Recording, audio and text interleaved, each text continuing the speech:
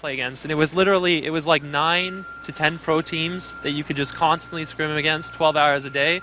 And the NA side, there was really just Dignitas and TSM that were a top level team.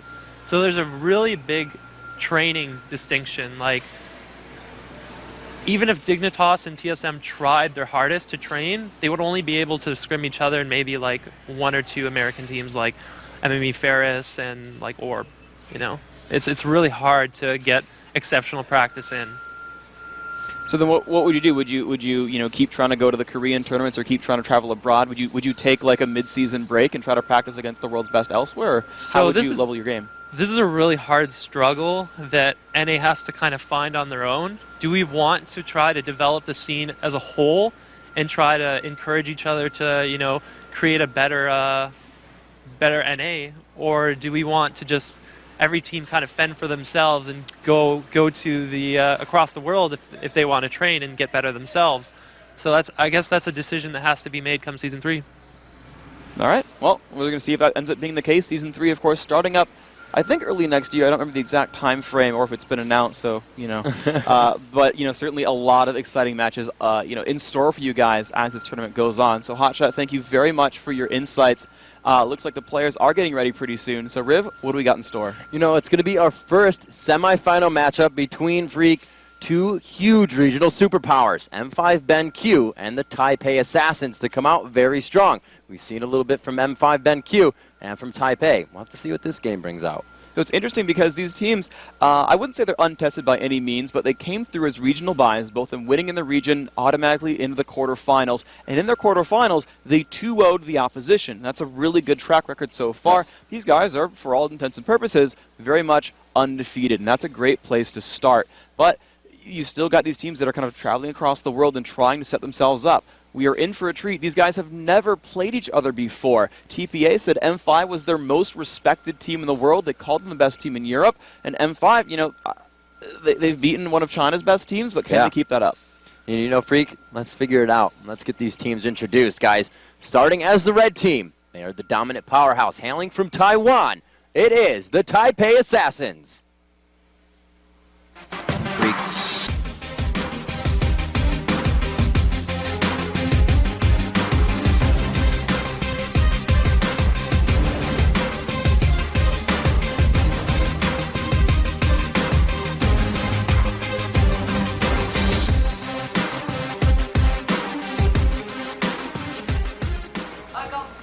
We have them here up on stage. You can see the camera going through, waving to the camera, smiling. These guys a little bit confident going in there. And actually, talking with Wicked before these matches started, CLG EU's been playing TPA for practice these last few days. Since Saturday, they've been playing each other. They're on opposite sides of the bracket, so if those teams do meet, they would play in the finals. And Wicked said that he thinks TPA will win this match. Hotshot, again, the same thing, said that he really thought TPA, the Taipei Assassins, had a great shot in this matchup. But I know the internet, reading all those comments, a lot of people expect that Moscow 5 victory, that M5 BenQ versus Zebu Frost grand final. But a lot of predictions here for the Taiwanese team, so there's some good things Can you blame them? What has Moscow 5 shown us on land before? It's that they always take those wins. They really only falter offline. They've only ever lost to one online, team. I should say. Yeah, exactly. Yeah. And that's really M5's play is that they will actually practice strategies online, but when LAN comes, it's their A game. But TPA, again, they are proven on LAN. They go into the GPL,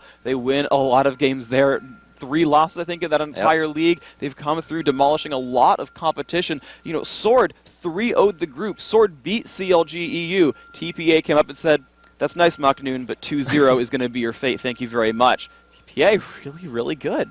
And guys, we have heard from TPA. We have seen the team. Let's meet their challengers, starting as the blue team, the champions from Europe. It's Moscow 5, BenQ.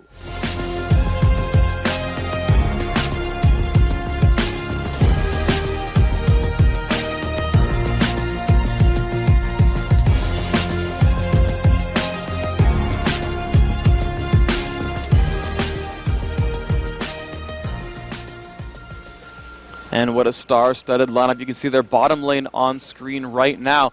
They have been one of the driving forces here for M5 BenQ, and they've really brought out, I think more so than most other teams, a lot of unique picks. Ghosty Pepper had run that jungle Zyra earlier in the quarterfinals. AD Kennen was a very big pick back in Kiev. They're one of the first teams to bring out Misfortune that we've now seen Woong bring out from Azubu Frost. These guys very, very innovative as well. And their roster is star-studded. There's a long history to M5 BenQ. It started with Alex Ish trying to put a team together, ultimately ended up teaming with Genja primarily. Genja said, guys, I want to bring Darien into this lineup. Darien's my homie. Let's bring him in a top lane. They found Gosu Pepper, who we saw at the very, very beginning. And Gosu Pepper said, I've got the guy for the job for jungle. We're going to bring in Diamond. And Diamond, it's funny for him because he came into that team not only 1800 elo, but only knowing Lee Sin. 1800 elo? Yeah, that's bad. Well, you think that, right? But it's a team game. Individual skill, of course, it's very, very relevant. Right. But Diamond, he starts knowing one champion, of course, still favoring that Lee Sin.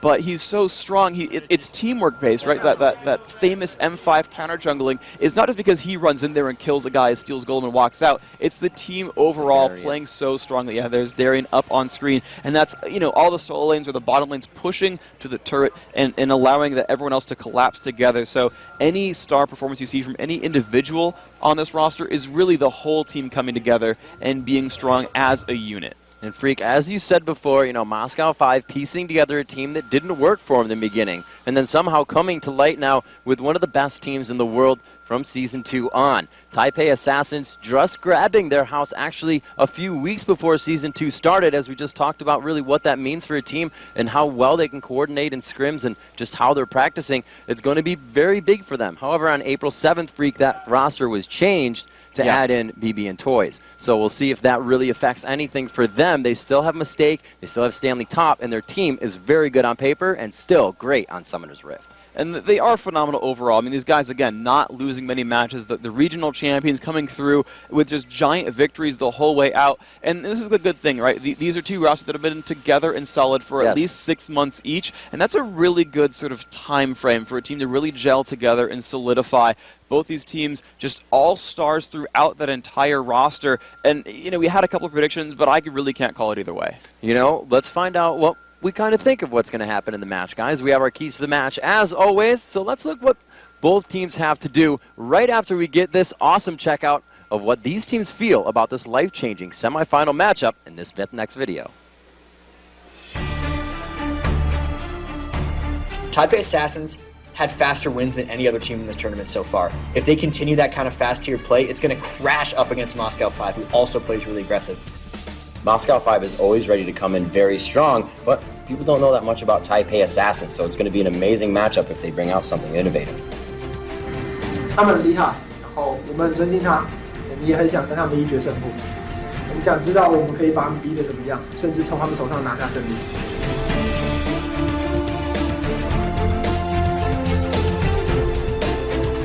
如果我们明天可以打得跟今天一模一样的话，我们绝对可以打赢看看。 So Taipei Assassins are just going to have to get really aggressive against Moscow 5. There you see it. It's all just about the aggression. But let's check out what TPA, those Taipei Assassins, have to do to beat Europe's best team. Freak, first off, they're going to have to free up Little Balls in the jungle. He is a superstar player. He's so strong overall. He's been playing even on the North American server since beta. Actually, had school, went to university in Canada. Was friends with Big Fat LP, which is where he got a screen name from in the first place. And this guy's been in the scene just forever overall. And his all-star champion is Alistair. Now, I don't think he's going to get it. I think M5's done the research and know to shut him down. But what Lil Balls needs to do is really set up his teammates. He needs to be able to go aggressively and get his teammates ahead. He can't sit there and camp and be forced to counter gank over constantly. He needs to actually create aggression, get his teammates far ahead. He can't sit there and camp Stanley. They really need to get someone farmed on that roster. Lil Balls needs to make the plays. He has to be free to be active. And the next one, moving in from Hong Kong to join them in Taiwan, Toys needs to carry. Toys is such a very, very big deal, and he's up against some of the fiercest competition in the world with Alex Ish.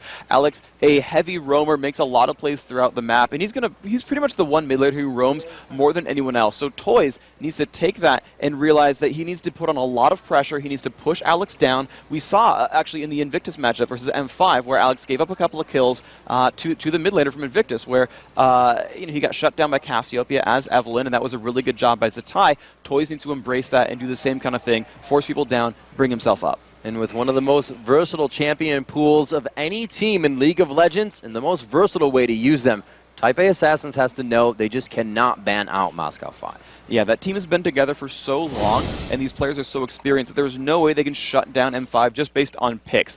TPA has to come up with their own strategy, and this is something that Dan Din said. I talked to him backstage, and he was saying that these Asian teams in particular will pretty much prepare about like 7 strategies and just refine them in practice. They're less about the counter picking, they're less about the counter so much as saying, okay, we're gonna go with strat A or strat B or strat C, and they'll refine and refine and refine it, and they need to make sure their champion select is based on themselves because they're an aggressive team. You saw Jat in that package saying they win their games the fastest of any team here. If they put that aggression on from second one and don't let up, they just want to make their picks happen, kind of champ select for themselves and not for M5, and just keep it going. So, now we know Type A Assassins' keys to victory. Let's see how Moscow 5, BenQ, can assert their dominance over this matchup. Freak the first one, much like Wicked, they just need to leave Darian alone.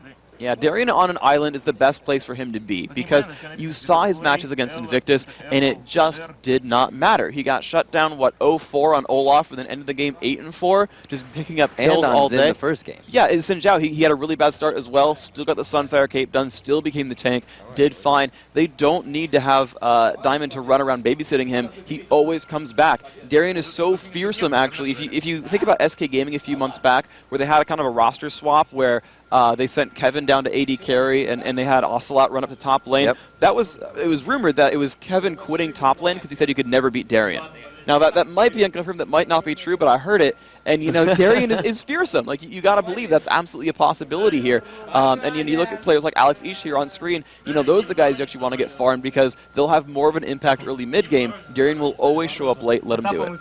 And the next one going on, this one really focusing on Diamond Procs, having, I believe, at least 6 dragons within the 2 games of Invictus, 2 of those being steals. They need to continue to maintain objective control. This is really how M5 turned around the early lead that Invictus had, where IG really turned on the pressure, got a lot of successful ganks, really kind of pushed the game away from M5 in the first 20 minutes. But what Diamond and Ghost Pepper did, specifically the 2 of them, was they would actually duo up on Dragon. It was crazy. They would time the opponent's wards, say, okay, the ward is done, Diamond would start it, Zyra would come over from behind and sort of help him out and pick that kill off, and while top, mid, and the AD carry are still fighting in lane, you know, IG didn't realize that they were actually sneaking a dragon in, and M5 did this multiple times and continued their gold and kept up throughout that game. It's a trick that M5 needs to continue here, where, you know, that early game is going to be rocky against TPA. They need to find something in that early mid game to still keep the gold up. That's going to be objectives like turrets and dragons. And for Moscow 5, with Toys and BB being so scary throughout this tournament, they really need just to adapt to the right carry. This is really what happened, again, with the IG matchup, where everyone on TPA is so strong, they've all got a lot of damage. Any of them can actually carry that matchup. If Stanley has an amazing lane up top, he's going to do really well. Toys and BB the same way. They've got to shut down the guys putting out all the damage. So, guys, we are going to be looking into jumping into Champion Select quite soon. Looks like both teams have got themselves in to see what we will have for your picks and bans underway here. We said they should not try to ban out Moscow 5, but TPA still has to do what they can to try and get the advantage from Champion Select. So here we go. The thing is going on, and we're seeing the first few bans come out. Now, M5's first ban on Maokai plays to their common strengths. They have fighters. Like, that is how Diamond plays the jungle. It's Lee Sin, of course, being banned out right here. Shyvana, Udyr, those are his top 3 jungles. He'll go to those 3 over and over and over again and try to set up those situations. M5, though, they've got their own sort of roster tier of champion selects. Nunu, Sona, if not that, Zyra for support, Ezreal and Kog'Maw, the big 2 AD carries here. So they're kind of setting up these counter actions. Now, you know, you're seeing them drop out the really common picks here, and they want to give themselves, you know, a Shen top lane. They want to give themselves maybe that mid Evelyn or a nice team comp for a Kog'Maw in the background. So you're going to see what they run for right here. Typically, when you've got first pick, the first few picks in general that come in here, you look for something safe, something that works with kind of everything. Nunu is one of those examples where, you know, he can synergize for an aggressive bottom lane, or he can play kind of a protect the Kog'Maw composition. We saw that from Counter Logic Gaming Europe just a few minutes ago, where it was Nunu Kog'Maw in the bottom, Karthus scaled throughout the mid, and they had everyone else kind of play just defense across that board. It's really, really scary for them. You know, Freak, surprisingly enough, they do go for that Kog'Maw pick, even though they don't have the Orion in the game. But, however, Blitzcrank is taken out of the lineup, so it's a little safer to play that Cog without as much crowd control, especially grabbing Shen for the safety. Exactly. That makes a lot of sense. When you put Shen and Kog'Maw together, it really opens up a world of possibilities. Nunu's kind of relative power absolutely drops when you take Cog off the field, and when you put Shen in there, you don't necessarily need an Orianna, you just need some kind of burst healing or burst shield, right. Because, you know, if Nocturne Leona or Nocturne Malphite or something like that jumps onto you, it is a scary place to be. Right? And so you need some kind of survival tool like a Shen ultimate, like a Stand United, and that's going to give Kog'Maw pretty much free reign to fight. And that's kind of what's gone down here. So you're seeing that Shen Kog'Maw,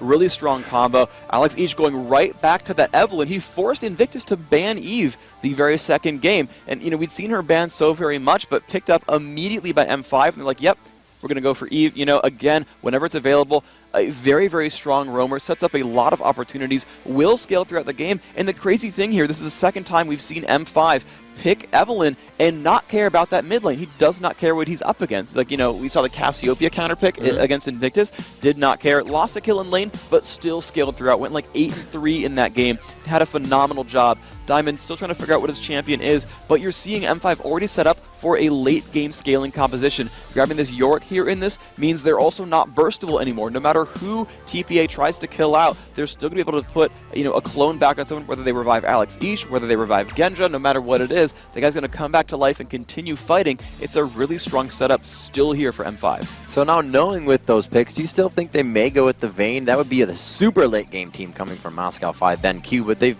you know, last time they actually showed Zyra and then went to select Eve and took Zyra later. So they've seen they've tended to do that quite a bit on M5's side. Actually, Vayne would make quite a bit of sense here because they're against a not hyper-aggressive lane. Whenever you're against a Kog'Maw, he's not the biggest lane bully. It's not Corki, Ezreal, or Graves. You gotta wait who are so going to long jump to into your attack face. first. Right, yeah, he's got to swing at auto attacks. He doesn't really spam abilities much at you. He's not a great poker. You can take some damage, but if you've got Nunu Vayne together, that late game is ludicrously good. And especially when you've got a Yorick on that team, even if Vayne does die, again, she will come back to life and continue wreaking havoc. IPL 3 was actually the tournament that was defined by Yorick Vayne. You saw teams have to ban out Yorick to deal with that kind of situation. It made it really, really awkward. And it's weird here to actually see Taric picked up with the Kog'Maw, because that's not a lane synergy you see very often. You typically see Taric as an aggressive laner, as a bullier, but they're saying, no, we're going to pair that up with Cog, and they've got a really weird mix of lane control, where Taric can stop any aggression, but at the same time, they've also still got Kog'Maw just being Kog'Maw and really kind of scaling himself throughout. So you're still seeing, you know, a lot of potential pickups here, and really no guaranteed overall strategies. The mid lane still not picked up for TPA Assassins, and still that total bottom lane and the top lane, or possibly jungle, really still not picked up for M5 BenQ. You know, Freak, they're going to have to be really safe in this bottom lane, unless they choose to do some type of swap. Lee Sin, or at least Diamond Prox himself, starting on that blue side, likes to start those red champions and could go for that early bottom gank. So that Taric, although isn't the best synergy, as you said, with Kog'Maw, is going to help. We see them actually going for the Vayne pickup and the Xin Zhao. So this is M5 really playing a very similar strategy to their very first game in this tournament, where they've got that Evelynn in middle. They're not worried too much about the matchup. They've got, you know, just a hyper scaling bottom lane Genja going with the summoner heal on Vayne to keep himself alive longer. And Xin Zhao's going to be forced to play the role of main tank. Actually, no, Xin Zhao won't play main tank. He's actually going to be in the jungle. It's Yorick up at the top lane. And Yorick should be able to farm himself up some decent durability. Xin Zhao's going to be much more of an assassin in this lineup. And that's going to be a little bit hard for him, because I don't know if Xin Zhao Evelynn can completely kill off that Kog'Maw. He's got the Shen shield still available. There's a stun and a heal from Taric. I'm actually not sure that M5 BenQ can kill off Kog'Maw. So right now, that point we talked about, adapt to the carry, I don't know if they can completely adapt to BB in this game. It's going to depend a lot on how that lane matches up. As they're seeing the rest of this champion pool come through, looks like TPA Assassins going for a Karthus pickup. So it's interesting, M5 playing a team very, very similar to what they ran game 1 against Invictus. TPA running a team honestly very similar to what Counterlogic Gaming Europe just ran just a few minutes ago. Both these teams actually ridiculously good late games. You know, a mix of teamfight presence in the middle. But these are awkwardly similar teams. I'm actually not sure who comes out ahead here. Freak, I'm gonna put it out there that I feel like Moscow 5 during that mid to late game is going to have the better initiate. You're looking for Kog'Maw and Karthus to really start to tear out some damage. Alex Ish will be sure to find one of them in the beginning, and you're going to see Nunu iceballing Kog'Maw, completely shutting down his attack speed. So once those are out, the cooldowns from Bear Stance and Dazzle waiting to come back up, and Taunt, if they don't hit those perfectly, it's going to be a very tough fight because Moscow 5, like Hotshot said, like Dan Din said, they have amazing fighting mechanics. This is going to be really awkward as well. It's going to be very difficult. Yeah, you know, M5's fighting mechanics are amazing because Genji's going to have really no chance of getting shut down. It'll be very difficult for him to get kicked out of this matchup. It's difficult. Neither team has amazing hard engage. There's a little bit of poke on both sides, a little bit of pressure on both sides. But this game, I feel like it's going to be the story of AD carries, of late game carries, who aren't going to get caught too much and will just start eviscerating the front line. I think it's a matchup more about gold than about positioning because there's no ideal positioning on either side. Yeah, it's going to be that catch somebody off guard the entire time, hide in the bush, allow Nunu's ult to start something, and, you know, continue a very long and sustained fight with the Yorick ulti on Vayne. And that's going to be, you know, the #1 objective for them as they come into this matchup. TPA, as we said before, that suffocation strategy that Moscow 5 may not be able to get away from right away, but we'll be sure to see them fighting hard as they come into that mid to late game. Ladies and gentlemen, the game is underway. Your first quarterfinal match, or semifinal matchup, I should say, of the League of Legends World Championship Playoffs. Here we go. Alrighty. We get ourselves up into this one. The blue team, once again, M5 BenQ. The red team you're seeing on your screen right here is Taipei Assassins. This is going to be an incredibly epic matchup. It's a best of 3, and the winner of this match, the winner of this best of 3, moves on to the $1 million match, that grand final. We're seeing who's going to win between M5 and TPA. Later today, we see who wins between Azubu, Frost, and Counterlogic Gaming Europe. While that's a rematch, that Frost CLG match, that's a rematch of a tournament just a month ago. These are teams who have never seen each other. And once again, TPA saying they most respect M5 of any team in the world. M5 have come through as a heavy favorite here. There is a lot of questions to be answered here. The last Mandarin-speaking team left in this group. There's a Korean team left there from Asia. But we're about to be whittling down this roster very, very quickly. You're seeing TPA open up pretty defensively. You're seeing M5 as well opening pretty defensively. Neither of these teams looking for early aggression.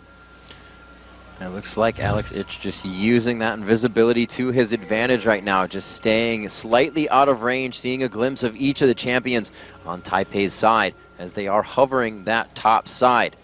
Coming into this, they do have that Udyr in the jungle. You usually see an Udyr focusing blue. What do you think they could be proposing with this, just top guard? Do you think they're going to be aggressive from Moscow 5, or they're going to go right around to blue? They could jump there in at any time. This is one of the really difficult things here, is especially, I actually want to look at Shen real quick and see if Stanley has even learned Vorpal Spike, because if he has saved his point, Stanley has saved his first skill point, so they could absolutely give Lil Balls a Lizard buff and gank right away, but instead it looks like they are going to go aggressively after all and go for an invade.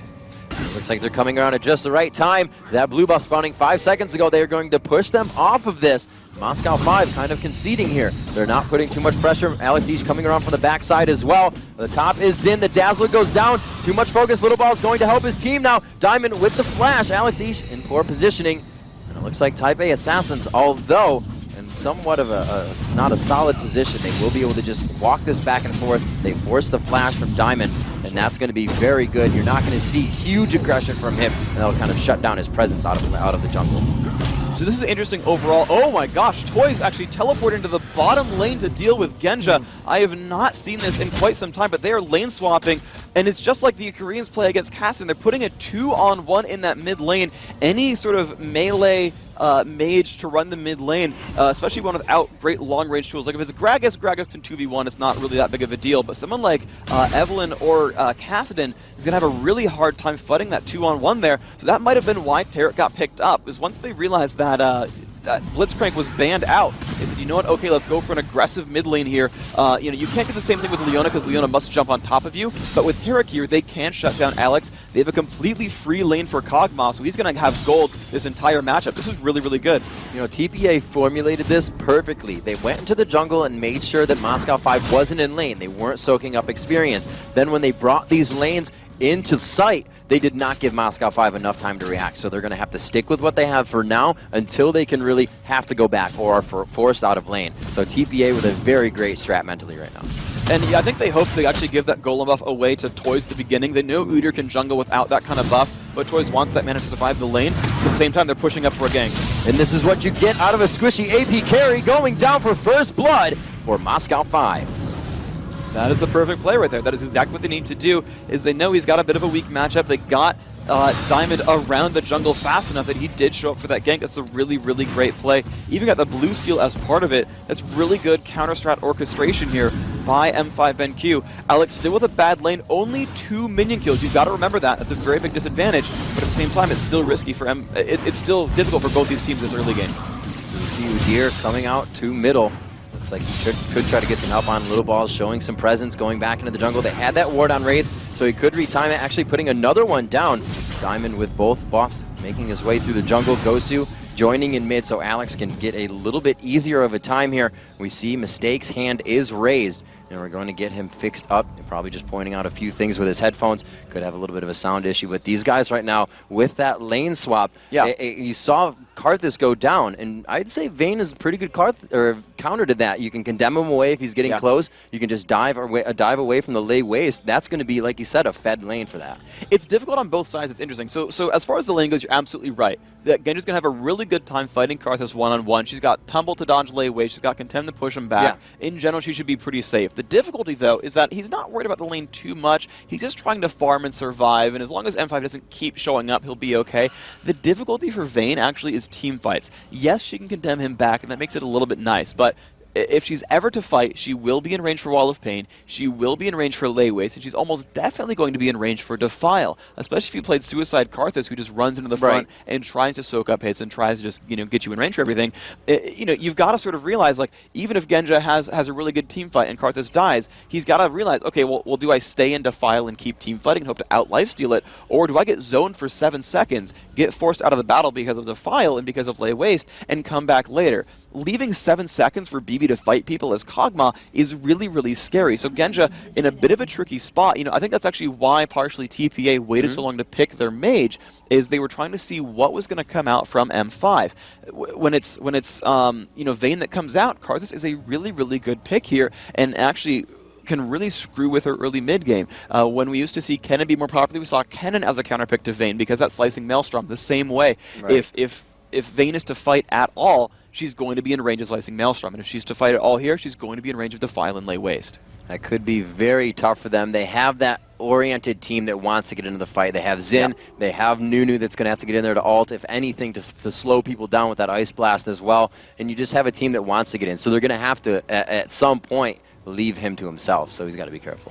And this is interesting too because, while both teams are a bit late game oriented, TPA's lineup is all about kind of getting in and sticking to it. They've got hardcore initiation. Udyr cannot kite at all. He's just simply got to go all in. Shen goes all in. Kog'Maw's going to fire from the back, and that's fine, but Karthus and all these guys are going to kind of just go in and just kind of go for the push and fight hard and stick in that battle. That's kind of how TPA is going to get into those fights, and that really plays again to their advantage because they will try to push out Vayne and things like that. M5's lineup is much more they've got the hardcore initiation, but it's very much about burst damage. We saw this synergy in the very first game where it was Xin Zhao on top of Evelynn. Xin Zhao does a percentage of your current health with Crescent Sweep. It's going to hit everyone for a lot of damage.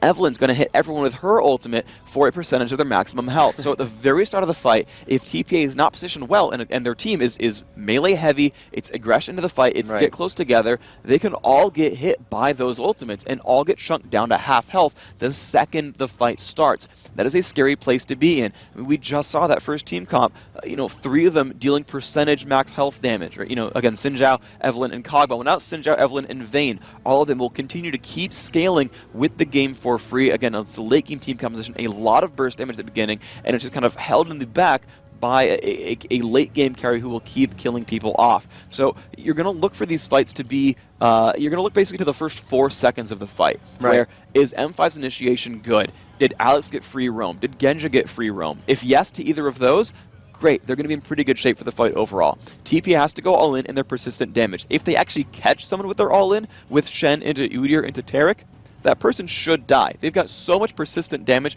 with Karthus, with Kog'Maw, and even with just like Shen and Udyr kind of punching things in the face, they can kill someone in those 5 seconds. So, you know, does M5 get the right initiation, burst someone down, disengage the right target, have him re-enter, or does TPA catch that one target, kill the one guy, and then move on onto a 5v4? That's really the sort of make or break point on these team fights. You know, he takes it into his own hands, and I think really the person to watch for this, and when it gets into the initiation, is Alex Ich. Really makes Eve into a hard initiator for what it's worth. We saw him diving Kid completely within 5 members of Invictus Gaming during their games to set up and start the fights, pretty much from like just, it was a requiem hitting somebody. You saw the life disappear. Alex would take so many cooldowns, and then he would flash out of the fight. And that's what you're talking about, Freak, because if TPA cannot use those first cooldowns right, can get those sustained hits in, they're going to get bursted out of the fight. So we're going to watch for Alex Ich to really come in here and start these out. It's going to be scary, though. You have Taunt, Dazzle, and Bear Stance. So if they don't get those fights right, as you said, it's going to be pretty torturous. We should see this coming into late game. Alex does not like to fight. We saw him going down to Cassiopeia on Zatai quite a bit in the Invictus game. He was just having trouble in lane. Here, seems like he's actually doing a little bit better in the start. And the mids have dodged back and forth. Obviously, he does have that double support or support in mid with him, so he won't be going against Karthus in the orthodox middle AP carry gameplay. So we'll have to see if Alex can really get himself formidable enough to do the initiations he did in that last game, because that Eve was really a factor for any of the team fights to begin. And this is actually, and she is a huge factor. And you're absolutely right. You know, Alex is going to be a huge playmaker for this M5 lineup. But it's different here. What TPA's done, again, despite the Karthus dying, of course, that's a little bit harsh. It's a lot of free gold for Genja and that kind of, actually, you know, Genja got some. Actually, the first blood went to Gosu Pepper. But the really difficult thing here, though, is Alex will scale with gold much more than that top laner than Darien would. You know, the first game where Darien was stuck in a 1v2 had a very abysmal early game as Xin Zhao, or he was in the 1v1 and had a very rough early game as Olaf. They weren't relying on him for the composition. That wasn't really him. You know, he wasn't the linchpin of the strategy. Right. In this, when you've got an AP Evelynn, that is the linchpin. She needs to get that burst on. They don't have the safe damage output. Vayne is catchable. You know, Diamond being on Xin Zhao as a jungler means he's not going to get a lot of gold. He's not going to hyperscale. It's not the same as getting a soul in Xin Zhao. Yep. He doesn't have the option of buying Youmu's in a Bloodthirster or a Trinity Force or things like that and really scale himself up. He won't have that. He'll have Wriggles. He might have an Aegis. And that's going to be most of the items you're going to see. He'll kind of stop at Wriggles Aegis and try to go from there, but you're not going to see that build stretch much more. And you look at Darien. Darien's on Yorick. Yorick is not a hard carry. Yorick is there as, you know, a sort of half support, very brutal laner, but he's against Shen. He's not going to shut down Shen. Shen's got free sustain, he's got a shield. You know, that lane matchup is not great for M5 there either. It really is on Alex to join Genja on top of piles of gold. You know, Alex needs to become Scrooge McDuck and actually get those coins in his pockets because he does need to support and be another damage threat here. I don't think they can rely on just Genja here. You know, Freaking, it may come into play here. Jat was talking about it within the last game of when they switch up the lanes, it becomes very easy, and some people forget that other people are going to show up in the jungle that much sooner. So you'll see, you know, especially there's a Karthus on the map. A lot of people will forget that. And even when you're playing with them, they'll go in for a very hard fight in the tower dive and then forget Karthus is on the map. And those little things are going to give the other team increments to get ahead and ahead. And we'll have to see if this mid lane swap, we haven't really seen too much invading other than that level 1. Since those two are in mid, I think the buff control is kind of just going to be left to each team. And these dragon fights are going to be very big in the early game. Dragon's going to be a huge deal for M5 because as soon as we get to the mid game where the lanes start hitting level 6, TPA has like the ultimate dive comp ever, where they're going to try to leave Karthus alone and let him sit in his lane and just farm up, and I think he's going to be reasonably safe. What they're going to look for is getting BB farmed, and as a side benefit, shutting down Alex Ish on Evelynn. That's really the goal here. You know, the way a jungler really works, I was talking with Dan about, you know, the role of a jungler, and he was saying that you know, a jungler is there to put your team ahead. It's there to push forward, kind of amplify a teammate. You don't gank as a jungler to shut someone down so much. I mean, of course, you remove them from lane, they get a little bit behind, but you gank to get someone ahead. You gank for a teammate, not against an opponent. That's really how you think about jungling, is it really is there to bolster your teammates. And the fortunate thing here is I think they really want to gank to bolster BB. He is the major carry here on Kog'Maw. He will be the most receptive to gaining gold because he needs to make sure that he has enough you know, levels and items and whatnot to withstand Alex's burst and withstand Diamond's burst. If you can do those, he's good to go, smooth sailing. He can just solo Xin Zhao, withstand the burst from Evelynn, and just be fine, right? He's going to have a great time. The secondary benefit, though, is that lane right now, it actually will be a gank on Alex Ich on Evelyn. And yes, again, removing someone from a lane will, stop them getting a little bit of gold. It will stop them getting a little bit of experience. It will slow him down quite a bit. And those intersect very, very, very well. And the problem is, for M5 really, is Diamond will love to counter gank. And he will. He'll do a really good job of showing up and supporting Alex, supporting Ghost Pepper, trying to shut down BB. But here's the issue. TPA has Stanley on Shen, and they've got Toys on Karthus. So as long as they gank that mid lane, they send the jungler in, the support's already there, they're going to have 5 members participating every single time they go mid. The Global from Requiem, the Global Stand United from Shen, they're all going to be there. TPA can bring 5 people to a fight every 3 minutes, and they should. Every time those spells are up, they should go back to mid and crush Alex's hopes and dreams. If they can rinse and repeat that, they're going to have a really, really good time of this. What M5 has done is they've brought Ghost Pepper to the mid lane, they've sent Nunu as a support to Alex, which is a little bit harsh because now he's going to get less experience having to share that lane, but I don't think that Nunu is necessarily enough to keep that really happening. That I think really TPA has a lot of keys here in this early mid game. They can just push through, ignore the first blood. Toys is going to be okay. His flash is still up. He's going to scale throughout. He'll get that Rod of Ages, sustain in lane. If he's really stuck in a 1v1, it's not going to be that big of a deal, and I think he's going to survive this overall. Freak, something we haven't brought to point as well is, even if that late game starts to go in favor of Moscow 5, you have the double teleport, the Stand United and the Karthus teleport. So even if Requiem is coming from across the map, he's going to be in your face. We're now back into the game after everything is situated. 1-0 here. 4 minutes and 43 seconds on that, and I'm a liar. Call me a liar, this guy right here. So we are going to just take that a quick second. It looks like he liked it at first. There's a monitor and mouse that they're just kind of working out here. So once he gets that situated, we all know that stuff's not working right. You don't want to go any further. You want to get it situated. So as we were saying, that teleport strategy that could be used, it just adds to the versatility of the composition that they do have good initiation to start, Stand United, that Wall of Pain, and then the teleport in if Karthus has to Requiem from across the map to start. So that late game could be denied a little bit. Well, let's look at the matchup between the King and Queen of hyper late game carry, that Kog'Maw versus Vayne. Now, a Vayne can be very scary and can definitely outplay a Kog'Maw. Stun him against the wall, that fight's over. But Kog'Maw has the upper hand from the start. Yeah, so the thing is here that Vayne really has the best dueling of the AD carries. She's got the condemn against the wall you just mentioned, the invisibility, the tumble, all the damage. She is absolutely the queen of AD carries, and it's great that she's a great duelist as well, because she is right now dueling up against Karthus, and she'll be able to play that matchup correctly and completely dominate that one. Now Kog'Maw, I think he's got a bit of a better lane there. He's supported with the Taric, and that was actually a pick for the lane more so than just sort of the team comp. So that ended up working out as a shutdown. And yeah, he should have an easy time of this one, and he will, I think, in general, outscale unless assassins get too big. So Vayne can tumble and go invisible for a second and push someone back. That's her safety net. It's decent. It's there. She can kind of keep herself a bit safer. Kog'Maw does not have that. Kog'Maw just has range. But Diamond can reach that as Xin Zhao. Alex can reach that as Evelyn. So you've got a very weird mismatch here where there's no assassin there for Genja. Genja shouldn't be under much pressure. Yes, Karthus will be painful, but if he has the lifesteal and the positioning on Vayne to survive it, then Vayne is untouched and Vayne will continue to fight. It's really on Alex and Diamond. It's a different matchup here, right? Because Genja is going to be on himself. Can you dodge? Can you play well? Okay, Genja, then you're fine if you're good enough. But it's on Diamond and Alex for gold, really, right? Do they get farmed enough? Do they get the damage? Can they shut down Kog? And if they can, there's not as many options here for BB. He can cleanse a slow, but that's about it. All right, guys. So I'm pretty sure we asked you to ask us questions. LOL Worlds is the hashtag, and you guys did. So we're going to answer a few of those right now as the players get themselves situated and we get this underway. So as your social questions come in, we will be sure to get those answered. It's going to be Bobby Ray 25 on Twitter. He's saying, Freak and Riv, do you feel the metagame of each region will merge into a world meta?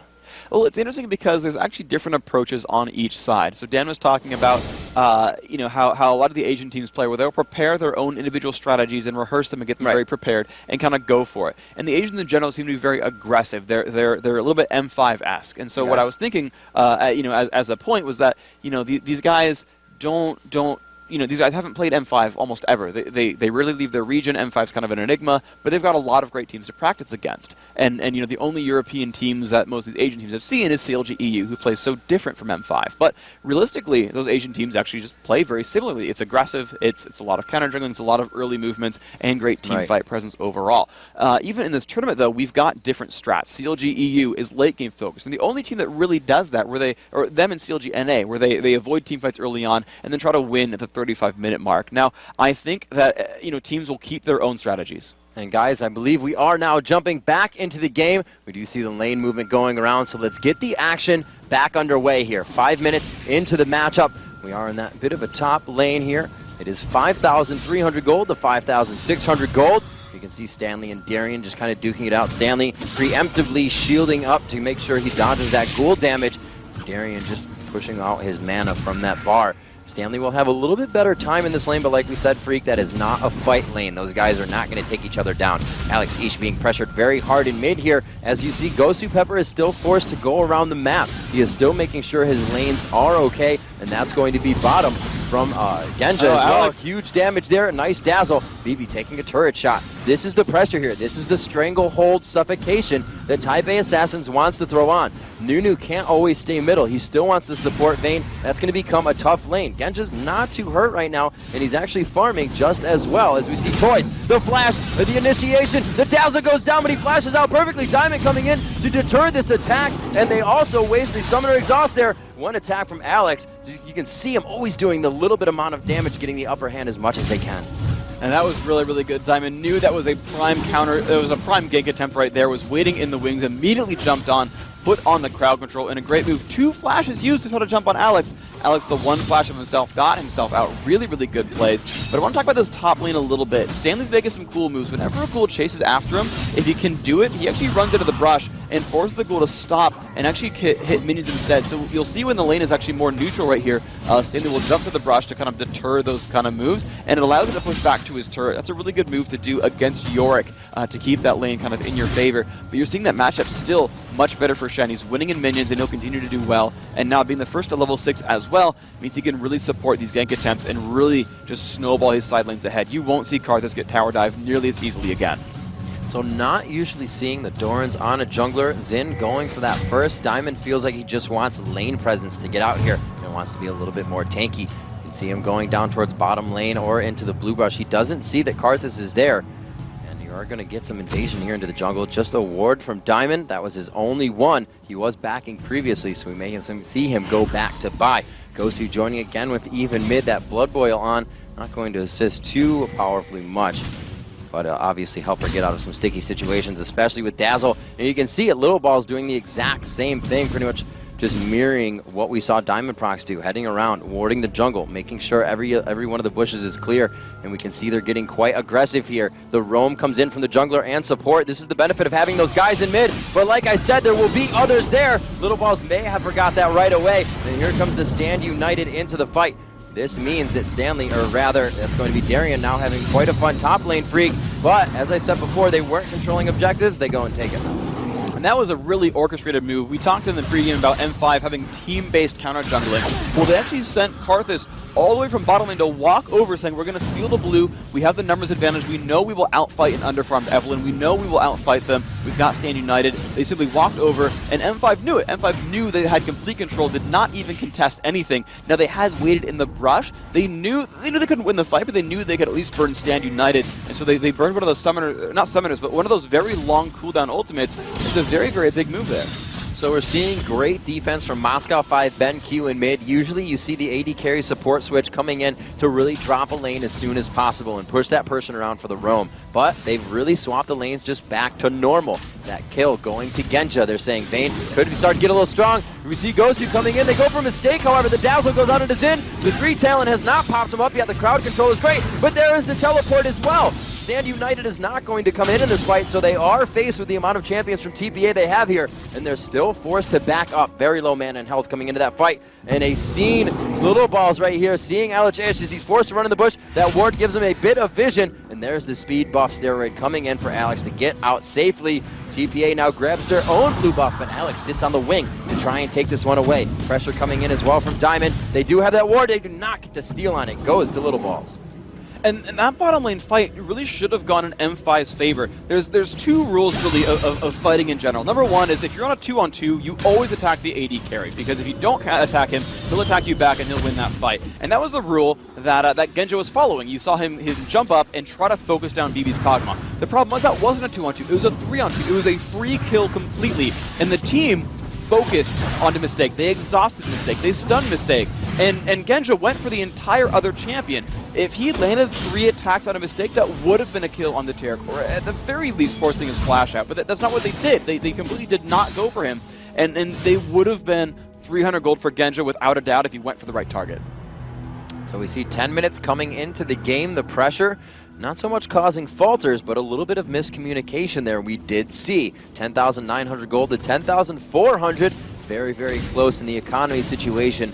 And it is 1 kill in favor of Moscow 5. We saw them grab that. It did go over to Gosu, rather, in middle, but we got 2 assists on it. That's going to be going to Diamond as well as Genja. So 2 good people to get that money early in the game. And we can see Genja quickly, not just going for straight damage, but trying to really scale that W up with the Zeal right off the bat. And that's really how you kind of play as Vayne, is you've got a lot of base damage because of Silver Bolts and Tumble and all that. And so what you're really trying to go for is just speed. It's getting into fights, you know, engaging and disengaging. She's a little bit short range because she doesn't have those long range poke tools like Kog'Maw does. And so she's going to kind of keep setting herself up and get into and out of fights as fast as possible. Ward clearing going on now, coming from Little Balls, double buff on that Udyr. The lane is pushed up quite a bit, but they know that Ward was just taken out. He shows himself bottom.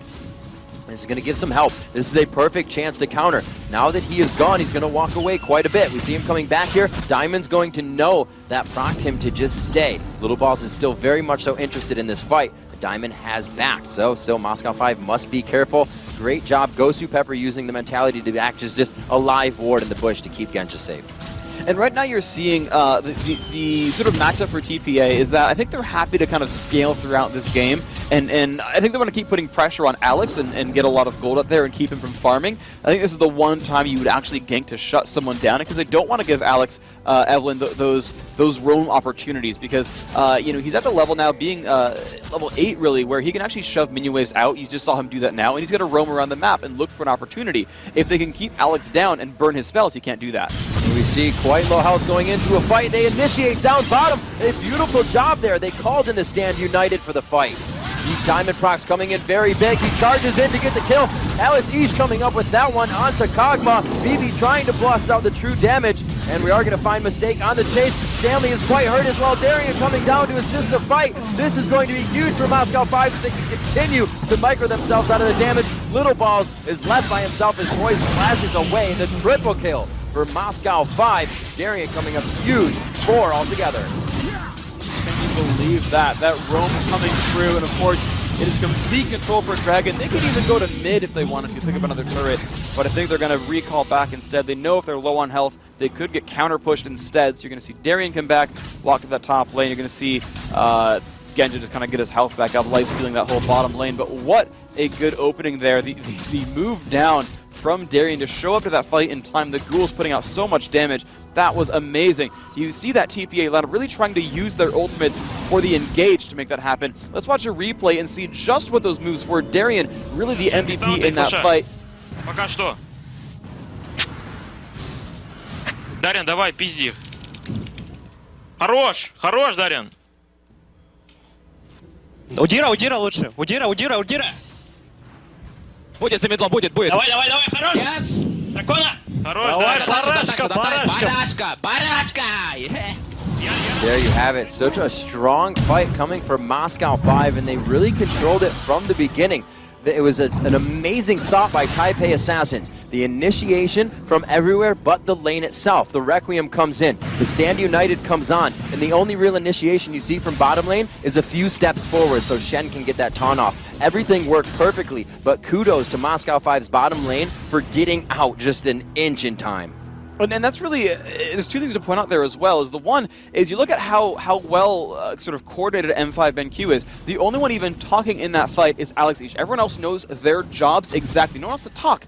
No one has to say anything because they all know each other so well. That roster is so stable that it's clear, it's concise, and it's just Alex saying, here's where we're going. Okay, Darian, cast this. Guys, go in here, go in here. And he's just the mastermind making all those calls. And that's the first team I've really seen play like that. Well, you know, a lot of them will just yell for every kill. If you listen to like CLG, actually if you listen to Curse's sort of in-game chat, you can't hear anything. I've tried. A little aggression here on Genja, and he gets stunned up twice. A very nice job from Dazzle into Bear. And he gets pushed out of lane here. This is going to be big. Taipei needs to get some ground in these lanes.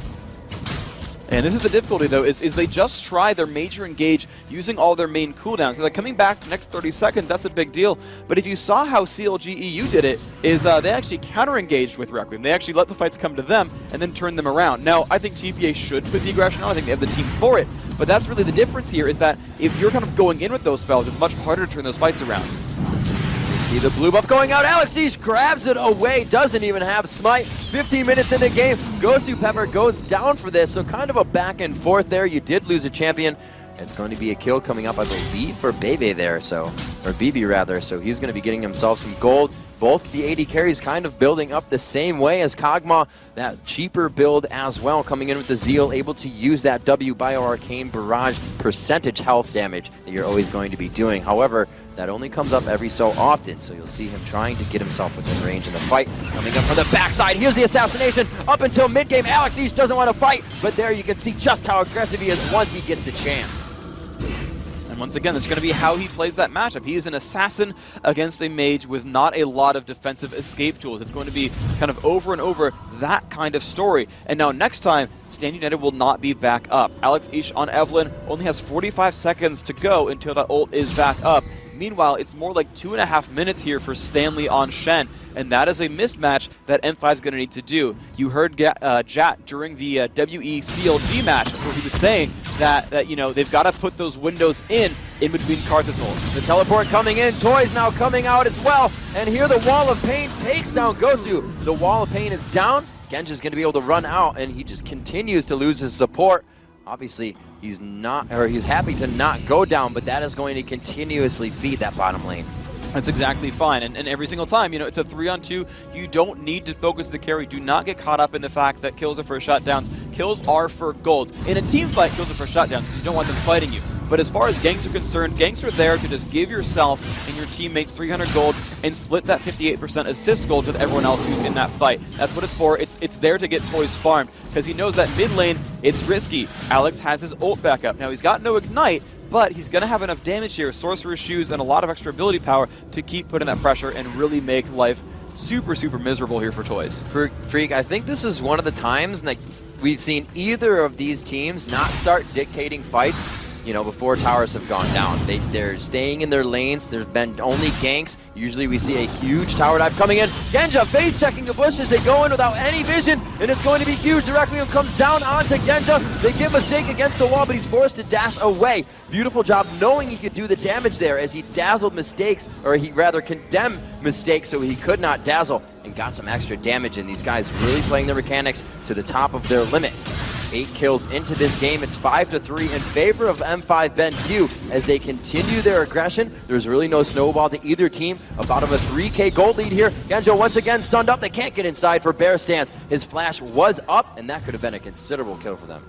That was really risky overall. You just see Genja kind of playing this matchup by the skin of his teeth right there, using Summoner Heal to bait out the flash from BB. And as soon as he came in there, he was like, Summoner Heal, fight me. And BB was like, no, we're good, thanks. And just simply backed off from that one. But that's kind of the gameplay you're going to see from M5. They're going to fight these very sort of neck-and-neck, tooth-and-nail battles that are just extremely close overall. And the way they're going to really tip is if Alex gets to finally roam. He's not been able to run into these matchups very much. He's been fighting his lane opponent, stalking Toys here in the jungle. This could be good for him. Toys not really catching him there. Huge damage coming out from Alex Ish. Will he flash over for the kill? And it looks like he may be able to get Landmass Q out. He lands it, makes it out alive.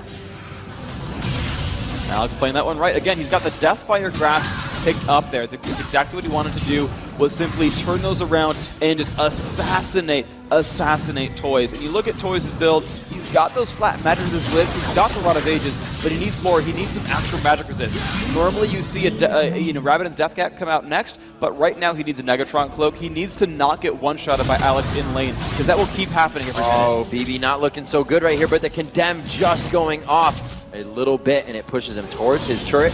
That's not really going to be an initiation here for TPA. Good damage coming out, however, from BB. He did get that BF sword. He knew he needed damage versus the Silver Bolts of Vayne. That right into Phantom Dancer was not going to work for them, although would help to shred those tanky champions coming in. And there it is, the initiation onto Genja, the Ice Blast to BB so he can't attack, just back and forth. Great job down bottom, but TPA continuing the aggression as well, so great job from them. And there is a lot of poke potential there. Anytime Dazzle lands, BB is guaranteed to land that, the arcane, the ultimate there, the living artillery as it's called, to get some free harass down. That last time I thought he would have landed that for a couple hundred damage right there. There's not a lot of sustain overall on Genja. You see, two sort of builds there from Vayne. One of the main ones is rushing Bloodthirster, and that lifesteal would really keep Genja alive. But as you're seeing here, as he fights the Lizard buff, there's not a lot of lifesteal for him. He's just got those two Doran's Blades, so that poke will stick around quite a bit onto Vayne. They should keep that pressure going. A few of the turrets now pretty hurt for Moscow 5, meaning those prep turrets could really mean a lot after an objective fight here if it can be forced by Taipei Assassins in the right formation. They will be able to push that mid turret. Don't know how hurt that top turret is. It's actually still got some health. You can see Darian doing very well in his lane. Now Genja and Gosu Pepper trying to defend theirs as well. It is not too hurt, so they have a good lane going down bottom. A lane that can both get Genja farmed as well as keep Gosu somewhat alive. He's gone down quite a bit for his team this game. The only one to have the 3 kills on that board, and that's the person they want dying if somebody's going to go down. So they've done it in the correct fashion if it were to happen. Mistake just waiting around trying to find Ghost Pepper out. The ultimates are at both Requiem and Stand United. TPA is going to look for another fight as Evelyn comes from the back. Expect all ults to be burned. TPA, they could be okay. Actually, Low Ball's waiting around. If they go in, he's going to be in good shape. Yeah, that teleport's just coming up for TPA Toys. Here we go, though, on the BB. So much damage. He tries to cleanse. He looks like he's going to make it out of this one. Just on the outside of Gosu's Absolute Zero. They do a ton of damage. TPA cannot stay in the fight with the amount coming out from Genja. He is just able to focus whoever he wants from the backside. And you can see Diamond creating such a frontline presence. Wow, so much damage was available there. I can't believe that turned as easily as it did. With Stanley there, Low Ball's there, everyone there to tank, it just did not matter. They just completely burned through Tarek's health bar, no matter what. Happy to kill support, happy to bring everyone's health bar down and simply make the fight happen. Darian did not have to be involved whatsoever, and they still won that in a 4v4. Slowing down Toys. No, they do not choose to initiate. There's too much turret damage to be had. They played that one smart. Toys as well, trying to keep himself safe here with Little Balls. They're going to have to watch this turret go down. The first turret of the game, 22 minutes in. I think that may be the longest time it's taken for our turrets to fall. Moscow 5 Ben Q and Taipei Assassins playing a very cautious semifinal matchup. Yeah, they really do not want to overextend, because if someone does move in a little bit too far, there is so much chase potential on both sides. I mean, you look at the M5 lineup. If someone overextends, they've got Vayne with Blood Boil, who will chase that guy to the ends of the earth. You've got so much flow coming out from Nunu and from York together that no one's going to get away if they overextend. Meanwhile, the same thing is there for TPA. Shen, Tarek, Udyr, that person is going to get completely locked upon, just locked down really, and then everyone else is going to fire upon him, and Karthus and Kog'Maw will have a lot of damage on the front line. Both these teams are about just enough disruption, about having just enough disruption that the back line can just shred people down. So you're seeing more ganks than turret pushes, because turret pushes can be countered with ganks. They kind of they have more of those questions answered and can kind of push through a little bit more safely. So Freak, let's take a look at these builds. We do see that Stanley is going for possible late game Frozen Mallet, but switched over to go for that Wit's End to stop the damage coming in from Eve. Usually you'll see that tanky top laner take the role of, as I just said, the tank, but we look over to Darian's side. He's gone for Triforce. Nobody on their team is really building to be that single tank. Is their amount of power really allowing them? Well, Alex, he's coming in huge right here on the top turret. It has been prepped to be taken down, but his focus is only Stanley coming up with the kill and able to make it out. 8-3. Alex again providing for himself. And just over and over, he's got a safe lane, just turns it around to gold. Here comes the Absolute Zero. Big damage on Mistake. It procs. Another shot could come in. He might lead this one to Diamond. Mistake is not the focus anymore. Little Balls gets taken down as he tries to come in. Darian picking that one up. And again, they'll get another one. It's going to be Mistake as well. Here comes Toys. Toys could get dropped. The heal coming out. If he can turn and fire, they may be able to stop it, but there's no mana. It's only going to be Toys having his way with bottom lane now. The 4 for 2 or 4 for 1. Alex stays alive. And he is just having a field day here, constantly pushing through on this map. They're making a lot of difficulties here. Alex is not getting shut down. He rushed that Deathfire Grasp. He used it to great effect, picking up kills on Toys, I think twice in a row now, just kind of soloing him out in that lane and making a lot of pressure happen overall, and he's been able to roam. He's been able to show up to those fights. The kills at bottom lane where they picked up Mistake and put some pressure on the turret right after. You know, the pressure of that top lane, diving Stanley, you know, pretty tanky Shen under his turret, and it's interesting because that's like the one downside you would expect to see from Shen going double gold per 10 is he would have a bit of a weak mid game as he waits for that gold to kick in, and just, you know, would you know it, Alex shows up and capitalizes on that disadvantage. We're seeing a complete repeat of his first Evelyn game, I should say, and just picking up kill after kill on the opposition. And a huge item coming out for Darien here. Actually just picked up his Guardian Angel. Always focusing his ult onto somebody else now. Doesn't even have to worry about himself. Is really taking that top lane. 209 minion kills to 137. And as I said before, Freak, he's had such a good lane, he's not even needing to build the HP for that lane. You can see, as we were saying and poking at before, Shen having to go for Wit's End for the magic mitigation, as well as that phase to build into the Frozen Mallet later for that health. What's the advantage of just having Darien not have to do that? It's always damage coming from that lane now. It's interesting because I guess, you know, because he got those early kills, he's able to push forward. Rushing that Trinity Force allowed him to really be a huge menace overall in battles. It let him out-duel Stanley, pretty much. It let him to kind of stop counter pushes. You see the wall of pain going down, and you can see the confidence coming from Moscow 5. They are waltzing through this fight right now. Taipei Assassins with Darien on the outside. 4v1 right now. Darien taking all the hits. The Guardian Angel not even popped. We see Alex Nash going into the middle of the fight. Mistake could go down here. He will fall to Genja. We see coming up huge. Phoebe onto Alex. That area of effect damage not going to be coming out for them anymore, and they are forced out of this fight. TPA using the turret to their advantage here. A good kill coming out from Darien as he takes down Little Balls, but the chase is on. Phoebe does have that blue buff. He just decides to turn, though, as both teams just go in an all-out fight regardless of the area around them or the situation of the turret. This is one thing that M5 is best at overall, is they are so supremely good at getting into fights just long enough. If you actually just sat there watching Darien the entire time and it's like, yes, I'm in the front line, fight me, I'm Guardian Angel Yorick, fight me, I dare you, keep, go for it. Pop the Guardian Angel, don't mind if I do, fight me, do all the damage, haha, we killed your carries, and then got low enough and just walked right out. His Guardian Angel is going to recharge over time. That cooldown is going to come back up. I think he might, you know, and he had the self-control to say, yes, I will happily lose my Guardian Angel. He will tunnel vision me, and you will kill the very tanky Yorick. Next fight, I won't be quite as reckless. I'll get down to 10%, and I'll walk out. I'll ult someone, I'll walk out. It won't be a big deal. No big worries here from Darien. He's going to have that kind of gameplay where he's going to be very comfortable in his own skin, knows that there's no surprises really in store, right? No one's going to pick him out of nowhere. He knows the kind of damage DB's putting out. He knows how much damage Kog'Maw can deal. He knows what Toys can deal. He knows, yeah, okay, you've got Requiem, that's nice, but then no one else is going to chase him out. So he can walk out of those fights so securely and just tank damage.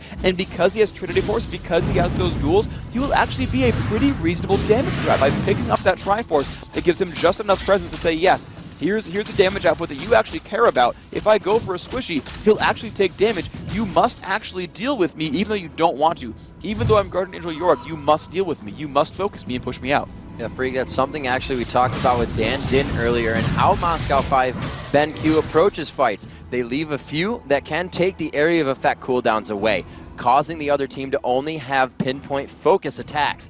That's when they go in. They leave a few people to take away some area of effect, another few, they go into the fight. We saw that happen. You just explained. Darien, I'll take all the damage. Alex Ish flashed right into the fight. Both of those were wasting so many cooldowns while staying alive and able to trade back. This has brought them now 13-6. They have an over 10,000 gold lead just about, and it's going to be 28 minutes into the matchup. This spells Baron. And M5's going to make a good move for this. I think they're more trying to bait a battle out here. They were trying to sneak it because they only sent 3 members there. They wanted to try to put some damage in. They had ward coverage. They needed to get back out pretty safely. But Alex on the flank. Alex is coming in from behind. This is what we said he would do. He goes away from Toys. You can see him just blowing all the cooldowns. They've separated from the fight. Genja as well, or BB rather. BB trying to come in with that passive. The Requiem goes down, and it's not going to be enough damage. Genja more than happy to stay in the fight. Fires down on Little Balls. Mistake is in his eyes next. Gets the double kill, the triple kill. No, Alex, he's picking up Shen, and they're going to have an open turret for that first inhibitor in mid, but it looks like they're making a straight beeline for Baron. That is the right play. Once again, they had simply separated the champions perfectly. You saw Diamond kind of go in and out against Toys and Karthus, and it simply kind of require him to stand there out of range of anyone else. It was his perfect positioning. It's a free push onto Baron, of course, there's no one else alive. They don't need to wait around for Darian to revive. It's not that big of a deal. They'll simply pick up the buff, pick up the golden experience, walk themselves back out very safely. They've got time to recall. Not a big deal. His replay is coming out. Let's see exactly what went down. Now watch Diamond. He comes in, knocks up Toys, walks back out. Toys cannot do anything in this fight. He's simply unable to deal much damage. Finally gets shut down. Still not in range of anyone. Now watch Darian at the bottom. Genja. Genja's got no one to focus him.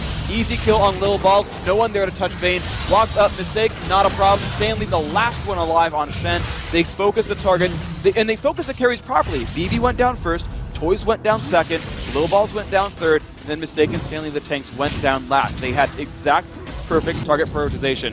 Alex flanked around the back, bursted Toys, prevented Toys from getting himself in the middle of the fray, and Genja, playing his champion right, said, yes, if I'm stuck near a Karthus, it will suck, so I won't be anywhere near Karthus, thank you very much. We'll kill BB, I'll come from around the side, you guys deal with Karthus, I'll kill things on the other side of the map. Team Guardian Angel now coming into play for M5 BenQ. They are starting to support those around. It looks like Diamond is trying to get his up there quite soon as well. He does have the chain vest. They have pushed TPA back into their base. Moscow 5 now controls the team fights within this game. Genja, Gosu, Pepper, and Diamond still holding that Baron buff. Very strong in their own rights. With Darian on the front side, the Guardian Angel just about to come back up for him in about 5 seconds. This is why he's pushing the turret so hard. If it comes back in this fight, it's going to be huge. There's so much focus on him, and they're not going to see it come back up. BB going down, has to cleanse out of this one. Toys is just standing there doing so much damage. It doesn't look like the focus is that right for Moscow 5, but they're avoiding all the damage that they need to. An ace coming out for them, a triple kill coming out for Genja. And it looks like they may be able to push on to the Nexus turrets in this one. They have a lot of tank behind their champions. Diamond and Gosu on the front. The first Nexus turret goes down 23-7, 31 minutes into the game. That's all Moscow 5 needed for game 1 as they take it from TPA.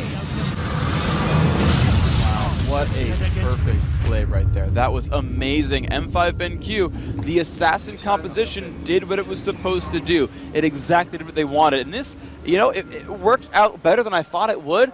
And in retrospect, of course it makes sense. You look at what Diamond did on Xin Zhao. Now, this was a champion with this comp that was on Darian before. And Darian, when he was top lane of Xin Zhao, had a bad start, went Sunfire Cape, you know, tried to be a tank and just sort of survive for the team. Right. And Alex had the gold. Alex, you had the Deathfire Grasp, he put all the damage down, he was there to shut down Kog'Maw. Well, you had the same kind of situation, really, where you had, you know, a decent game from Diamond, 2-0 and 15. He got some gold, not super farmed, but again, if you have tank Xin Zhao and he did enough damage, you know, low gold Xin Zhao really has the same damage because you didn't buy damage items the first time, so he actually performed the exact same role.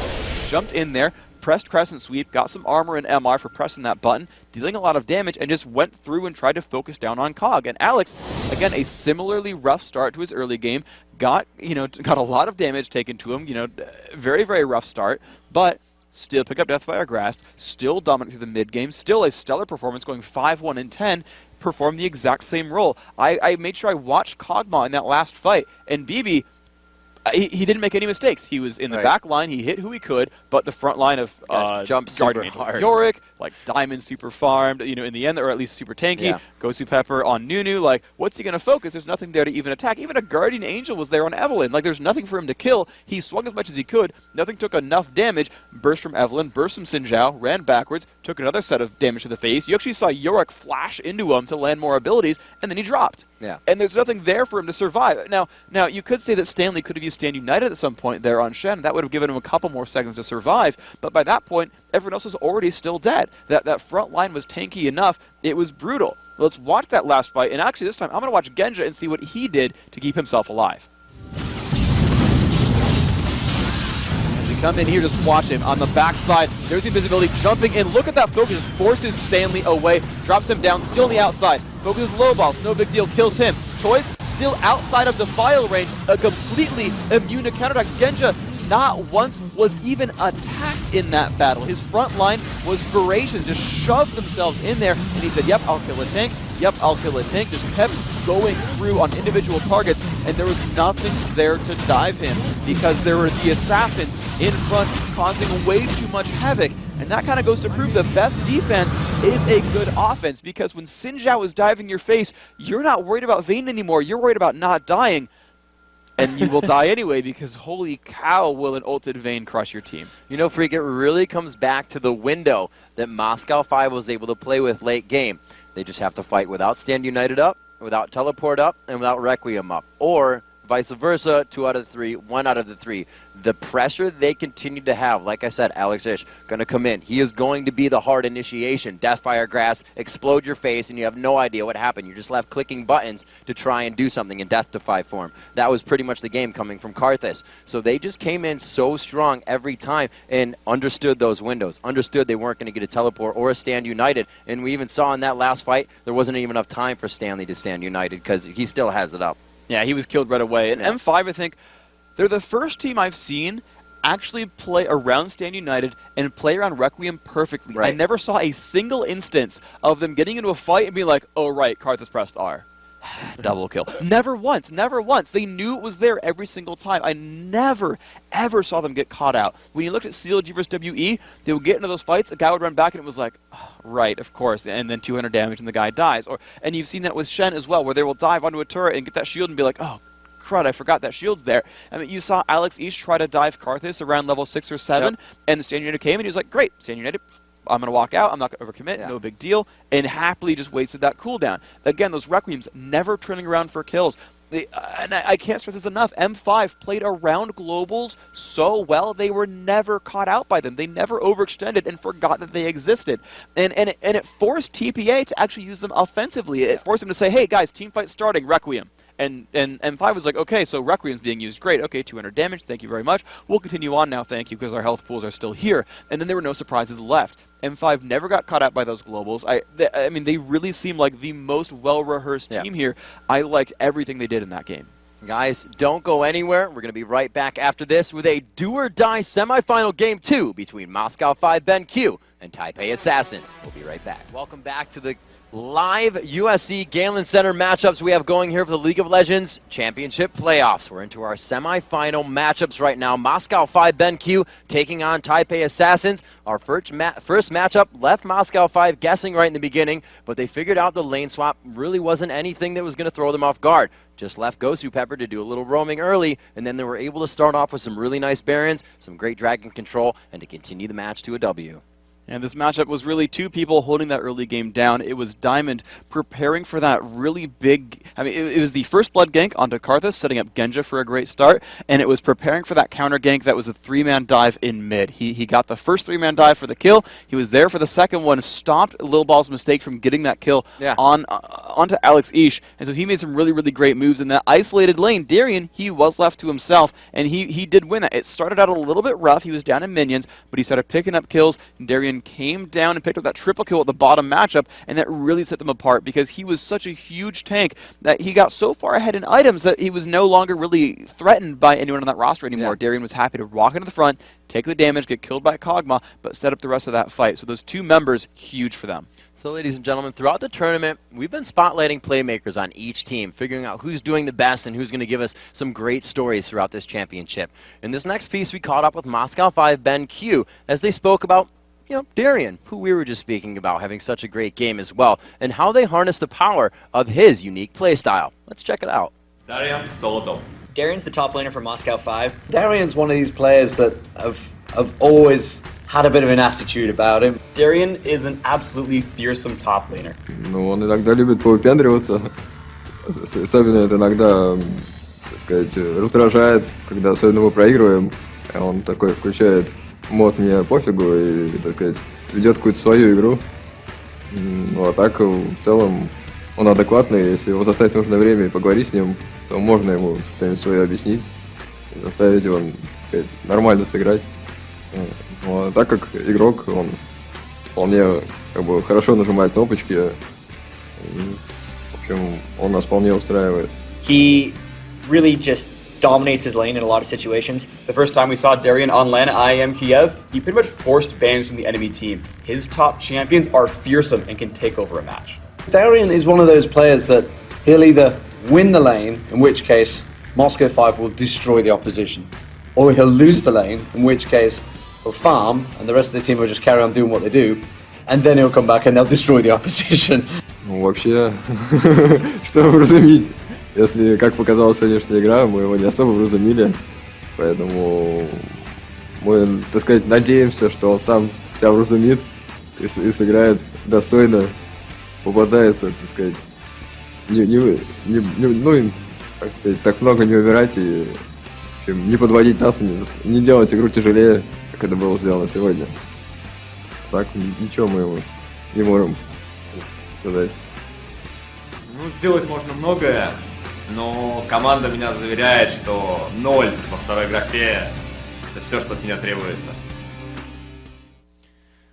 So everyone, you can see some caveats in everybody's play, but they love the guy because he can press the buttons really well. He presses the buttons really well. I can do that too. If you give me Sona, my face will hit the keyboard and I will just cast every ability perfectly. I want to play with this guy. #1 Sona, NA. Just do this and I'll win all the games. I'm great. Anyway, we're in a champion select, so we should move on, and our jokes are horrible. All right, guys, let's see what we got for the champion select. Obviously, Mistakes, Blitzcrank, and Diamond Prox Lee Sin find themselves on the bench. Yeah, so these guys right away actually starting with similar openings here. I think that they... Honestly, if I'm TPA, I'm actually pretty satisfied with the champions that came out there. I think there were just a couple of play mistakes that really screwed them over. With the exception, of course, and this is exactly what IG did, is like, you know what, you're right. Evelyn really is terrifying. We should probably remove that champion. Otherwise, though, I think they're happy with everything else. I think they have the tools that can kill off Vayne. I think they're okay with Nunu, or will first pick Nunu, not have a big deal. They might actually kill off Yorick, but that's the only other ban I could see them going as an adaptation. I think everything else was not too terrifying for them in the matchup so far. We'll have to see what they do. That Jace gets banned out as well. A very hard champion to gank. TPA is very good at being able to get out of their lanes. Very slippery. Sona goes out as well. So we said don't try to ban them out, but it looks like they're trying to poke at some of the compositions that would be created by these champions. Yeah, M5, that last ban on Nunu was a reaction to the Sona ban because I think they were really thinking about, you know, M5 seems to really prioritize first picking that support. You saw them first pick Nunu last game. They're really trying to set themselves up for really strong lanes there and left everything else out there. And so that, you know, that makes a lot of sense. They're trying to give themselves some really good presence overall in that matchup. But, you know, dropping out that final support, you know, Zyra's, of course, still available there. And it looks like they're going to grab Diamond up there onto Udyr. Now, he was Xin Zhao last time. It fit the composition pretty well. This time, they're saying, you know what? Lee Sin's dropped out. They ran Udyr against SK Gaming very successfully in the European regional. So, of course, no screener to that champion might just bring that back out again. Have to see what they do. TPA going with somewhat of a safe strategy / will be able to fight for quite some time. That Orianna always giving a team quite a bit of utility and movement in a fight to get in or out. Looks like they did like the Yorick pick last time. Into that Guardian Angel makes him one of the most formidable champions to be messing with the double comeback to life. They do lock in the Kog'Maw. They're looking for that late game damage again, Freak, and they're still waiting for that Darian lock-in. That makes a lot of sense. Once they started looking at Yorick, I was like, you know, when you see an Orianna in there, Orianna always screams protect the X. Yeah, she's an amazingly dominant, you know, mid lane mage, but transitions into a very powerful support by the end. And it, of course, still has a damage output, but is really good at keeping someone alive. There's a lot of disruption there, some shields, things like that. And as soon as you see Orianna, you've got to start thinking about champions like Kog'Maw or Vayne who are going to really scale throughout that match and require protection, but if they're protected, kill people really hard. When M5 looked at Yorick, I was like, well, Yorick is another protect the X champion. Yorick, in fact, revives X and makes Kog'Maw or Vayne come back to life and keep dominating. Now, Genja was never really killed in that last match, so it didn't matter too much, but you always have that for the backup option and can be really powerful. So they've both denied Kog'Maw and given themselves a synergy with Kog'Maw. This had to have been a champion select adaptation from M5 to pick it so early. We're seeing some champions we have seen recently and some solo queue play as well. And we're going to see it locked in actually as Tarek still staying on the cold side. Toys picking up Tarek for his team. Little Balls goes for the safe support jungler Maokai, looking to really set up the ganks instead of getting for himself or his lanes. I don't actually like these picks here from TPA going Maokai, Tarek. I would have really liked to see something like Nocturne Leona or Shyvana, something like that. You know, Shyvana Orianna, an amazing combo as well to open up, because they already know they're against a crazy fearsome backline with Yorick Cog. Now maybe they're trying to like withstand Yorick clone plus Cogma damage output with Maokai, and it can make sense, right? If you have, you know, Tarek up there with the Shadow Aura, 30 armor to nearby teammates, Maokai's Vengeful Maelstrom minus 20% damage as long as you're standing in the area, Orianna's Ball grants a shield and bonus armor MR, so maybe they're trying to just like tank through the Yorick ultimate and tank through Cogma, but that means they've got to really be able to sit there in a group and not worry about the rest of that damage output. That's worrisome, because who's going to do the damage on the backline here for TPA instead of going for something assassin-based? So it's a little bit risky, but you know, we'll see what happens here. M5 only their support left to pick, and they've grabbed Zilean you know, really early on, and that's without a hyper-scaling and a hyper-carry top laner. Yeah, I feel like TPA is really building for the team fights here. Every one of those champions that they have is going to be able to assist in that team fight. The Shatter, the Command Shockwave, as well as Little Ball's ult, so that's going to be huge for them. Alex Yeesh going for that Zilean once again. We did see him play this in the tournament. This is really also a protect the cog. They can get him in and out, or well, start with Genja on the initiation, depending on who they choose as well, or Gosu. We'll have to see. You got Vayne being picked out, as well as Mistake holding on that top laner right now. He will be going on to Tarek, but he's going to be choosing out that Nidalee. And yeah, there is that support Zyra here. So this is really, it's really crazy, because you've actually got both team comps going protect the carry. You've got Type A Assassins, you've got Stanley on Nidalee. It's a heal and an attack speed buff. Tarek, a decent enough front line. Maokai, a front line. Orianna able to provide shield and durability. And it's just like, guys, let's all just put our cards, let's put our eggs in a BB's basket. Let's give him a nice big backpack. Let's ride in that and hope he can carry us to victory. Because this is really just a team that says, good luck, BB, we're relying on you. And it's really kind of the same thing here for M5 Ben Q, because they didn't go for like, and normally when we see Zilean from Alex Yeesh, it's because they have Jax or they have Olaf on that lineup, where, you know, yeah, they've got Genja in the back line being awesome as that carry, but they've got a big frontline tank, you know, running in with bonus movement speed, running in with that revive, and just chopping someone to bits. They don't have that. That Udyr's going to be useful, he's going to be disruptive, but it's jungle Udyr. He's not going to have crazy farm and be a super beast. And it's York. We saw York last time, did not need help to be tanky. He just went Guardian Angel, went Trinity Force, was beefy in the front line, didn't require anything special. They don't have reckless aggressors here on M5. They've got just a front line that says don't walk past us, and Kog'Maw in the background killing people. And if he does go down and die, they do have Zilean to revive him. So both these teams going a little bit light on damage and saying, okay, BB, okay, Genja, it's on you.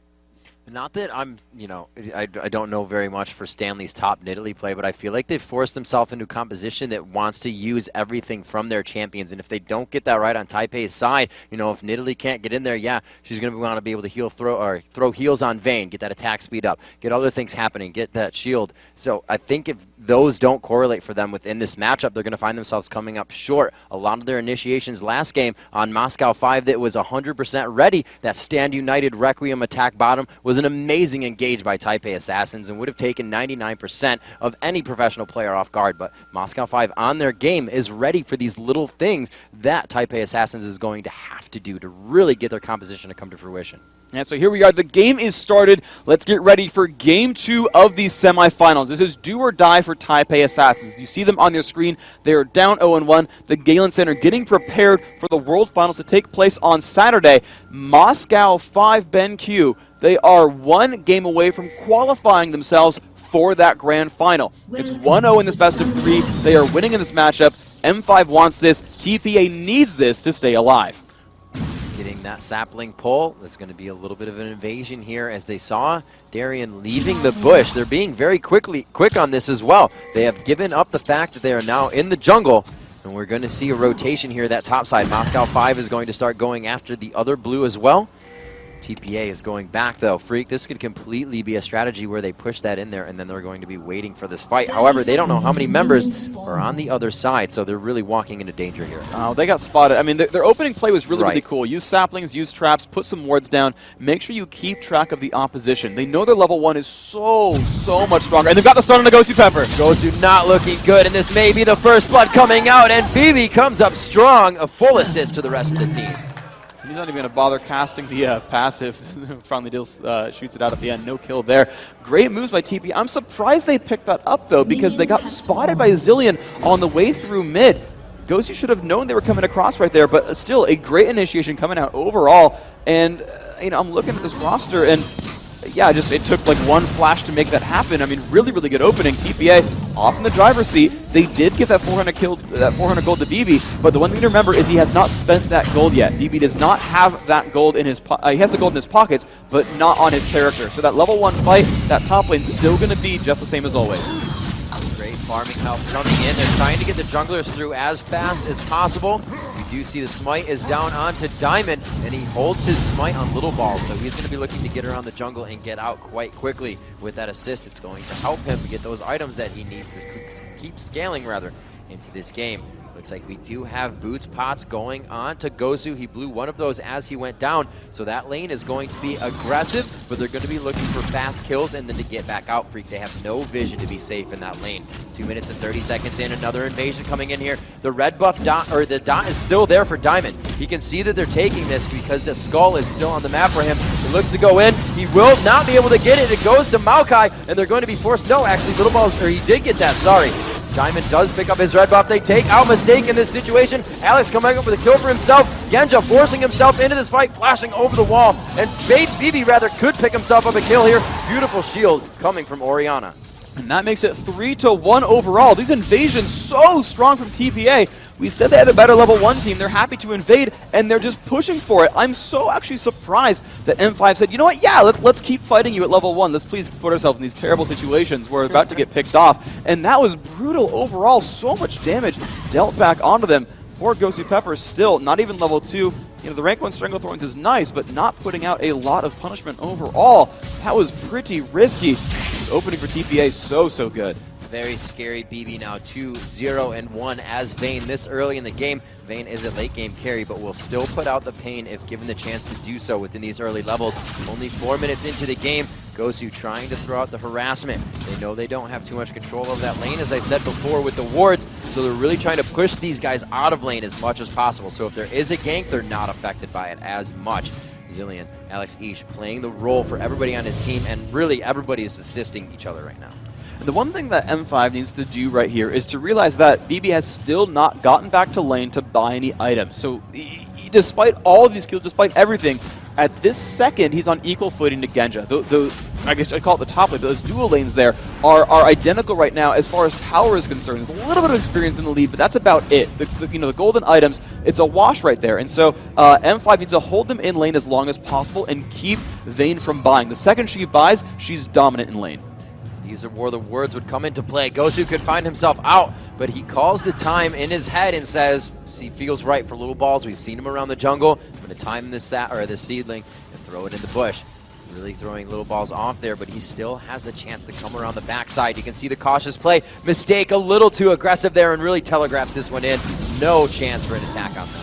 But they can perfectly zone this lane. You look at the minion wave, and actually, it's now actually bigger on TPA's side, so it will push to the turret, and so M5 can kind of sit on their heels and wait. They won't lose too many minions if they just simply wait in the background and let it push to their turret. Because the wave is so much larger on the other side, you're not expecting to have your minions really pick off too much in that wave, and they'll be pretty safe overall. Alex Ish getting a little harassment done to him, but Diamond procs perfectly there as he makes his way through the jungle. That's really not what TPA needs. The huge attack onto BB out top. He pushes back Genja. Great mechanics to really push out the damage that's going to be coming at him in the fight. Stanley putting Gresham down bottom here. 3-1 in this matchup. The gold, like I said, going to Vayne. But Freak mentioned she has not bought yet, so the aggression in the lane can really be thwarted if Diamond finds himself top at the right time. A lot of mana being used here by Alex Ish. He's going to be thrown in, but Diamond's there once again. The 3v2 situation, rather. Alex not in a good position, not level 6, and he will go down. Diamond cannot assist. And that is, again, them putting the pressure on over and over and over again. And this is really, really good. Little Balls with so much crowd control. And the beautiful thing was they pulled Mistake down to support mid once they sent BB to go back and recall and buy items. That Mistake says, you know what? I don't have too much money. I don't need to buy just yet. It's not that big of a deal. It's only 400 gold. While you go buy BB, I'm going to go support someone else on the map. Let's put a gank together. Let's go ahead and make this happen. Let's make that fight go down. And look at that, a beautiful start. Oh, wow. They get Genjo right out. They are able to take him down. Mistake picking himself up a kill. BB kind of focusing back there. They may be able to get another kill. They forced a flash on Gosu. That's going to be quite big for them. This lane can now continuously be aggressive, Freak. The mechanic there for TPA was really, really strong. After that first kill, notice that Mistake walked forward and made sure he pulled turret aggro. As soon as a turret hits a champion, it will stay on that champion until he leaves range, no matter what. No matter if someone swings at you, no matter whatever happens, until that guy dies or leaves range, it will stay on Mistake. And so he sat there and said, yes, hit me, hit me, hit me. He, and Ghost Pepper knew he had to flash to escape that because Vayne would have kept stutter stepping, walking over and swinging, walking and swinging, walking and swinging. He was 3 hits from getting the kill, forced the flash. At that point, there was too much pressure required. He got out. Going aggressive on Darien here. You can see the sustain coming into play a bit as they damage trade equally. You can see just how confident Taipei Assassins is right now with a few of their purchases. Quick Chalice buys going in both lanes of Stanley as well as Toys. The Boots of Mobility onto Maokai as well. Little Ball's trying to get these ganks to happen more often and get them to happen in favor of his teammates. He's been doing a great job. Right now he has 4 assists. And like I said at the beginning, Freak, when you grab Maokai, it's going to be to set those lanes up for the ganks. You're grabbing all the extra gold. Exactly. It's very ironic that when you pick a tanky jungler like Maokai, they're actually called aggressive junglers because they show up for ganks and they fight champions a lot. And they transition into tanks late game. He's so happy to get that gold, of course, because it gets his gold generation items really quickly. And actually, instead of that, he's continuing to play aggressive. He's actually going Boots Mobility early on instead and using that for further gank potential. Now to go through these builds some more, you're seeing kind of a sustained war there. Stanley going Chalice. Uh-oh, here comes Simon. Toys is on. They are going to lock him down. Command Shockwave comes out. They get a little bomb damage there. The blue buff is going to keep Toys on the aggressive. He is going to be able to throw out a few more auto attacks. Each one scaling with a bit more damage. The Ping's top lane is they have Taric off to the side of it. Stanley trying to heal himself up in that bottom lane bush. Continuously pushing that lane. 63 to 52. The matchup still in anybody's favor there. Nobody really has the upper hand. They both have pretty good regen going down for themselves right now. And you can see him really no mana still staying in that lane. Top lane still being addressed quite a bit as the junglers both leaving their red buffs right now. You could see a little bit aggression towards that top lane. The wards are down for both teams here as they start to really figure out that the abilities are up. Everybody's starting to get their ultimates, Freak. The team fights are going to start to come to fruition in a little bit here.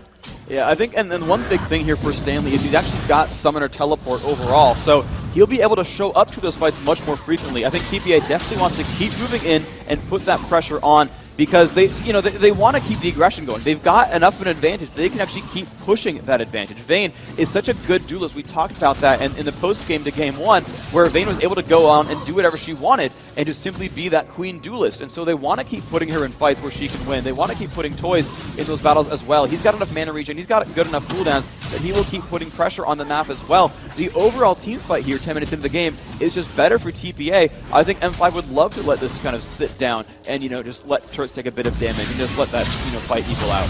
He's in a dangerous spot. He throws down the Chrono Shift. They're still attacking, and they allow him to go down. But there's a little bit of crowd control here still. Can they go for it? And they will. Drop him a second time with that Ignite on. Diamond trying to go for the kill, but Little Boss flashes out perfectly on top of the ward. The teleport comes in from Stanley, and it looks like they may continue to dive. The flash is forced out. So many summoner spells used in that fight coming into 10 minutes in the game, but TPA grabbing an upper hand there. And they're going to keep that pressure on, that Summoner Teleport being used, forcing the flash away from Diamond, and that severely limits Diamond's opening potentials. Look at who he could gank. Trying to gank Nidalee, she can pounce away. You try to gank Orianna, she's got that command dissonance, and there's not enough crowd control from Alex Ish on Zillion to make her stop down either. You try to gank for BB, he's got Condemned. There is really no opening for Diamond without flash. These solo lanes, or really every lane for Taipei Assassins, is safe from Udyr's pressures.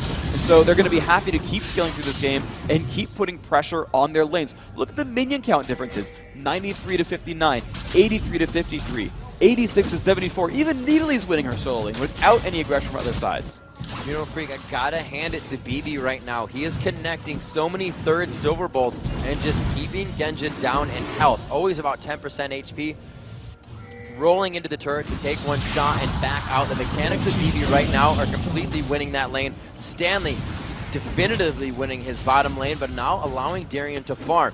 We said, don't focus Darian top. We have to free up little balls. That's not where you want to be. Darian, very much like Wicked, can be beat the entire game and still come back to be a formidable opponent towards that late game. So we'll have to see what he can do now with his turret being the first to fall, Free. Well, it doesn't really help him very much with that turret down, of course. Darian now has actually even more avenues of getting jumped upon. But the thing is, TPA, they don't really want to get Stanley fed. They don't really want to shut down Darian. So even though he's available, it's not really the best place to go. BB dropping out a turret up top. A lot of focus from Moscow 5 as they know they're losing turrets. They get themselves golden experience to trade that one off after a 2-turret loss. We're going to be focusing towards mid here. The pings are going down. It actually comes from their own team. TPA is just saying, I think you guys are pretty safe up there. We got vision of Moscow 5 in mid. And you can see BB taking some extra shots. These guys are just really playing a calm game. And this is really, you know, the kind of play that M5 needs to make, because, you know, they know that those outer turrets will go down regardless, because they know they've got absolutely no map control right now, and TPA will eventually kill those turrets regardless. So what they want to do is say, you know what, you'll kill them, I get it. While you're doing that, we're just going to set up dragon takes, because, you know, when you're down 4,000 gold, 4,000 gold means a lot when everyone's got like 10k. It's a very, very big margin, and absolutely TPA is very far ahead right now. But if everyone has 20,000 gold, or 30,000 gold, or 40,000 gold, then 4,000 gold means a lot less. And they want to reach that kind of situation. So, yes, they'll trade 1,000 gold for 1,000 gold. They'll, you know, kind of get in these fights that aren't champion versus champion. You know, they're going for dragon, the other team goes for a turret. They're going to farm some of the other team farms some. They're going to try to trade those sort of moot advantages and just kind of let the game push on forward. They're going to try to buy, you know, some time and push themselves through this matchup, because they've still got a pretty much impossible to kill Kog'Maw. There are no assassins really here on TPA Assassins. You're seeing a safe build from Stanley. He's got Wriggles and a Chalice. He's not like rushing Trinity Force. He's not looking to chunk someone out with a Death Cap or go for against his Rage Blade. He's simply there to be a really annoying sort of force in the mid lane, or sorry, annoying force in his bottom lane, kind of mess with Darian, and just kind of toss heals to BB and let him scale. So it's really up to M5 to farm out their solos, get tanks in the way, and then let Genja get some gold.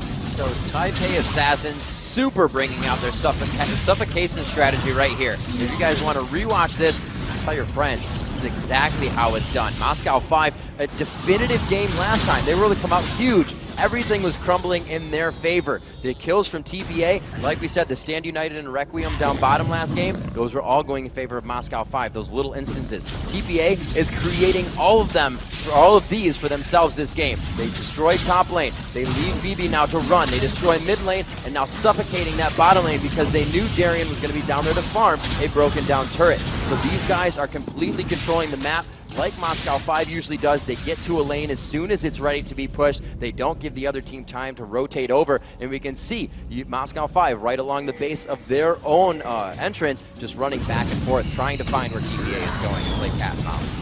And what's happening right here, though, is M5 is completely stagnating pushes on those secondary turrets. You know, like we just said, M5 knows their outer turrets will fall down, but they know that middle turrets are much harder to go for. And of course, as I say that, TPA is about to kill a secondary turret here. But you saw them kind of get forced. There we go. Yeah, so they push them back, right? These secondary turrets are hard to kill. They're deep in enemy territory. It's much easier to bring reinforcements around. It's very hard to take them out without getting pressured. And so you're seeing that over and over where M5 is able to defend this kind of situation. Now TPA is harassing. They're putting some damage down, but they're not killing them off. And while this is happening, you can just see at this top lane, Genja is just left alone, farming and farming and farming and trying to catch up in this game. Now, certainly nowhere near the kind of gold that Vayne has on BB, but again, their strategy is protect the X, protect the Kog'Maw, and get him to late game, and when he finally reaches that, that's where M5 is going to shine. They just need to wait another 10 minutes. 3 members of Moscow 5 with 129 minions, actually. All of them the highest in the game right now as they tie each other for that score. And really nobody trying to farm it out. Finally, BB breaking that one down, goes up to 100 and plus 30. 6-1 at 15 minutes into the game. 22,000 to 17,000 gold. We can just see who has accrued the most, and that goes to 56,000 on BB. Vayne being very strong. The dazzle onto Darian, and they're really just trying to get shots onto this turret. Now firing onto Darren Freak. The pressure is here in each lane, and they're really spreading themselves thin, but making it work. This is exactly what TPA needs to do. Is again, they know their mid game is so much stronger. They will just keep pushing for turrets. This is exactly what they want, and you'll see them keep cycling through. And they've sent Needly and Orianna as the solos because they're kind of the most safe. They've got the most mobility. They can heal themselves. They can pounce away or crowd control the opponents. They're going to keep sitting in those situations. Lowball's actually here to bait a counter engage, sitting in that brush for a little while, trying to see if they would jump on BB and mistake. But that's not going to be the case. They're just simply pushing for turrets as hard as possible over and over and over. And again, because M5 wants to stall, TPA wants to close this out. They will simply, no matter how hard it is to do, they are just going to keep pushing because that's the only thing they've got left to do. Freak coming into this portion of the game, however, we see that Moscow 5 is forced out of a lot of these fights. It seems in or out of the jungle, Taipei is bringing a stronger team right now. And this is because a lot of it is honestly gold-based, that their level 1 team is strong. This is kind of what happens when you bring an early game focused team, and like you'll really have with Tarek Maokai and such, and you're not so much with York, who's got really terrible at level 1, is they just want to go for pressure early on, make those fights happen, and they actually made those fights happen. That's the really thing for an early game team, is you've got to actually fight to do it. Stanley very low on mana, initiating too hard here. His team is really split between left and right. Toys taking a bit of damage there, but they get the damage onto Gosu and Alex. They've done a great job at just taking those cooldowns. Stanley was really caught out of position there, but Moscow 5 knew they didn't have the engage. TPA was forced to run back and forth and make sure he could get out alive. You see Alex each running away, blinking as Genja farms that bottom lane. It's still 154 minions for BB to 122 for Genja. Very much different game for the AD carry here. And this is absolutely going to have to be a game where Moscow 5 adapts to the carry. Yeah, and they've got to just shut down BB, absolutely. It's going to be hard to do it, but that's what they've got to go for here. And you're just going to see it be so difficult because TPA are going to be reserved. They're going to be smart about their movements. You're seeing Stanley once again running to that top lane. Now, they don't have a Shen like they had, but they've got a Summoner Teleport, which is just as good. He will shove around that top lane, be very hard to catch with Pounce, with Wriggles, putting extra wards down to make sure he's not watched, and he's just really, really controlling the sort of map movements of his opponents. He's going to get nice and farmed. He's going to keep his gold going up. M5 completely controlling Dragons here. This is how they're going to keep their gold up in this game as they try to stall it out and push forward. But you're just going to see constant pressure. These turrets still able to fall. They're finally going to look for their 6th here as Stanley continues to shove this top lane. And now he's finally transitioning into an actual fighter. He's got that Phage, the Trinity Force finally coming up next. You know, he went for Chalice Wriggles just to be a sustained monster and to really mess with any counter pushes here. But that's going to be the gameplay, is just pushes. You know, BB's going to pick up gold on the back of that even though they've been splitting up and pushing constantly, he's still up there in minions. But I mean, look at the gap now. It's 132 to 158. Genja is catching up. That's exactly what M5 wanted, is Genja. He's got to get closer and closer on those items. He's got Phantom Dancer, but he needs Zerkreaves, he needs Infinity Edge. Going after Alex. He does not have his ultimate up. Stanley able to take him down, but this is going to be the fight between Alex and Stanley and Diamond, rather. Too much speed coming from Nidalee, the escape artist in that Cougar form, and we're going to have to see if they go for this now. TPA trying to force down onto the Baron. It looks like it will be. There's Darian just on the other side, about to throw a ghoul over, but it's not going to be enough. Do they pursue him? No. They look like they were going to be the side of the wall for another twisted advance attack. Stanley finds no mana for him, though, but it's not going to be any cost for him in that form. Continues the pressure on, gets as much as he can, and really, Freak, what they're doing right now is just keeping Moscow 5 out of their lanes, allowing a little bit of push here, and great job by Stanley for not allowing Darian to back. And this is one of the most difficult things to do, is to actually close a game out. They know there is a team that's trying to stall. They know Genja is just trying to get gold, and they're tooth and nail defending their secondary turrets, because they know as turrets fall, TPA will still scale ahead. No matter how much that Kog'Maw farms, they know if every turret is 150 gold to everyone on the team, they know that Dragon's 190, Baron's 250. If they can keep picking up those margins, they will keep scaling themselves forward. They will absolutely, push themselves farther and farther ahead, and so they're trying to keep these advantages together. And with no one getting caught out too much on M5, they're stopping those pushes. But Stanley making a big play, actually pushes out Alex Ish, actually makes a 5-on-4 happen, and then baits the rest of the team top lane. TPA have actually created openings on the map. They've finally given themselves these windows to take major advantages and push on through more.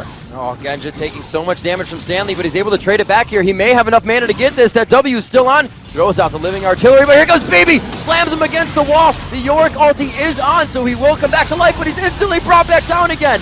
Trying to stay in this fight. It is going to be Diamond Procs going down. A huge initiation for BB, and he finally falls. The shutdown going to Darian in this fight. Alex Ish's Chrono Shift is down. Darian there to keep that pressure on. Gosu can lock them down to the turret. Stanley gets out of that, and it's just huge pressure from TPA Assassins right now. Darian is, however, able to clean up a few kills for his team. It's now 3-3, a 4-3 now. Finally, the last auto attack and double kill for Toys. The ace on the Moscow 5. He almost killed Lil Boz by running a freaking bomb into him.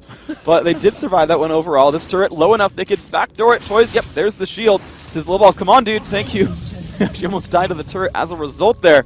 TPA, flawless team fights, and actually M5, they did almost pull that one back. Genja got caught out, he took a lot of damage, but they kind of collapsed into that fight really, really well. They nearly turned that one around, but that fight was really carried on the back of the gigantic gold lead that TPA Assassins built for themselves. M5's power is always team fights. Let's watch that last fight with player audio. 太负我，太负我，再来，机灵晕了，机灵晕了，机灵晕了，来，我死了，保小文，保小文，小心，对，这波可惜，慢慢来，他负我，应该可以再打，慢慢来，注意一下球女就好。哎，Stanley 可以 ，Nice， 这差一点，好可惜哦。哦，啊，可以，慢慢来哦，机灵有在进来了。 Absolutely amazing. You can see Mistake on the front line of those calls right there with the rest of his team.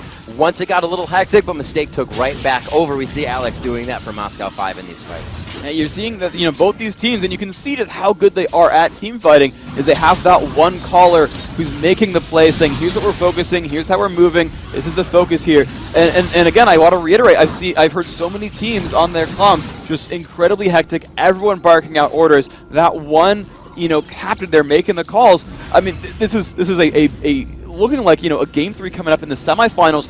Honestly, now we're at the 4 best teams in the world. Neither of these teams had lost a map up until this point here in this tournament. It looks like they're gonna trade 1-1 as this game moves forward. And I mean, these are just top caliber teams, and they're relying on that one captain to make those plays. And it's just interesting to see how do top teams differ? M5, amazing team fighting. TPA here, clearly amazing team fighting and great plays as well. And it's that captain role that seems to be a really big difference. Freak, with how the game went last time, Moscow 5 was so in the driver's seat. I pointed out that, TPA Assassins kind of had a composition that relied a lot on itself. But each lane fended for itself. That composition of reliance is totally out the window. They can all do what they want, and their team composition has become that much stronger, allowing BB to run by himself. He can pretty much 1v3 any situation against this team. There's not enough crowd control to just lock him down. Those dodges of him and his mechanics this game have been paying dividends for his team. Right now, 3-1-4, 5-0-5 coming in from Toys in mid. Toys, another key to victory. Get him fed and play around his game and strategy, and has just been huge for these guys. And whenever Stanley gets in trouble, we saw him going into that last fight, really tanky enough to take on the cooldowns for the fight. TPA has just turned this one into their favor, now dictating these fights and on the front step of Moscow 5 space. Looks like they're going to back off here. Dragon should be coming up quite soon. That was about 17 minutes that it went down. 12-4 here. They are in an 8,000 gold lead right now for TPA Assassins. The good thing here for TPA is that they've got 2 healers on the roster. They've got Tarek and Needly, both of whom will keep the health bars sustained from that team. You've got 3 points in the heal of Tarek.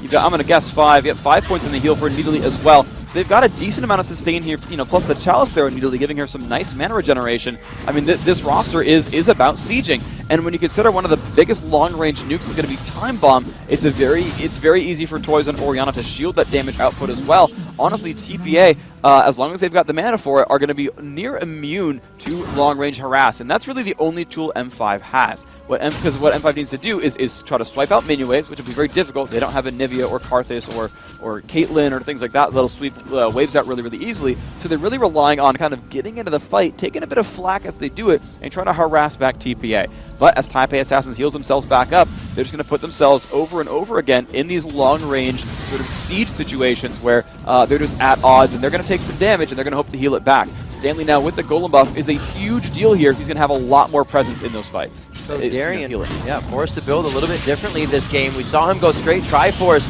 into that Guardian Angel. Now really not building himself tank either. Where are they going to find that front line for themselves to come from, Freak?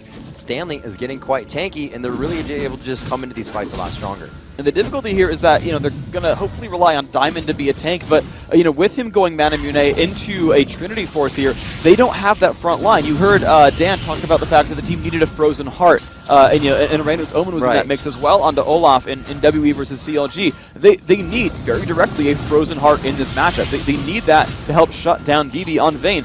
No one else, except for Toys, is a gigantic damage threat. Stanley, very utility-based. He added a Spirit Visage there just to be a bigger tank. He's got Mercury Treads overall. He's honestly just a mobile, low cooldown tank, trying to be as disruptive as possible and toss heals onto his team. It looks like he may be able to get out of this one as he just gets into that bush. That passive going to give him some movement speed, and you can see him turning around, knowing the aggression. TPA now going on to the Baron. It looks like they will be able to grab this one down. Will be nice for them. They wait on it, though. If they can get some damage, it will stop the Baron from healing. They keep that tick in.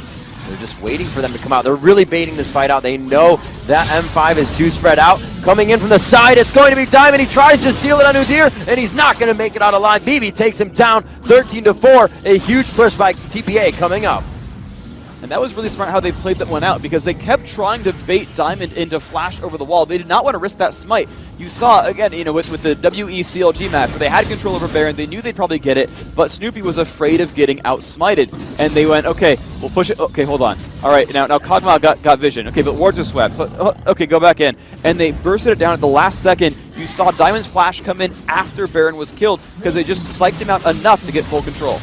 Freak, oh my god, coming in so big. Genja, Chrono Shift down, but they continue to fight him. Genja will come back up, but he's going to be obliterated once more. No, he makes it out towards the top side. We do see that Darien falls. Genja forced away from and then back towards his turret. A double kill coming in. Huge game for BB here as he comes in to finish off this one with his team, focusing down onto Diamond, but it should be the inhibitor. They're going to gain some huge ground here as they turn Moscow 5's base into shambles. Moscow 5 not exactly flustered, but I think this is the first time we have seen them not be able to answer his strategy. The suffocation from Taipei Assassins just too much. Huge damage coming from that Orianna Shockwave, but she is forced to bring it back.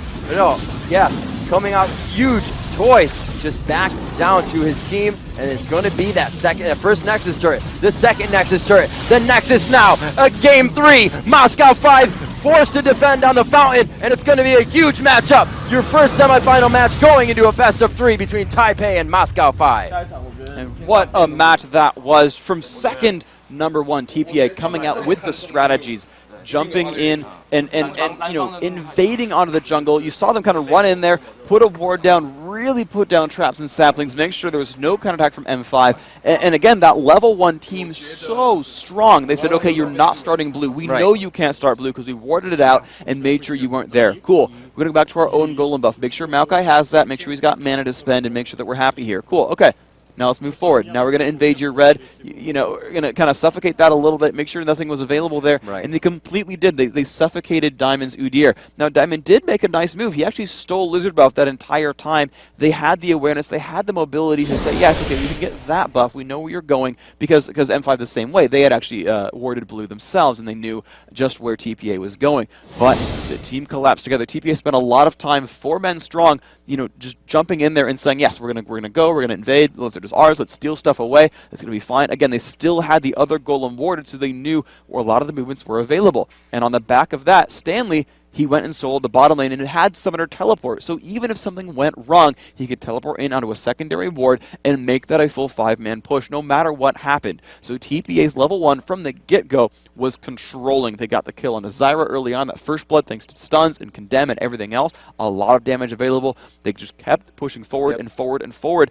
And again, I'm surprised that M5 decided to fight them there because that level 1 team was so strong, because there was so much disruption. A level 2 Maokai just tossing out crowd control. Vayne just on the back of that, probably going to do a little bit more damage than Kog'Maw will at level 1 just for the extra mobility and just the extra moves she can make and heal at level 1, a little bit better than cleanse at level 1 overall. Just so many moves coming out, and just TPA completely capitalized on the back of that. They kept the pressure on the entire time. Yeah, a huge, and I got to give it up to BB for this game. He played each lane he was in, since he was pretty much in every lane after taking that first turret, amazingly. Hitting every third bolt he could, pretty much just you could just compare it to Sivir dazzling and hitting, or Taric dazzling and hitting the Sivir boomerang. You block out your lane so early, and they're not even able to come back whatsoever. They kept Kog'Maw under the turret. Although he's a good farmer, they just could not come back. And we have more of that coming up next. Game 3 will decide which one of these teams will compete at the World Finals on the stage right behind us. Everything is on the line, and we'll be right back with a quick few messages after this with a special interview.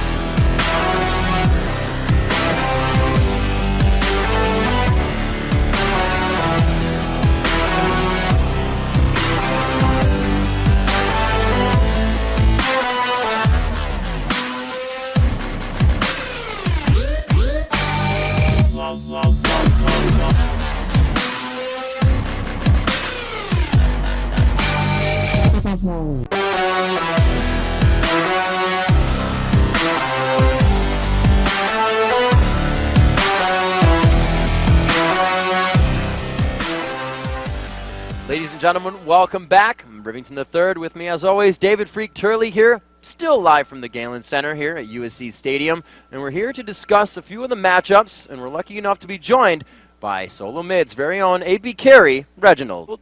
How you doing? I'm doing good. Just here watching the matches, and they're really, really great matches, so I'm really excited for the third game. All right, Freak, I know you had a few questions to start off with, so I'm going to kick it to you. All right, first off, predictions. We're into Game 3, first semifinal. Are we going to see Taiwan or are we going to see Russia in the finals? I think Moscow 5 is going to win for sure. Why is that? Mainly because the first game, it was a very standard game, and Moscow 5 just completely swept them. And I think that TPA was only able to completely snowball this game because the early game started 3-1, and usually teams never beat Moscow 5 early game. So what do you think M5 has to do then to not repeat that early game loss? Moscow 5 has to completely be safe early game, mainly because they're so strong early game. They pick early game champions, and they're very, very well coordinated early game. So if they don't make the same mistake twice, they'll win for sure. So TPA has to come out with like a level 1 team and like really push it to them, or is there something else they could do here? So Moscow 5 has always been very aggressive early game. They always counter jungle. They always make plays. Like if you notice the first game, they pick Evelyn. Evelyn's a roamer, and they were able to pick up kills. And I think that if they want to beat Moscow 5, they would have to be really safe and make smart plays and drag it up to very late game and play even with Moscow 5 throughout the middle game, where Moscow 5 is the strongest. Or they catch Moscow 5 off guard by being very aggressive, picking up kills like they just did, and snowballing the game completely. Do you feel like Moscow 5 can play a standard strategy that they always have against people's innovation, or are they going to have to bring something out? I think that Moscow 5 will win, like, playing standard, mainly because if you watch Moscow 5 play standard, they're very aggressive when they play standard, and they always have an advantage. They rarely lose games, and when they lose games, it's usually because they're playing against CLG EU, where they bring it completely late game, 70-minute matches where you see Moscow 5 lose matches rarely, and Moscow 5 only loses matches when they're losing early. So what did it take to get them to this state then? What made M5 BenQ such a terror overall, where they're a global favorite? You know, you just say, you know, the only way to beat M5 is like super crazy late game or like super crazy early game. What made them like the most dominant team for the middle 90% of the game? So amongst the Koreans and Europeans and North Americans, I think that Moscow 5, out of all those teams, takes it the most serious throughout NA and Europe, mainly because Solo Mid, CLG, you see all these other big teams, they stream. Moscow 5 is all about winning tournaments. They practice seriously, they always practice off stream, and they never leak out their strategy. They're very innovative, and they always come to tournaments with new things. Like they came to this tournament with Evelyn, and they completely swept the floor. Whereas you see like other teams, they go into the tournament relatively playing standard.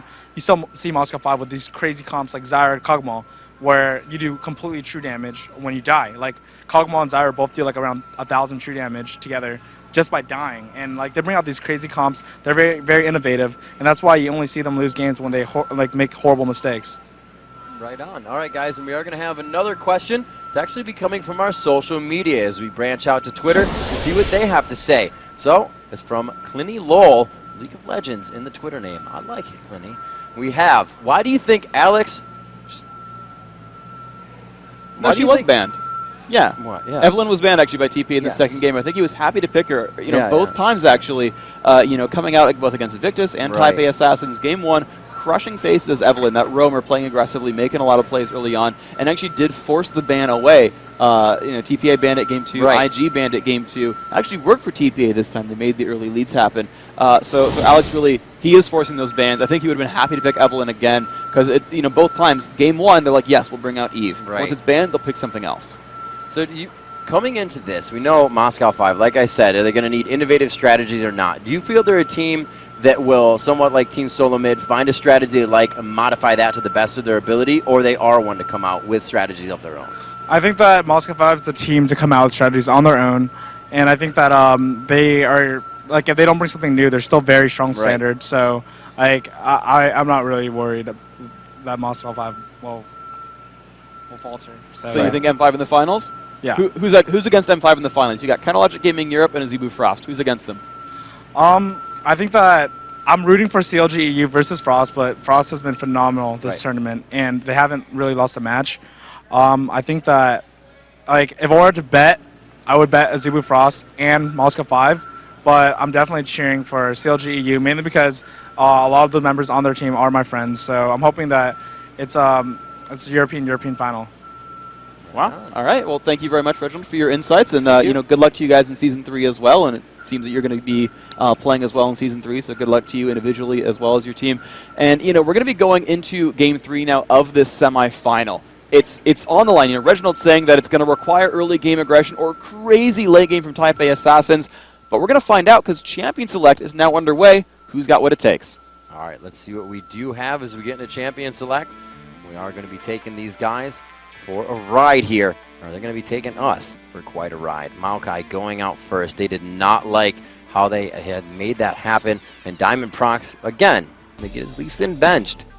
Yeah, and now M5, you know, they regretted not banning Maokai there in Game 2. Yeah. That was their first ban in Game 1. And they're like, oops, yeah, so Lil Ball's a little crazy. Okay, we're going to, step that one back a little bit. Evelyn getting banned out, still licking their wounds from that one. And third time in a row here, M5, they are banning out Jace. They do not want to deal with Stanley's Jace. He picked that one the very first game against Najin's Sword, and I think Sword regretted that one a little bit. So they're removing a lot of those crazy aggressive top laners. And Type A Assassins, actually, they were all about that first pick Orianna. They banned it both times now that they were on the second pick team and simply first picked it when they were blue. So TPA giving a lot of respect to Orianna as a champion, wanting it for themselves, giving, of course, every single time respect to that Lee Sin from Diamond, and then freeing up that ban onto Evelyn because Evelyn a bit scary. So we'll see what M5 goes for right away. And, of course, now without Nunu and Sona dropped out, they're like, great, we get Nunu, let's win this.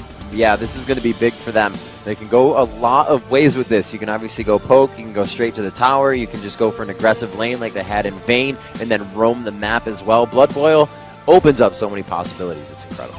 Yeah, it does open them up for the typical sort of counter, the late game hyper carry strategy. And we saw it actually from TPA in their first match against Sword. They had Orianna, Kog'Maw, Nunu.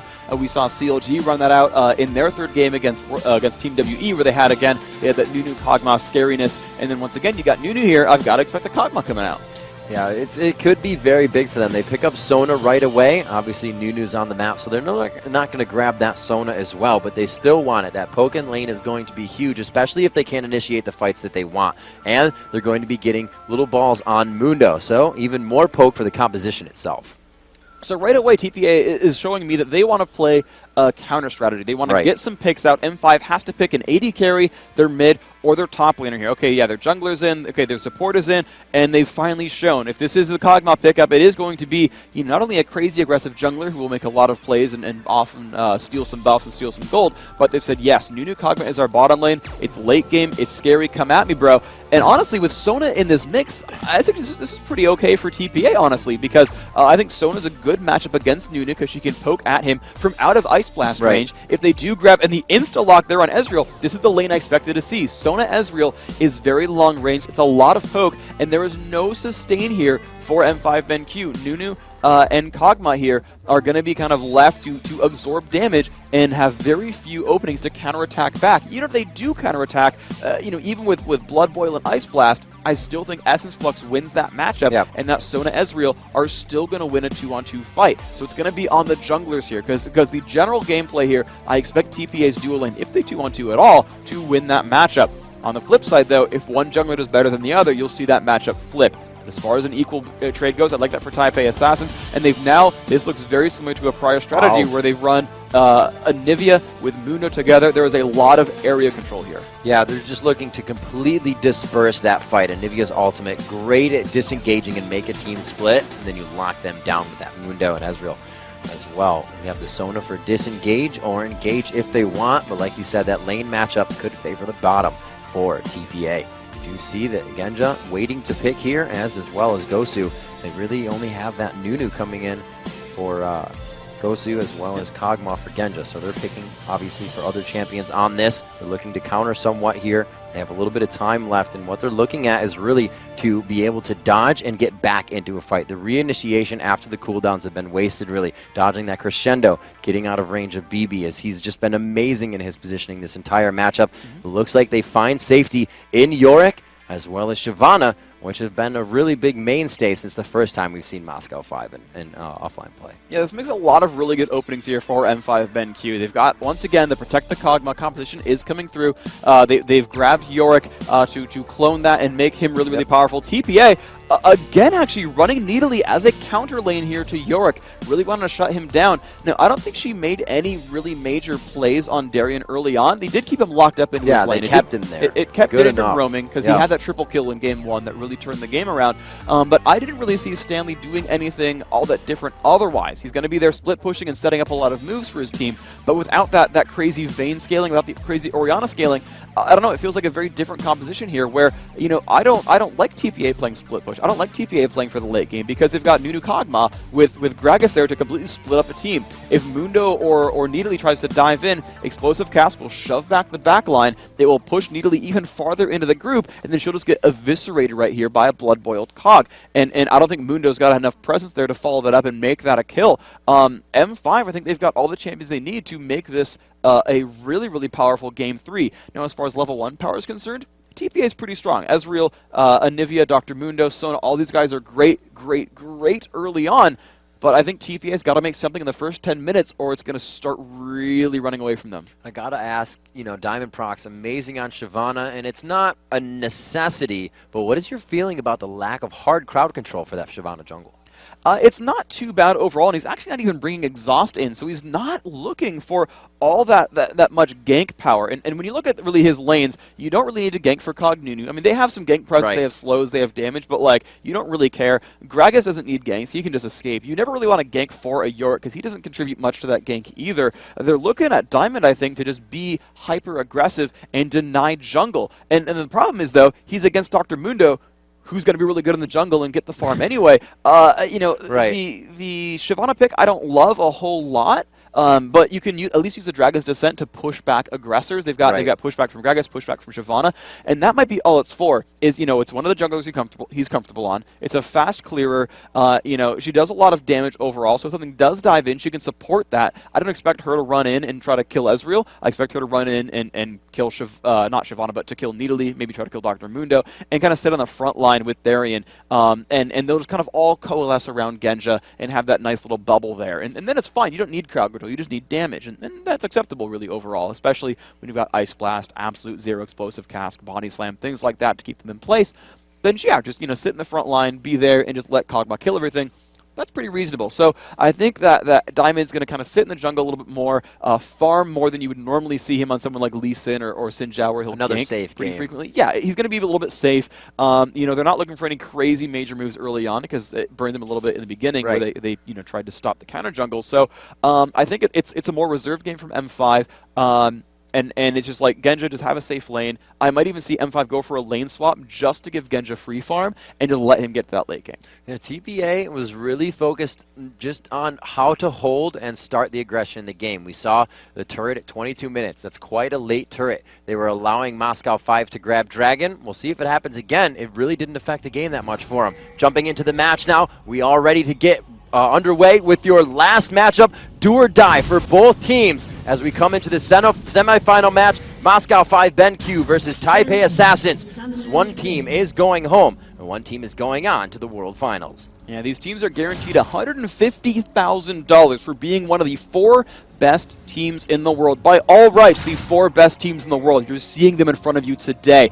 After this match, we've got another semifinal as Counterlogic Gaming Europe does take on Azubu Frost for the other final slot. Yeah, the remake of the OGN Champions Summer League. But here you've got the Game 3 for the best teams in the world. One of these guys is going into the finals. You know, we've heard a lot of the audience call M5 BenQ a heavy favorite. Reginald favored M5 BenQ as a heavy favorite, but a lot of these other players, Hotshot and I think Wicket as well, saying that TPA had the advantage here. And TPA once again playing aggressively. Pressure and poke start off this invasion. They did get a little bit of damage onto Alex. He is going to not exactly use that to advantage, but have to stay in the back for this fight. He's really going to be able to only throw barrels out, maybe get his Ignite off if the fight were to happen.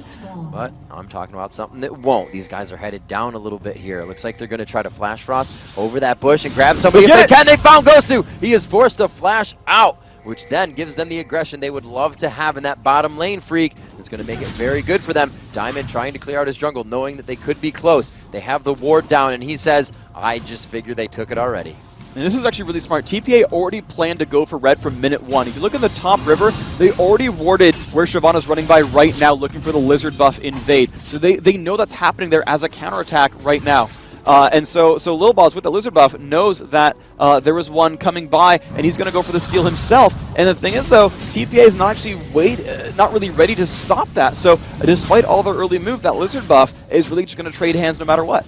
This is just the mechanics of knowing something is going to work and that you're safe doing it. Genja in lane by himself. Here comes from the poke from Mistake. Once they hit level 2, he's going to be able to heal that back, but they're going very aggressive here. Not even worried about Gosu, but Gosu body blocks a Mystic shot, keeping Genja in this fight. They look for the kill, but the flash is forced. And the thing is, though, Genja, his summoner heal is still available, but the Ignite's already been burned from BB. They did not have the damage to pick off Genja, so this matchup actually really good for M5. Now, Ghost Pepper's low on health. He doesn't have any potions left. He will take some harass, and that's going to be on Mistake. He's got a ward in that brush. He's got that ward there because, again, he wants to poke in that brush. He doesn't want to let Ghost Pepper sit somewhere safe and immune to counterattack, so they want to go for some pressure here, and you'll see Mistake come in. There's the nice pressure.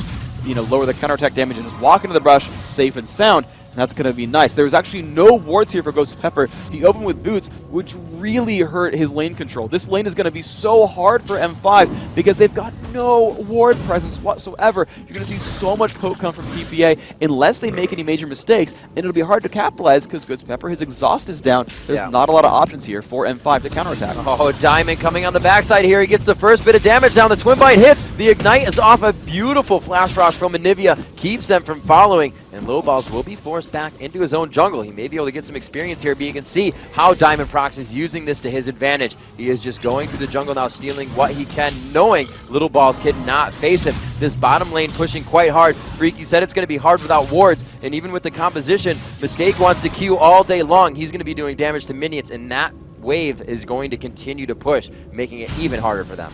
And the one good thing here for TPA Assassins is that Mistake has that Fairy Charm early on, so he's going to keep healing on Sona. I mean, look at M5's health bars. They're so empty right now. Kog'Maw is out of potions. Nunu out of potions. There's no sustain there. Genja not having a good time of this one. He's got that 3 lifesteal from Masteries and the Summoner heal if he gets into a pinch. Now, hopefully TPA remembers that that's still up, or otherwise they're going to get baited into a bad fight. But other than that, there's not a lot of recourse here. M5 going to keep taking harass.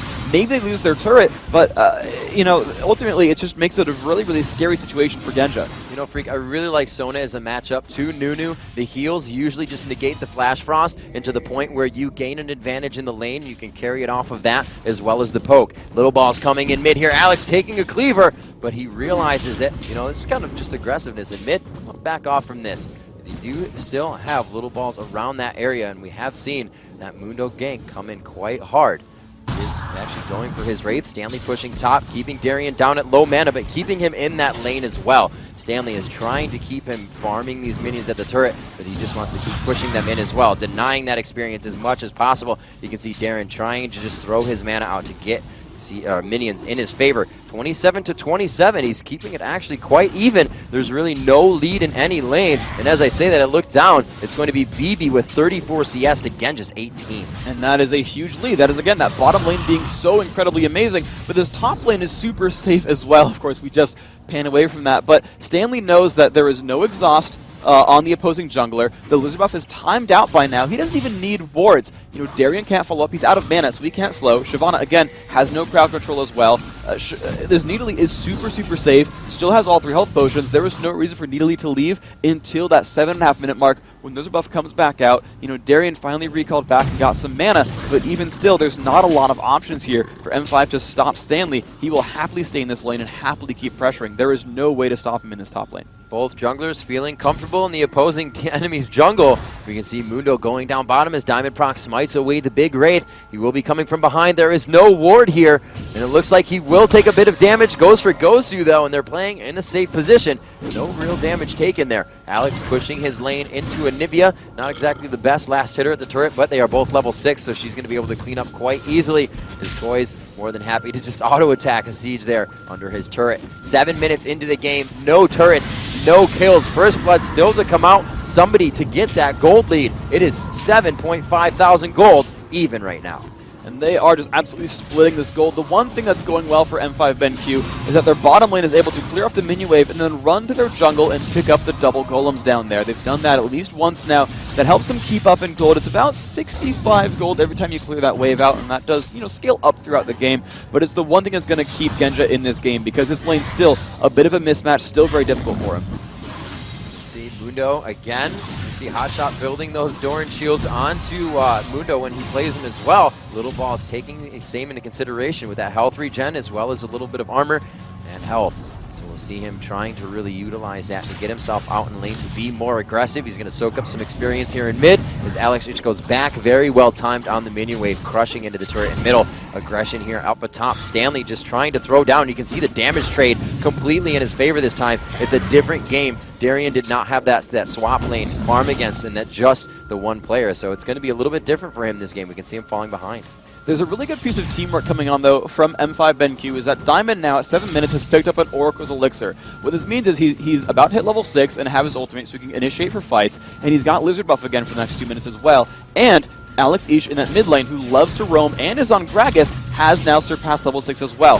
There is a ton of roam opportunity for M5 BenQ, and when you want to roam and pick up kills, you want to sweep out wards with that Oracle's Elixir. So you're going to see Diamond run around the map, sweep out those side lanes, and suddenly M5 is going to run in for fights very, very soon. The next 2 minutes, expect a lot of ganks. Darian forced again under his turret. The attacks come out from Stanley. The hits go down. The damage trade about equal there. You can see Stanley probably trying to rethink doing that once again with the turret shot. Darian playing each instance that he can to get that damage back. A little bit of a gold lead here going in favor of TPA, but they tick together, keeping about 100 gold difference. Toys picking up that blue buff. It is now up for Alex Ich, and he is forcing one more wave again into the turret here for Toys. Mundo at the top of his jungle. Little Balls in his build. Still really hasn't bought too much for himself. He's only 8 CS behind, 8 minions rather, behind Diamond Procs. No real aggression from them in the lanes, Freak, but you said once these buffs are distributed, the junglers find themselves, they're going to be aggressing. Here we see Toys getting damage done to him. A beautiful exploding cast coming from Alex, but he's just not able to get the kill down as the flash is forced. That was a really, really nice move. Every skill shot landed. Ignite used as well. The flash down for Toys is a pretty scary place to be in. Now he's got some counterattack damage available with the Golem buff. You know, with his Ignite available, he should have a decent shot of this. But he was forced to recall, buy some new items. Alex, you know, we said that Toys needed to bring his A game and really be the big carry and shut down Alex. And that ended up being, you know, somewhat the case in Game 2. This Game 3, though, slightly in Alex Ich's favor on Gragas. That's a very, very big deal because their bottom lane's not in great shape. Their top lane, not amazing either for M5 BenQ. And so they need some of that pressure to really come through that mid lane. They need him to show up and get some gold. Little Balls not knowing that Moscow 5 has been taking those golems, as you just said, and finds himself a little bit of damage. And here comes Alex and Diamond. They are going to come down behind the entire team. There are really no wards there, but once they get into this bush, they are going to be able to see them. Is it too late, though? Mistake does have the ulti. He chooses to use it. Bebe still with shift up, and they walk away from this one quite easily, Freak. And they needed that ultimate to come out early on. They could not have waited until Shyvana dove in. Now, Explosive Cask was down. I don't think they really counted that cooldown from Alex, but even still, just the pressure, you know, from Shyvana and just the damage output coming in, and possibly the body slam from Alex could have been enough. Toys not in the best place right now against Alex either. He'll land the stun, should be able to walk away from this one. Explosive Cask, though, up pretty soon. This is a great trade in damage. Alex knows he's winning, but he has to be careful. The minion wave coming up on him started to really trade that in Toys' favor. Little Balls just on the backside as well. Alex, however, playing a very aggressive mid on this Gragas right now. The blue buff on him continues to farm away. Diamond coming in. They go in on mistake, but he flashes out. A little bit of crowd control from the exhaust, but really, as we said before, no hard crowd control to lock these guys down. That was actually incredibly impressive, though. Both of them completely dodging those fights out and dealing a bunch of damage to Genja in the process, and Lil Balls waiting right there, actually, still putting the pressure on. Now, the one thing that's gone really well for Diamond is that he has gone for the early oracles. He's smoked a lot of wards in doing so. So he's put out a lot of pressure early on. But he's not put pressure on that top lane. Stanley, you know, I criticized that needly counterpick. Turns out it's a really, really good counterpick. Rushing that Chalice gave him the mana regen he needed and the magic resist to actually out-trade Darian and keep the pressure on. And again, knowing that he's needly, knowing that there's not a lot of pressure coming in from Shyvana, knowing that he's not the focus here, that M5 would leave Darian to his lane, allowed him to keep the pressure on and actually snowball his other lanes forward by killing off turrets. Once again, the Chalice into Spirit Visage coming up for Stanley. He's going for the same exact build. If it's not broke, don't fix it. 104 minion kills coming for Alex as he just continues to bolster that number coming into this. Freak, I really got to hand it to the junglers right now. Little Balls and Diamond playing very well. Whenever a gank comes down, they're there, counter ganking or initiating the gank. They have really been the ones that are keeping this game at 0-0. They're absolutely kind of making a lot of plays here. Alex, though, taking a bit of pain there. Oh my gosh, this is not good for Little Balls. That was a really great ultimate. Little Balls, I thought he was going to disperse them away, but he throws them under the turret. So he forced the ultimate there. We have heard Reginald say you can use the Gragas ulti quite a bit, so it's not too bad that he has it down. And you can still see that he's playing aggressive. Yeah, so yeah, these junglers are trying to put pressure on the map overall. Show up to ganks when they're available, but they've been counter ganking so well that no one's been able to really put the pressure on. And this is M5 playing so intelligently because basically TPA counterpicked every single lane. They saw Yorick come out early and counterpicked with Nidalee. They saw the duo lane come out with Kog'Maw and Nunu, and they counterpicked their Sona Ezreal. They saw Gragas come out, they counterpicked with Anivia. I think with the exception of the jungle, every single one of TPA's lanes was basically picked second and reacted every single pick. And they've tried to build themselves counter lanes in every single situation. M5, despite having a late game composition, are actually surviving this early mid game very, very well. With the exception of that early turret kill, there's been no major advantage. M5 will still scale throughout this game. They've still got a really great team composition at the end of the day. And, this looks a lot like Counter Logic Gaming Europe versus Team WE, where that late game just gets scarier and scarier. There was a Nunu Kog'Maw. That is the epitome of a late game team. There needs to be some more pressure here from TPA. Just look at this lane from Stanley up top.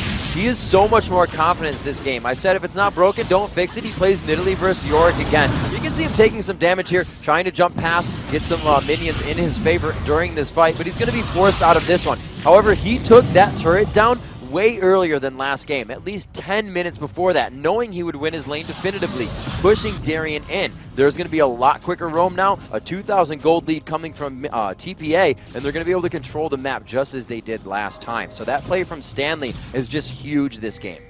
And you're seeing Lil Balls finally now picking up his own oracles on Dr. Mundo, finished the Heart of Gold, allowed him, said, okay, I've got the gold income now from that Heart of Gold. I can start moving around and doing more things on the map. But you're seeing differing builds come through here, right? You're seeing a Wriggles Lantern be the focus here for Diamond. He's going to move in and try to, put a lot of pressure on the map. And here comes a gank at the bottom lane. Diamond getting hit up. Freak, we said it before, the jungler is always there at the perfect time, stopping these ganks from happening or going in anybody's favor. They finally do drop the second turret of the match here. No, they're forced off. Almost getting it. Great job by Genji to just focus down on those minions, but they do have that turret prepped for a kill. Alex Each looks like he's grabbing Wraiths and may head down for an assistance here, but they have to know that a lot of time has been taken, so what do they consider to be something that's worth their time right now? Genji's baiting out because he's got a bunch of teammates coming in. Darien flanking around the back. This is going to be bad. This is going to be big, and there is Darien. They did spend enough time down bottom taking out BB. Nice move overall. You're going to see now.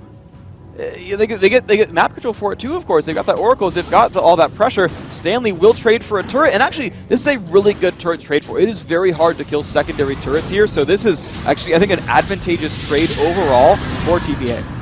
Freak, this looks like one of those games that bottom lane will soon be forgot about with all the focus top. That Baron's going to be next. They get a kill, or they get Dragon rather. A beautiful steal there, looking for the kill. Baby is still down. Goes to Pepper with a sliver of health. Looking top as Alex Ish tries to hold off Stanley. Toys here on the chase, throws down the wall, just missing out. Diamond, the ultimate passing in front of him as well. Moscow 5 walks away from this one, but Toys on Anivia grabbing Dragon. This is actually really good. Stanley chasing this one down. Must force that flash. Alex just dodging those attacks. If any basic attack had landed, that Lucifer buff would have been enough to chase that one down. Alex was out of mana, and that's really the great thing about Nidalee is she can fight tooth and nail for a while. Everyone can get low on health and low on mana, and then she's like, well, great, Cougar form costs no mana. I'm going to assassinate you. Thank you very much. Really good situation there.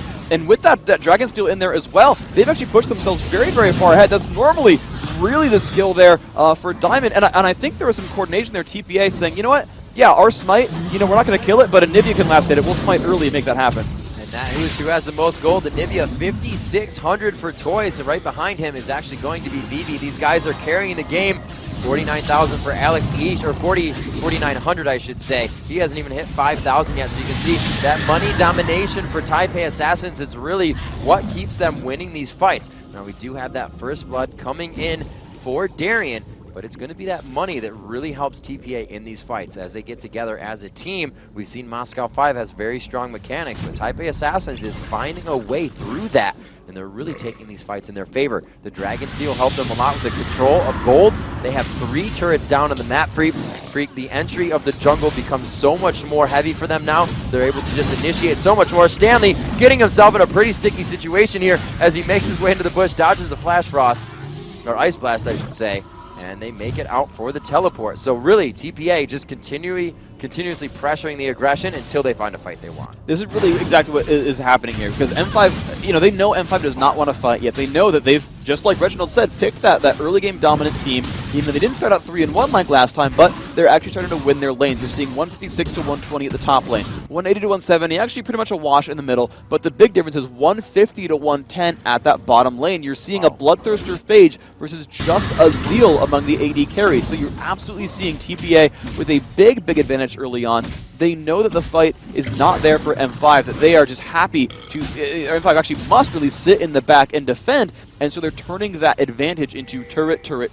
A very fortunate Dragon Steel, to be fair. That was very close, that was neck and neck, but they're going to keep that pressure on. They're going to let Stanley overextend just a little bit, because he knows there's not a lot of damage yet here on the other team, and they're going to let him kind of move in and really go for pressure here, trying to turn these around, get more turret advantages, because then, you know, as Hotshot I think said, where, you know, you've got to accrue enough of a gold lead early on, that when it comes to late game, you're still on equal footing, because, hey, if you're richer, you've got items, who cares what your champion is?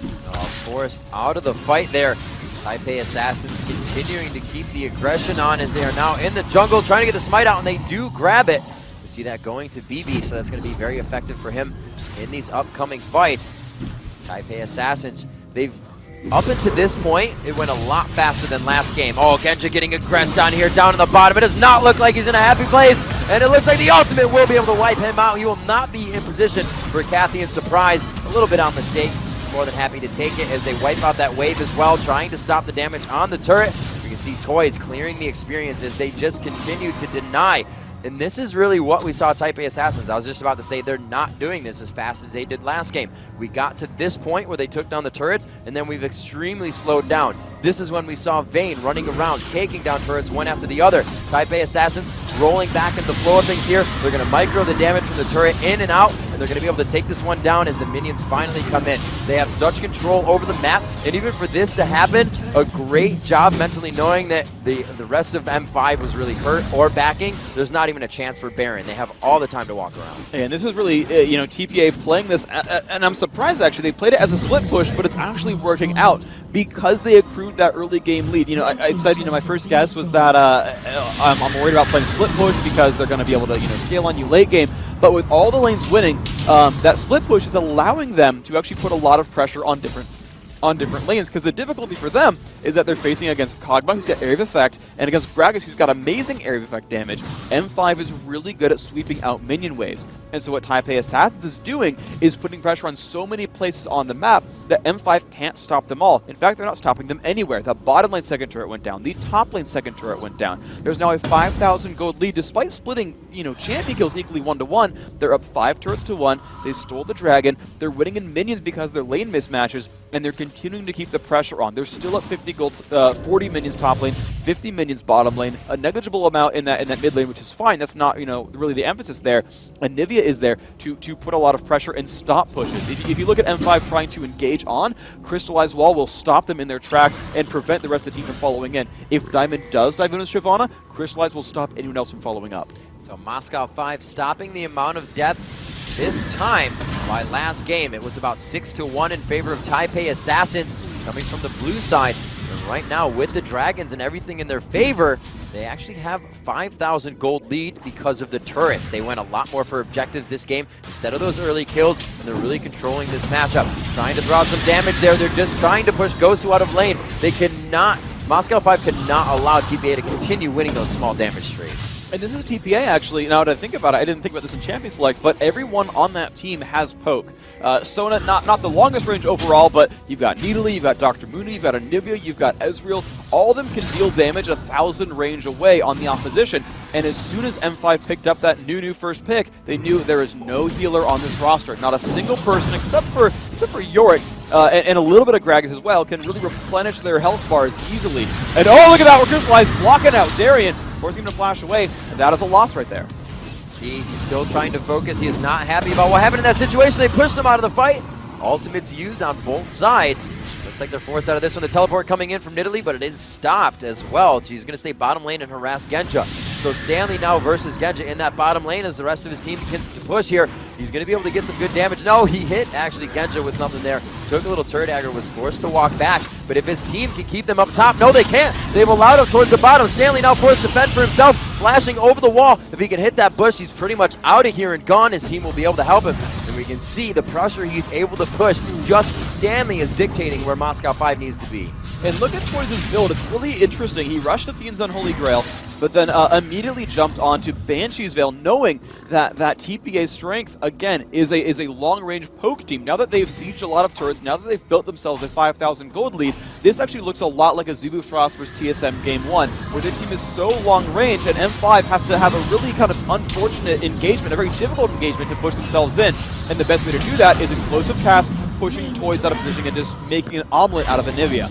By getting that Banshee's Veil, there's no easy way, as long as he's able to dodge abilities, there's no easy way for them to actually, get her out of position. The explosive cast will get blocked by Banshees. If he's watchful, he can dodge the artillery shots from Kog'Maw and never get that Banshees pop. There's no really other way for them to easily break that Banshees. And so if Toys is on his A game, he's watchful and making sure he's paying attention, he should never get chunked out and never get out of position, and he will continue to be that crazy long-range threat that doesn't allow anything to happen to his teammates.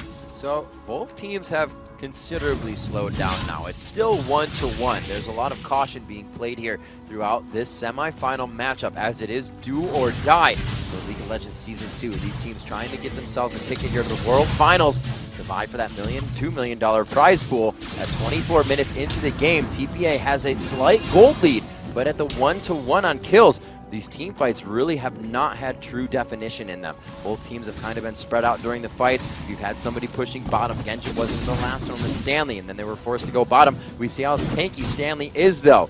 Darien played a huge role in the first game where we saw him get Triforce Guardian Angels. They're not up to that point yet, so they can't be that tanky front line that they are required. The crowd control will not lock people in there for them.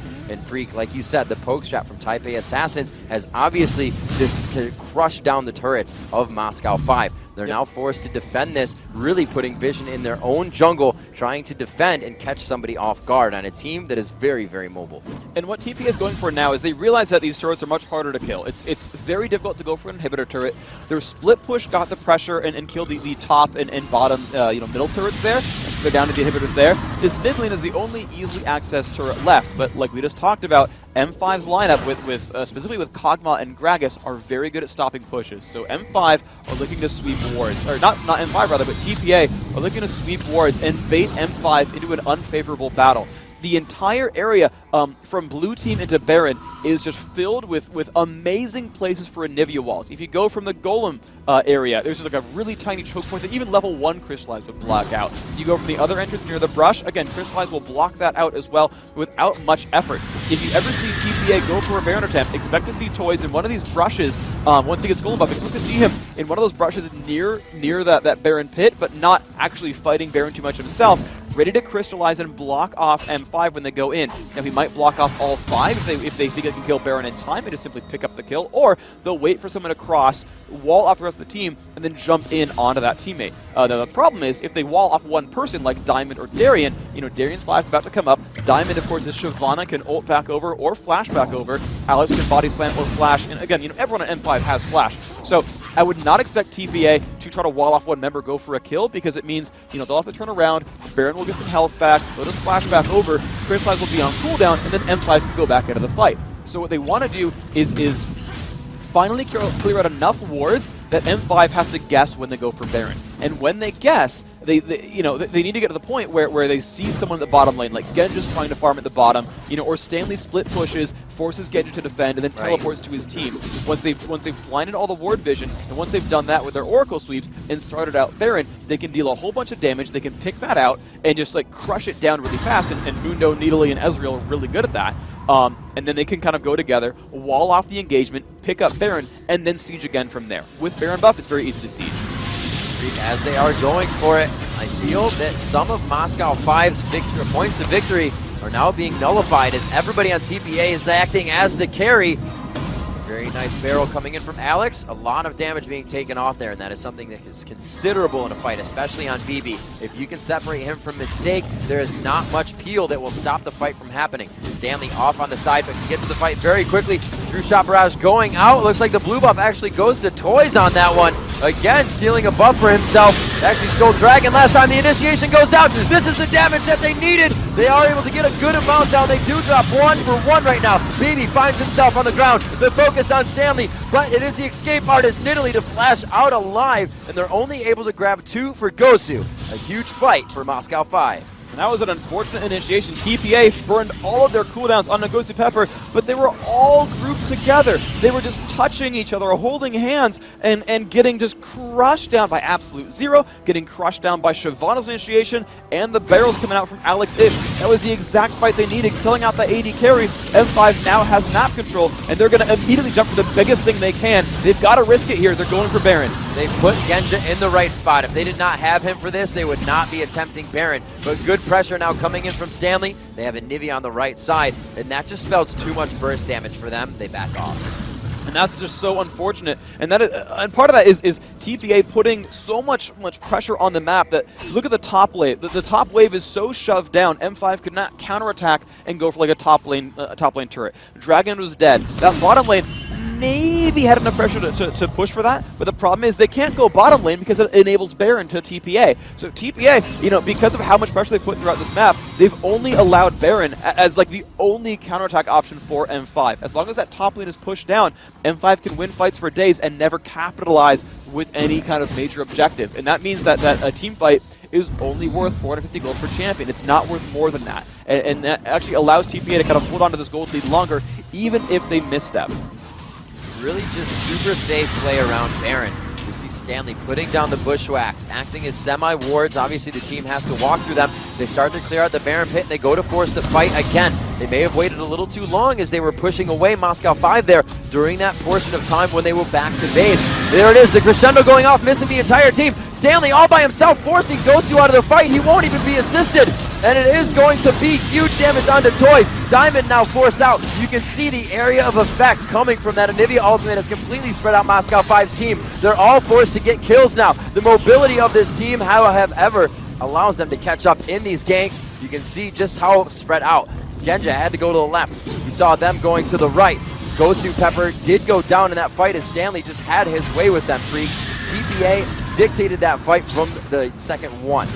And a lot of that was really the Harrier Stanley on Nidalee completely splitting up that roster, and it looked so much like that prior fight where TPA got jumped on, and it was just like, oh, this is scary. Toys got jumped. Oh my gosh, everyone's just going to lose their cooldowns and get dropped out. Mistaken fully whipped crescendo, but the thing is, Genja was never there to follow up for that fight. The last one where M5 went up 2-1 in the battle, it's because Genja got to keep putting on damage, on top of the ultimates going off, on top of everyone else dealing a whole bunch of damage. That was not the case this time around. That was Nidalee pulling so much aggression, and by going Trinity Force here, playing a bit of a different role here, actually being offensive based, he is able to jump onto Genja and really ruin his day. Genja must respond to Stanley's moves, and with Stanley being level 18 with Stanley, 3-level advantage there, that really allows him to jump onto Genja and force a response. And so Genja cannot hit targets he wants, he cannot push down on the rest of TPA, and Stanley being so amazingly strong, a lot of magic resist, now going for a Guardian Angel on top of that. There's no easy reaction to Nidalee here. They are really shutting down Genja this matchup. He is already out of the base. Don't think he has too much money under his belt, and he's actually going against Triforce, Bloodthirster, as well as a little bit of damage mitigation. I think we're going to see maybe a Quicksilver Sash. I'm not sure. That Negatron Cloak is out on Ezreal, but you can just see 10,000 gold to 7,600 gold. He hasn't even finished the Infinity Edge yet. He does have a Phantom Dancer, but with 31 minutes into the game, you really need to see a lot more pressure coming from your AD carries. Huge props to Taipei Assassins for shutting down that champion. And once again, they're just going to put the pressure onto Baron. They're going to be ready to toss those crystallizes out. There's Toys waiting in that brush. Gets the wall off on a Darian, and his flash is up, though he should be safe. He's just tanking and baiting time. This is the damage he needs. He does throw his ult out. The crescendo goes to. They put a ward over the wall so they can see better in this fight. The entire team is making it there. Darian gets himself out of life. True Shot Barrage going through them. Not enough damage to take him down. A beautiful void ooze from Genja, but the flash wall from Toys. The initiation is still on, and they're forced to back out of this one as they just did not want to walk through the choke of that wolf. Now, once again, that is Darian playing his role so effectively, saying, yes, focus me, stop hitting Baron, just fight me, I dare you. Pop his Guardian Angel, but that's fine. He gets to go back to base, buy items, and once again, TPA's attempt at killing Baron is stopped again. Now, they've lost a Guardian Angel for it. That is relevant, but the longer that M5 can buy time, once Genja gets that Infinity Edge, you've seen their team fights be so good that it's just, can Genja actually deal damage? If he can, you'll see these team fights go M5's way. Really needs that item. Once he hits it, probably about 35 minutes, Genja will become a time bomb for his team, and it needs to be protected. They are going back towards that Baron area. They could have the upper hand here. It's quite low mana for TPA. I'd be very surprised if they try to start this fight. 3 to 4 is the kill score as it just continues to creep up. TPA with a bit of a lead there. They're looking at an 8,000 gold lead overall with 4 turrets in their favor. This giving them the map control. You can see Nidalee going down bottom. That teleport is up, however, Freak. They're going to be able to play this one very cautiously. They're going to go back, make sure they leave a few that can still poke at Baron. We're going to have BB there. They obviously don't want to leave this one up, but they have to realize they have the Oracles. They're like, they can't even see us backing. We're perfectly fine to do this. TPA is just really playing the clock in their favor right now. Yeah, but again, that clock is still risky because Genja will continue to scale. Now, finally, you're going to see a death cap come in soon from Toys. That'll be a big damage shift. There it is, picked up there. That's a very, very, very, very important buy, but there we go. Stanley getting his Guardian Angel on top of that. Now it's going to be even harder for Genji to survive this. He's got enough armor, honestly, that even Infinity Edge Phantom Dancer, not all that difficult to deal with. Lil Balls, again, preparing for the Baron attempt, running through, sweeping wards, putting another one down, and once more starting out this attempt. Eevee, though, burning his Arcane Shift for this, a little bit of a risky proposition. See what they do have. That True Shot Barrage is down. We have a few flashes down for TPA, but most of their summoner spells are up. I'd say 90%. All of them except for Ignite Flash for Darian. These teams are definitely ready to dance out this Baron right now. They are in the best possible sorts of their summoner spells and abilities. However, the items in favor of TPA. So it's really going to have to focus this fight perfectly. Darian getting locked up. He took a little bit of damage. That's going to be a tower for TPA as they solidified their advantage a little bit more. We're going to start pushing all of these waves down. You can see the pings going back. They're saying, let's make sure none of the buffs are there. Let's deny everything we can in their camps and only give them the small waves that are coming in. And that's the thing that's going to hurt Genja as well. He doesn't have a lane to farm. He's only picking up minions every so often with his team clearing these waves. So he's not going to get that Infinity Edge super soon. An aggressive move in, and there's the crescendo. That's going to be big damage. Darian will go down. The ultimate was used previously. No, actually, he has it back up in time. So they will have some time to create some disruption here. Alex Ish does not like it, though. Flat or exhausted out quite quickly. His damage does nothing as he waits for cooldowns. He does not want his Guardian Angel to go down in vain. You're going to see that fight forced out. He does have the red and the Fates proc going on him. Alex Ish will go down. They're going to focus that Guardian Angel. We see very low health on Toys as well. He's forced to go back into the fight. The portion of it, they know they're going to win. Stanley still giving 0 F's as he just fights in a 2v1 situation. 35 minutes into the game, TPA completely dictating this entire fight. We have 2 down for Moscow 5 BenQ. Stanley just jumping right out of absolute zero as True Shot Barrage hits. And you can see they're keeping them from backing. Stanley is allowing this Baron to go completely uncontested. And that's going to be the exact right answer here. They had the Baron dance earlier, getting that turret kill, and then finally got themselves into the battle they wanted. They just split up M5 completely. Baron is theirs, 53 to 41,000 gold. This is looking so good for the Taipei Assassins. They've just been strangleholding the map the entire time. Not a single major mistake. The one bad team fight, but M5 couldn't capitalize. That team fight just didn't go anywhere, even when M5 got control, because they had minions where they wanted them. There was no counterattack available. It was only a 300 gold swing, and they were back on it. And you saw just all the moves that were being made. Stanley putting the pressure on the bottom lane, teleporting in when the team fight mattered.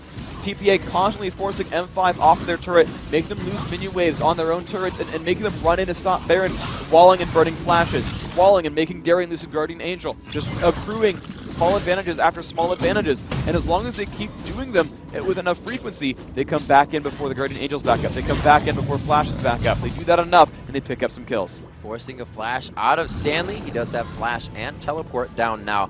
Not exactly the window we've been speaking of for teams really to fight in.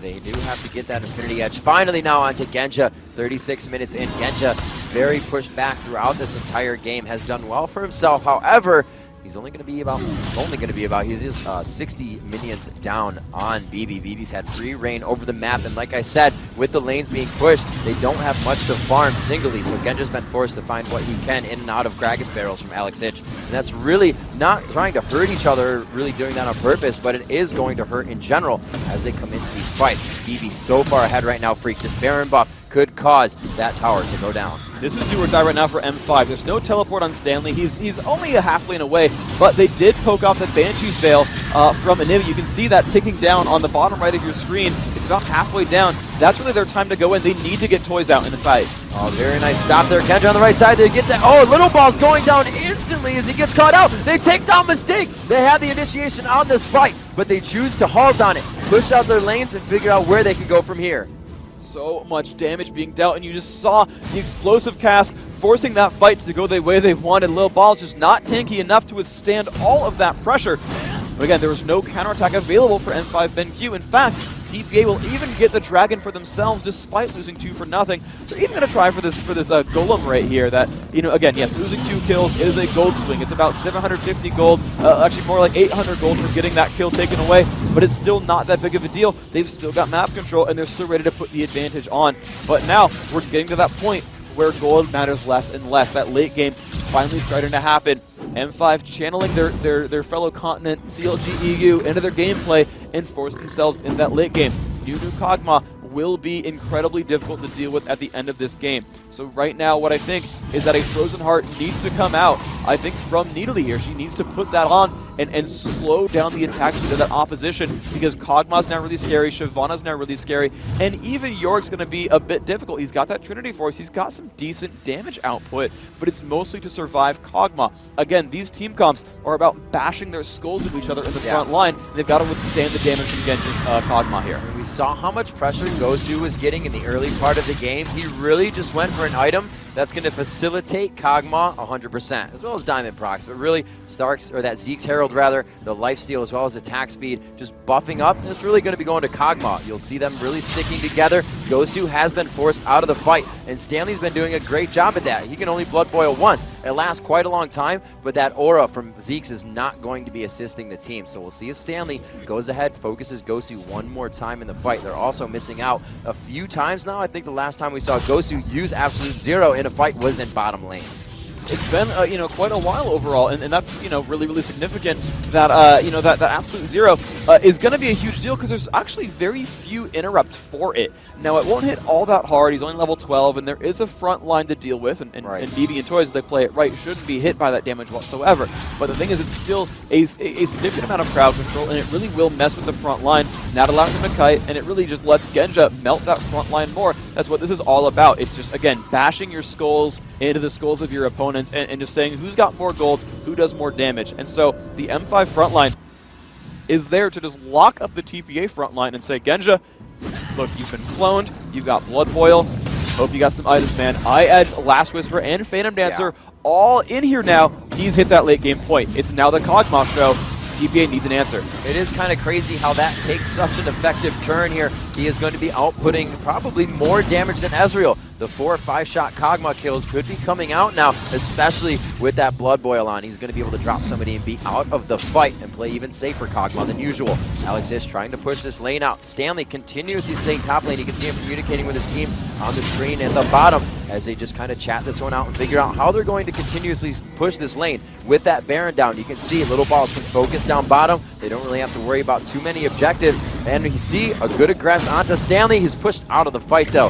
That blue buff helping Alex to get that ultimate back in just under 60 seconds. It's actually on a 40-second cooldown just about now. And we'll see, it is rank 3. Everybody's just about level 18 except for the junglers and supports.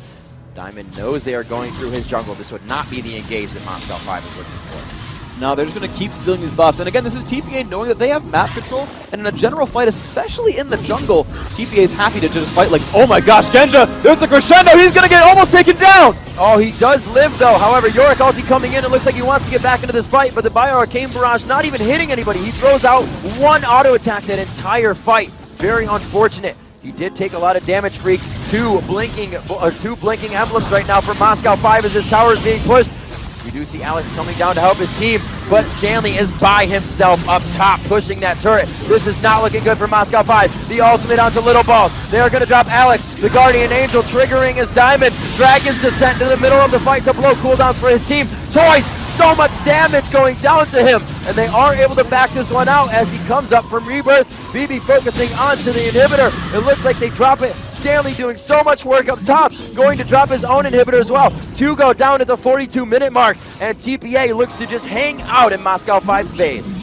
Right now a 3-on-4, but they're getting pushed out. Oh my gosh, the counterattack! Ghosty Pepper goes down! They've now got a 4-on-2 on the map, and Baron's gotta be soon. It's in 10 seconds. That is the most fortunately timed fight ever for TPA because they're gonna have complete Baron control. There's no way this gets stolen away, and that was just a perfect setup. They dealt so much damage at the start that they forced Genja out, and as soon as Genja had to go heal, you knew TPA had map control. They could simply just push their faces onto that bottom turret, and they would have the damage to kill it out. And you saw them be a little bit pensive, then finally say, no, Genja's out of the fight. It's okay, guys. He's out. Let's go. Let's pick this one up. Even Mundo will respawn in time to allow Baron buffs to go to everybody. Lil Ball's so tanky now, and you look at his build. I like this build. He's got double Negatron Cloak on top of that Warmogs because he knows that with a Randuin's and a Warmogs, the highest source of damage is actually Genja's W pads. It's actually the Bioarcane Barrage, so he's adding magic resist to mitigate that. There is going to be so hard for Mundo to drop down here. He's going to be incredibly tanky. You won't see Mundo die again, most likely, unless he gets way too aggressive. A lot of the team as well went for those Ninja Tabi boots. They're looking for the damage from Ezreal, but that's not going to be helping anymore. There's crowd control that they're getting locked up with that is allowing these fights to continuously happen. Stanley teleporting in, so we're not going to see some kind of cheeky backdoor strat. They're all going for the same lane. They're all going to be, not same lane rather, but they're not going to be jumping lanes. They're going to pick that lane and pressure it down. Looks like mid is going to be the first choice with Little Balls in the option to run towards top with his teammate BB. They're gathering together now in front of this turret. The attack speed from Essence Flux is out for both Little Balls. There goes the exploding cast. It looks like they will initiate this fight on. The turret goes down. Darian gets caught out. He can't even ultimate the crescendo, stopping them from using the abilities. Diamond Prox goes down. The inhibitor is open. The double kill comes out. Moscow 5 looking very grim right now. Taipei Assassins look to take down the last Nexus turret, and they will drop Moscow 5 from the League of Legends Championship playoffs. And would you look at that, the cheers, the yells, and the look of relief all mixed at the same time on their faces. Taipei Assassins are the first team to make it to the World Finals. And online in a major tournament, the first to take out Moscow 5. They're, well, yeah, as far as internationally goes, they are the first international team to ever beat M5, joining CLG EU in the annals of history. Saying, guys, we made it this far. Would you look at that play? And that was exactly what they said it took. It was early openings.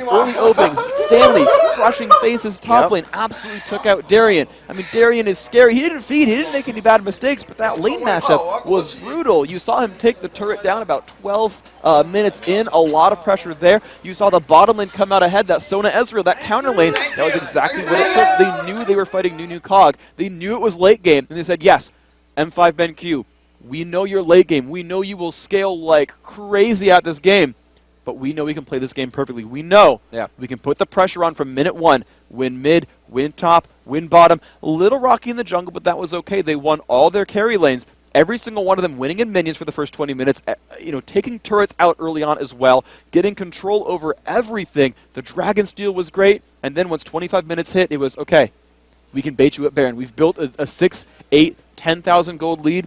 Come at us at Baron. Sweep boards, come at us at Baron. Sweep boards, come at us. What a beautiful play from TPA. Let's get a replay of that last fight with audio from the team.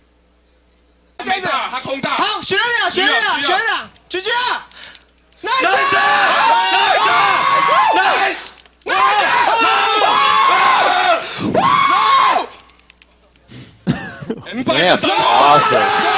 And look at that. They know that killer instinct is there. None of the calls were even about who to kill because they saw Darian's out of position. We saw it there as well. Darian was definitely catchable. And what I love Mistake did is it wasn't just crescendo there. It was, let me get in a position. Let me make sure I crescendo 2 people because Darian will die right away. But let's catch Gosu Pepper as well. Let's make sure Nunu drops as well. They got those 2 right off the bat, neither getting to use their ultimates in the fight. Gosu not even getting to exhaust or flash. That's how fast he dropped out in that fight. Not able to finish. Mercury Treads was crowd controlled the entire way in that battle. And then at a 5-on-3 with super minions coming in, there's no way you turn that one around. They got their hands off their mice, their hands off their keyboards, just saying, we know we've got this. We know we've got so much advantage here. We've pushed it all the way through. We were patient, and they made it happen. TPA, I mean, from second one, they knew what they were doing. They knew this was, yes, early game pressure will transition. And that is so confident to do that.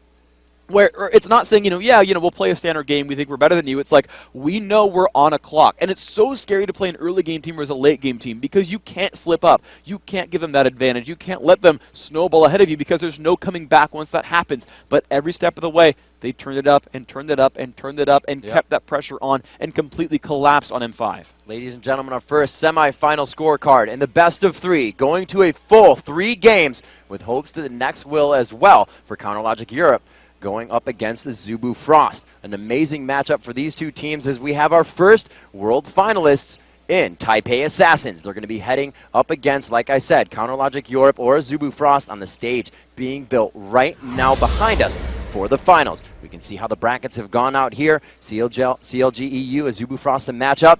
Taipei Assassins versus Moscow 5 BenQ, the much-awaited semifinal match going to Taipei Assassins. The final matchup we had before that for our quarterfinals was World Elite going down, actually Team WE rather, going down to CounterLogic Europe. So already amazing matchups on the day. We found a best of 3 going to the final match within our first semifinals.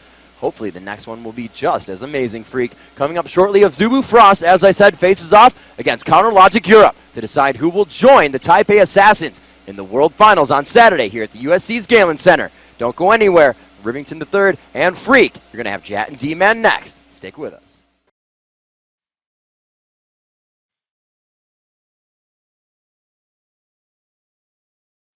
Welcome back, ladies and gentlemen, and what an absolutely awesome game. I am D-Man, I'm here with Jat, and of course, I'm here with Skara as well, which you can't quite see on your screen at the moment, but we'll bring it in a moment.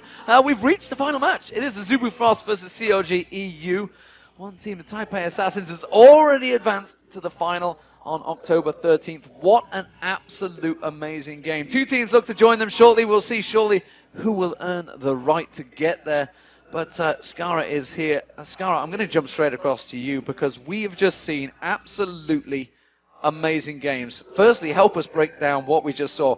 Taipei Assassins beating Moscow 5, the only other team I can think of in history offline in an offline event to beat them in a best of 3.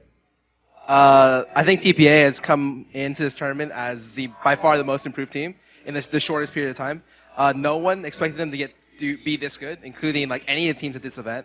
We saw them play the first day or like against Najin Sword, and we were just like, oh my god, they're good. Like they blew us away. They had the best games of the day. And today they came back from the most crushing defeat we've had here, by far the most crushing defeat. To be able to 2-0 after they lose a game, it shows incredible mental strength. It shows just great teamwork. So Skara, you actually said before we went on that you called this one. Why did you call them to beat M5? I said, like in the car on the way here with a lot of Riot people or a lot of video crew, I said that like I expected either M5 or TPA to win this tournament. And if M5 was going to lose, I thought they would lose here. Like I thought TPA was looking so good against Najin Sword that they could potentially beat M5. After the first game, I was really skeptical. I was like, okay, well M5 is probably going to win. But TPA made me eat my words for the second and third game. They were really, really good. So in that second and third game, I mean, let's just take it through the series. They got absolutely obliterated in the first one. I think you'd agree. A lot of that was flanking around with Evelyn and just kind of winning team fights. They had it from the start.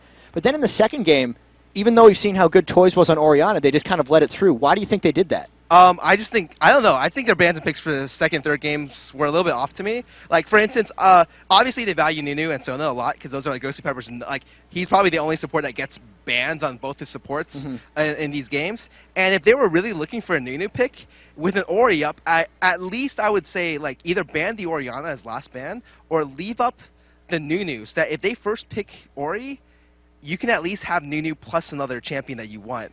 I think banning Nunu there was really questionable. Like, I didn't really see the logic behind that. And it just gave up Ori for free, and they were able to completely dominate the game with Orianna.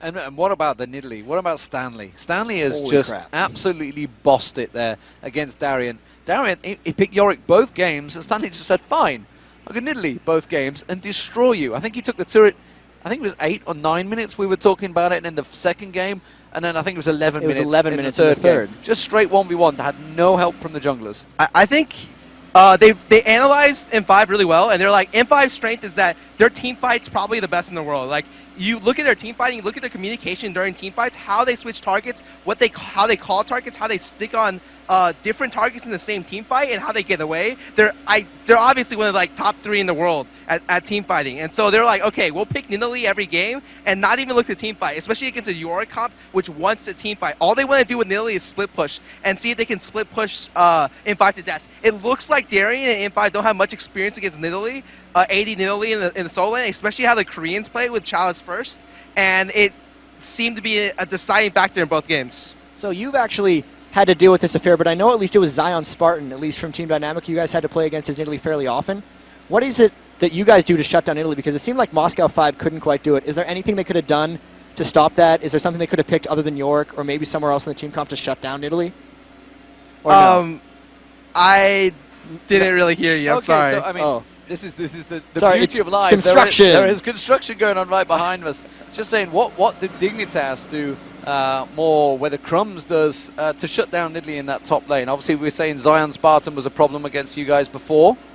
I think at a certain point, like after the second game, they should have just looked to probably ban Italy, like especially if they're looking for a Yorick pick. But even if that wasn't an option, like they didn't want to do that, I think they should have at least anticipated last pick Italy, especially when they pick Yorick early again. Like a different top lane pick would have done really well, like Rumble or even Aurelia would have done extremely well against that matchup. But they just gave the matchup away for free again. I think what happened the third game is that they mind gamed themselves into wanting the 1v2 because they thought Nidalee would start bottom again, and they would just send York, because York is a better 1v2 than Nidalee. But unfortunately, they both ended up going top, and Nidalee won the matchup straight up again, and Kog'Maw lost a lane against Sona Ez, which is one of the most dominating 2v2 lane matchups in the game.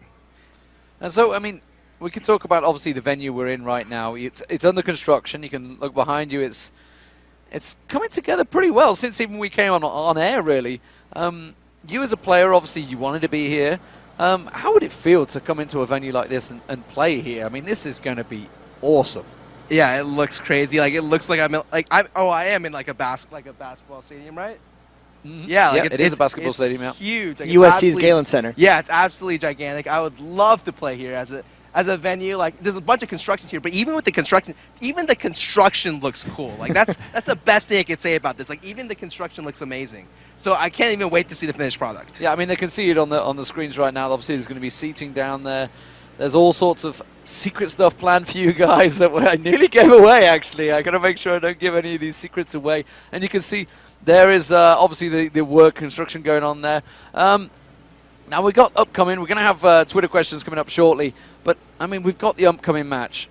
Azubu Frost versus Counterlogic Gaming EU. Where do you stand on this one? I mean, Counterlogic Gaming EU come through from your group. Obviously, they played you guys. They beat you in the group stage. It was a pretty close run game, though.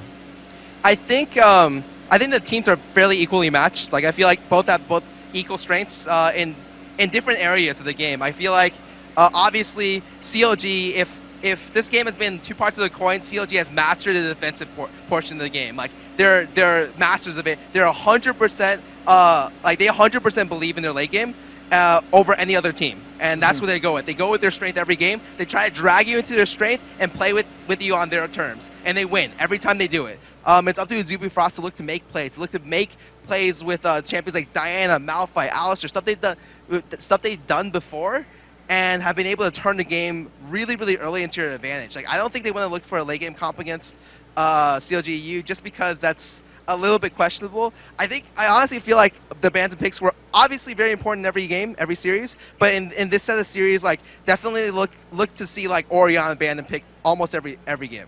So you say that COG goes for late game every time, and the Banza picks are maybe even more important for this, with the early game comp going out for Azubu and the late game comp obviously coming out for COG EU.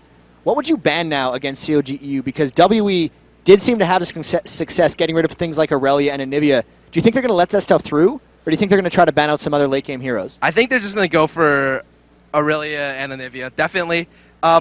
Maybe they might let up Aurelia, but I don't think any team will give Anivia to COG EU. Not just because Froggen's strength, like, Froggen's obviously one of the best Anivia players by far, but Anivia also lets your team like turtle like perfectly. Like, it's the best, like one of the best wave clears and just the best turtling champion.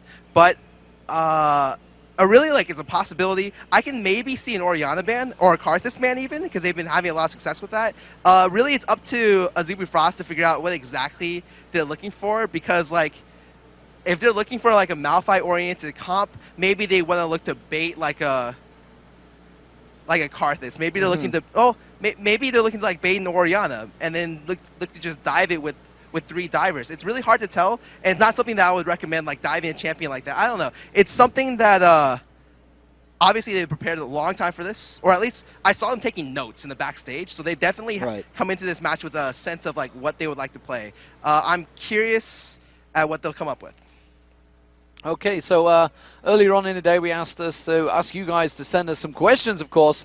You've been tweeting #LOL Worlds. It's the championship channel that you guys are aiming at, and hopefully here are some of the questions that we're going to be asked. It has come from Captain Kickass. 60% of all champions have been played so far. Do you think there are any sleeper champions awaiting to shine? So any secret tactics tucked away for that final game? I think I mean, this is definitely a good question for you guys, because I knew you had a few things tucked away. Obviously, I feel like there's a lot of really, really strong champions, especially coming up for Season 3. Certain teams like certain champion picks over others, so the teams that win here will stick with like their dedicated like 20 champion pool. But I feel like almost every champion is viable in this game, outside of maybe, I hate to say this because I actually like this champion kind of, like maybe Nasus. I feel like Nasus has now reached like the point where like I'm like, okay, I don't even know what comp he can possibly fit into to be like work in a game. But outside of him, I think everything else can work as long as you put in the time and find the team comp to work around it. So that would still be like 35% of the champion pool that haven't been picked. Do you think there's anything in particular? Because I mean, all of these teams have played multiple games already. There's nothing left in the tank, you think? Is there a Draven to come out somewhere? DFG Teemo mid. AP Teemo maybe. Seshwani mid. I feel like the teams have showed a lot. Like, the only team I expect to be able to take out something new, I feel like Azubu Frost doesn't have much new stuff. Like, they've already showed Lux. I feel like CLGU like has shown their cards for like months now. Like, everyone knows what they play. Standard. Yeah. Yes, but they're just so good at it that's hard to beat them. The only team that can possibly pull out something new would definitely be TPA. I feel like TPA might be holding a little bit back, and scary. Yeah, I'm excited to see if they bring something new out. Okay, so that is Scarlet's bid. What do you think, Jad? Is there anything you think out there? I mean, you are the game analyst here, so you guys, you are in the office every day looking at these champions, so you knew secret strong champs that you guys feel that may get used? There were a few predictions that we had coming in, actually. One of them is that Ezreal was going to get picked or banned in every game, and that didn't happen. That shied away from it just in that last setup of Today matches. has been the only so difference. close. Everyone thought it was going to happen. AP Teemo was one of my predictions that hasn't happened yet, because I think it's absurdly strong in a lot of scenarios. You just have to find the right matchup mid, and it just hasn't presented itself yet. You could probably run it against an Evelyn, but people are too scared of letting Evelyn through because it's just been mopping the floor in team fights. Draven was a prediction, but all the Draven players are gone. I know I'm a Cutie Pie was maybe thinking of doing it. COGE was scared of it. Other than that, it's been a pretty diverse tournament, and for the most part, I've been pretty happy. So, that is it. Thank you very much for joining us, Skara. Thank you very much. So, next up, we have the match between the Korean powerhouse. It is Azubu Frost. Do not go anywhere. It is going to be CLG EU. It is the OGN replay. It is all on again, Jat. And honestly, how are these guys going to compete against each other? I mean, Azubu Frost has shown they're potentially one of the best teams in the world. They had a best-of-5 set against CLG EU earlier, we've alluded to a million times. They won it 3-2. They dominated their group stage this time, and they took down TSM in that 2-0. It was kind of close. They won the team fights. That was a pretty good set for them, but they've been looking really strong. Whoever wins this gets to go to the World Finals and face TPA, who looks unstoppable right now. How are they going to shut down Stanley in the finals? I was confusing my words there a little bit. You mentioned McNoon, and honestly, we've had a discussion about the top laners, the top laners. And you know what? Stanley just proved against Moscow 5, he had the nerves of steel. I mean, that is surely the sign of one of the very best players in the world. You know, he's broken onto the scene. Maybe sort of in the American world and the European world, maybe didn't know him really too well. The Asian scene certainly knew him. The teams that have been out there knew him. CLG EU certainly knew him. And, you know, we have teams like this. This is where you test your mettle. This is really where you become the strongest players of the world. You know, if you've got the nerves. Just thinking back to the Moscow 5 game, we were talking about it. Diamond Prox was really off his game. It seemed like they might have been, the nerves could have affected them. We have $1 million on the line for the finals here. Even pressure. That game was a difference between a guaranteed $250,000 and a guaranteed $150,000, which they had for third and fourth. All of these games just mean so much to these guys, and that was the first time I've actually seen Moscow 5 a little bit shaken, and then you looked at Stanley when all of this was happening, and he was just diving headlong into Nunu Cog with Nidalee, completely fearless that entire game. And that's something that Shy did in the group stage. Really, the top MVPs in this tournament, overall, I have to say, are the top laners, because we saw Shy in the group stage, we saw McNoon in the group stage, we've seen Stanley now. They've just been so unstoppable. They've created so much pressure up in that top lane. And now we have Shy against Wicked. Wicked respected for being one of the most well-known top laners. Certainly his Aurelia is legendary. If that doesn't draw pen, we'll see a great showdown. But you know, Shy beat up on an Aurelia in a previous match with Singed, and it's just, you know what? Well, we spoke to Kevin about that, actually. We did get to see Kevin earlier, didn't we? And he was saying, look, you know, he got the early kill. Once you're behind, it's very hard to come back with. The irony that I'm thinking of in this tournament is Hotshot, because Nidalee seems to be back in the action. You know, one of the top champions. Stuck in the jungle. And Shen has been one of the top champions, and he's now in the jungle. Yet these are the two champions that he was absolutely stomping with in Season 1. It's funny. It's funny how things go around in this game. It's, you know, a lot of the tactics that a lot of teams have been bringing into this have been pre-Season 2 or Season 1 things. You know, they've just simply gone about. Circle, everybody's just pulled them back out and says, everybody forgot about this tactic. It works. And it's catching the new Metro. Is a huge example of that in a lot of ways. Even just the resurgence, so much of it was the big three of 80 carries, Ezreal, Corki, Graves. And in that last set, it was Vayne, Kog'Maw, and then a little bit of Ezreal. And it was just kind of an old school throwback. We saw some Sivir bans earlier in this tournament. Nidalee coming back. The team fighting was broken a bit by TPA there because they were back for the split push. We hadn't seen that be successful in a really long time. The jungle invades are getting actually really sophisticated. Every time they invade a red, it seems the teams know what's coming, counter-invade the other red. These guys are adapting very well, and it's just a bit of a cyclical cycle in some of these ways because what's strong that gets forgotten about seems to come back. A cyclical cycle. That's an interesting choice of words there, chat. I may have repeated a few repeats right there. You wouldn't catch me saying anything on the back of that, that's for certain. But yeah, so hopefully we're going to get this game underway shortly. Sorry, we're just ripping on each other right here on the cast. Things we say in previous games, they do come back to haunt you, ladies and gentlemen. So Azubu Frost versus CLG EU. It is the OGN champions. It is the finals all over again. We saw it in Seoul, Korea. That huge 10,000 stadium. The pressure that they were both under. These teams have been there before. Azubu Frost 2-0 down, came back to win 3-2. So they have that mental strength, that ability to just come back and absolutely dominate. CLG EU are going to be coming into this one thinking, we had that game sewn up. A 2-0 would win this series. But Azubu Frost now know what they've got to do to beat them. How do they deal with that? I mean, the mental anguish must be going between these two teams back and forth.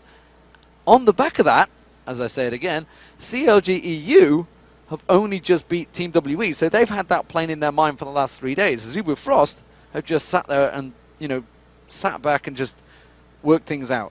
And CLG EU, even though they've proven that they have huge mental toughness coming in, they were preparing 100% for WE before this event. Every single waking moment was about defeating WE and moving on to the semifinals. Whereas Azubu, they've been in the semifinals for quite a while now. Even though they had to prep for 2 teams, they were still doing it in peace. They didn't have that one game resting on their entire chance at $1 million. So they should be the more prepared team here. Actually, right after CLG EU won, they went and did their interview, and they went just all off into a room and said, we have to finalize our plans against Azubu Frost because they hadn't had the time to do it before. They were so focused on beating WE, which they did come out very strong.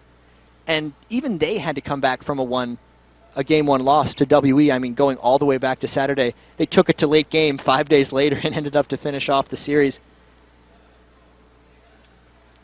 I think they have the plan, though. I think they really do against Azubu Frost because when you think back, this is going way back to the actual OGN games in Korea, they were going against the standard play. And that seems to be always when they get themselves in trouble. They were picking Diana for Froggen. They hadn't practiced it. This tournament, they're set on only playing things they practiced, only doing their style. And we haven't seen a team actually been able to beat it yet, now that they've fallen back to that. Yeah, but we know Froggen wants to play multiple different things in that jungle. He wants to play Lee Sin mid. Sorry. I might as well say jungle because he wants to play all sorts of bruises in that mid lane, but they've not allowed him to, unfortunately. But hopefully things will get underway certainly soon. So, Taipei Assassins in the final. If you've just joined us, they've beaten Moscow 5 2-1. It was an epic match. You're going to be disappointed that you missed it because it was craziness. Who would they want in the final? Azubu Frost or CLG EU? That's a really tricky one. I think, based on how aggressive they are and how well they split push, I think they'd want the challenge of breaking the CLG EU turtle because no one's been able to do it yet. And just seeing it the way they were able to end games with not even the late game team comp, their ability to get towers and Stanley split pushing, I think that would be the ultimate clash of styles that I think they'd like to see. And of course, they've practiced with each other all week. So, ladies and gentlemen, we are going to get things underway. Starting out as the red team, they have been a dominant force in the OGN. They are the OGN champions. It's Azubu Frost.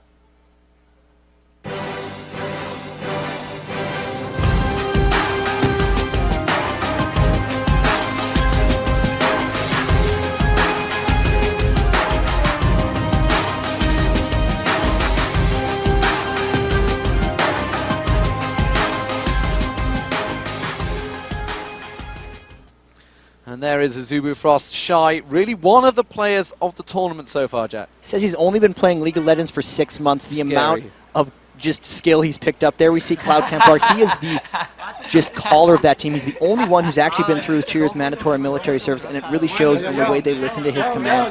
He is the tactical brain of them. Just going through, they're actually looking very confident. Zuba's looking pretty good right here. They're happy. Yeah, and then Rapid Star versus Froggen, that's one of the big lanes we've talked about before. He was so delighted during the OGN finals. Gunwung there, honestly, one of the best AD carries we've seen this tournament. And he actually used to play top lane for this team. He's the captain. He goes where they need him. He's been a very strong Ezreal. He's had a couple games, 7 kills, 0 deaths, 5 assists on Ezreal. Waving the camera. Doesn't want the sunlight to be on him right there. He's just moving around. And here we have, I think that's Mad Life. And he's one of the stars in Korea. Star support. He is absolutely a superstar, a megastar. He gets more cheers, I think, in Korea than any other player on that team because, they love him. He has to be the most popular support in the world. Brought out support Zyre, brought out support Lux. He's just an innovator. Right on the other side, though, starting as the blue team, they just took down Team WE earlier today in 1 game. It's Counter Logic Gaming, Europe.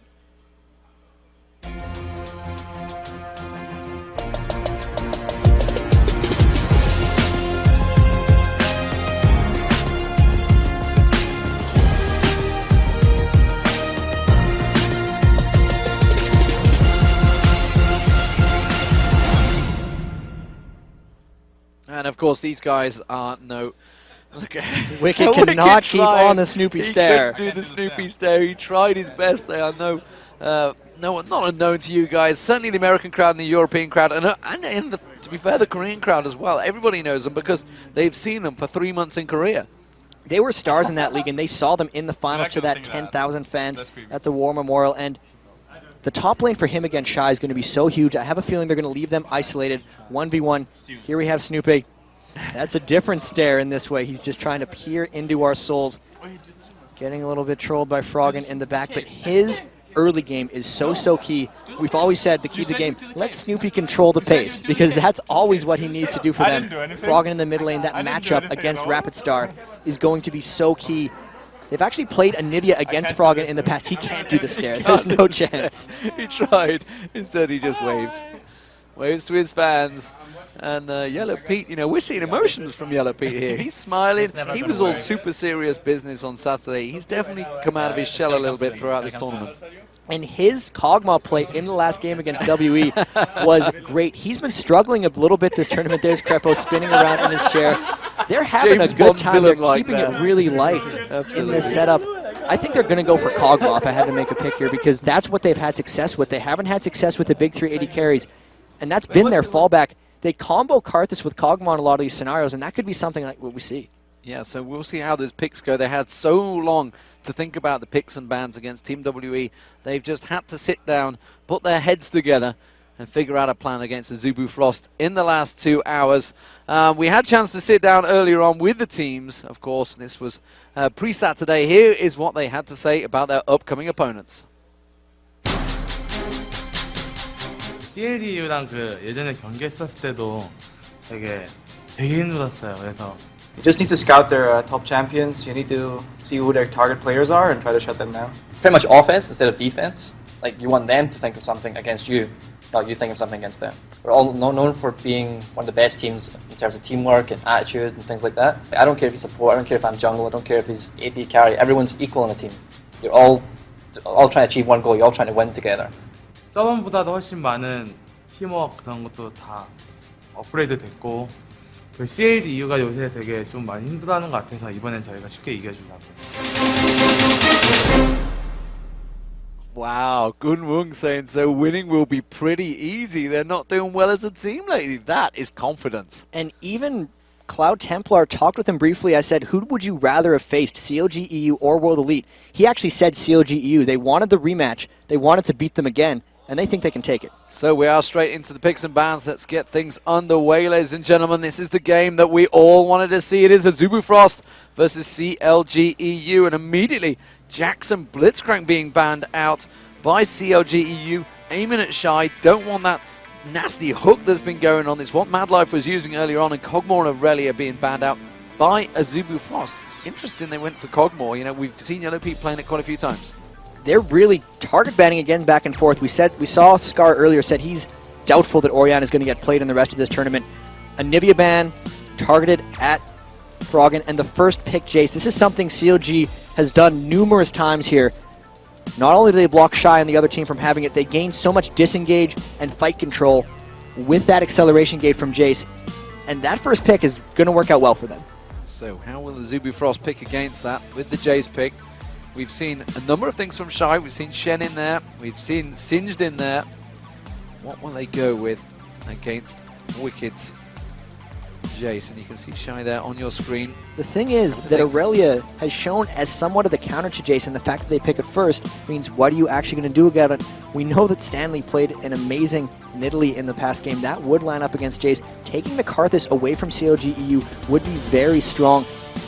They banned out the Kog'Maw. They're really just taking out what worked for CLG EU, trying to throw them off their standard play. And even though you say you can't really ban out CLG EU, you can at least try to make them uncomfortable. And you do that by picking their champions and making them play something slightly different than what they did the last game. And the Alistair's Big time being Alistair. picked up. And Alistair, of course, one of the big, strong champions in Korea. Now, the big question I'm going to have for you now is, has CLG EU been playing Evelyn?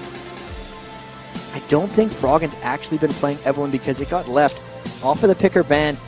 I think what they did here... He asked us whether Rapid Star played Evelyn, didn't they? And they don't think that Azubu plays Evelyn, but I don't think Froggen plays it either, so they actually just saved picks and bans. They got the target out, and they weren't fearful of Evelyn. I don't think they're going to end up picking it themselves here. They get the Maokai. Happy. He is looking very happy. They have something planned here.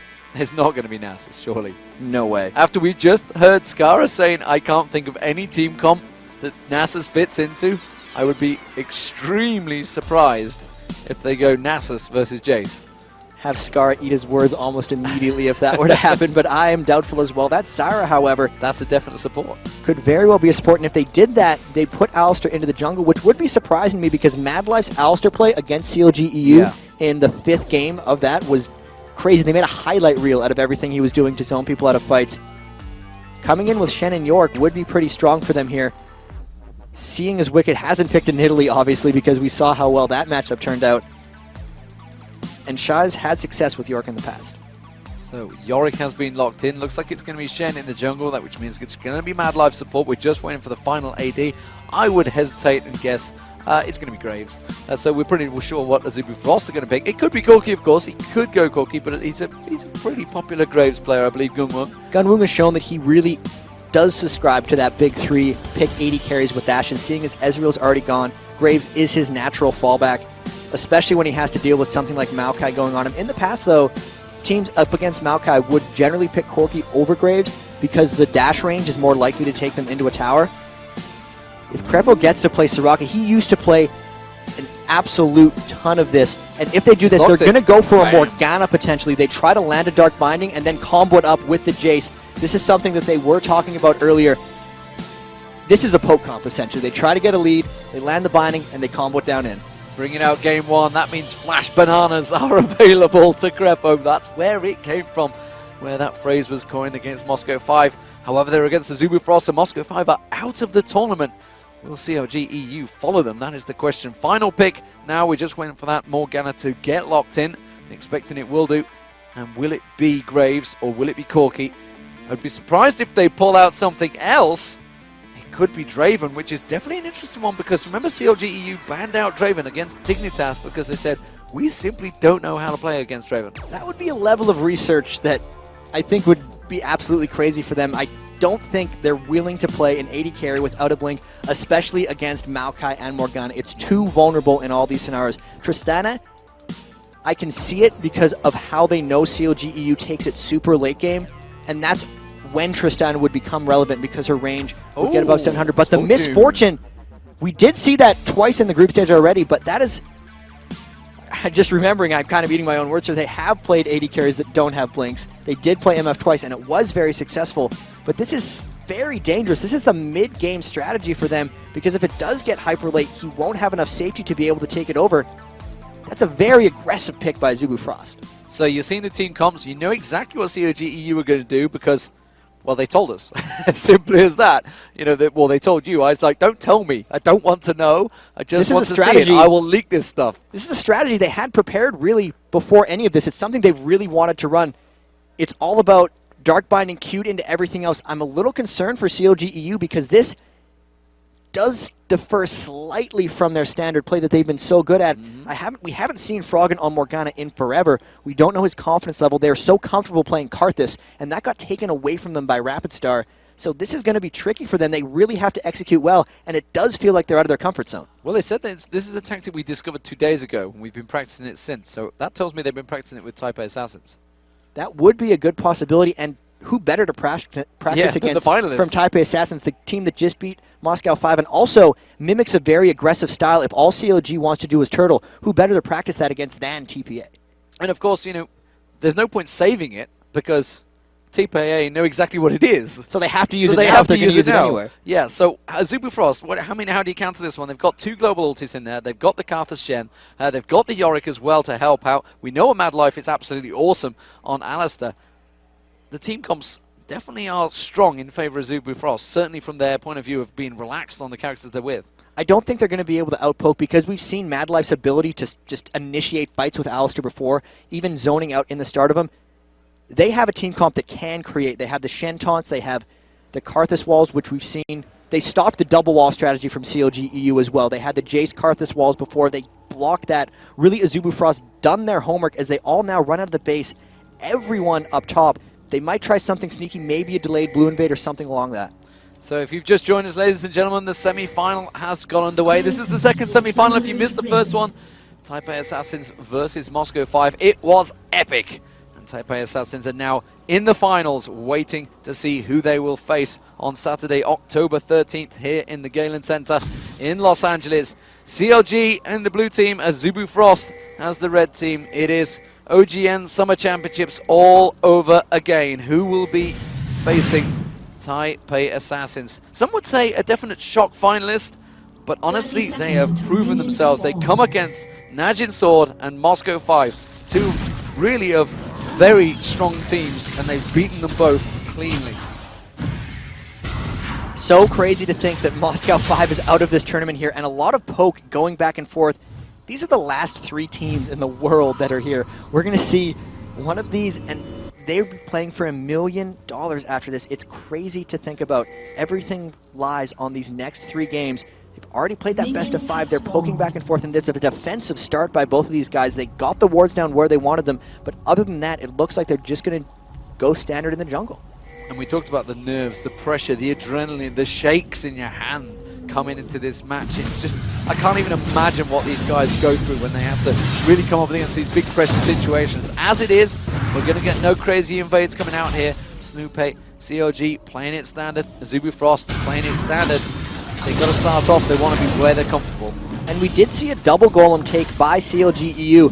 There hasn't been much of that this tournament because of all the aggression and craziness that happened level 1. That's going to help them hit level 2 earlier in that lane and try and get onto Woong, since he is vulnerable on MF unless he snowballs the lane and gets very far ahead. Want to look over at the top lane though. How's Wicked going to be dealing with Shy's Yorick? Because Nidalee was able to push on very hard to Yorick. Shy has something in his back pocket as well. He's played a fair bit of Yorick already this tournament, and Wicked actually hasn't been dominating lanes on Jace. He's more been using it for the teamfight utility. Whether he's strong enough to go up against Shy, he's going to decide a lot in this game. Talk about the pressure on the bottom lanes as well. Yellow Pete, Gun Woong.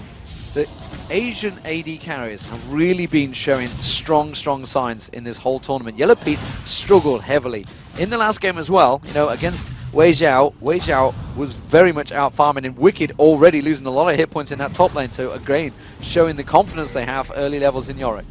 And bottom, they got the double golems, but they haven't aggressed anything before level 2, so Woong happily free farming that lane. And it's tricky for Yellow Pete. He did have that comeback on Kog'Maw, but every time he's been on Ezreal this tournament, he has gotten out-farmed and generally had to stall and kind of wait for his team to create form. And with the Soraka lane, there's just going to be more of that. It is about the farming for him, and he has to prevent Alistair, Misfortune, an extremely aggressive lane, from getting on top of him. And you know, we're seeing Crepo here on Soraka. It's something he is very comfortable with. I mean, he used to constantly be that strong Soraka player. Obviously, they've won the coin toss. They've got the blue side. So this is probably why they pulled it straight out here. Shy's going to get dived on. A good knockback there. You can see the twisted advance. He should get the knockup. Will he be able to walk away from this one? Shy's going to have flash available. I believe he's just burnt it out. He's going to get dropped down. First blood for Snoopy. Very nicely played in that top lane. And that should snowball for Wicked in the top down. Great gank. They did burn everything, but it was absolutely worth it. The lane gank, brute force. Shy did not expect them to come up from there, and it burned his flash, so he's going to be very vulnerable throughout the rest of this. Snoopy could very well go straight back there and try the same gank again, because they can pull that off almost whenever they want. It's going to be trouble there for Shy early on. The bottom lane, oh, that's an overpowered Templar trying to get on Froggen's action. Of course, he doesn't let anyone take the wraith. It's not even his own jungler. Meanwhile, down that bottom lane, the ping's gone down. What is Yellow Pete? Is he just simply saying, yep, they are in this bush, we're aware of it. It's that dangerous situation. Ooh, Mad Life is sat. He wants to get on it. Instead, he is going to show himself in a couple of shots in the back there from Yellow Pete. Just trying to force him out of that bush. So the mid lane is currently 30 to 38. Froggen winning in the CS, something he couldn't do against WE Messiah.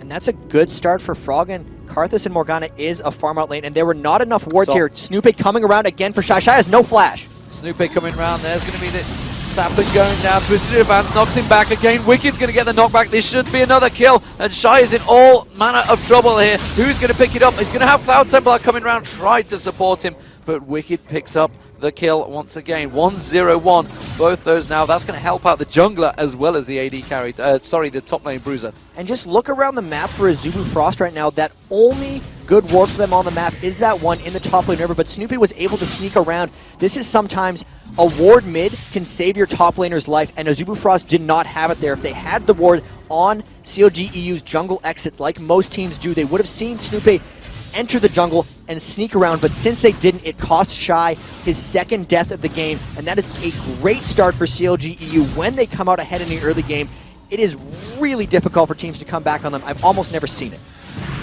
So top lane could be in trouble. Certainly seems to be brutalized, being picked up by Wicked there. In terms of the jungle, I mean, we're seeing an Oracle, a very early Oracle here from Snoopy. This is trying to snowball early, but the thing is, this isn't even a naked Oracles. He does have that Philosopher's Stone. It's because he picked up the early kills, and when Maokai starts the game early, he's one of the best junglers in the game. There's not many wards, to be honest, for him to go clear out. He's going to go get them now, but Shy is going to be incredibly vulnerable because with Snoopy having that Oracles, there's no way he can protect against the ganks. They'd have to essentially counter-gank them with Cloud Templar. Once Shen is level 6, they will be able to turn some of these things, but that early Oracles for Snoopy is going to do so much. Maokai, one of the best snowballing junglers in the game, to be quite honest. This bottom lane actually very even. We're just going to see Yellow Pete go back and buy, so we'll see what he picks up off the back. You can see that's going to be a double Doran's and a Boots, along with a pink ward picked up by Gunwon. Pink ward by Gunwon, and that's just warding by committee. We saw WE pretty much let FCZF get everything. Different strategy here by Zubu Frost. With the pink ward, they're looking for control of the brush. Alistair loves to camp, and then he'll headbutt Pulverize out of it. They're making sure that they don't have anything down bottom, and Shy is in big trouble. Wicked turning into a huge lane bully, and that's what's going to happen when you die twice early on to a Jace. He's just absolutely bullying him. We are seeing an early fade straight away coming out. No Doran's Blades, so Yellow Pete feeling very confident in that bottom lane. Going to go for a Trinity Force directly, and look at that. Shy just absolutely forced away in that top lane. And again, Snoopy creeping around. He's in the tri-bush, going to go around. Honestly, there's no reason why they shouldn't lane dive this one. Rapids, Cloud Templar trying to get level 6 as quickly as possible. He's not going to make... No, he just did get level 6. If they lane dive this, they could try to turn around with the channel. Here it comes. And Yorick hasn't got his ultimate. That's going to be Wicked. Wicked taking a lot of damage. Wicked will go down. And that was a really good turnaround. Shy coming in there to help out. Cloud Templar, coming in to help Shy out there. And really very successful defense. And that was Cloud Templar's plan. He had to rush to level 6 because that was the only way he was going to be able to defend his top laner Shy. They knew that the Oracles was getting cleared out, and here we see a potential invade by Froggen, but that's not going to be able to do much. Farming out that mid lane, still very even. Really had to give it to Cloud Templar, knowing the only way he can protect his top laner was to get level 6 as soon as possible, and he did just that. So potential overconfidence, maybe? How would you give that one? Mid lane has been pushed. We're seeing Morgana heading south here, along with Snoopy. I think they may try and make an attempt. No, he's just saying, I'm going to take your race against Snoopy. I know you stood right next to him, but I'll keep on that tax. I think that was overconfidence by CLG. It's strange because we saw, even in their first game against WE, the double tower dive on the Wicked, the second one got turned around by a global ult, and they didn't necessarily see it coming. Now the next time they do it here, there's the Rapid Star ult on Karthus as well that could come in anytime they try to go aggressive. The Alistair MF, Woong starting to get a slight lead onto Yellow Pete. If they try to get aggressive, Snoopy clearing out those wards. If Snoopy goes in, there will be the Requiem coming in. They have to be very careful in almost every lane right now. So Woong just using that pink ward to clear out that bottom lane. Snoopy is going to sneak across, but in fact he will pick up the purple ward. So that purple ward just been placed by Woong there, has been taken out already. Aggressive stuff from Froggen in that mid lane, forcing Rapid Star back. He has got Wicked coming down, which means the Dragon is almost certainly on the cards for CLG here. And Snoopy, again, with that Oracle, clearing out the wards. So everything now completely clear. We've got 5 members of CLG all in the river. And they have to be careful. This Dragon looks like it's going to be... If Cloud Templar goes in for a steal here, it's going to be very aggressive. That's the only thing they can get. They can't win a teamfight here. It looks like he might try to steal though, but CLG trying to zone them out. So you can see the Misfortune ultimate. Here comes the Karthus ultimate. Will it be enough? Do they manage to get the steal? No, they do not. Snoopy gets it. They're going to turn the attention. That's going to be a kill. Mad Life getting on towards Snoopy. That's an Oracle burn. That's a good turnaround. Cloud Templar's going to go down. Wicked's got away with this one. Crepo might get dropped. Woong's on the back of Froggen. You will get in there. Mad Life taken very low. Hasn't got his ultimate available. Forces the flash from Froggen there. And Woong might be able to pick up on Wicked here. He's going to get another shot. Will it be enough on the turret? Has he got enough to take it? No. Wicked has baited him in. If we could get the camera back down there, we can see they're going for it. On towards the champions. Damn it. Woong's taken down very low. We missed all the action, but he was almost dead on the back. And you can see Froggen is trying to push the pace there. That was a bit of an overdive, and I was so surprised that Azubu Frost went into that. They got enough damage out with the Misfortune ultimate that they went in for a 4v5. Keep in mind, that entire time, Shy was pushing the top lane, so he's actually surpassed Wicked in minion kills. Now, CLG did get the Dragon, but that fight was even in most regards, and CLG was lucky to get away with their lives there. Really close fight, and that shows the absolute aggression from Azubu Frost. Really, Moscow 5's one of the only other teams that will fight down men if they see that window. And that's just a preview of things to come for Azubu Frost, because that fight was well played. Was well played, but the gold advantage is slightly in favor of CLG EU at the moment. Remember, they did get the Dragon. Was it worth losing the Oracle, though, on Snoopy? That's going to be tricky. The great thing about that is he did have the Philosopher's Stone. He does have a Heart of Gold right now. He lost the Oracle, but he's not too far behind, because you look at the total gold flow, and he's about 400 ahead of Cloud Templar overall, which is the cost of that Oracles. So losing that does set him back, but it doesn't put him behind Cloud Templar. Yeah, and you can see the goal difference. Snoopy obviously slightly ahead at the moment. Looking at the top lane, Wicked is definitely ahead in the goal there. No surprise, did pick up a couple of kills. AD-wise, Misfortune, Gunwung are definitely ahead on that one. But Froggen is a long way ahead, though. Froggen could get jumped on here. Cloud Templar's going to come round. Pulls the Black Shield down. Pops his ultimate. Can he turn this into a kill? I'm not too sure. Rapid Star's definitely the target. Rapid Star's going to get taken up very low. Cloud Templar using the ultimate to save Rapid Star. Oh! And Froggen dodging out of the way there.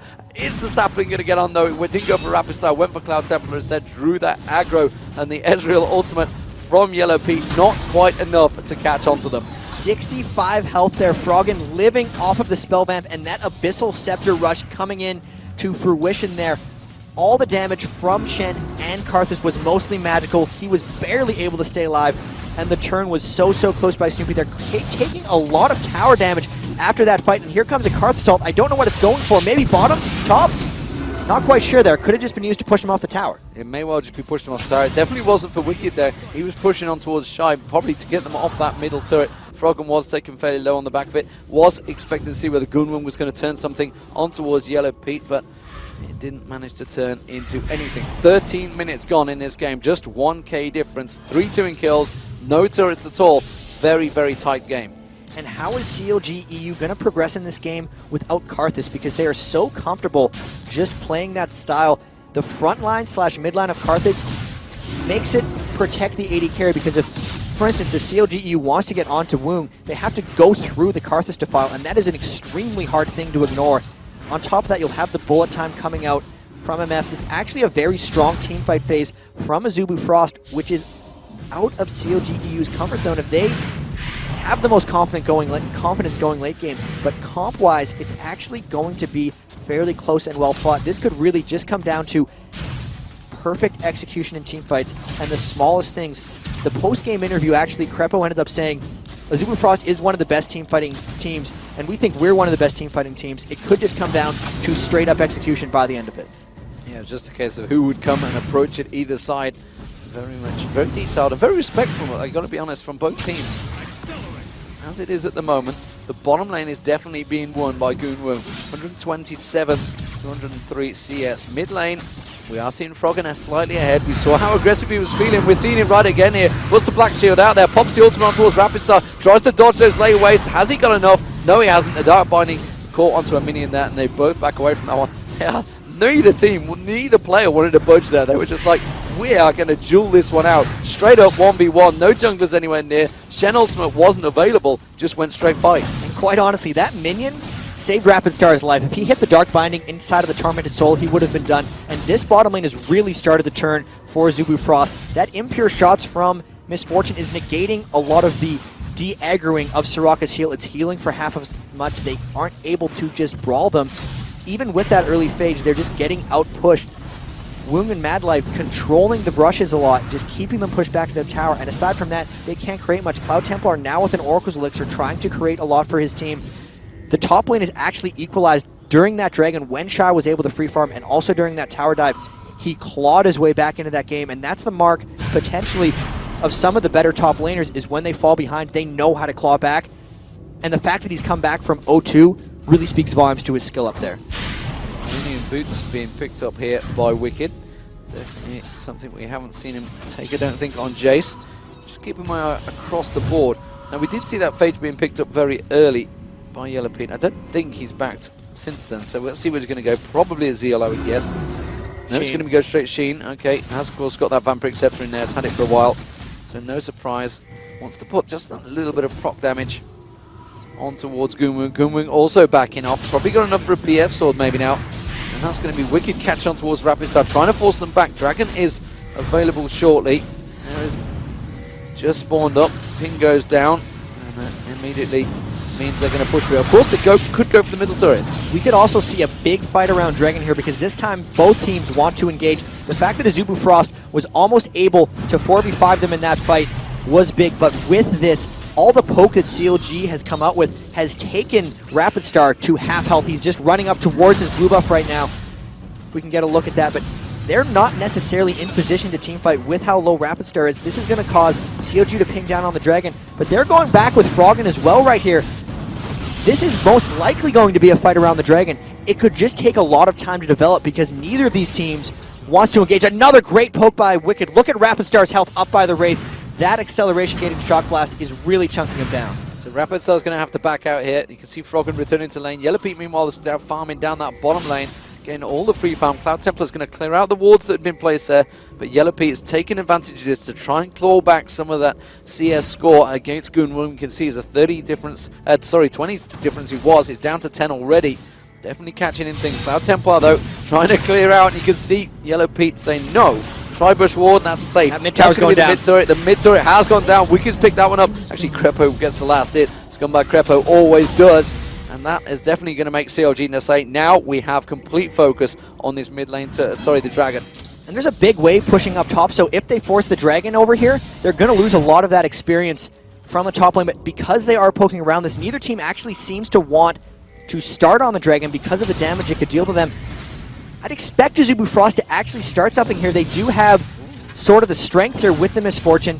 They're just worried about the poke, especially with Snoopy, who going back to base there. They're sending Cloud Templar up to the top lane to get that experience. He can always come down with the Shen ult, and this is a bit of a stall out by both teams. Normally it's CLG EU creating this, but a lot of this is actually on the tails of Azubu Frost's actions. Yeah, we just got a glimpse of Madlife missing the pulverize, trying to go maximum distance on Yellow Pete. Yellow Pete already arcane shifted away in reaction, but did just miss out on it. CLG now in that stronger position. There is no ward placement, there's just that singular one down the side. Can they catch on to Goonwoo? No! Wicked using a flash to try and get around to him, but the dive binds on Madlife, forcing the ultimate from Madlife straight away. Goonwoo trying to possess him, trying to force him back, and Wicked there tried to hit out. And that means Madlife is going to be very low for this potential fight.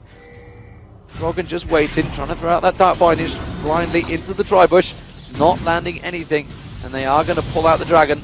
And Woong has no flash for this engagement, but Rapid Star flashing into the Defile! They're going to go straight into it. Rapid Star will get dropped. Misfortune trying to get the ultimate straight across. He does successfully do that. Rapid Star has gone down. That's going to be the Yorick ultimate used up, and they dark binding him. He's not going to be able to do anything from it, and that is going to be the Requiem going out. Not a lot coming from it. Rapid Star, of course, is just a ghost. He will drop down, tries to land more spells, but they did pick up the Dragon. That was nicely played by Azubu Frost there.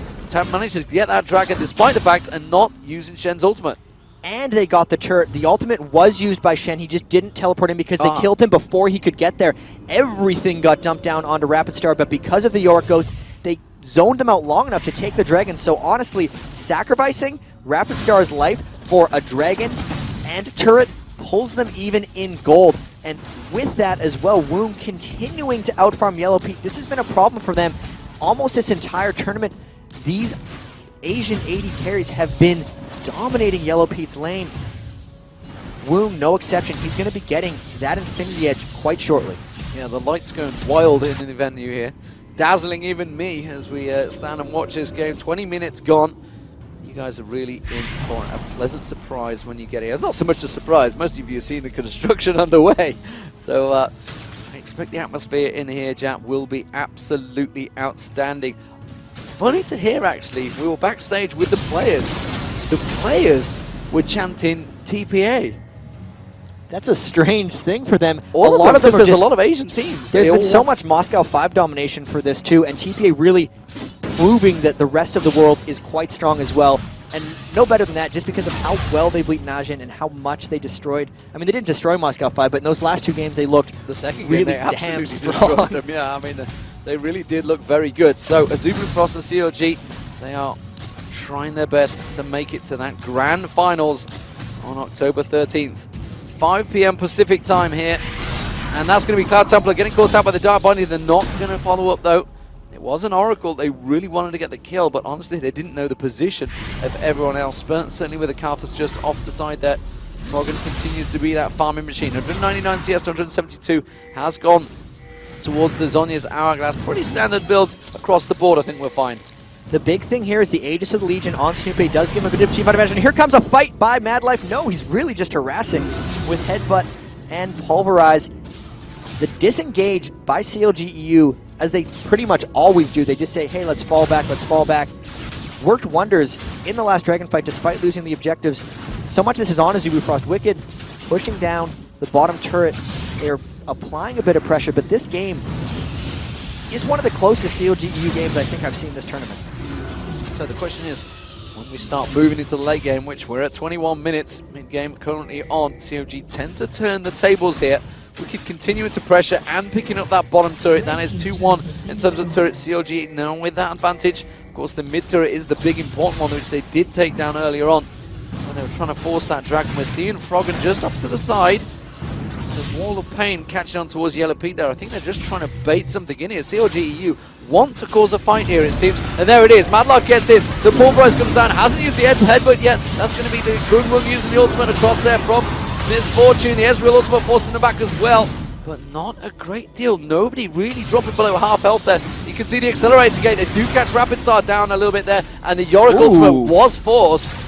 Very nicely played. And these fights, it's Zubu Frost really trying to force on, and CLG EU just disengaging, and now the poke is on. This is how they're going to try to win this game. Not team fighting, and then out-poking them. Those Shock Blast acceleration gates crushing. If they land a Dark Binding with one of that, it's going to be a kill. And this is how they want to play this. They're getting the tower because they avoided the engagement, they poked them down, and they're going to try and repeat this again and again to grind out a victory here.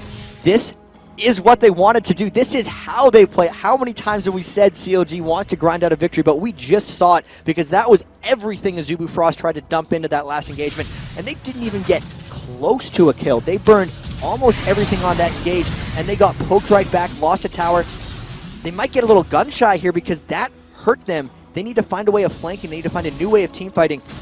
This is looking good for CLG. It is, and it's actually early aggression, I guess you could say. Certainly early from the CLG terms. It is. They are definitely turning the tables here, and the poke gain again coming on. Honestly, I'm not too sure Azubu Frost want to fight for this one. There's a couple minions there. They should take advantage of it. They've caught Cloud Templar and the Dark Bindings, and again, he is unable to get involved in this fight. CLG EU just going to wait for the next wave to come up there. We'll get a couple more pokes onto it. And poke is actually, even though CLG is a late-game team, a bit of a mid-game strategy. The poke is only as strong as the time of the game. Froggen trying to come around the side, but they have wards to check it out. Wicked just spamming those spells onto the tower, and it looks like they're going to be able to take it down again because Azubu Frost right now doesn't have an answer for this poke. As long as they stay here, it's shown they can engage team fights, and the longer they wait in the turret, the lower they get. So they're eventually going to have to back off here. Yellow Pete actually trying to bait something out, and there it is, the flash taunt from the Cloud Templar, but they immediately disengage. They just back away and say, fine, we will poke you again. And honestly, they are quite happy to just keep forcing him back there.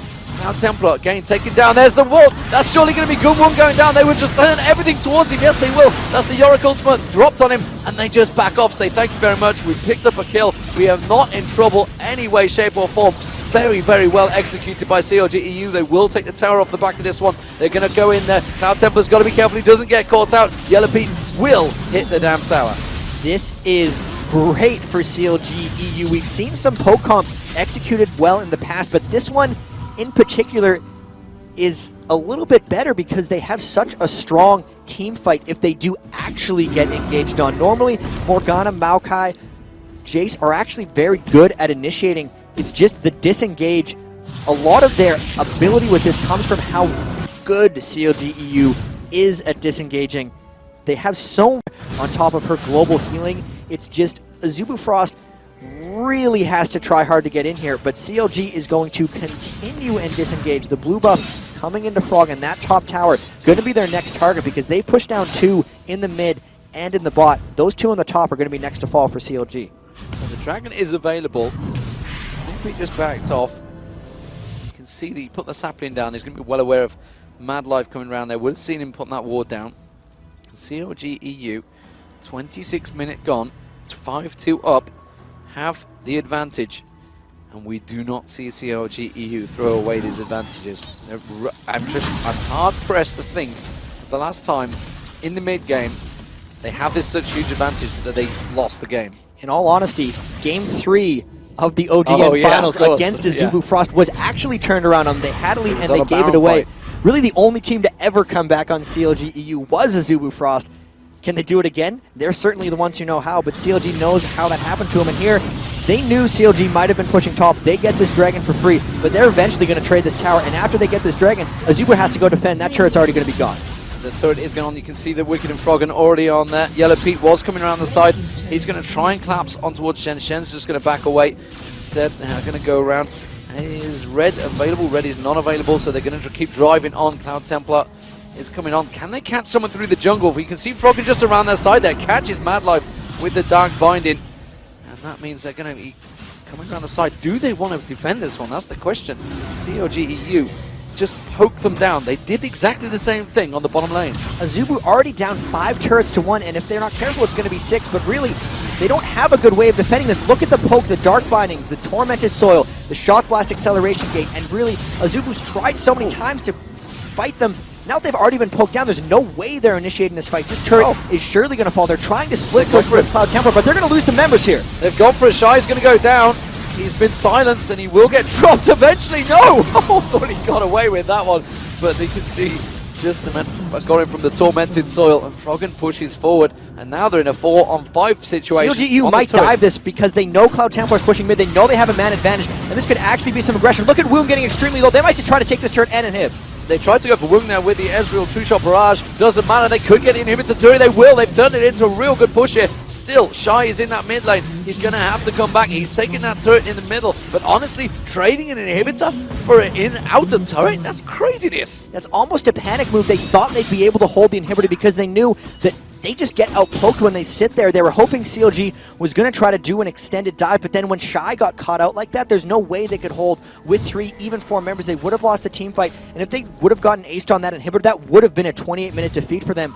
They need CLG EU to make a mistake because that poke so far has been flawless. They need to catch them out at Baron or something creative because CLG EU probably isn't even going to go for Baron. They know how well they poke down at these turrets. They're going to have super minions over in that top lane. If they go for the bottom tower and just rinse and repeat what they've been doing already, I don't see what a Zubu Frost does to stop it. They're going to try an all-out, absolute last-ditch effort at initiating when they get to that turret, because other than that, they're just getting starved out of their turrets right now. We're already seeing that Yellow Pete with that Trinity Force already nearly got the Infinity Edge as well. 103, 218 CS, 242 CS for Gunwoo. Gunwoo definitely got a good build on. The problem is the rest of his team are really fighting against an uphill struggle here. The poke comp coming out. Wicked Yellow Pete just throwing it out there. And again, Froggen catching out Shy with that Dark Bindings. Really has been key to setting up the kills, key to setting up the poke. Once someone's Dark Binding, I mean, it's so easy for Wicked to just hit them. And there's not even an Oracles right now on a Zubu Frost. Their Oracles is on Cloud Templar off farming. So they're trying the last-ditch initiation here. Can they get it? There's a disengage coming already. Because the Yorick ultimate used on Rapid Star, they've just backed straight away. They can do it so quickly. We saw it in the Team WE game, or sorry, game 2 or whatever you want to call it. If you guys can cast your mind back, they definitely managed to disengage. They had the Wall of Pain, they had the Acceleration Gate in the game. They just managed to get straight away. Shrevery popped away, and the Acceleration Gate, they just walked straight away. And now as Zubu Frost completely separated, COG's going to get in, going to hit this turret. It's already half health. They should be able to shred it down. Mad Life's trying desperately to keep them there. Headbutt Pulverize going down. Actually, they missed the headbutt when Wicked just with the Dark Shield, keeping them at bay. Again, the poke coming out. Wicked and Yellow Pete just absorbing the damage on towards Cloud Templar, doing as much as he can, but honestly, there's only so much tanking you can do against this poke. A well-executed poke comp is one of the most hopeless things to fight against because you try to initiate and you know it's going to get punished. You try to sit in the tower and that gets punished as well. This turret now at half health. The next Dark Bind that lands will either be the turret or a teamfight victory. There it is. He's now at half health. He's trying to take out wards, but he's at half health. All of their team getting lower and lower. The turret getting lower and lower. CLG EU just sitting pretty. Safety with the Black Shield, with their disengage. They're trying to use everything to keep them off this turret, but it's only a matter of time until this turret falls and CLG takes their second hit. And it just needs one more hit. There it is from Yellow Pete. Goes up hits that turret out, and what is Zuby Frost going to do about this? They are in desperate trouble. There's a huge creep wave on the bottom lane as well. CLG EU could be able to turn this one around in a matter of seconds. Cloud Templar's gone down there to try and clear it out. It means the inhibitor's going to go down. They're going to turn on towards Cloud Templar. Cloud Templar's got to be careful. He's going to get flash ultimate on them. That's the Dark Binding lands. Cloud Templar drops an Oracle down. That is the least of their worries though, because CLG EU are ripping through them. You can see they're trying to turn back on, and a quick disengage from CLG EU. So quick to just back away from all the damage of Azubu Frost, and they are helpless against CLG EU right now. And this is Jace in a lot of ways. The acceleration gate is the key to their disengagements. Obviously the Black Shield helps, and there goes Woo. There goes the tower. They're big team fight here. Big team fight is definitely going to go CLG EU's way. Rapid Star already dropped the Yorick ultimate on him. They're going to separate away from Rapid Star. Wicked might go down from this one. Mad Life will get dropped as well. He's signing the pull. Froggen turns around. Yellow Star. Yellow Pete will go down. Sorry, Yellow Star's on a completely different team. Shy may be able to pick up a couple of kills here. On the back, you can see he's going to try and desperately get on towards Snoopy. This could turn around, but no! Froggen is there again. Just enough mana to land the Dark Binding. And CLG walk away. And that was a 3 for 2, so it looked like they might lose a team fight there, but they actually came out ahead. 9 turrets down, 2 dead inhibitors, the last one being exposed. Shen desperately fighting against these 2 Nexus turrets. The Baron is a free choice for CLG EU now. Only 32 minutes into the game, and they pushed and obliterated Azubu's Frost base. They do not have an answer for this poke. Brilliant team composition thus far from CLG EU, and that practice against Taipei Assassin seems to have paid off in spades, because they've only been practicing this comp for 2 days. Imagine if they have 4 days for the World Finals coming up after this. Absolutely. The question is, what will Azubu Frost do to react to this one? It's looking like CLG EU are almost certainly going to close this game out. How do you react? Do you react to a comp that you probably won't see next time around? Because I'm going to guess, I'm going to throw it out there, CLG EU probably only had this plan for blue side. There could be a good chance. I actually think this comp would work regardless of side. There's nothing unique about it. They're now down onto Baron. Look at that Dark Binding. Mad Life can't even get close. Everyone else has to sit in the base defending turret. They might try last ditch effort. They might try last fight. But if they do, they're so weak at this point because of all the turrets and all the poke. And they can't even look at Baron now because the Dark Bindings like an assassin are coming up from Froggen. And this Baron looks like it's going to fall. There's nothing they can do up against it. You can see Gunwung, I think he's maybe trying to attempt putting the ulti across, but if he got caught in that Dark Binding, he would go straight down. Froggen really is an assassin. Sniper landing it. Gunwung's got to be careful. He's just stood there and the Dark Binding going through. They're of course on top of that ward, and the rest of the team having to back away from this one helplessly against CLG EU coming in with that Baron team. You can see the damage coming out from Wicked. He's got that Bloodthirst and that last Whisper, the Brutalizer, Ionian Boots. He's just getting the reset, just constantly pumping out the damage there. Again, hitting Mad Life and Cloud Templar. Shy's trying to get in, trying to force the damage, but while they do this, super minions now coming through that mid lane as well, just forcing them back. Froggen again off the side there, just waiting to land that Dark Binding. If it were to hit someone right now, they would go down. And they're just slowly poking down at this inhibitor. They know that Azubu Frost going to get sucked away to defend their inhibitors. Cloud Templar had to go to the bottom. He's clearing. If he wants to go back in, he's going to need a channel. And that inhibitor is essentially indefensible. If they could defend turrets that would fight back for them, how are they going to defend inhibitors against this poke? And this is relentless. Another last-ditch initiation. Can they get it? Well, Mad Life's going in there. They're trying to get on towards Wicked. Wicked might be able to flash across here. I'm not too sure whether he's got it. I think he just used it a second ago. They're going to try and capture on towards Wicked. They're doing everything they can. They do manage to get Wicked. Gunwung turning around. He's going to pop his ultimate. Oh no, interrupted it straight away. Snoopy there straight away. Twisted advance. And that's going to be Gunwung going down. Cloud Templar's trying to back away from this one. He's been silent. He gets Twisted advance. He gets knocked up. Rapid Star with the Yorick ultimate across him. That's going to be the ultimate coming out there. Is it enough? No, Sonya's Hourglass from Froggen. Shy's going to get dropped. That's going to be Yellow Pete doing all the damage. Now he arcane shifts through. They're going to try and close on towards Mad Life. Mad Life is not being able to get it towards it. The turret here. Twisted advance, followed by Dark Bindings. He is dead. It's a 4 for 1, and they're going straight for the Nexus turrets. That Karth Assault fizzled. He either died or that was a Yorick Ghost coming out. Either way, it would not have mattered in the grand scheme of the team fight. Brilliant execution by CLG EU, taking the first game, and this was commanding. A total victory by CLG EU. 14-5, 11-2 in turrets. It is very rare that you see such a massive gap from a 35-minute game by CLG EU, turning the tides Tremendous performance there in game one. One more. They told us about this tactic 20 minutes ago, or well, 20 minutes before the game. While TPA Assassins were beating Moscow 5, they said, we've got a brilliant tactic we are going to use. And that was brilliantly executed on top of it. You could see Azubu Frost was not expecting that level of poke and coordination and almost aggression from CLG EU. Even though they weren't aggressively starting team fights, they were aggressively pushing towers and objectives. They can't let them get Jace. I think he's the linchpin of that strategy. It's the majority of their poke and the majority of their disengage. They have first pick in the next game. Expect CLG to either ban it or get it taken by Azubu Frost because they're not letting that happen to them again. Azubu Frost is too smart for that. The question is, who do you leave available if you ban for Jace? I mean, Aurelia? I don't think so. So that's going to be an Aurelia and Jace straight away. Anivia? So what do they leave available now? Oriana's out there, but you know, with the first pick, I would expect probably CLG would be forced to use that as a ban. What else do they go for? They've let them have Alistair. Mad Life on Alistair, normally fantastic. Couldn't get involved because that poke strat, they just kept them at range. And even with all that, the Black Shield was blocking a lot of his initiations. He didn't have enough damage to break through it. I think they let them get Aurelia or Anivia, in all honesty, because that was hopeless for Azubu Frost. They had no answer whatsoever. They've played against Anivia. They can maybe pick it away. Rapid Star knows how Anivia works. They know how to create. They know how to split push. They don't know how to defend against that. If they do, it could be something like Skarna Morgana to initiate hard, but really, I just don't think they're going to let that happen to him again. So, Azubu Frost, they went 2-0 down in the OGN Champions, came back and won 3-2. They are now 1-0 down to CLG EU. They've not got the benefit of a best of 5. They are not in the finals just yet, where they will get a best of 5. No blind pick, though. How do you turn this around? Because we just panned across them there, and honestly, their faces look pretty down. They were down, and it's a matter of their mental toughness. They have it, and playing against a poke comp like that is demoralizing. You don't feel like you have an answer. We have a replay of this last push to just see how difficult it was for them to engage on them right here. So you can see they're just getting down the inhibitor, and it's like always a last-ditch effort, but they only land the pulverize on Wicked. The wall is disengaged. They couldn't get there. They're trying to push down onto Wicked.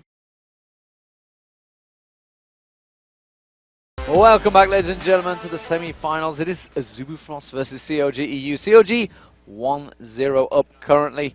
But we'll get back to that in a moment. We've got some of the players having a small break, you know, which is what they're going to do. There's a high-pressure situation. I mean, I don't need to tell you guys, you know, $1 million up for grabs, $2 million total prize, $250,000 for just coming second. $150,000 currently to the team, so they're already sitting pretty on $150,000, which honestly I'd be pretty happy with. It's a pretty good chunk of change, and really, we already saw one team come back from a 1-0 here. It's not over by any means, and they're taking this absolutely seriously. Both these teams shown they can come back from any deficit. I'll give them a bathroom break for this. And indeed, and TPA Assassins came back from an absolute hide-in to nothing by Moscow 5. Turned it around very quickly.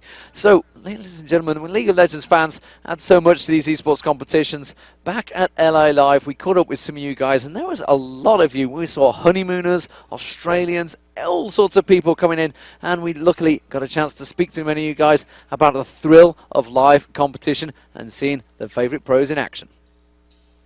League of Legends fans are the best fans in the world. We honestly are just so appreciative of all the fans that show up at our live events and watch our stream. All right, I'm Cody, and we're at the World Championships playoffs. I'm Izzy, and same. We are at the Season 2 finals, supporting TSM.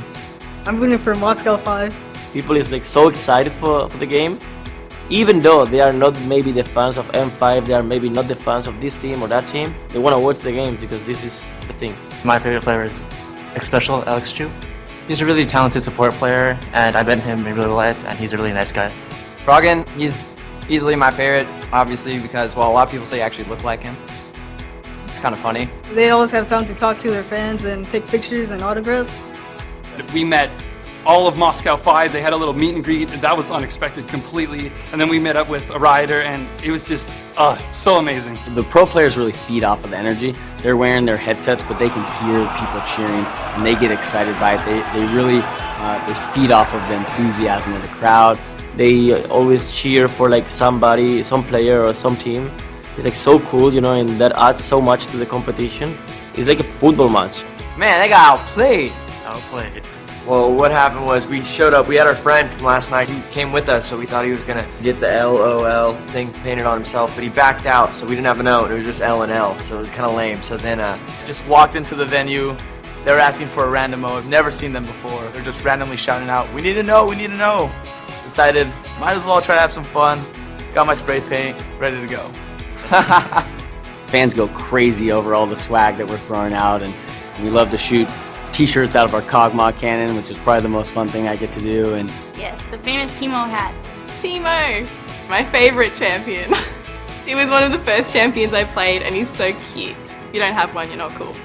they can expect us to go bigger and better. We're so passionate about esports and delivering awesome stuff to our fans. This is why we're here.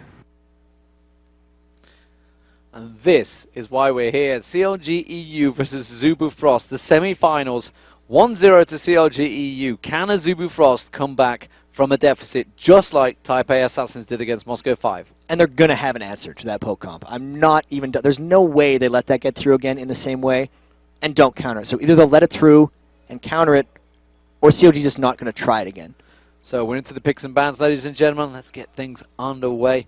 And on your screens, Aurelia, the very first ban from a Zubu Frost. No shock there. Pretty much been the ban against them all the way through. And like you just said, Jace has been banned out. So really back and forth here. Anivia still on the board, and CLG EU actually banning it out themselves. Wow. They were looking to pick Anivia away from a Zubu Frost, and they did not let that happen. That was really quick back and forth. CLG had their same scouting report, Orianna. Jax and Blitzcrank gone. Orianna is absolutely available, and boom, there it is. Well, Has going to get locked in, but, well, Orianna, 100% record so far in this tournament. Whenever someone picks it, it has been an incredibly strong pick. What will they use alongside it, though? Will they use something to launch themselves in there with that ball, that Orianna ultimate? Skarner would be a great example. We've seen Skarner. I think Skarner was banned in the last game? I think they just didn't pick No, I him. think Was he CLG banned? banned it against Cloud That could have been Templar. it. I'm pretty sure. And on top of this, everyone in the Pro Players Lounge is just saying, Orianna, so much control. And it's just offensively, defensively, it's a little like Jason, the fact that she can speed up the entire team at once, but she can also just initiate all these fights. I know that toys on Orianna, 3v1s a lot of times. We've seen other members just kite entire teams with her. She's been so dominating this tournament. Zubu Frost with that Vladimir pick, that could go top lane or mid. What do they have to go up against Orianna? Here's a Nunu pick as well. There was so much value on Nunu and Orianna even in the last series, and we're seeing it transfer over into this. Of course, Nunu Cog. That is just what CLG runs when they have the opportunity to. That's a powerful lineup forming for CLG, I mean, and these picks are fast. They've got the defensive line straight away. So, you know, they've got the Skarner hook to just get him away from Kog'Maw. They've got the Ariana ultimate to get them away from Kog'Maw. Yellow Pete's just going to sit and farm in the background. They're going to get the Phantom Dancer. They're going to get Infinity Edge. They're going to end the game. That's what they're going to want to do. The Sona ult Crescendo could come through and disrupt some of that, but we haven't seen teams get through Nunu Cog very well without insane split pushing, and that was Stanley's Nidalee. I don't see that in the cards right now for a Zubu Frost, but these are power picks, in all honesty, out of Zubu Frost. These are what they like to play. The Ezreal, the Sona, Mad Life legendary for Sona in Korea. It was needing to get banned out a lot of times, even in the set they played in the OGN finals. One of the most aggressive, hardest to deal with bottom lane. Scar said in the interview, Ezreal Sona just almost impossible to deal with. Ahri coming in, that's something they could dive through and potentially get to Kog'Maw. We haven't seen much Ahri in this whole tournament, have we? I'm just trying to think, is that the first Ahri of the tournament at the semi-final stage? I don't even remember one before. It might be. And she's been such a strong champion. She used to get banned out regularly. And there's not really anything that you've done to us to put her off, but well, that's an interesting one. The stat people out there, you guys, Numero Cruncho and everyone else, you guys will have to get back to us and check whether that has happened. Feel free to tweet us, of course, #LOLEsports. But honestly, I don't know. I can't think of that one. But what will CLG's final pick be for that top lane? It could well be Shen. That's a very good protective comp straight away. That would work brilliantly for this combo. They could get the Skarner launching in, Orianna launching in, Shen going straight in with the ultimate. This is different than their previous Protect the Kog'Maw strategies, though, because the other ones were all about high damage and high threat. Orianna is burst and control. Shen is defense. It is about Kog'Maw being the primary damage source, which is a separate way of running Protect the Kog'Maw.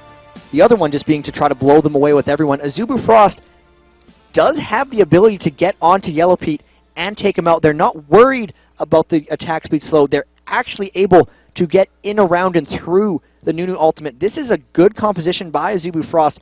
They need to win fast with this to win, but I think they have a chance of doing it. They have a chance of doing it, so you're going to go with the Azubu Frost team comp versus the COG team comp, despite the fact Oriana's with that 100% record is in there. I have to do it just because they're picking a counter strategy to what COG has tried to do, and they're really the first team that I think has the right counter strategy to actually get in on fights. I don't see COG being able to disengage from Ari and Maokai both if they want to. If they win the straight-up brawls, they'll obviously win the game, but Azubu's ability to force in the mid-game is what they really need. And of course, with the way the picks and bans went, you know, we've heard it with listeners before, they would have known Oriana was coming, so they've dedicated that strategy to be against to counter Oriana. Could they be the first team to do that? They better, because if they don't win this one, they're out. They're going to finish third, fourth. Sure, they'll get a nice chunk of change, but they won't have a chance at $1 million. We'd see a CLG EU versus TPA final. Let's hope they have the counter for their sake so we could see a Game 3. So I'm not against either final, that's for sure. But we are getting into the games, ladies and gentlemen. It is underway. CLG EU versus Azubu Frost. CLG EU 1-0 up. If you've just joined us, Azubu Frost now as the blue side. Have they built a team to counter that Oriana of Froggen? Oriana 100% in this tournament, absolutely destroying the opposition so far. Big smiles across CLG EU's face there. Yellow Pete seems very happy with that. He's got a big grin across his face, as is Froggen. Will we see anything from level 1? We see 5 members of Azubu Frost going up Wicked with the Scout, though. If anything happens, it'll be a trade of buffs, if I'm going to predict this. But CLG EU actually trying fairly hard to defend their own jungle. We do see Nunu and Kog'Maw going in down the bottom way, and they're scouting it very easily with the Oriana ball. They have those big smiles, because really, they're the ones with Oriana. They think they won that pick and bans, hands down. Most people were predicting that we'd never see another Oriana after her just repeated dominant performance. Azubu Frost letting it through. And level 1 does look like they're just repelling each other. Ward, Sphere, no one really wanted to walk into the other team's brush. So looking like CLG, you might go for the Wraiths. We can see the Ward just aggressively in that Wraith area. Pretty much identical wards back and forth. Except Azubu Frost have put one in that tri-bush. Very early one in that top lane. Again, no boots from either supports. We are seeing a pink ward coming out, of course, from Crepo. We'll check that one out when he puts that down on that bottom lane, where I'm suspecting it will go in towards that tri-bush, maybe trying to help for an early gank coming out. But they are going to try and steal away the Wraiths. COG EU backing off from this one. They don't feel they can do anything off the back and go straight in towards any level 1 fight. And they actually have Nunu Cog up top taking the double golems. There's a ward on this red buff, so they'll see them taking it, and they'll know that they have 3 people here. They might try to scare them away. I don't think Azubu Frost is going to get scared. They're going to take this with Smite. Snoop is going to take his blue buff down on the other side, and this is actually a good start for Azubu Frost, because I don't know if Snoop can actually get control of any of his other buffs based on the fact that they didn't counter invade a red. That could be an early game win for Azubu. Could well be an early game. Snoop going for the red, however. They're going to expect him to come in here, I swear. They don't have any ward set up, though. And that's actually a CLG ward in that brush. He's popping potions. He's getting the race down. And they're actually going to let Snoop just come through here. He's scared. He thinks they saw him. He's not even going to go for red. He's content with just the race steal. So we can see the lanes setting up as they are. I would say standard lanes, because we're seeing the double AD supports up top lane this time. It's almost standard at the fact in this tournament. You see them against each other, whether it's in bottom or top. It is support AD versus support AD, and in that lane, especially up top, you do favor Woong and Mad Life right now. The Sona Ezreal, immense, incredible poke. And Azubu actually is a team that has went out and stated they don't think Nunu's strong. And that's in large part to Mad Life's skills on Sona and his ability to poke down Nunu lanes. Snoop trying to go up top. Maybe, I think he's just clearing out his jungle. And really, Yellow Pete and Crepo have to survive that lane. There's a big advantage there, really, for Ez and Sona. And here we are with the mid lane. Oriana versus Ari. Is Ari the answer to the Oriana puzzle? It's going to be very tricky. Early on, they're just going to be shoving back and forth. We'll end up seeing it once they hit level 6. Ari, very good at roaming around to other lanes and creating action. They might just try to tower dive onto Kog'Maw, roaming up in the top lane. Maybe she'll just try to straight up solo Froggen's Oriana. Ari is all about that early mid-game spike. If she can get there in a lead, that's when you'll see Rapid Star trying to punish. It's just a matter of getting to that point. Snoopé, early on, shut down in the jungle. He's not going to have much early game presence. They are looking pretty good right now. And of course the bottom lane as well. It is the Shen versus Vladimir. I mean, that's a tough lane for Wicked to deal with, I would feel. And even early on, it is ranged versus essentially melee, and Shy's Vladimir is an early game bully. Isn't always that way. A lot of things do shut down Vlad early, but definitely not Wicked Shen. Getting pressed around, 20 minions to 17. He's staying very even, but I think the overall pressure advantage definitely goes to Shy in that lane. So Snoopy trying to get up towards the top lane, but Mad Life and Woong had that ward, and he's still going to get poked out, actually. Snoopy tried to just back away. You can see they shredded his health down to half straight away. Meanwhile, Cloud Templar sitting, waiting. Is he going to go for Froggen? Froggen might want to flash him into the tower if he comes in. He's going to go in. That's going to be the Twisted Fate. Pulls him all towards the tower. Has he got the damage to try and pull back onto Cloud Templar? He's just going to force away. But that was the flash burn there, and this big, huge creep wave on the bottom here. So Wicked, he's happy to find the turret, though. He should be able to pick up most of the CS and deal with this. And look at this. Snoopy coming out of base with 2 wards. He's going to try to save Froggen here.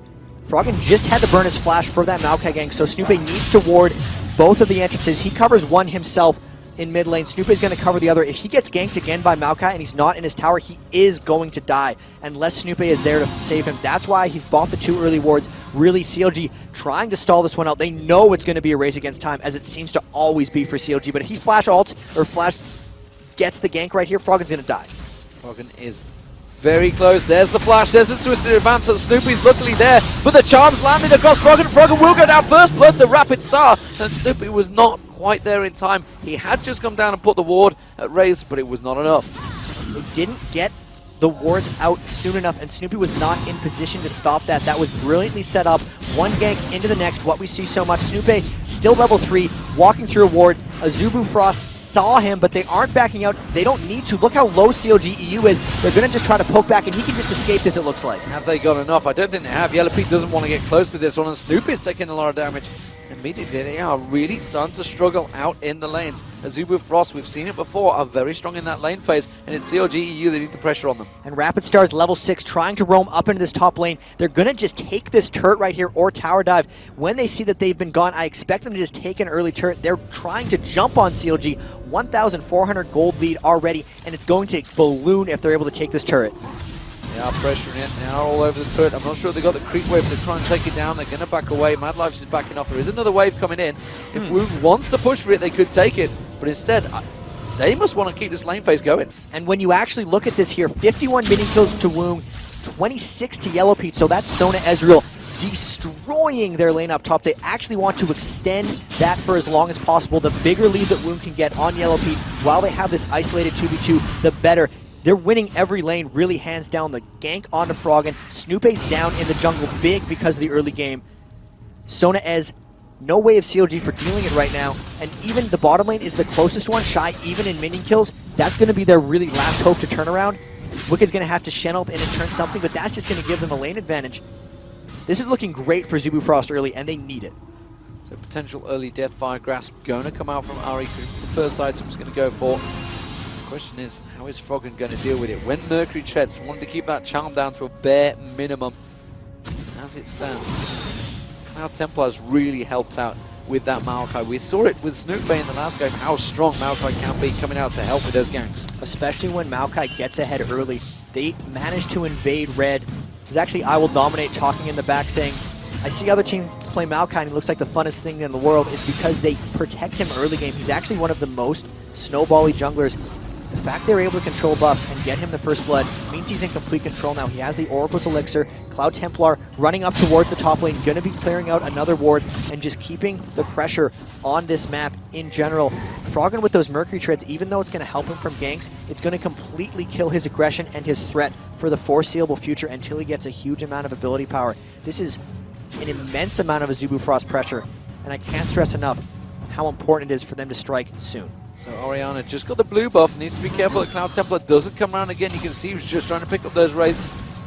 Froggen wanted to get on that, but Cloud Templar interrupting them. Yellow Pete and Crapper were ready for that one. They wanted to try and start something there. They are going to try and take the red buff away, which means They're going to help out. Is it going to be Yellow Pete that picks it up? We are seeing Snoopy coming round. Is he going to finish it off for them? Who are they going to give it to? It is going to be Yellow Pete. So they've realized they need the pressure. They need that extra damage on that top lane. And this is really CLG looking for counter ganks. The reason they wanted to have Yellow Pete and Crepo down there is because they were hoping that they were getting invaded and Wicked would ult in. Snoopy just going back. This could be a dive onto Yellow Pete. Wicked could try to ult in, but that wouldn't be enough to save Yellow Pete if they get in here before Crepo gets back. They're not shoving the lane very fast, but they really want to kill him here. Yeah, he is all on his own. We just saw Snoopy back off. The wave now coming in. Yellow Pete has got to be aware. Look at that. They sense Spider sense is coming in.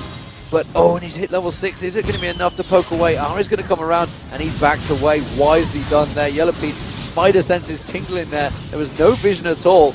And we saw Snoopy go back on that corner. They're just going to have to give up the turret. And with that, that's 2,500 gold advantage. Only 9 minutes, 40 seconds into the game. Cloud Templar more than happily holding off this mid lane. And Froggen, with the Mercury Treads, can't get aggressive. Ari, despite not roaming anywhere successfully yet, has a Deathfire grasp at 10 minutes. That roam is going to be a kill when she gets somewhere. She is going to burst down whoever they eventually decide to tower dive. It could very well be Froggen. It's just a matter of CLG stalling. This ends up being the case every game because they are down early and there's no way they can fight now, especially with the way they're playing and especially with their itemization choices. It's all about a Zubu Frost pressure here and now. So CLG EU 1-0 up with a clever little poke comp in the first game. Can Orianna hold that 100% record for CLG EU, or have Azubu Frost figured out how to defeat them? As it is, it seems to be working very well. We see the lane swaps, we see the dragon push. And you can see Gunwung now down that bottom. Wicked has just gone back. Azubu Frost has got this dragon completely for free. And Woong's not even going to have to leave his lane. They're going to try to get another fast push tower down after this one. They're not even getting low on this dragon, really. So much healing coming out for Cloud Templar. 3,500 early game gold. This could be too passive for CLG EU. They've fallen so far behind. They haven't been able to counter any of their aggression, and they're getting pushed around by Azubu Frost right now. This bottom turret already at half health. Cloud Templar actually getting caught up by Wicked. He flashes away. Ooh, that would have been a close one. And now the aggression is on. Half health on that bottom turret. They've swapped lanes. Yellow Pete's trying to recover. It's on them to keep pressing. Snoopy still has got that flash. Could also flash impale someone. Is hanging around that bottom lane.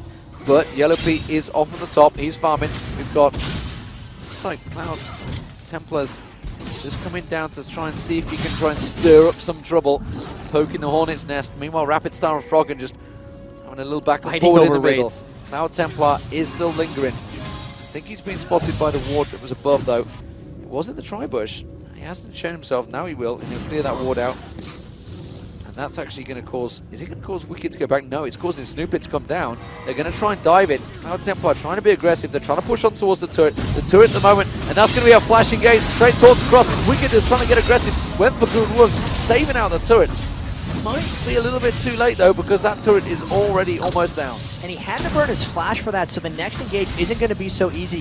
If there is a saving grace for them, it is the fact that Yellow Pete got a bit of free farm there and is only 30 minions behind Gunwoom. But if they get another turret down, it's just going to snowball into the third turret kill in the mid lane because they're getting a huge amount of global gold kicking here. Orianna is out farming Rapid Star's Ari in the mid lane by about 12, but the kill advantage is going to even out. And this is just pressure by Zubu Frost. It is Turrets pressure going down. But we're also seeing classic CLG, where they've said themselves, you know, we've just got to play safe against the Zubu Frost. Wow, if they get the turret off the back of this, they'll be gobsmacked. Yeah, immediately the True Shot Barrage goes across. That's going to keep them to go away. They did manage to take half of the hurt points off it, but Froggen, if they fall behind, will just stay up the side and continue farming until they get themselves back into it. Normally the half-hour mark. The question is, will the Zubu Frost allow them to get there? Yellow Pete, again, like we said, while all that was happening, that position in that posturing down the bottom for that singular turret, the outer turret, they were just farming away. And Rapid Star really trying to work around and find his fight. Smart items actually coming up by CLG EU. The Wit's End on Wicked, because of the double AP composition that Azubu Frost has pulled out, is going to help them a lot when team fights do break out if they try to defend something. Rapid Star, even though he's had the DFG rush, and even though he's on Ari, has yet to pull any ganks off. And here's a potential blue invade. Snoopy's going to try to come in at the steal, but there's a lot of poke coming in. They get the crescendo! And there's Tristan advance as well. Crepo's coming around the side. Crepo needs to back the hell out of this one. He's in a horrible position. He's going to have to use flash. He's just trying to bait him away from the blue. But that was Snoopy going down and didn't check where they had Oracles on. Froggen's going to get caught out. That's going to be the Oriana ultimate. Trying to keep Rapid Star away, but Rapid Star will finish it off on the turret. Really great play from Azubu Frost here. And of course they picked up the blue. I believe it was Woong that's managed to get that one. And they're going to turn on towards this bottom turret. Shine has got to be careful. Wicked is going to back up. There's absolutely no hit points left on that turret. Just a little bit of poke back and forth between Azubu Frost, and they'll have themselves the second turret of the game. And they smell it here. As soon as we said that Rapid Star hadn't created with that DFG, he solos Froggen as he tries to come over to the blue buff. They got the crescendo on to kill Snoopy. That's going to put him even farther behind. Second turret of the game. 5,000 gold advantage. Only 15 minutes into the game. Mid turret's going to be next. Everyone on CLG EU frantically trying to keep up, trying not to get caught out of position, trying not to fall too far behind, but they are falling behind fast right now. This is the biggest early gold advantage I've seen someone have on CLG EU this tournament. And it has to be this way for Azubu Frost because this is very much an all-in composition for them. All-in composition. And, you know, is Ari the answer? That's the question. It seems to be so far. Is he getting that charm, doing enough damage before Froggen can pull out the shockwave? You know, it seemed really late in the fight until he finally got that shockwave out. And he couldn't lock down Rapid Star. The Oriana with the triple dash made it so hard for Froggen to position the ball in the right place. And even when he landed it, Rapid Star just dashed again and got the kill. And especially just looking across the board, no one's that strong yet for them. Yellow Pete only has a pickaxe. Like, this is way too early for CLG to want to do things, and it's getting forced way too fast on them. The boots of mobility coming out from Cloud Templar. He's going to be getting a Shirelia's Reverie. They don't even care about the Aegis of Legion. They're all about just getting into fights immediately, not letting CLG EU disengage. They saw enough of that in the last game with the poke composition. And again, Rapid Star seems to be living anywhere but the mid lane, just putting fear into the other lanes, and this mid lane is getting pressured. He could come out of here and try to dive it when they push the next wave. He's got the charm available, although he's going to get a straight attack ball from Froggen there. They were ready and waiting to dive on towards that turret. I'm not too sure whether Froggen and Snoopy could have defended against it. It's a 4-man push here from Azubu Frost, and look, they're already backing away from that turret. The turret getting poked down, and it is going to be Goonwung taking down that mid turret. There it is. Rapid Star was the final nail in the coffin. A 5-man push in the middle here. Wicked, meanwhile, is off down the bottom. He's going to have to start joining in here because the Super Frost are getting really feisty. They want to keep pushing that pressure. Wicked is going to continue damage on that bottom turret, though. And if Suzuki Frost doesn't pull back right now, they would be forced to dive in. You can see that's why they're pulling back. Wicked's going to get the turret.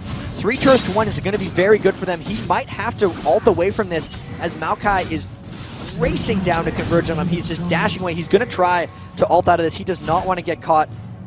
Good turret trade here. He might just actually try to execute himself. He's not going to be able to outrun Cloud Templar. He'll have to ult out of this if he wants to. He's going to have to be forced to. And the damage... Oh, no, he didn't want to do that. He is dead, and that was a mistake from Wicked. You can see what he was trying to do. He was trying to get away from the execute. In fact, the fact that he used the flash, he burned the flash instead of his ultimate, he really wanted to save that, but now they're going to lose the dragon. His ult was on cooldown until the very end of that, so he was trying to stall just long enough to get the ult. I still think running into the jungle would have been a better choice, but either way, that's another dragon for Azubu Frost. 4 kills to 0, 3 turrets to 1, 2 dragons to 0, and a monstrosity of a gold advantage right here. Azubu Frost pulling out all the stops with their early game strategy, and this is going to put CLG EU's turtling to the ultimate test. So it's around about a 30% gold advantage, if my maths are correct, and I'm pretty sure there were some stats out there at one point that said if you were around about this level, the 15-minute mark, you were definitely going to win the game. Let's see if that rings true for Azubu Frost, because CLG EU are the kings of stall. Have they left it too late, though?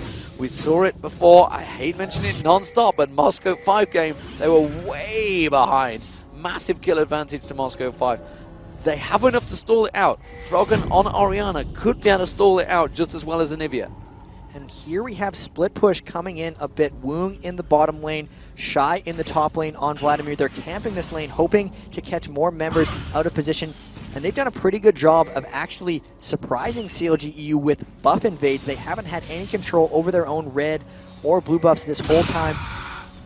Wicked with his ultimate will try to converge, but they're just hoping someone in CLG comes through their jungle. And there's the pings on Froggen. Are they going to go? There they go! Twisted advance, he flashed through and he's immediately had to flash straight out of it. Cloud Templar couldn't get in there. And the Shen, is that the Shen ult? Yes, it was. Wicked used his ultimate there and cancelled it. Stayed in the bottom lane to continue farming. And that was a good force of many ults there. Really effectively one flash. And the question here for Azubu Frost is how fast is too fast? How long does CLG have to stall before it's too late for Azubu Frost to start team fights? They've taken all the dragons. The Baron spawned at 15 minutes. How soon do they want to force that? Can they poke down these outer turrets? These are all questions that they have to answer really quickly. It looks like super early on they're actually looking around Baron and hoping to force here. If they do anything, I think they'd peel this if CLG wants to come and save them, because the Baron at 19 minutes is going to be dealing a boatload of damage to them if they try to do that, but they're sweeping it with oracles. They know CLG has no vision. Honestly, if they would have started this 15 seconds ago, they'd have it by now. 2 members of CLG are off taking blue.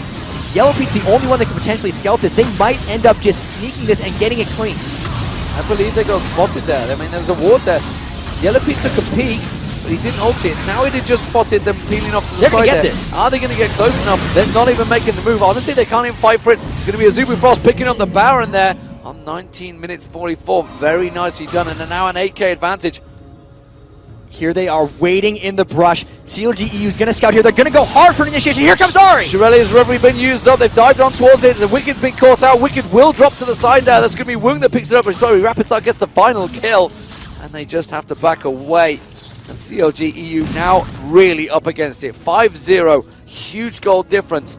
I feel I've said these words many times before, but really Azubu Frost are really driving home. They're going to try and catch out Woong here. They need to turn this into a kill. You can see Crepper wants to get in there. Hasn't got the damage. 2-on-1 there. He didn't want to go for it. Cloud Templar comes around. He's going to try and dive onto anyone. Have they got the damage now? Can they force a fight on the turret? You can see Cloud Templar, he wants to push this advantage. The Orianna Bull going out there, and they're just having to step away from it. There's a creep wave coming up. It's a 4-on-4 situation in this middle turret, and they will take it down.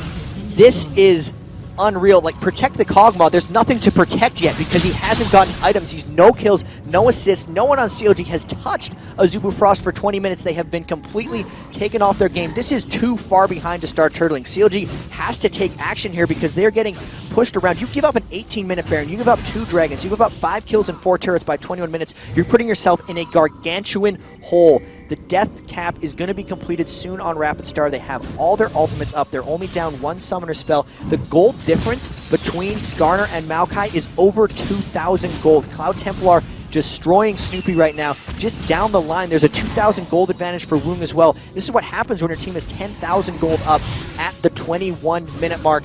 And just overall, top lane even 2,000. So everyone just 2,000 gold ahead. That's why it adds up to 10.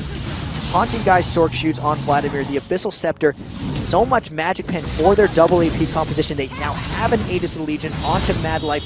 He got that fast. It's just when you get all these objectives so early, you tend to just get everyone with the aura items, and with this Baron buff, they would not be surprised if they dive straight onto an inhibitor turret very shortly. Well, of course, I mean, it could be Shy diving in there. Vlad ultimate across, just pull away. Cloud Templar diving in. They have such the comp that they could just engage on CLG EU. There's no reason to stall the game out. They could just drive it home. There's a wave coming up on the top lane. They could switch across to that one. They're going to see if they can get a little bit of poking now. You can see that Rapid Star is just off at the side. He wants to see if he can pop that charm out. They are going to go to that top lane. That big wave coming in. CLG EU cannot defend this one. And this is the smart play in a lot of ways. They're taking the outer turrets before they go for an inhibitor defending turret. Phantom Dancer finally getting completed onto Yellowpeak, so he will be doing a bit of damage. They do have a Rod of Ages on Froggen, but they're indefensible outer turrets. That's 5 turrets to 1 now. Will they try to go out for that other bottom turret, or if they should dive? I think they should dive. It's in their best interest. The wave is getting held. Orianna is clearing it well. But they're so far ahead right now, I don't see how CLG EU could repel this if they go for it. In OGN Championships, when they got that round back, they managed to pull it back 2-1. CLG was so down on themselves, they knew they'd given it away.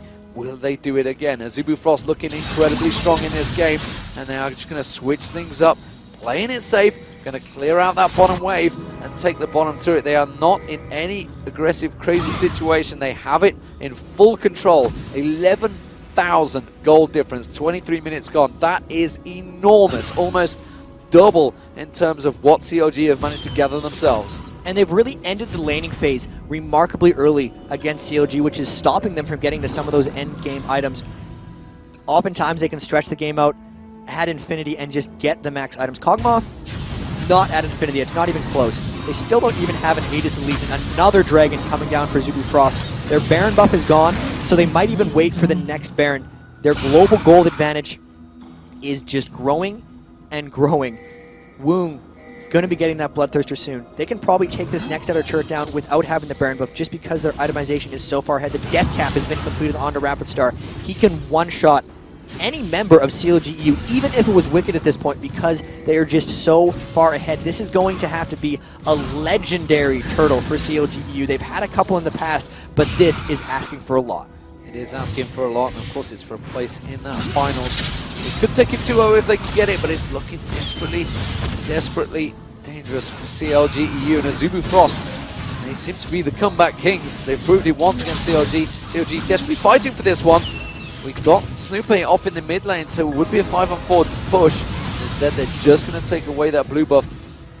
Starve out any of the buffs that CLG could try and get. Any gold advantage. And it is just growing, like you said. It's now 13.5k. The gold advantage continues. The True Shot Barrage off towards the top lane doesn't have enough damage to take down the turret wave, but it doesn't matter because now Woong is going to push on towards the turret. And there is the charm. It went on towards Wicked. Death by Grasp actually used out there. Didn't know I tell a lie. That was just a straight burst.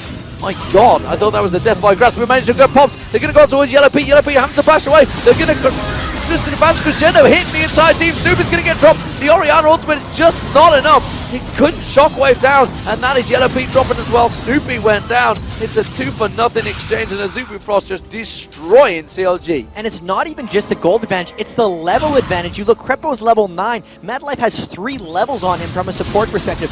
Levels are worth a lot of gold, so it's not only 14,000, it's close to 20 in a lot of ways, and the poke just continues. They're all low, but they have a 2-man advantage. They might end up falling back and healing here because they can shop, they can buy more items. You can't say the same for CLG because when they're turtling like that, when they're losing team fights, they're not getting gold in almost any way. It's total starvation. It's almost a reverse of what happened to Azubu Frost in the last game when they were starving them out at the turrets. They're just starving them out in the lanes by killing them repeatedly. It's really total reversal from the last game. Complete domination so far from Azubu Frost. 7-0, not a singular kill for CLG. It is really working very badly considering the domination they had in the first game. 30 seconds until Baron is up. You can almost bet your boots that Azubu Frost will be going straight for it. They've all gone back to buy. How is CLG going to react to it? They're going to have to try and pull some absolutely legendary steal and then a crazy team fight. And Azubu Frost has been back to base. They bought 10 wards. Cloud Templar picked up 5, Mad Life picked on 5. They might actually look to force a team fight here. They know that CLGEU is expecting this Baron. The 1 in 18 minutes was somewhat of a sneaky move. If they give up the Baron, CLG knows they're going to get dove with their Nexus. If they try to contest it, that's the point where they might be able to get a fight at Baron. But they're just so handcuffed right now. They're so far behind. They might just have to contest it. The 10 wards from Azubu Frost, as you can see them, all getting placed throughout the red side of CLG's jungle, will mean that Azubu Frost gets to peel if CLGEU tries to defend it. They're not going to do this Baron if there's the slightest chance that CLGEU gets to steal it. That's why they're going on it now. That's why they covered the wards. And here, they're just ripping down Baron. CLGEU not even close to it. Azubu Frost looking good. CLGEU completely back. A free Baron for Azubu Frost now. That gold advantage now, 16,000. Epic proportions. This is just total domination so far by Azubu Frost. From start to finish, from pick and ban phase, it seems, they have stopped CLGEU's comp from getting rolling. There's no damage on CLG. There's no resist on CLG because they don't have any gold. They don't have any levels. They don't have any kills. Azubu Frost destroying them in every facet. From the very beginning, they took the red buff away from CLGEU. They never gave it back, aside from that one time Kog'Maw had it, and now they're looking to end. And this is the domination we saw at Type A Assassin's turn against Moscow 5. Are they going to get down on themselves? Will CLG struggle out of the back of this one? Will Azubu Frost finish the game? Almost certainly they will. 28 minutes gone. We saw a 35-minute first game. And there are Azubu Frost looking very close to picking up a second game within that time. Look at that, Woong just off the side, shredded that tower to half health already, just with that singular wave. Yellow Pete, he's trying to draw him out here. Yellow Pete cannot go 1-for-1 exchange with Goom Woong. Nobody can right now, and that can be said about almost every member of Azubu Frost. This is the split push a little bit that we saw TPA was so successful with. Instead of just sieging one turret, they bounce back and forth from mid to top or mid to bottom over and over and poke down slowly on all the towers. Eventually, oh, the they will get one, and there's a charm. Wow! Immediately gone on Yellow Pete. Not a chance. Absolutely dropped in seconds. Very nicely played there, and Azubu Frost now going to take that inhibitor. They're going to turn across and go straight towards the bottom lane. Just going to tank it straight up because that turret will get dropped in a matter of seconds, and they go on towards the next inhibitor. CLG in desperation times here. Azubu Frost are going to take this game. I can confidently say that one. There is no way in hell at 29 seconds they can draw this one back. Yeah, I can just wait to see some mysterious throw after you said that, but really, I think you're correct here. This is the third inhibitor potentially going down. The Baron buff is up. Yellow Pete's still down. Everyone's full health. They still have ultimates. They only had to burn the R1. It's almost up, and here's the initiation onto Wicked. No way they can fight back. They're diving straight on. The turret goes down. The inhibitor's going to go down. Shy just forces them away. COG EU surely realize their goose is cooked. They are going to get dropped. True Shot Barrage goes across. Nearly shreds them. Crescendo. Froggen going to get dropped. Snoopy gets dropped. Froggen just about gets away with the Vladimir ultimate. Will finish him off. Yellow Pete is going to go down. Wicked goes down. It is an ace, and it's about essentially... Oh, Yellow Pete gone. Oh, no, he goes down eventually. I was going to say, did he get away with that one? No, he did not. Azubu Frost taking 13-0. Total domination from Azubu Frost there. Such a strong performance off the back of the last one. They went all in. They were ready to counter COG EU, and we've seen two incredibly one-sided games here. It was just domination by COG EU with their poke composition, and now domination by Azubu Frost with their early game roam. Crush them with Thari, don't let them protect the cog, and now they really got to go back to the drawing board because that was honestly the most one-sided game we've seen in the entire tournament, and that's counting group stage. Yeah, absolute domination. No doubt about it, Azubu Frost taught CLG a new one there, and CLG EU are going to have to put their heads together. Can they revert to the poke strat? Will they have anything up their sleeves? They're going to have the blue side. They're going to be back in there. How are they going to counter it? Because, you know, they tried to play safe, but Azubu Frost really pushed the pace on them. They just knew what was coming from CLG. They've had so long to study. They got caught out by that poke composition in the first game. This is the composition they were ready to have. They got their power picks. That Ahri really caught them off guard. They could not hold their turrets in the slightest. Even though the early ganks didn't work out for them, the pressure just pushed them off. They were getting completely crushed really that whole time. 13-0-33. You can see many people involved in all those kills. Fantabulous team play from everyone on Azubu Frost. That's the mental toughness they have. They got destroyed in the first game. They came back and crushed. Can CLGU do the same? The next best of three coming. The first set went all three. This one's going all three. These semifinals are nuts. So good. Words are being made up about it. Fantabulous. I like it. I like it. That is definitely a word we can use in the future. But honestly, I mean, coming off the back of that, what on earth? I mean, how would you react to it? They're going to have time to think about it, ladies and gentlemen. We are going to go to a commercial. It is 1-1. Azubu Frost versus CLG EU. Who will Taipei Assassins get in the final? Last game coming up.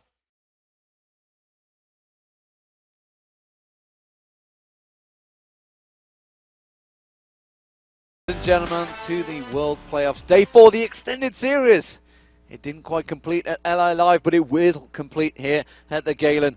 Jat, we have just seen Azubu Frost completely respond everything that COG threw at them.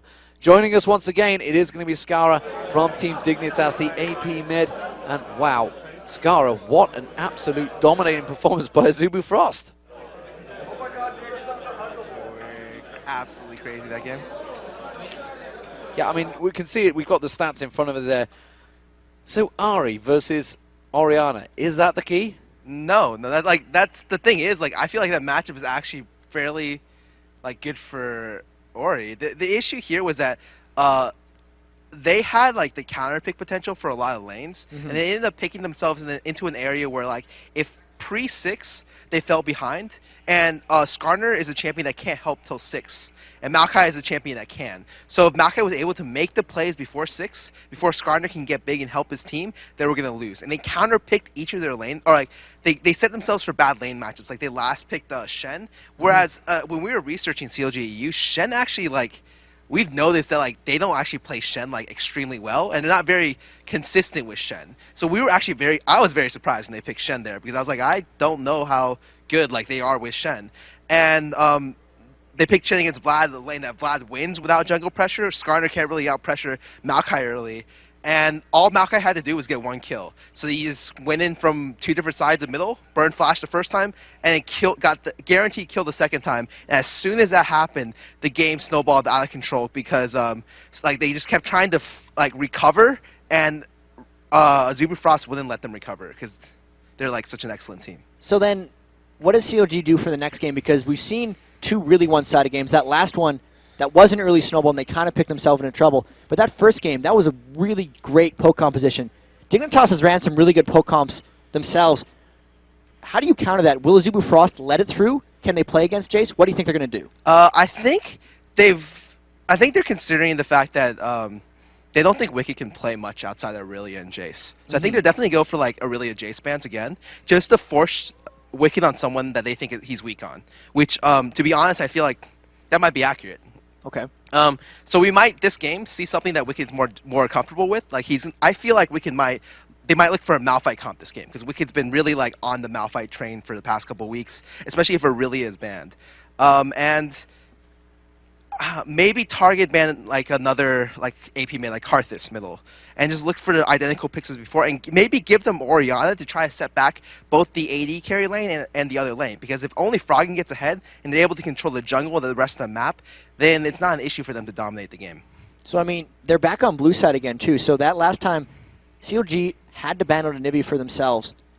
Do you think the bans are going to be any different? Like, how important is blue side between these two teams' matchups? With everything's been a target ban, so much has been about the first pick. Are they going to work around that? Is it going to make much of a difference? I think whichever team is in blue side for this matchup has to ban Anivia, just because both teams have probably like the best Anivias in their respective regions, and it's very telling that CLGU was forced to ban Anivia on the purple side.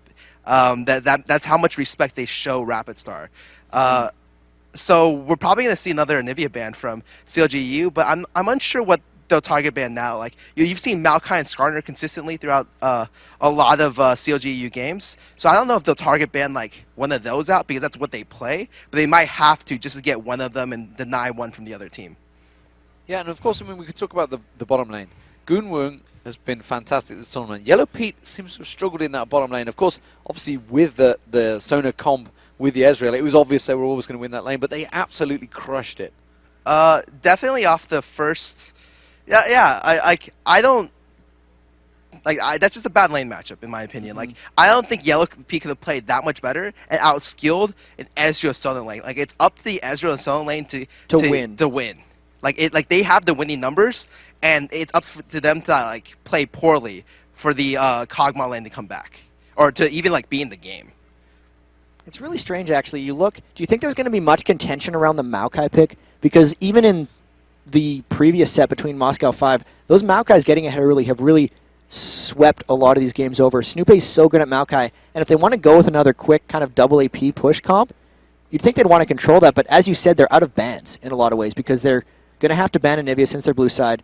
They want to ban Aurelia and Jace because they got to keep those away from Wicked. So would you expect maybe a first pick Maokai from CLG, or is that way too dangerous? No, they'll definitely go for early pick Maokais, because that's what they build most of their strategy and their team comps around. He's very versatile jungler. He can do a lot of things.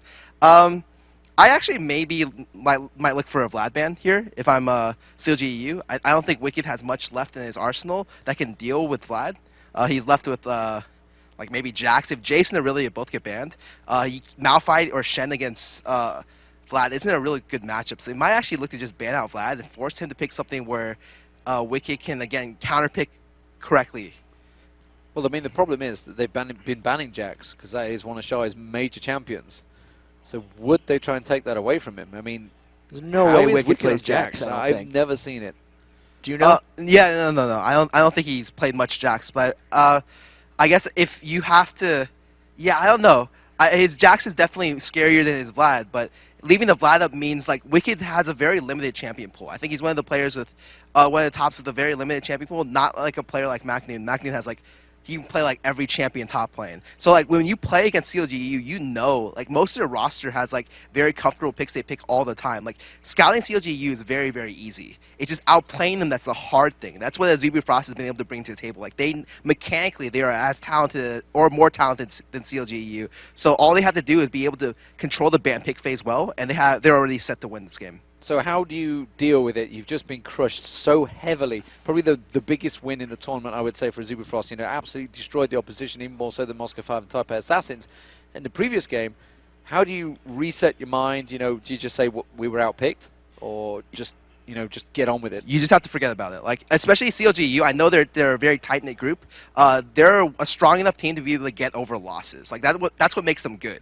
They can overcome losses and learn from them. So if any team was able to pull back a Game 3 after a devastating loss like that, I would give my odds to CLGEU. However, I still think it's Azubu Frost's series to lose.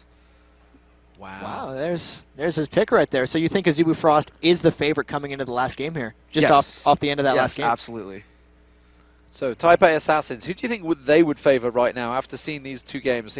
They obviously, I believe they've played Azubu Frost a few times, but they've played CLG a hell of a lot. So surely that's their favored partner. I don't know how the scrims have gone, of course. CLGEU tells me they've actually gone about 50-50 against TPA. So I actually don't know if they'd want CLGEU, because 50-50 is not like good odds. Like they may actually look to play against Azubu Frost, because Azubu Frost hasn't seen much of them, but they've seen a lot of Azubu Frost throughout the weekend.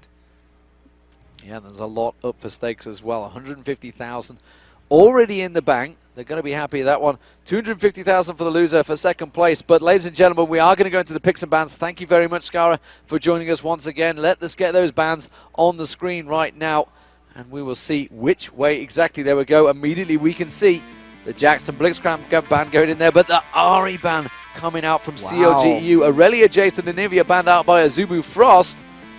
How are they going to pick? Wow, that does surprise me. First pick, Ezreal. It's not an early pick Maokai. It's not an early pick Orianna. They're letting the option come back through, and they actually go with... Would they go with Karthus over Orianna, even though it's been so dominating thus far? Really, even though Scar said the Ari ban wasn't about that, CLG has a different motto for that. They thought the Ari was really impactful to that game. I expect even Maokai drawing a here. ban. Oh, of course, Skarner. And a Skarner. He prefers it. Cloud Templar prefers Skarner. He said he wanted to show the world it. Here it is. Chance. Here is your chance. Oh, change it to Zyra possibly. That could be a support Zyra, of course. It's something that Mad Life has certainly played before. Right now, so much is up in the air here. I don't see why they would first pick a Zyra unless they have strong counter picks lined up for the mid lane, because Karthus and Orianna are both extremely important. There's such control picks in a lot of these ways, and if they actually go in with this, that's just leaving it open. There's the support Zyra, so now CLG gets their choice between Orianna, Morgana, and Karthus for the mid lane, and they don't even need to pick it here because Azubu Frost has made it very clear that they're not going for Maokai, and they don't care about the mid. What kind of message does that send to CLGEU, and how are they going to respond? Well, of course, we've seen Lux being played by Azubu Frost. It could be an AP Zyra. I mean, we've seen Lux in both positions. Could they go for Zyra in both positions, and maybe just leaving it out there to CLG and say, you don't know where we're playing this. And now we see CLG getting that Maokai. They're very good at Maokai. That's what they wanted. But in the Game 5 against Azubu Frost for OGN, they did have Maokai and they fell behind early. That Morgana pick worked out very well. They could not deal with those Dark Bindings. They had the poke, but it's poke without Jace, so I don't know if they'd have the disengage. Crescendo, amazing for disengage in a poke comp. But on top of Skarner, Skarner ends poke comps. He goes in and picks a guy, and he just creates a fight off of the end. Have they got something else up Anything their sleeves they other must. than Jace in that top lane? Some poke. And are they going to react to it with Draven? Honestly, the picks and bans could be wild here. If they're not going to go with Jace, they're not going to go with Aurelia, what are they leaving open? Is it going to be a Malphite, just a hard engage with that Crescendo, with the ulti from Morgana, flash ulti in there, Crescendo across to keep them all packed up? Is this something different we're seeing from CLGEU again on the blue side? I think it could just be more of the same. The Malphite is what we predicted. That's what Scar did. We see the Vlad. What has Wicked played really this tournament? He's played Aurelia, he's played Jace, and he's played Malphite. Malphite's available. He can work against Vladimir in the lane. Unless he has something else perfectly practiced, that's what I see him going for here, because it's all about CLG's comfort zone. They did practice the Morgana, they practiced a lot of Jace, but Wicked, his champion roster is somewhat limited, and that's what Azubu Frost has been attacking with 2 bans for him. They're baiting him into a Malphite. They want to do that. They have a lot of caster damage already coming out. It's going to be a dangerous pick to do Malphite, but I don't know if Wicked has a choice. If he pulls out Riven, that's something he used to play a lot of. Thinking back, the last time I saw him in Riven was Kings of Europe even, Kind of and he Rengar as played well, fairly well. Rengar isn't even available in this tournament, though, and that Not could Rengar, be... sorry, Renekton. Oh, Renekton. He did play Renekton in this Yes. tournament. But a Riven could actually work out fairly well. That's a strong lane up against Vladimir. And Maokai, obviously, course, still left open because Skarner was taken. They were like, we don't need to take it now. We know Skarner's going to be the jungler. They've left it open. So the final pick for Azubu Frost here coming in. A Riven versus Vlad. Definitely something we'll talk about in a moment. Let's just see what the final pick is for Azubu Frost here. I mean, what would you go with? Is it going to be the AP? Is it going to be the Zyra AP? I don't know, actually. This is... I'm stumped. Is the Zyra in AP? Is the Vladimir mid? Who's top? Shy on Singed. Shy Singed was devastating in the group stage. There is so much deception coming down from Azubu Frost here. You don't know where Zyra is going to go. You don't know where Vladimir is going to go. It's making counterpicking for CLG really hard. It looks like he picked that Riven thinking he was going up against Vladimir, because that's what happened last game. How versatile is Azubu Frost if they switch Vlad between players in between games and then do the Singe? They've done it. They're in with that. This is going to be about the split push. It's almost like the last game where we had Macnoon split pushing with Italy. Expect Shy to try hard on split pushing CLG EU. How will they handle this one? So, CLG EU, they've got their Morgana, they've got their comp. Is it the comp they wanted, or were they trying to counter Azubu Frost? And has Azubu Frost countered it so heavily that maybe they're not going to feel comfortable in that lineup? Or are they just so versatile that they can play what they need? And here's the thing. Cloud Templar is going to try to start fights on the situations with the Skarner pulls. It's whether Froggen can really twitch Black Shield and get the right targets to stop the Impales is going to be the decider in these back-and-forth team fights. The support Zyra has been really good for them in the past. They were the first ones to start playing it months ago, so Mad Life has a lot of practice on that. And I mean, this Game 3, one game to decide who goes up against TPA in the finals. These semifinals overall now stretching the full amount of games. Can't wait to get into this game. Minimum of $100,000 to the winner of this game. And the chance at $1 million. That's unreal. And a chance at $1 million. That is a pressure matchup, ladies and gentlemen. I would not want to be in the situation of these players. And I don't think you would either. Well, I mean, honestly, obviously for the chance for winning $1 million, yes. The stress, pressure? though? I don't know. Not so much. Yeah, so we saw Shy with Singed against SK. They tried to double gank him. Just did not work. He was so strong. Do you think Wicked, a very, very confident top laner, can deal with him now that he's on Riven, a champion that he's not played all tournament? And so much of it's going to be about Snoopy's ability to support him in that lane. One thing that does slow down Singed is chain slows, and Maokai can put out a lot of that, so he might be in a bit more danger this time on Singed than he was the last time. But now that we're right into the game, these teams just running out, will we see any crazy level 1s? Because who would think in this game an early level 1 could very well decide at any small mistake. As we've seen, both teams so good at just snowballing their advantages. CLG off the back. What happened that last game? They gave up 13 kills to 0. They got absolutely destroyed. Both these teams have proven that they can bounce back. Everything's on the line right now. Everything is on the line, and if you've just joined us, CLG EU are on the blue side, Azubu Frost on the red. It is 1-1, all square, last game of the night. Who will join Taipei Assassins in the finals on October 13th, this Saturday, here at the Galen Center in Los Angeles? That will be at 5 p.m. The question is, who will get there? Azubu Frost just put up an absolutely dominant performance, and both teams are on the invade. And they really went exactly mirror of each other at the start, going into the same triangle brush, but now CLG EU working around. They put a ward onto Azubu Frost's red buff, and here Azubu Frost is actually just staying around their blue. This is the exact mirror early of what happened to them that put Snoopy behind on Skarner. They gave up the red while taking their own blue, and they could not counter back, but now they're actually roaming around a bit more. Shy taking a very dangerous route through his own jungle, face checking. That could have been death. 2 wards in the jungle there. Azubu Frost with the invade and now backing out, and they're not actually taking an early red. And this might be the most standard start we've seen yet. We are seeing Shy get spotted by that ward, and he's going to start off at the race, which as you can see, Froggen immediately going back there. He was going to try to steal the big blue one. He does manage to land it on Shy instead, which means he will not get to steal it. Does a bit of damage to Shy though. Causes him to have to use a health pot already. Super Frost going to pick up their own blue here. You can see the blue buff also being picked up by CLG. Wicked slowly but surely stepping through into those bushes. And actually we see CLG EU with 2 members in the top lane. Shy going to have to deal with the 1v2. And the big thing about this is they have 2 invaded wards in the jungle, and they're going to go for an invade on the red buff here because they completely outman them, and they can't fight up against this. He saved his smite, so he has the potential for a steal, but they'll have no vision. CLG's going to pull this around, and Cloud Templar is either going to get himself killed trying here, or he's going to have to back away. This is a great aggressive play by CLG EU. Yeah, they're baiting it out. Now they're going to go in, twisted advance on towards Cloud Templar. They're going to try and finish off first. Blood surely coming in. Cloud Templar, no, he's just getting away. They waited for Yellow Pete to pick up the kill.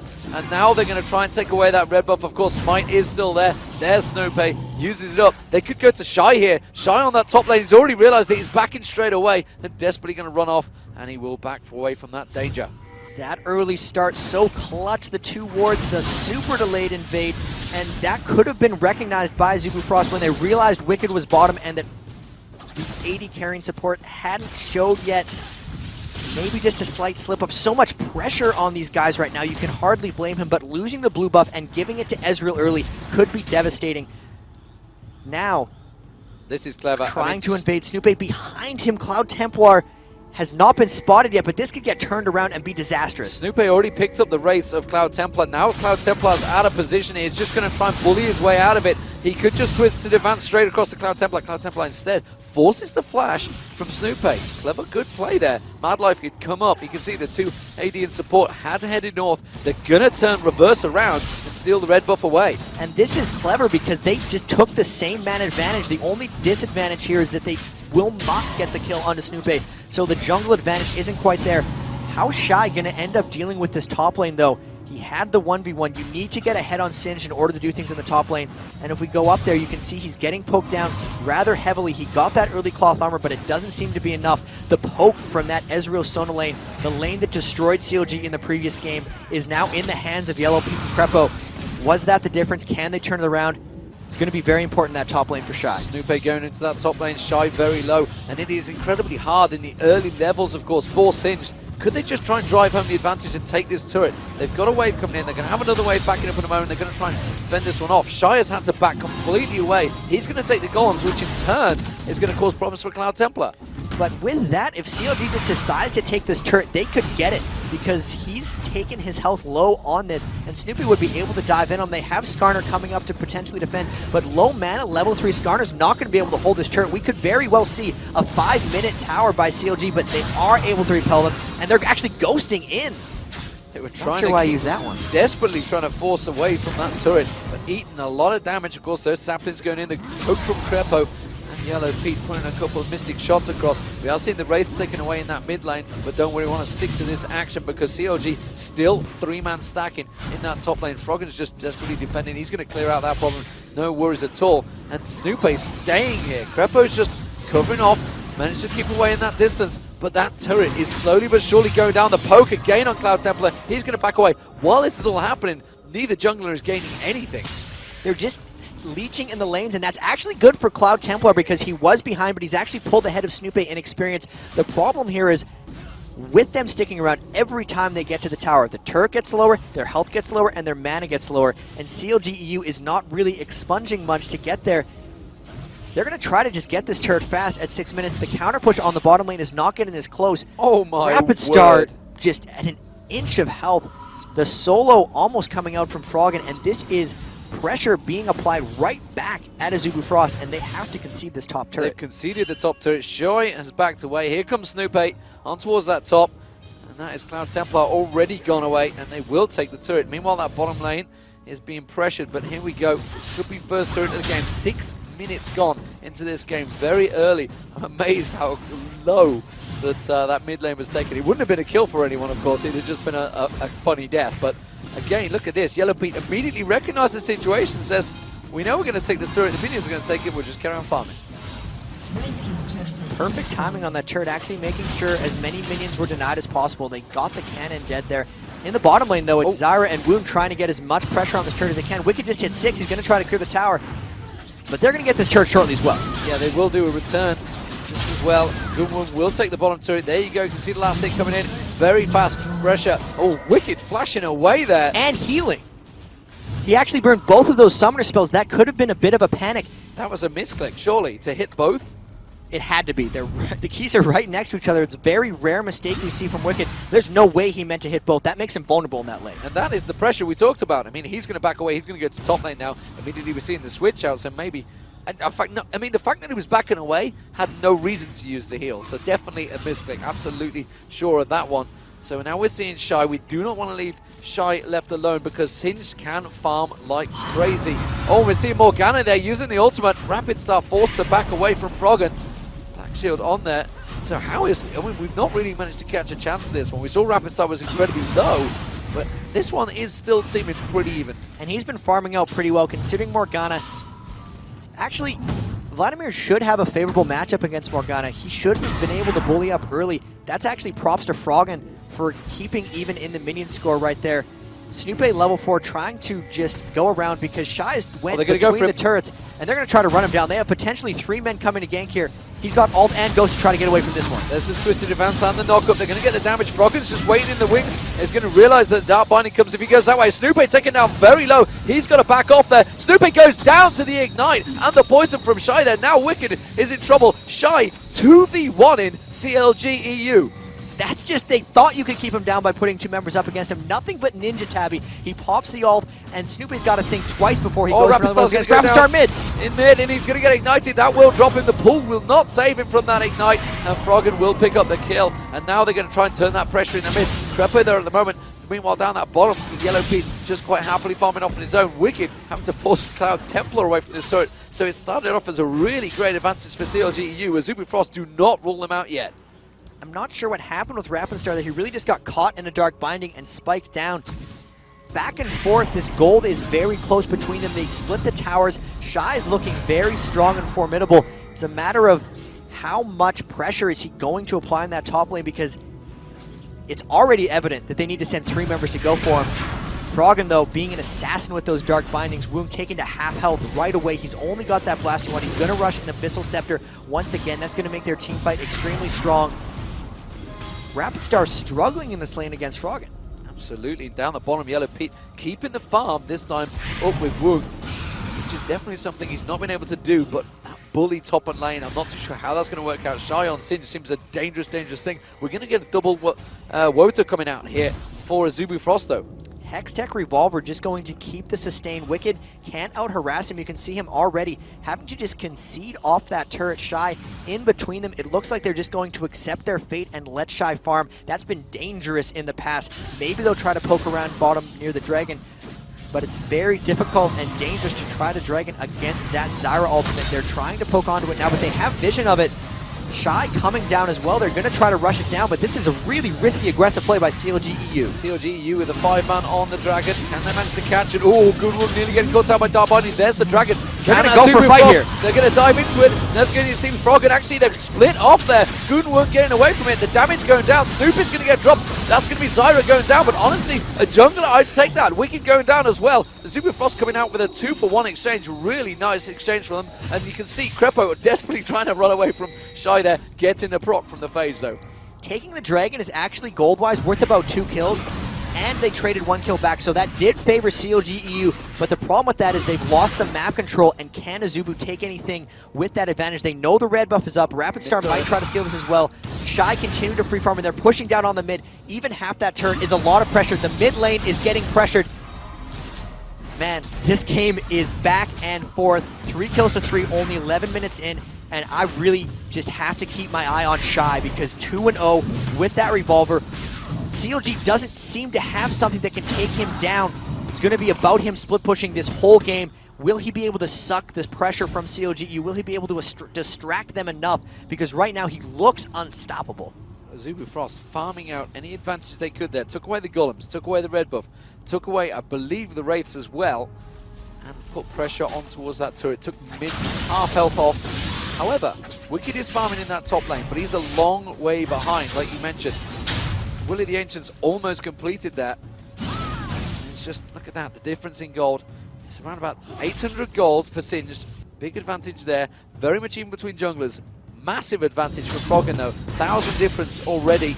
And a big difference, importantly, Yellow Pete ahead of Gunwoo. This is probably the first time. That is a good lane for them. It's just the swapping. We saw the Sona Ezreal lane has proven to be pretty much the best, and that's what's granted them something here. Wicked trying to ult in mid lane, trying to get out a rapid start, but they disengaged. Nice route by Madlife. Just roots him up and pulls away. That's the danger though. Bottom lane, Woong's got to be careful. There's Yellow Pete and Crepo trying to push the advantage here. They've got Snoopy creeping around in towards that tri-bush, although he's going to walk straight in towards Rapid Star. Rapid Star's going to go in towards that tri-bush, and immediately you can see that Snoopy's been very cautious about that. You can't see it, it's just above the screen, and it is just poking around there. There is Rapid Star, spotted the sapling, and Snoopy does back away. Shy, he's going to come around the backside of Wicked. Wicked's got to be careful here. Wicked has no control over this lane. This is what we've seen Shy do to Kevin in the previous game. He's just sitting in the tower, daring COGU to come, but they're actually just leaving Wicked up there. They're pinging down onto their blue. They think Shy could go there. He very well could. Wicked trying to push through and get minions for himself. They need to figure out a better solution to Shy here because this free farm is going to end badly. Yeah, and they do not want to get close. He's going to get the flip on Snoopy. Look at that instant burst damage there. Snoopy going down to half health straight away. Good lord, is he going to go back in again? That flip would be back available shortly. The cooldown on. And now you can see Zyra and Vladimir coming across. Rapid Star really wants to get that blue buff, steal it away. Cloud Templar in there as well. But over in the bottom lane, they do have a 2v1. Woong actually doing a fantastic job clearing the wave, so they're not able to get quite onto that yet. The blue buff, all of this is coming on the back of Shy. He is carrying their team through right here. The blue buff's there. They're going to dive Wicked. There's nothing you can do. That tower absolutely dead. They could just walk straight through it and do the damage on the turret. The turret almost gone. You can see they're going to close around it. Shy can tank this one up all day. Cloud Templar's going to come around. You can see Wicked dives up towards Madlife. Can he take anything from this one? He's trying. No! He flashed out of the damage. Beautiful play there, and Shy manages to pick up the kill. They're going to get the turret on the back of that and just absolutely destroying COG in that top lane. Very well played. Shy is unstoppable right now, 3-0. And look at how they're holding the other lanes. Rapid Star is holding off mid, and Gunwoong is just soloing Yellow Pete and Crepo, who I thought would be able to take down that wave, but they can't get the creeps to stay in the turret, blowing them all away. So much attention is being devoted to Shy, and Azubu Frost is actually supporting him very well. Dominating that lane, dominating the game, and this game is close in gold, but from a pressure and control perspective, it's all Shy. We talked about the dominance that Stanley put down, and Shy proving it once again with Singed. He did the exact same thing against SK. Kevin has nightmares about that lane. He insisted it was all about that one kill early on, but honestly, he's proven it right here against Wicked. He is a absolute fantastic Singed. He was kept in a 2v1 lane, and he still managed to hang on in there. He kept his gold up, he did the jungle, they turtled the tower for quite a while, and as soon as he saw that window, he's 3 levels ahead of Wicked right now. He is destroying, and look at the actual wards coming out by everyone on Azubu Frost. They got 6 across the team, 5 different members. They're going to be warding up everything. This tells me that they're looking for early control again. Could we see another early Baron? Could we see another early Dragon? At the very least, it's just to help with the control. Froggen trying to stop that mid lane pressure, but it's all about Shy. It is all about Shy, but the saving grace for COG EU on the back is straight away the fact that Gunwoong's been out-farmed, so there is going to be damage on Yellow Pete this time around. Where is Shy going? I'm keeping my eye on him in that Wolves. He's going to come round towards the middle. I'm not too sure. He's just sticking off to the side there. They spot him. In the mid lane, you can see very close between the two, but a 2-0 has given the big gold advantage, I believe, to Froggen. I think it's around about 1,000 gold difference. Crepo going to walk in and immediately puts that little poke on Shy and says, no, I'm not going to let you back quite so easily. Quick power chord and pokes him. Bot lane, though, is still continuing to get forced. And here's one of the big things. It's only a 1,000 gold advantage, but Snoopy just hit level 7. Cloud Templar has been sitting on level 9. He's almost 10. There's a 2-level advantage for Shy over Wicked as well. They just have more experience across the board. This Dragon's coming up in 1 second. You see the ping going down onto it. CLGEU can't contest this. Wicked's trying to catch up by farming the top lane. He's trying to get strong enough to hold off Shy. They're going to pick up this Dragon uncontested. And off of this, they might just try to push mid or really go wherever they want, because where Shy goes, they're seemingly untouchable. And of course, picking up that Dragon will give them yet more experience. So there's experience spread across the team. And yes, you can see that mid wave has been stacked up. As it is, they're pinging across. Ezreal just used True Shot Barrage, so Yellow Pete can't get in that one. Mad Life using those plants to keep them at bay. And that is going to be a very clean Dragon pickup. So, gold. Nearly 2,000 difference now for Azubu Frost. And all of that 2,000 is actually in Shy. If you just compare Wicked to Shy, 6,100 to 4,100, that pretty much explains it. There's a few back and forth between the other ones. Yellow Pete has more than Wound, and Cloud Templar has more than Snoopy, but really, it's Shy. It really is. I can't harp on it enough. His Singed is unstoppable right now, and they need to mob him. They need to maybe get some kind of teamfight phase, but right now, Yellow Pete's not strong enough. You need to kill Singed with a very strong AD carry presence, and they just don't have it yet. It's all on Azubu Frost pressure right now. They've taken the Dragon, they have the experience. They're going to try to go down mid here. That tower's at half. How can CLG hold this off? The question is, can they control him when they get to the fights? We're at the closing in on the 20-minute mark. The mid-fight, they do, of course, have the Dark Binding. They have the Crescendo. They have Wicked Stun as well. Have they got enough to control Shy, or is he just going to pop that ulti, sprint through the team, flip someone in there? Are they trying to bait something here? It looked like Froggen was trying to bait something in. Now Templar, of course, could just impale straight onto his Yellow Pete, drag him in. He will Arcane Shift away, but honestly, he could get controlled as well. Shy actually popped his ultimate accidentally there. They thought they had the root down on a Froggen, but he black shielded it at the last second, and that baited him to go in because Shy was going to try to flip Froggen right after that.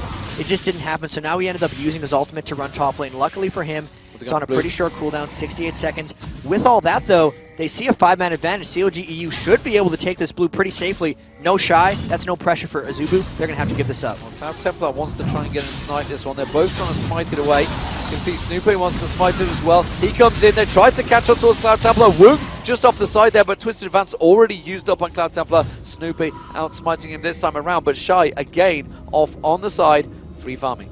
And the blue buff is up. He could even take this by himself. He does enough damage. The Rod of Ages and the Hextech Revolver. He's actually doing a lot of damage. 140 AP onto Shy, as well as being unkillable. Even with the blue buff, he's going to be able to have shorter cooldowns on that fling, which are actually doing 440 damage. And there's a duel in the bottom lane. Woong might fall. Woong might fall here. Yellow Pete tries to pull him into the bush, but it is going to be Yellow Pete that picks up the kill. We didn't quite catch the start of that fight. It looked like True Shot Barrage managed to hit early on. That's exactly what happened, and that's the mid-game power spike you get when you go Trinity Force on Ezreal. He got the slow with the Phage proc on that, and that was just Woong getting caught by surprise. They were lulled into just watching Shy go around the map, and he got caught free farming. He'd been safe in that lane for so long, and that was on Yellow Pete. Great job soloing Woong and maybe trying to take their team back into the game pressure-wise. And they might take the mid turret as well. This could be 2 turrets for CLG straight away.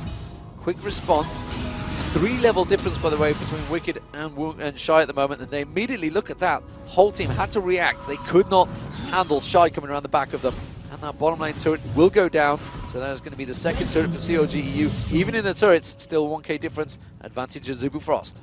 Still a very good play there by Yellow Pete, and we saw the fear there by Shy. He has 2-level advantage on every member of CLGEU, and the experience is actually starting to look really bad for them. Mad Life, level 10, Crepo's level 9. Cloud Templar has 2 levels on Snoopy. Shy out-levels all of them. If they can force a fight right now, they're actually going to have a very, very good chance of getting these things. More dragons, more fights, maybe even if they started baiting Baron, because all they need to do is find a spot for Shy to be unleashed on the backline, and CLG will have to fall away. They have total control here. It's just a matter of getting the mid turret down so they can roam the map more freely. Right now, CLG is actually doing a pretty good job of trying to get through Shy's strong phase so that Yellow Pete gets strong enough to kite him and potentially kill him. So as it stands, 100. Well, very even in the mid lane now, actually. 2-0 to 1-0-1-2. Will of the Ancients has been stacked out by Rapid Start. Expect to see it completed at some point by Shy. As it stands, it looks like he may well go for maybe a Badger's Veil on there, or which way will he go? There's Tower Bind is landing. Azubu Frost going to pick up this mid lane turret. That is pulling the advantage back to Azubu Frost. See True Shot Barrage flashing across, but CLG pretty much helpless to stop that one. They're trying to keep back at them, but Shy's just going to go right back to that lane, continue the pressure. Yellow Pete's going over to farm his lane as well, and they actually don't have anyone on their team that can solo Yellow Pete right now, so they're going to send Woong to defend, but he's got to be very careful not to get caught out of position. The Aegis of the Legion just getting completed onto Snoopy. That's going to be big for team fights, and a bunch of members of Azubu Frost are coming here for Yellow Pete. He's going to have to pull some tricky moves to get out of this one. Ward. He's on a Tribush ward. They're just going to wait this one out until that looks like he's about to go back. Maybe he's even looking at the shop now. There's the bookshot comes across. He realizes, and you can see the damage straight into Woong there, but Rapid Star's going to come around, and immediately the Yellow Pete arcade shifts into it. He is going to go down. Woong is going to get away from that one. He has nothing to respond, and really that's the team not communicating quick enough, saying they are all coming. He just remembered the kill he got on Woong and thought he could do it again. And that was Azubu Frost with a better memory and a better response. They sent 3 members there, and he almost turned it around right onto Woong again, but now he did get the Infinity Edge, so that duel is no longer going to be in huge favor of Yellow Pete. Still stronger, though, so that's going to be a play for them. 30 seconds on this Dragon. They're sending Shy out the top lane. He's going to need a while to push that before they can draw COG members. COG might be able to get this Dragon if they decide to go for it right away. Azubu slow playing this a little bit, relying on the split push. Might be a little unwise in the long run. Yeah, Wicked desperately trying to gain those levels, you can see, but Shy, as soon as he appears, he backs off, in which case it looks like he's going to head towards that Dragon. It is up in 6 seconds, as you can see on your top corner of your screen. Shy's not far behind him, though. He's chasing down. If anything, Wicked's going to be there 5 seconds earlier, and they're not going to be able to create this. If Shy can somehow flank around behind, we've seen Moscow 5, they're one of the best flanking teams. Really, that's where Shy needs to be. They need to force CLG and stop them from being able to run away. They need to somehow prevent the disengage, because they really, all they have is Skarner pull and some Zyra CC. It's all about the extended, long team fights, and that's not usually what happens. Will they catch out Wicked? Here's the Skarner ult! They do the impale on towards Wicked, they pull him back, the crescendo goes across. Is it enough? Wicked manages to hop, skip, and a jump, but he's exhausted. He's going to go down. It is Shy that picks up the kill. The Dragon's still yet to be taken out, but honestly, now that Azubu Frost have managed to impale on Wicked, they're going to get it for free, and there's nothing at all COG EU can do about it. That is going to be Azubu Frost in control yet again. Azubu Frost doesn't want to get poked at. Skarner ult. Create the fight, kill Wicked, get the Dragon. 4 kills on Shy. He's looking to go for that Abyssal Scepter. Really becoming unstoppable. This is a big advantage brewing for Azubu Frost. You don't see it in the gold, but the experience is massive. Shy level 16. Froggen and Yellow Pete just hit 14. Living in that top lane. The bans to take out Wicked's Jace and Aurelia look to really be paying off, because even though they shut down Shy early with that 2v1 lane, ever since it's been Riven on Singed, he's been completely dominating. And also in the jungle, 3-level advantage for Cloud Templar. They mirrored that matchup in the last game, and it's really just Azubu Frost and their coordination helping out the jungler more, and maybe Cloud Templar just finding ways to get experience better than Snoopy, because that's the second game in a row Snoopy's fallen behind of Cloud Templar. It is indeed. Oracle. That's why he didn't want to get involved. The fact that he's level 9, he's got the Oracle. Snoopy was just like, we cannot fight this. We cannot get in there unless Froggen could flash and ulti the entire team, and even then he'd be able to just get controlled and manhandled. And look at the hit points on Shy now, 4-0 dominant. And Froggen doesn't have his Zhonya's Hourglass yet, so if he did flash in, he'd get obliterated right away. There's a pretty good counter initiation from Azubu Frost as well. It's very hard to teamfight through his Zyra ultimate. That's why support Zyra is so potent. And you can see he's actually picking up a fair amount of minions for himself, so you actually know that Woong is 45 behind Yellow Pete, but Mad Life has 48 minions to Krapo's 16, so really overall gold from those bottom lanes is pretty close. They're trying to get enough gold onto Mad Life just so that he has more of a presence in these later fights. The Saplings are trying to scout them out. They're maybe trying to force around here. They really need to flank around the back of COGU. They're walking through a ward. Can they get something? They're trying to Shirelia's in. They're going to go for the Impale. What an absolute clutch Black Shield there. Straight away. And Cloud Templar, no doubt, was about to Impale there. In fact, he may have been using it. Yes, burn the cooldown. Burn the cooldown. The Impale came in. Black Shield crescendo across. Brilliant play from Froggen to get that Black Shield down. Perfect timing. Getting too excited here. Sometimes I'm not even stopping to take breaths during my sentences, but Mad Life clearing out that bottom ward. They can still poke around the Baron. They're going to wait for the ultimate cooldown on Cloud Templar before doing anything too sneaky. And actually, they have Vladimir and Singe split up in the side lanes here, and all 5 members of COGU with the Dark Binding. This is going to be a very difficult tower to hold. Very difficult. COG going to push onto this one. They realize the situation. Shy's a long way off. They're going to have to back off. They've got to be careful they don't get caught out by any crazy twisted advance from Snoopy. Doesn't want to dive too deep, of course, like I said, but they do know the Impale is not available. Madlife, of course, has his ultimate on their Dark Binds, trying to catch him out there, and they will back off here. Now the Shy is coming down. Shy is heading straight down south. There's Vladimir coming across. Vlad manages to get the ultimate across. Vlad Rapid Star just dogs away from that one. Snoopy's going to be taken low. There's the ultimate from Zyra. They do manage to catch across. Collateral damage obliterated. Wicked there. And now they flash through. They're trying to catch on. There's a Dark Shield comes through. Shy's trying to make it in. He still has his ult. Ghost coming up soon. They're going to chase this for a while. There's the glue landing on towards Froggen. Froggen is going to get ultimate straight away. Tries to turn around, tries to do the damage. It does not matter. Crepo's been dropped. Cloud Templar's going to go down bottom. Here comes Shy. Flying in for two members. Shy with the Ghost on, with the ultimate running. He's going to be able to catch on towards Yellow Pete. The slow from Snoopy, is it enough? If he gets the flip, Yellow Pete will drop, and he's just going to finish him off. Oh, the Arcane shifts at the crucial moment. And Shy has to back away. Really well played by Yellow Pete. But look at this. No one on a Zubu Frost died. They tried too hard to go in onto Rapid Star. They're going to go for this Baron. How can CLG EU stop this? They're kind of low, but look at this. All 5 members, 27 minutes in, they have more than enough damage. The Zyra plans chunk it down, and that was CLG EU actually trying to force something, and Zubu Frost doing a brilliant job at counter initiation. Shy wasn't even in on that fight, and they won it regardless. Now with the Baron, how does CLG EU respond? Yeah, and Rapid Star just caught them out with the Hemo play straight across the entire team. Oh, Wicked, oh my word. He's hop, skipping into jump. Has he got enough to get away with it? Cloud Templar has got... As Impale, it's just come up. Oh my word. He used it and flashed at the exact time. The Impale didn't get used out though. And he managed to dodge the damage. Wicked just dashing away at the exact right time. If you lose vision on the guy when you try to impale him, it won't go off. If they would have had vision, it would have. So that was just almost a lucky use of vision there by Wicked. When he dashed, he did get out of vision, and it caused the Impale. You heard the sound start to play, but it never actually went off. That was so close to just being Wicked's life, but with this Baron buff, they can essentially tower dive. Shy is ignoring everyone on CLG EU right now. Rapid Star showed he can get caught up by 3 people and still survive. They have Will of the Ancients for both of them. That even benefits Graves. Zeke's Herald on Zyra. The auras are coming out galore for them.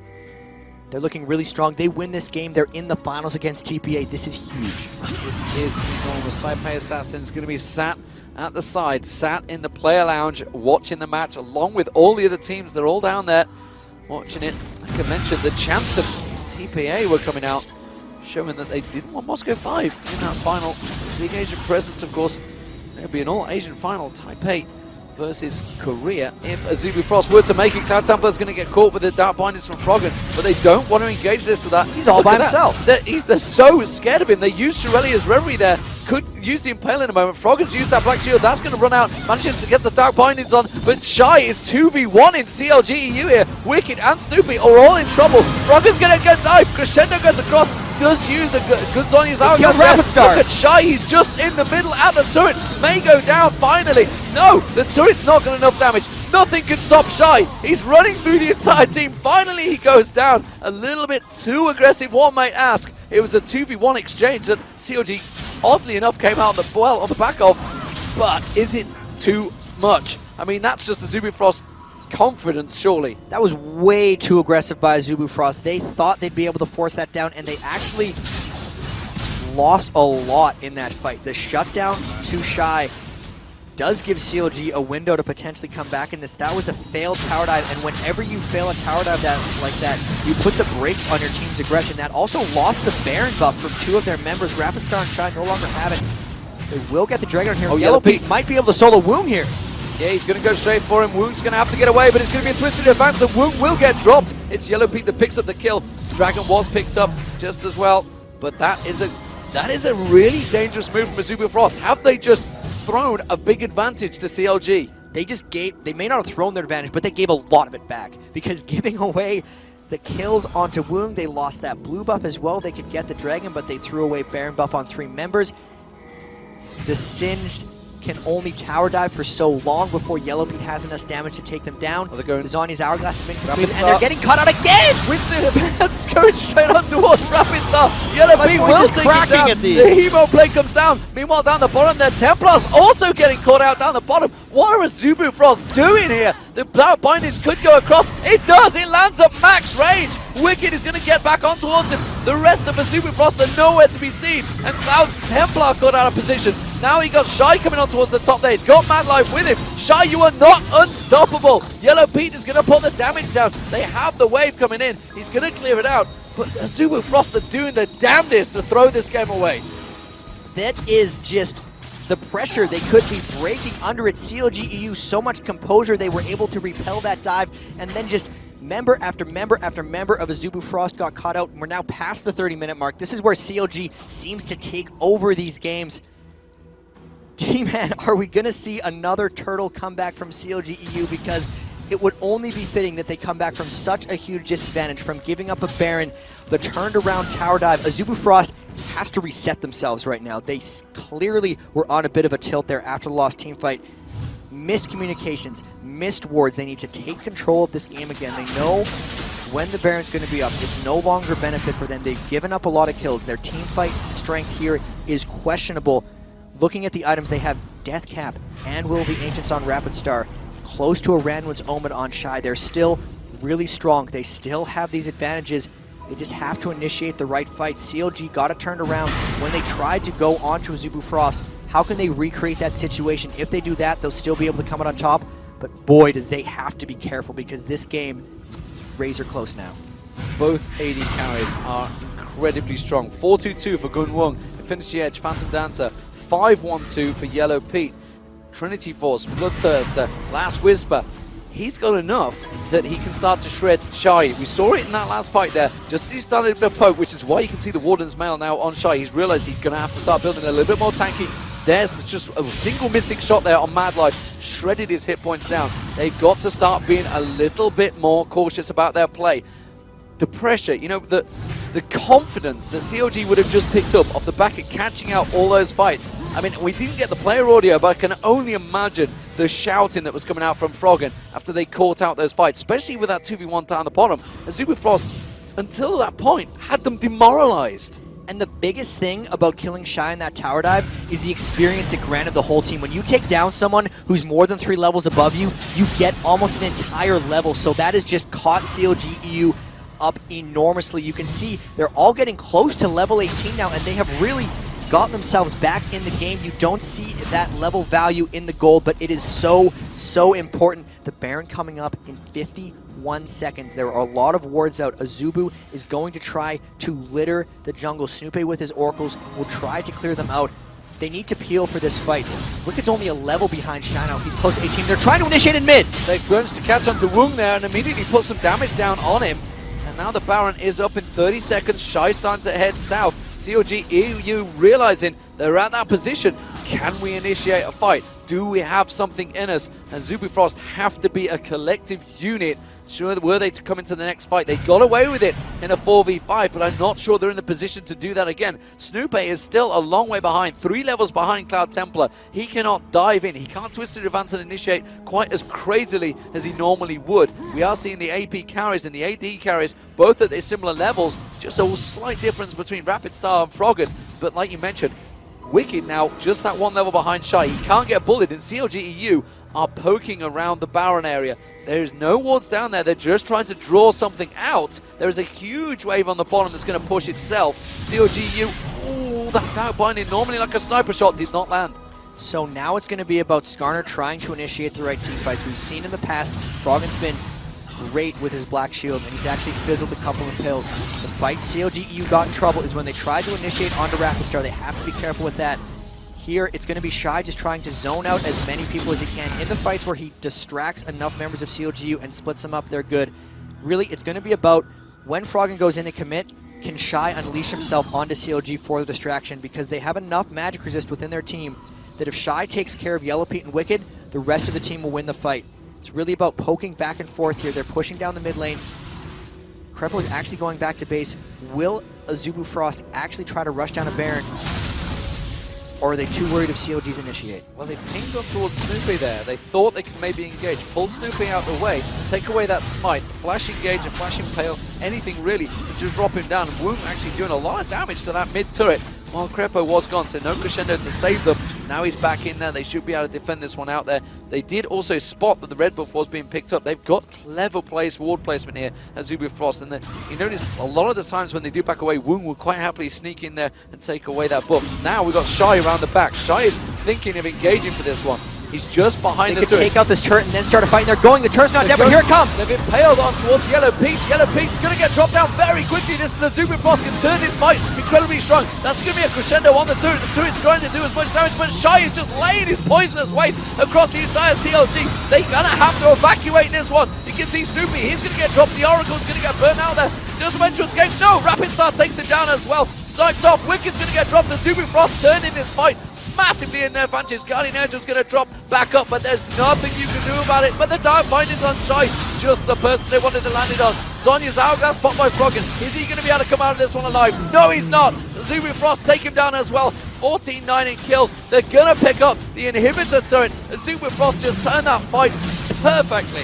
Everyone's still alive on them, and 4 kills. That was brilliant initiation. They got the Skarner pull, and CLG got sucked into the Zyralt, and Shy pulled off the successful flank behind them there. They're going to try to just rush down this Baron. They see there's fairly long death timers for everyone on CLG, and they have enough damage. Even though they couldn't teamfight here, they don't have to worry about it. This will be their second Baron. That is the inhibitor. They regroup from their last disaster push, and this could be a Baron. The True Shot Barrage is going to try to come through, taking them low, but I think they're still going to get that Baron. Wicked now coming in as well. They're going to peel this afterwards. And Wicked comes in, and we gets a brilliant route, and now he's going to get dropped. He might be able to get Mad Life, but really that's nothing. And Shy just walks away and picks up the kill. I cannot believe that. Wicked throwing himself at the deaths. And wow, what a turnaround. I talked about how CLG managed to drag themselves back into it, but as Zubu Frost have just performed perfect replay. Let's check it out. See the replay of this last battle, and this is just crazy. They get the Skarner Impel onto Yellow Pete, and this is the big thing. The only person who can take down Shy is Yellow Pete. Once he drops, look at CLG just sit there doing damage, and Zubu Frost doesn't care. Shy, everyone is trying to run away, and he is just behind them. The tower doesn't matter. The Ranwood's Omen is so much. Flashing in, look at Rapid Star just finishing them out, and look at Woom freely running around the backline, taking out everyone. And this is just the long back and forth. They're just tanking turret shots left and right. That continues on. They get the Baron, and it's the flank that they pulled off there. Stopped CLG's disengage and created with Skarner. That's why they picked Skarner instead of Maokai, because they can get things like kill Yellow Pete. Interestingly enough, Quicksilver Sash, CLG's not going to let that happen again. They are not going to let that happen again. And I think he just arcane shifted when he caught him with the Impale. Is that possible? It is possible. Like we saw earlier, if you have vision when the Impale tracks, it will always pull him to it. It's only if you lose vision will it fizzle. And they didn't get the Black Shield on that either. It was just even more death for Yellow Pete. The timing coming down to the fractions of a second. Krebo in that interview right after the WE game said these are the two maybe best team fighting teams in the world, and it's all going to come down to those fraction of a second moves. They're just tanking up this next turret, trying to push the lane. CLG really having to turtle their lives on the line here. Lose this game, they're out. We'd have an Zubu Frost versus TPA final. So much on the line 40 minutes into this game. CLG EU. They said in the back room, if they were going to lose, they'd quite happily let Taipei Assassins win it. It's pretty safe to know who they're going to be cheering on for Zubu Frost to make it to this final, but honestly, Zubu Frost have really proved their worth here. CLG EU picking up the first game, incredibly strong. They're going to engage. They're just going to tank them. Absolutely tanking it through, and Woong, of course, with the Guardian Angel, he is pretty safe to just keep on hitting that turret. The Dark Pine is coming across, not quite landing at full range, and Shy's just going to walk on in there. He could pick any old target he wants. He is not worried, and that's going to be the turret going down. There we go. There's going to Crescendo going across. Shy is going to get dropped down. No! He's just going to troll and run away. Finally goes down. Froggen Ultimate is going to manage to get Zonya's Hourglass, but Rapid Star is in there. Woong is in there, destroying the opposition. Greppo's going to dunk down. They have super minions coming up the mid lane. This could well be the end. That's an ace! That's a triple goal. That's the ace. That is the game. And Zubu Frost are in the finals against Taipei Assassins. They have done it. They've managed to make it in there. Coming back from a 2-1 just like Taipei Assassins did against Moscow 5. And that is CLG and the whole of Europe out of the tournament in the semi-finals. Fantastic. Perfectly executed moves by Zubu Frost. They had the one slip up where they almost threw the game, and you can see the relief on them. That's the second time they've had a set against CLG EU where they've been one game from elimination and then swept it from there on out. So amazing. This was one of the most exciting games I've ever casted. I was losing it during that game, and they just had the relief. Woong so excited. Congratulations to Azubu Frost. That was honestly very impressive. Very impressive, and yet again, we're talking about the top lanes. Shy, absolutely at his best throughout this entire tournament. That's twice we've seen him play Singed. That's twice we've seen him 2v1 in teams without issue. And, you know, Cloud Templar versus Snooper in the middle, constantly 3 levels ahead. Shy, constantly 3 levels ahead. Big advantages forged out by these players. And Shy versus Stanley in the finals, I can't wait for that because they're the 2 highest pressure top laners, and they're just writing this tournament in a lot of ways. We've seen some games where it's been the mids, a couple 80 carries, but when we really see these guys shine, it is the top laners. And that finals, I mean, the stage has been set. We've had 2 best-of-3s. Like, the top 4 teams in the world have proven that they're very close. And we have a replay of that final push. This is just so impressive by Azubu Frost. Let's take a look. And here, I thought maybe they'd get in trouble because they started the fight before the turret was down, but Woong did a good job finishing it off. And from here, it's Shy. Even though he dropped so much distraction, it allows Woong to clean up the house because he has his Guardian Angel. No one could touch him. Season 2 World Finals begins right now!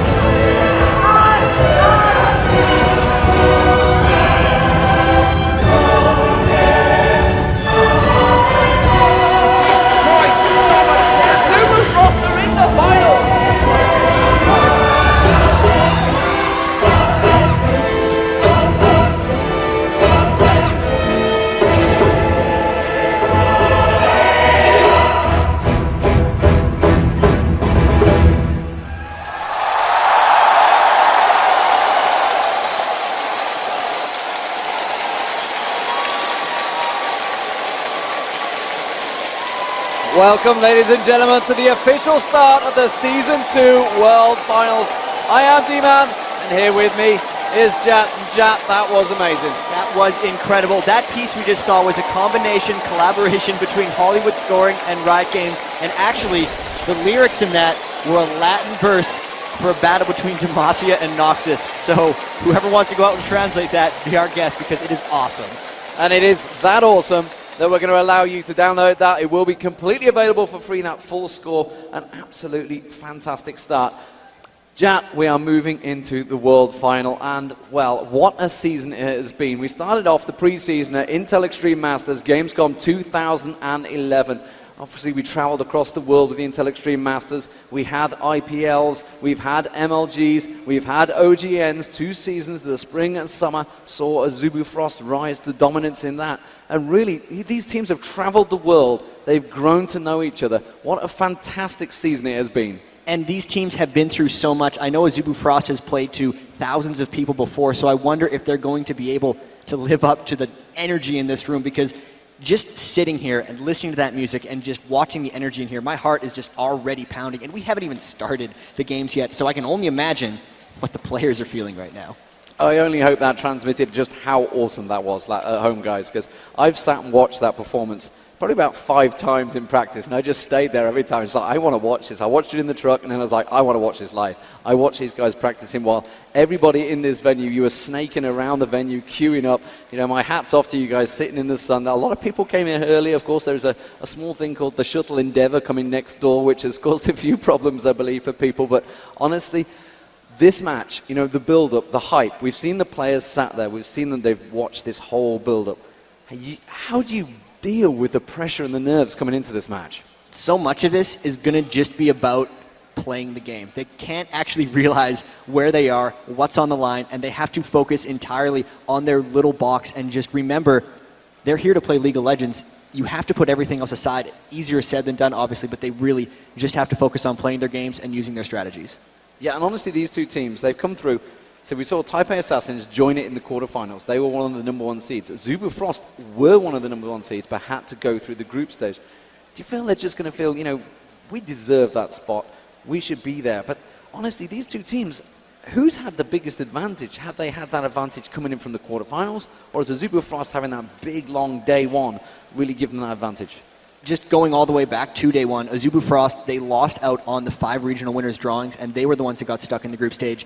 And they proved pretty much that they're one of the best, obviously. They should have been drawn into the quarterfinals in their minds and crushed the group stage, beat up on Solo Mid, and then they had that close 3-game set in the semifinals. And it's, for them, vindication. They've been here before. They've had so much back and forth. That's the 2nd time they've beaten CLG EU in a best of series. It was best of 3 and best of 5 previously. And we talked about it in the pregame, but there is a big adjustment period for them because the aggression that comes out from Taipei Assassins is completely unmatched by almost any team in this tournament. 21 minutes and 5 turrets down, 21 minutes and 6 turrets down in games 2 and 3 against Moscow 5. And there is that David and Goliath matchup, so Taipei Assassins did just beat Moscow 5, who many considered the favorites in this tournament. Whether that's going to be a letdown, whether they think they've already beaten the best team or not, needs to get out of their minds because this is the biggest game of their lives. Azubu Frost is the best team in the tournament for them that they've faced yet. That has to be their mindset. They need to know to step up their game for this finals.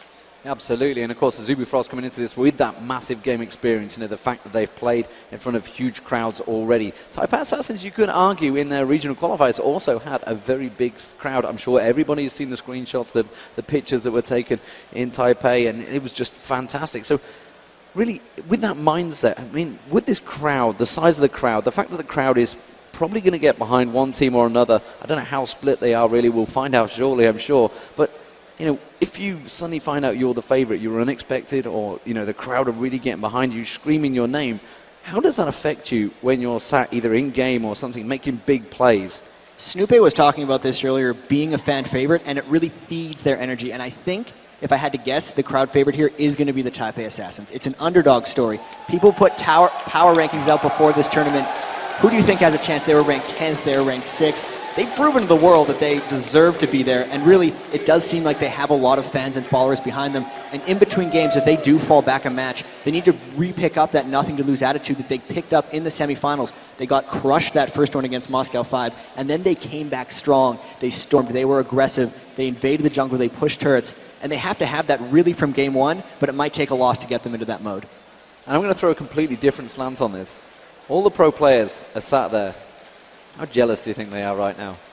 Pretty jealous, I'd have to say. I'm a little jealous of the teams up there. Jealous. The amount that they stand to gain off of this match, not only through the fame, but also through just actual dollars. $200,000 a player if you split up the million. Even not bad. second place is $250,000. And obviously the accolades and the carryover into Season 3, which is going to be even larger than this. These guys, absolutely ready to go, I think. Absolutely ready to go, but how do you bottle that up? I mean, we've come up to the stage. I think we're probably about 5 minutes away from the beginning of this game.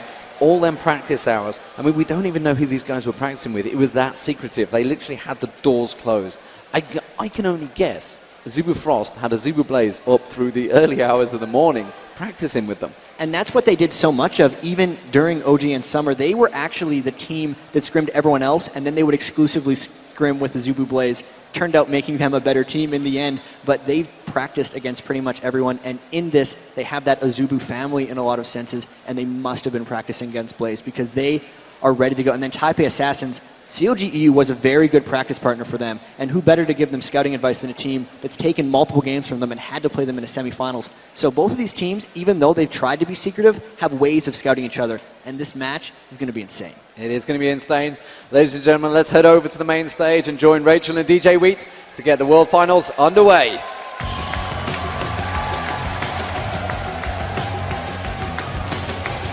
Introducing the first of our World Final teams. Shrugging off a group stage draw, they have stormed through a tournament so far. They blitzed through the first 2 days with 5 victories and 0 losses.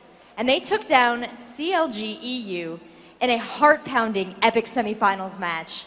They are the reigning champions of Korea's OGN Champions League. Ladies and gentlemen, please welcome to the stage, Azubu Frost.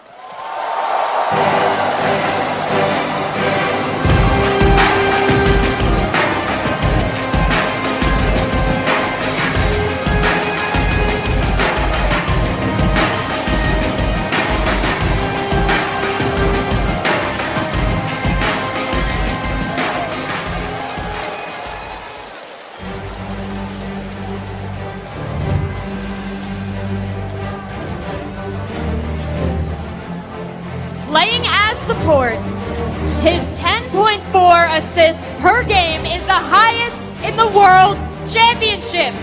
For Azubu Frost, it's Mad Life!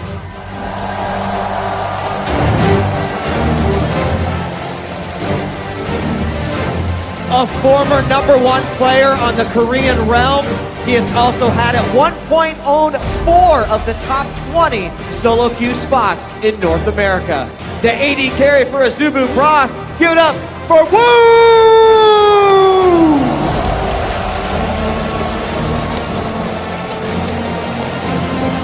A dominant force in the jungle. He averaged an incredible 9.4 assists per game in the championship thus far. It's Cloud Templar!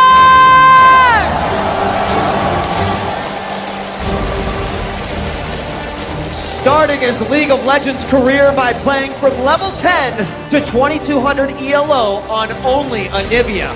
He holds a 4.7 KDA in the championship thus far. In mid lane, for Azubu Frost, it's Rapid Star!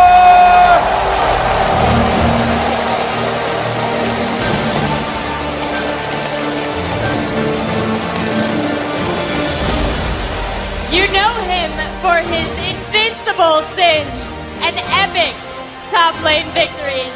With the highest gold per minute on Frost, it's Shine!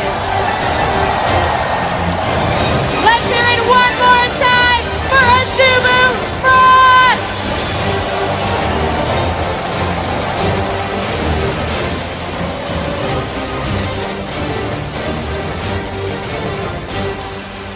And now, introducing their opponents. With a record of 4 wins and 1 loss, they took down Macnoon and Najin Sword in the quarterfinals. They shocked the world by beating M5 in an epic 3-game semifinal. They are the kings of the Garena Premier League. Please welcome the Taipei Assassins!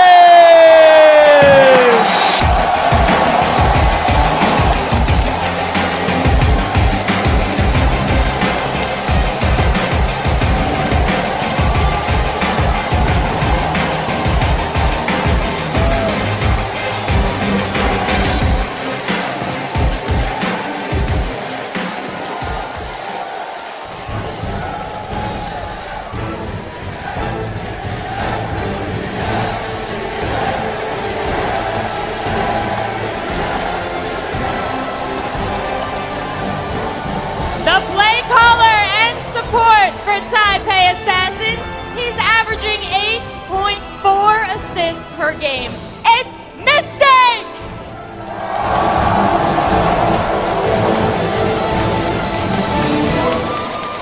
An aggressive player with outstanding positioning. He's averaging 4.2 kills per game. The AD carry for the Taipei Assassins. Give it up for BB!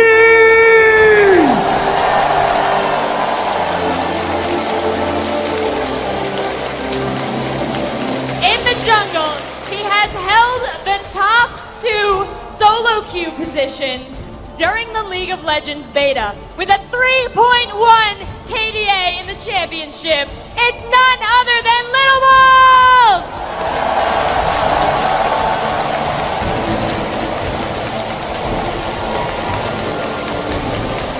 He holds the highest KDA and gold per minute of all the players on stage today.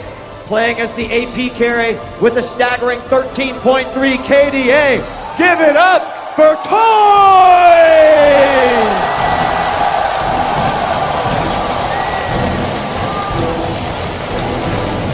He's now famous for his meta-changing builds and innovative playstyles. With a tournament KDA of 4 in the top lane for Taipei Assassins, it's Stanley.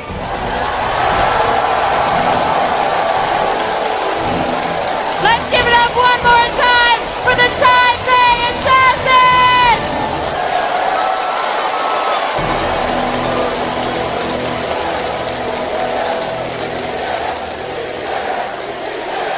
Ladies and gentlemen, now that you've met the teams, let's see what they're playing for. In addition to the $1 million first place prize and of course the honor of calling themselves the Season 2 World Champions, there's one more thing that we felt was needed. Take a look.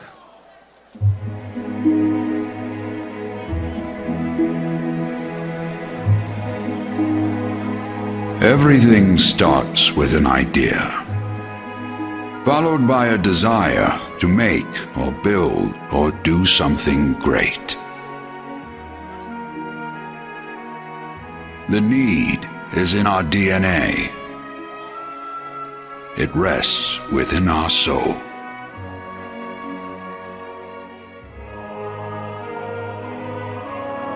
To marshal your skills requires discipline. You approach your dream as a master craftsman would, taking a journey toward refinement. Within you lies an unrelenting voice telling you to make the next thing better than the last. A personal study of ingenuity and artistry. This commitment has demanded a certain amount of sacrifice, but your deliberate effort has produced work that is continually evolving and growing.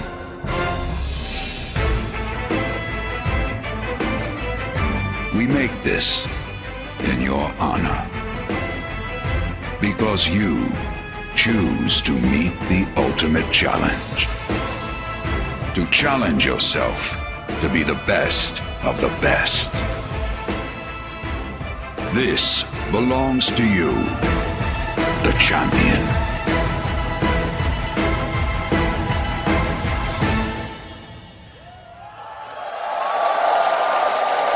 Presenting the Summoners Cup for the very first time, please welcome Dustin Redbeard Beck.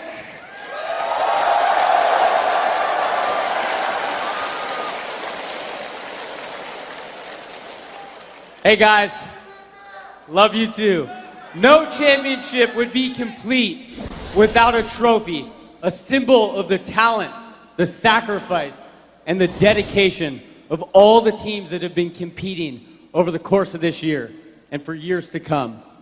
This trophy also reflects the passion of our fans, as you guys are the ones that have made all this possible. I present to you guys the Summoners Cup! Oh, troll. We love the troll. We love the troll. Riot Games, baby. Boom!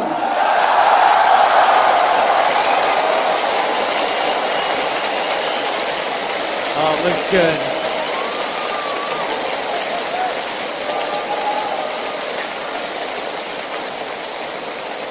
Tonight, one of these teams is going to have the chance to be the first to etch their name in the base of this, in the Summoners Cup, and be forever immortalized in the pantheon of League of Legends esports.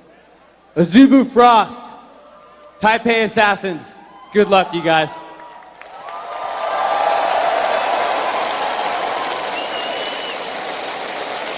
We've met the players. We've seen what they're playing for. Let's head on over to the caster's desk and begin the first match.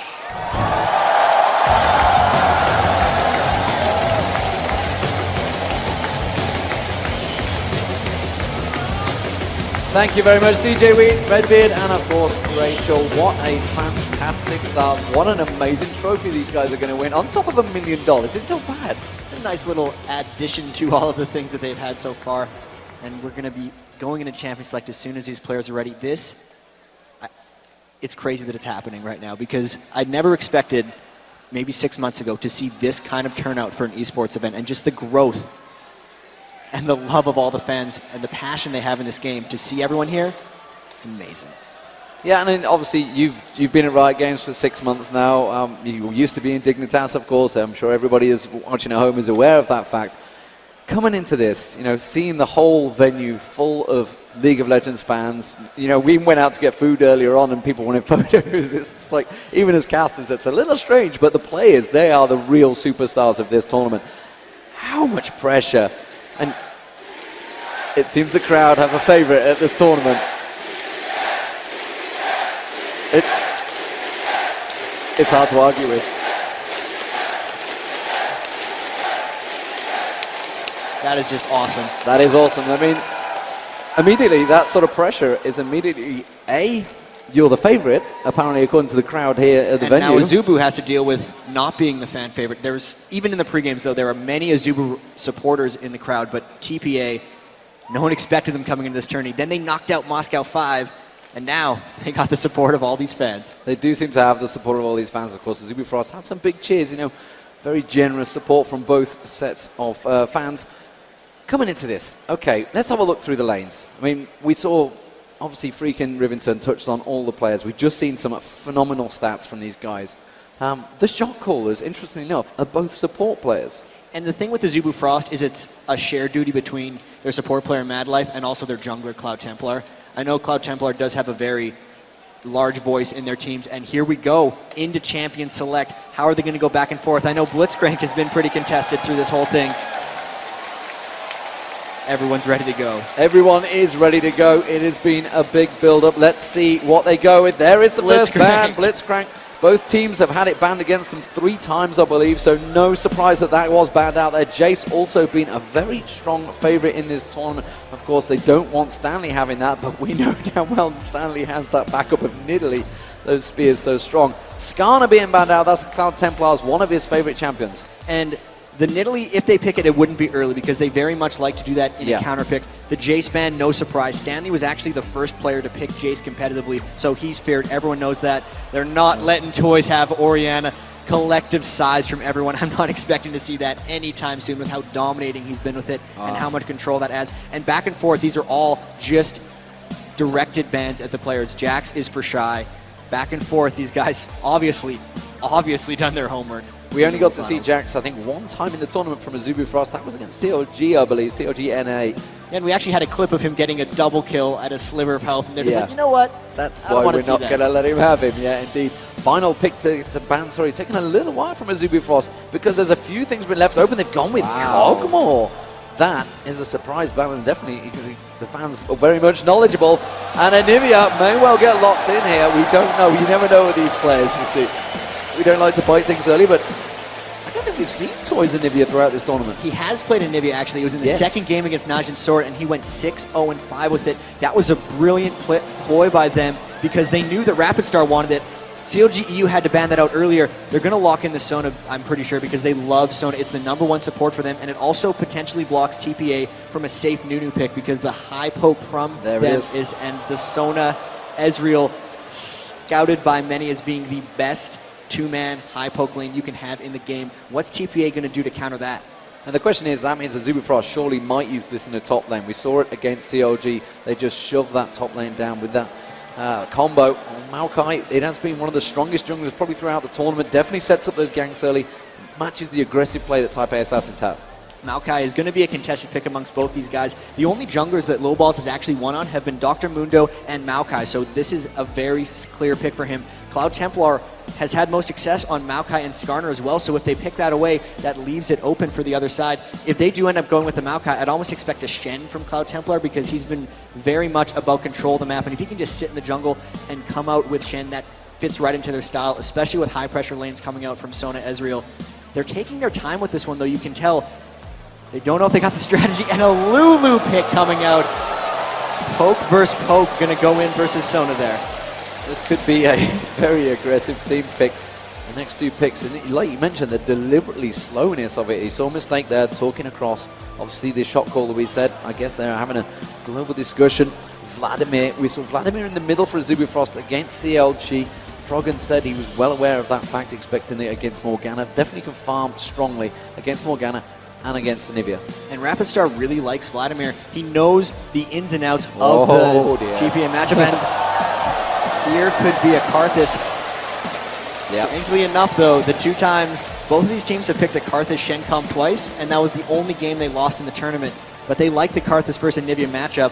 And a Namumu coming in from Cloud Temple. Whether he was going to do a Namumu, but that is an insta-lock in vain there. They really wanted that combo. Of course, that was a combo we saw come strong against the Cogmores. And, you know, we didn't see Vayne until the semi-finals, and suddenly, bam, selected in 2 matches and was absolutely superb. And they want to lane swap with this. There's no way they're laning Lulu Vayne up against Sona Ezreal.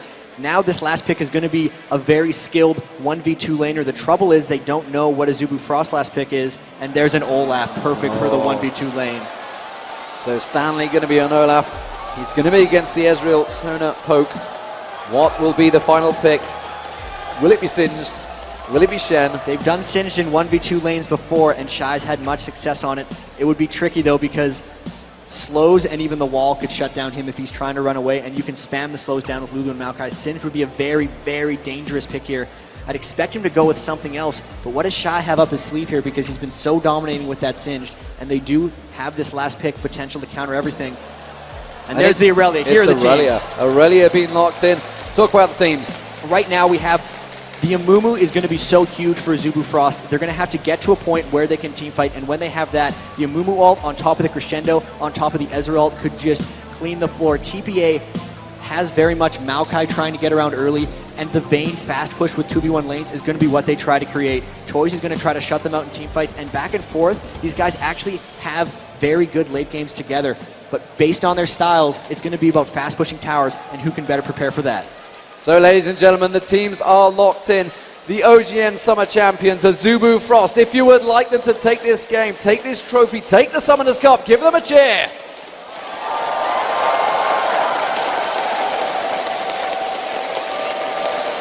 Really good support for them. If you guys want to see Type A Assassins take the first game here and get one step closer to the Summoners Cup, let's hear it for TPA.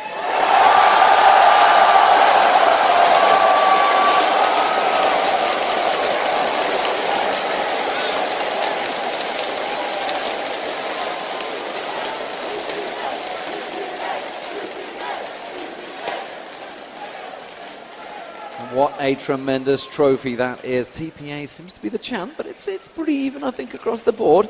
Zebu Frost definitely have a lot of support, certainly in Korea, obviously in prime time now for the Korean audiences, as well as Taipei. And, well, honestly, Jat, I mean, coming into this, the team comps, who would you favor as we get into the game? I've talked to a lot of pros, and it's odd for them as we get into the game. Normally, they're very one-sided in what they say. They're very definitive about how they predict, and everyone says 3-2. I don't know who's going to win. These teams are very even. Now that they come out of the base, we're finally here into the World Finals. Well, I know everyone here would certainly love to see a 3-2. Everyone at home would love to try and stay up, and I favor with all those Europeans that have stayed up through the night. You have my sympathies, ladies and gentlemen, because Taipei Assassins versus Azubu Frost is about to get underway, and the water immediately goes in their faces. If you've just joined us, if you've just tuned in, the Taipei Assassins as a blue team as game one gets underway. Azubu Frost as the red team. We are just 50 seconds into it. We are going to see a level 1 invade. And this is brute force because they're going right through a ward that they just saw. They're just trying to get a ward on the raids, and the big weakness for Mumu is early game counter jungling. Funnily enough, the early game weakness of Maokai is also that, so it was a pretty good pick against it. They're both poking around, trying to invade the other team's buffs. There's a lot of wards. You can see a lot of supports have just went to burning all their wards on early level 1 buffs. Looks like Maokai starting at blue and Amumu starting at blue as well, so both of these junglers looking to start very strongly, and neither team actually going for an aggressive invade. They know how much is on the line, and it does seem like they have conservative plays coming out early. Of course, that $1 million would certainly make you think twice about any crazy plays you were going to throw out. Certainly in the first game, definitely going to be a cautious match for the first match. Wouldn't expect anyone to go overly aggressive. They've got nothing to lose at the moment, of course, but you know, they could come back from anything. Taipei Assassins taking the golems. You can see also setting up for the red. Meanwhile, the blue buff, is also being picked up by Azubu Frost. That is going to be the Nivelish. And that is going to be Cloud Templar picking up the blue buff, we would assume. Just going to see whether they use the smite here. It is something that Amumu always needs in the jungle to start. And actually, there wasn't any lane swapping. They might have out-mind gamed each other because BB and Mistake have to lane up against this Sona Ezreal. That's going to be a very difficult lane for them. They're going to get poked down really hard in the bottom lane. Cloud Templar saving his smite so he can pick up the red buff very early. Both junglers getting seen by wards a bit, and that bottom lane, BB getting poked hard early. Very low. The exhaust had to get used. They might be able to turn this one. Had to burn the flash there. They're trying to go for it. BB, Madlife trying to get aggressive. He puts the ignite down on Mistake. Mistake's going to get taken low. Wound's going to have one more Mystic shot. Can he make it? No! And that's going to force Taipei Assassins back early on. They're going to try and burn the health pot, so they've got to go back. This is really going to hurt them. They're going to lose a wave on the turret, and that could set them behind very much. They can't go back to that lane and keep hurting because that is going to continue happening. Punishment going down around the map. Big harassment early, and that was the play for Azubu Frost. Big advantage there early bottom lane. Okay, so looking like the lanes are going to be pretty standard. We're just going to keep our eye on where Cloud Templar is going to head. Take us through this top lane moment as Cloud Templar has a little peek actually. And let's just stay with it a moment. You can see if he can get the bandage toss on towards Stanley. He's going to show himself, and that's going to be the stun coming straight down. He's going to have plenty of time to land that bandage toss. It's going to be first blood. Stanley's going to go down. It is going to be Shy picking up first blood for Azubu Frost. The crowd here is electric, and that was huge. They got the stun onto Olaf, and since he had Ghost instead of Flash, they chained it, and the red buff slowed him down enough so he couldn't escape that gank. Top lane and bottom lane now very strong early advantages, and Amumu's weakness sometimes is early game ganks aren't as strong, and that was big for them. Still a bunch of harass going back and forth in the bottom lane. Yeah, Wound taking a lot of damage in that bottom lane, also taking a tower hit, getting a little too crazy with the aggression. Needs to be very careful. Once BB can manage to get in position, can try and poke him down. You can see Wound again taking a lot more poke, but with Mad Life there, the sustain is very high between these two. As it stands though, Azubu Frost definitely with that advantage. 700 gold, early stuff, and honestly, that assist from Amumu, it's exactly what he needed. Yeah, and look, he got a Philosopher's Stone at 4 minutes and 22 seconds. That's going to be huge for his late game play. Huge, big early start, and you can see now Lowball's up in that top lane, camping, trying to get Stanley back in the game. What happens a lot of times is top lane will try to snowball.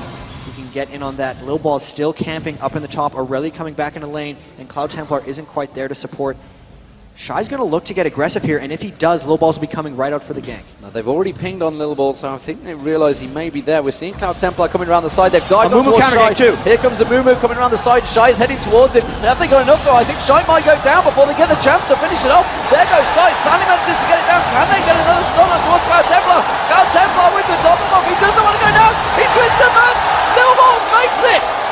What a great turnaround by TPA there. The double buffs getting renewed onto Low Balls. Level 5 Maokai now at 5 minutes. That's the swap around they need, and great support after that early failure top. The bottom lane is very aggressive though. Wound and Madlife certainly pressing the pace here on BB, and BB having to get shielded up there. Really being pressed heavily on the turret. Matching up these lanes, you can see Wound taking some damage, but BB is definitely struggling. Obviously, we've seen him so far ahead in his lanes, normally in terms of CS, 26 to 33. How do you match that lane up? The saving grace for them now is the fact that they're blue side, so they can continually go back and get double golems.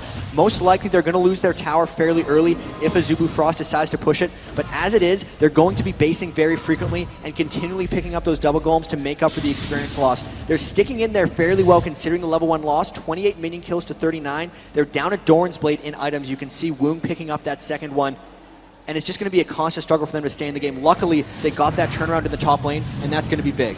Yeah, and there's wards across the board here. 4 members of both teams, 5 members of Type A Assassins picking up wards there, showing they're really spreading the load, spreading the love.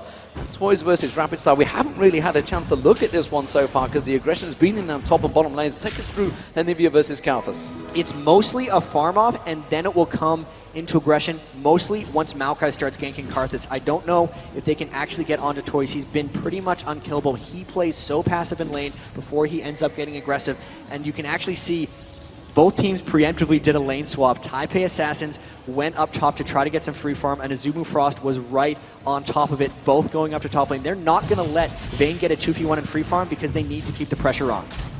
We are seeing them trying to match it up there, but that means Olaf did get in lane quite a bit earlier, and at the moment Stanley's starting to take a little bit of a lead in terms of CS. Of course, they've both got a kill apiece and an assist. But as it is, we saw the jungler, Lil Balls, just hanging around that mid lane, but Rapid Star was not showing himself any position. Cloud Templar just going back, building up that Heart of Gold. Heavy GP10 items being built up by these guys. It's something we've seen throughout the tournament. And Lowball's actually getting an Oracle's Elixir already, so he's going to be looking for those early ganks and to continue from the success he saw top lane, giving the blue buff over to Toys right now, still having the blue buff from the earlier trade, and he's going to clean up this ward top, and once Azubu Frost has no wards, they won't be able to pressure Vayne and Lulu quite as hard, and it's going to help them a whole bunch having that map control. As the cheer goes for the ward kill. Oh, thank you very much, guys, for bearing with us through that entire Saturday. It was a long, long day for all of us. And as it is, we are getting things going here. And Taipei Assassins 2-1 up. Toys taking a very early ward there and looking like a potential red invade here, Jack. And really, they're just trying to catch Cloud Templar. Once they realize he's level 6, though, this invade becomes increasingly dangerous, and he's actually baiting. They know that Low Balls is around pushing the red, and he's going to try to catch him here while they collapse down with Sona and Ezra. Low Balls has to run away. He has to back off, like you say. Sona and Ezra coming both down, and that is going to be Cloud Templar picking it up. But it's good to see Taipei Assassins going for those aggressive plays, something Azubu Frost has yet to do, obviously, other than trying to push that lane heavily. And now we're seeing Anivia picking up those raids. They're trying to help him farm out here, and then again he's going to assist Lil Balls in picking up the red buff of his own. And really, I just want to look at the lanes a bit here because you can see Stanley against Shy. So much has been talked about this matchup. We saw Stanley completely dominate on Italy in the semifinals, and Shy completely destroy on Shen. And Shy actually has a bit of an early edge here. He's 11 up, and here comes a gank around the back. Low Balls with Oracles cleaned him out. Shy's in trouble. The Ignite goes down on towards Shy here. Has he got enough to try and finish off Stanley before he finishes? Lil Balls gets in there, tries to bait him around, pulls him into the push, and takes him down with the car. Assaults about the Requiem. Well, no! It didn't finish him off! Stanley survived with nothing. Here's Real Ultimate, didn't actually aim for him. There was a push on mistake at the top there as well.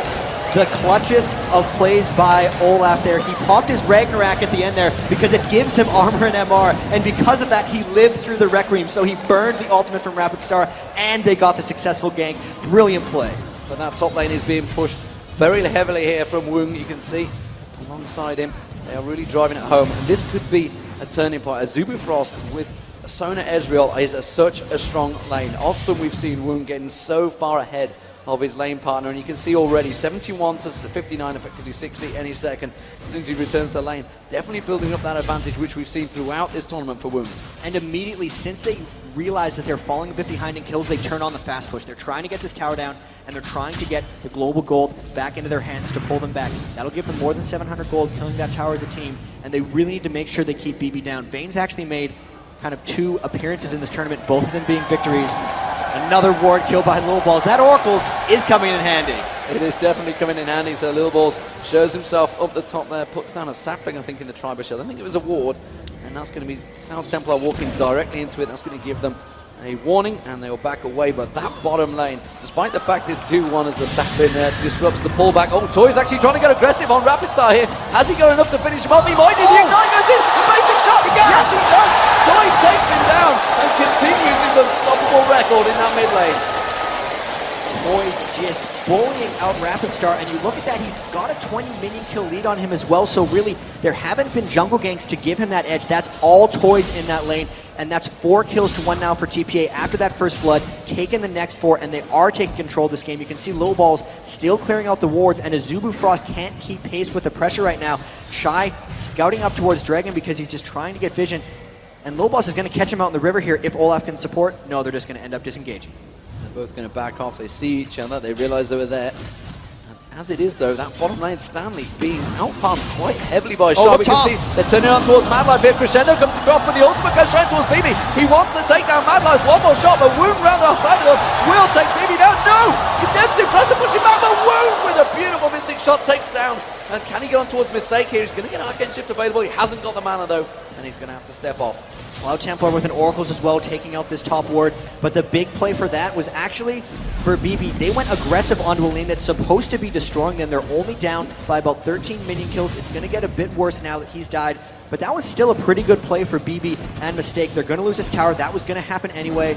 Vayne doing a pretty good job keeping farm, because if they get him into teamfight late game phase, it's going to be huge. That tower kill, taking the gold, pretty much even. So 11:55 and the first tower goes down, along with another ward. By Little Balls, he's really farming up. Making that Oracle pay, but this bottom lane, surely will it become a concern for them here?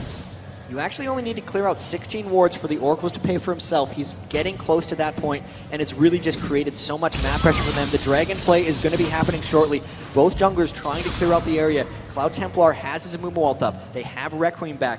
Crescendo's a little bit slower. If they fought now, it would be in the advantage of TPA, because they have all of their cooldowns except for Mistakes, and these fans continue to applaud the wards. Shy getting jumped on, Shy's getting dominated down the bottom here. They should be able to take him down. Yes, they do. BB gets him. That's, of course, going to turn the fight for the Dragon. Cloud Templars having to back away here. Mistake, would you believe, bullying him here. Toys could get a wall across here. They're going to try and wall him. They do. They managed to back him up. Have they got enough to slow him down? There's going to be the stun up towards Cloud Templar, but they're just forcing them away. True Shot Barrage does manage to hit a lot of Type A assassins. They're going to maybe try and go for the Dragon here.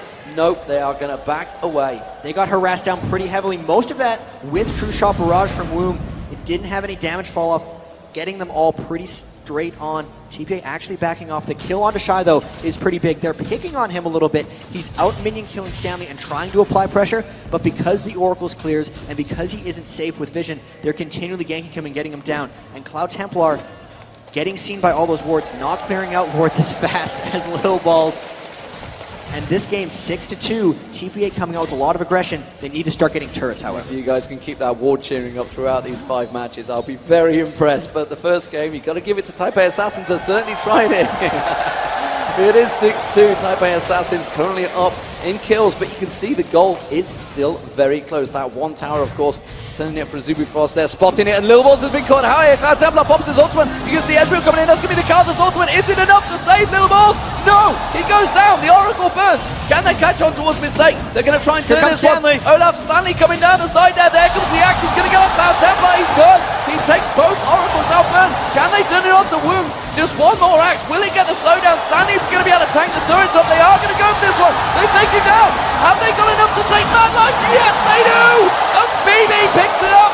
Very nice turnaround. And Type A Assassins from a real strong position for Azubu Frost counter very nicely. They realized that Shy was top on Irelia and that they had the man advantage. Now they get this free Dragon with 4 members, and they just pushed into Azubu Frost for that aggression. They burned the Amumu ult on a single target, which gave gave TPA a big advantage in that team fight. Shy trying to counter with a push bottom, but Lil Balls is all over that because he's right there to clear the wave, not allowing those turret kills to come through. Well, there is a big difference in kills, of course, at the moment between support and assist between Stanley and Shy. And Shy, we've seen it so many times. You know, if he falls behind, he's just going to carry on farming. He's got a 45 CS advantage currently over Stanley. That's pretty big.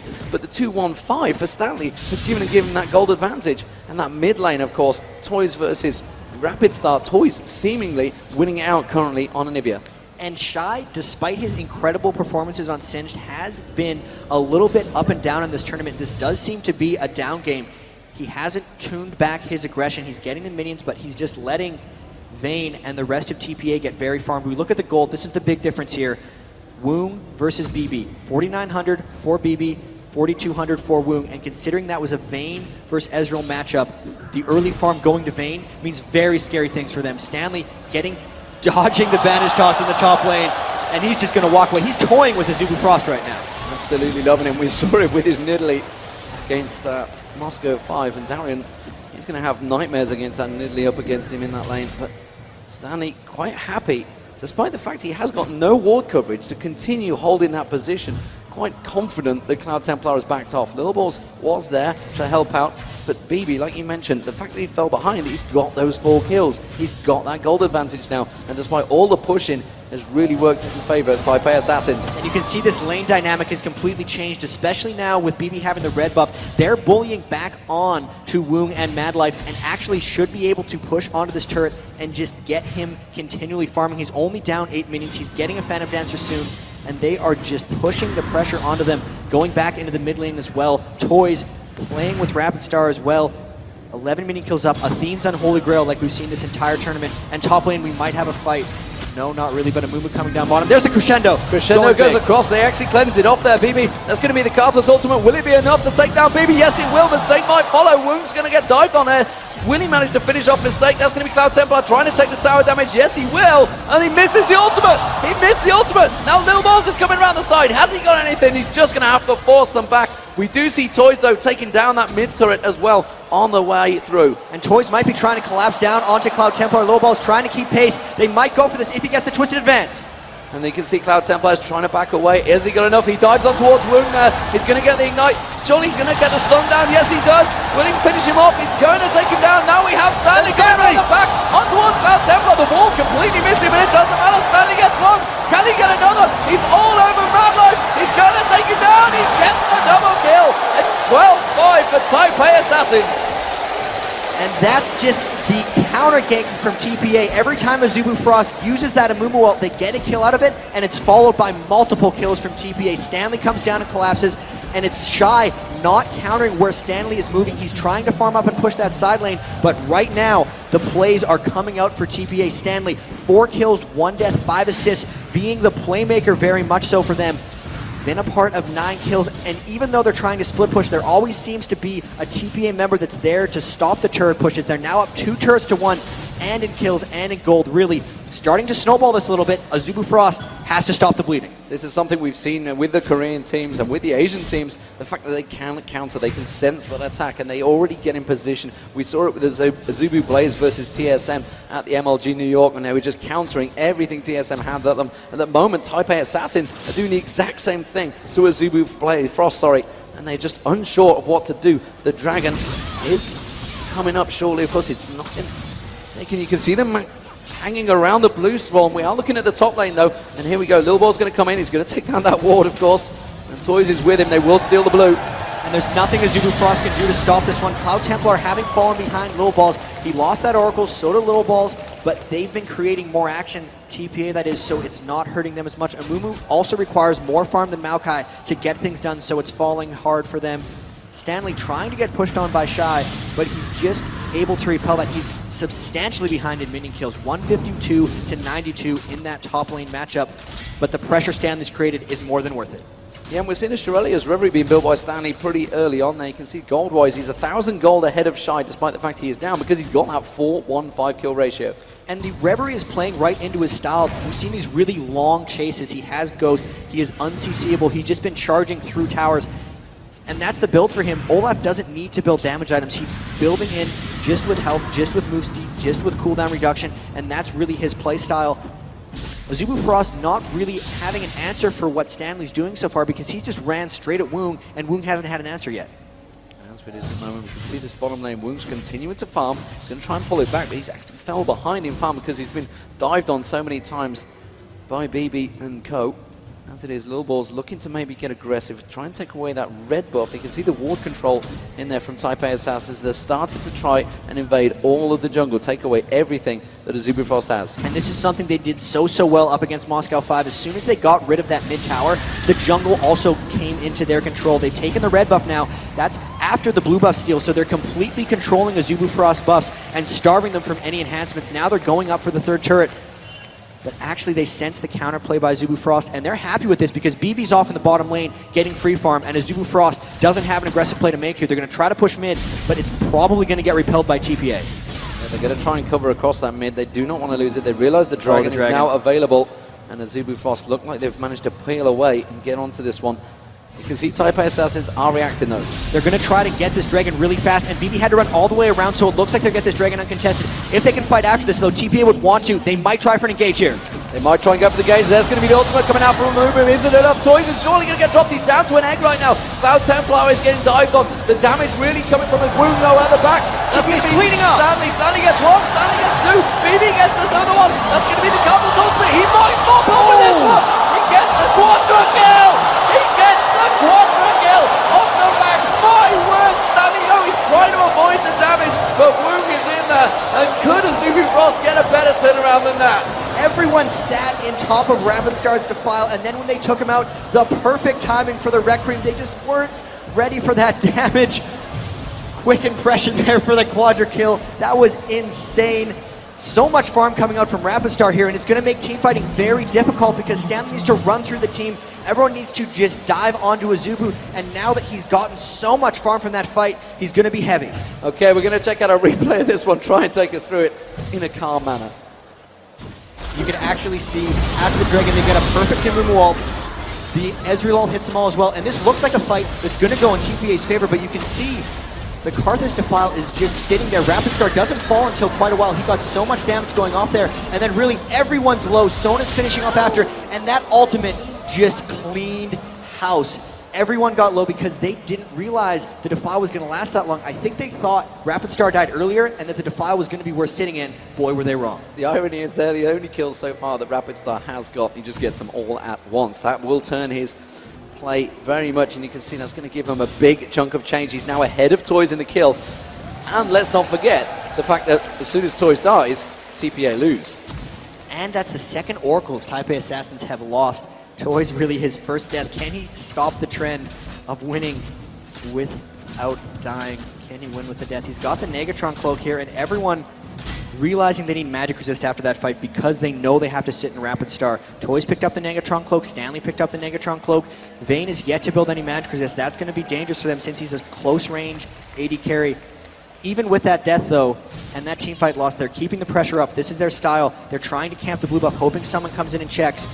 But it doesn't look like Azubu Frost is down for it. They've had so much experience against COGEU. They're really trying their best to turtle out and get those team fights where Rapid Star can just pick up those quadra kills. Type A Assassins trying to cover this one out. Are they going to try and steal the blue buff away? Are they going to try and bait someone in? You can see Woong just off the side there with Mad Life as well as Shy. Is anyone going to go into it? I expect they get the stun! They get the stun towards Woong. They try and have the damage. The Twisted Advance completely through, and Woong goes down. It's actually Mistake that picks up the kill though.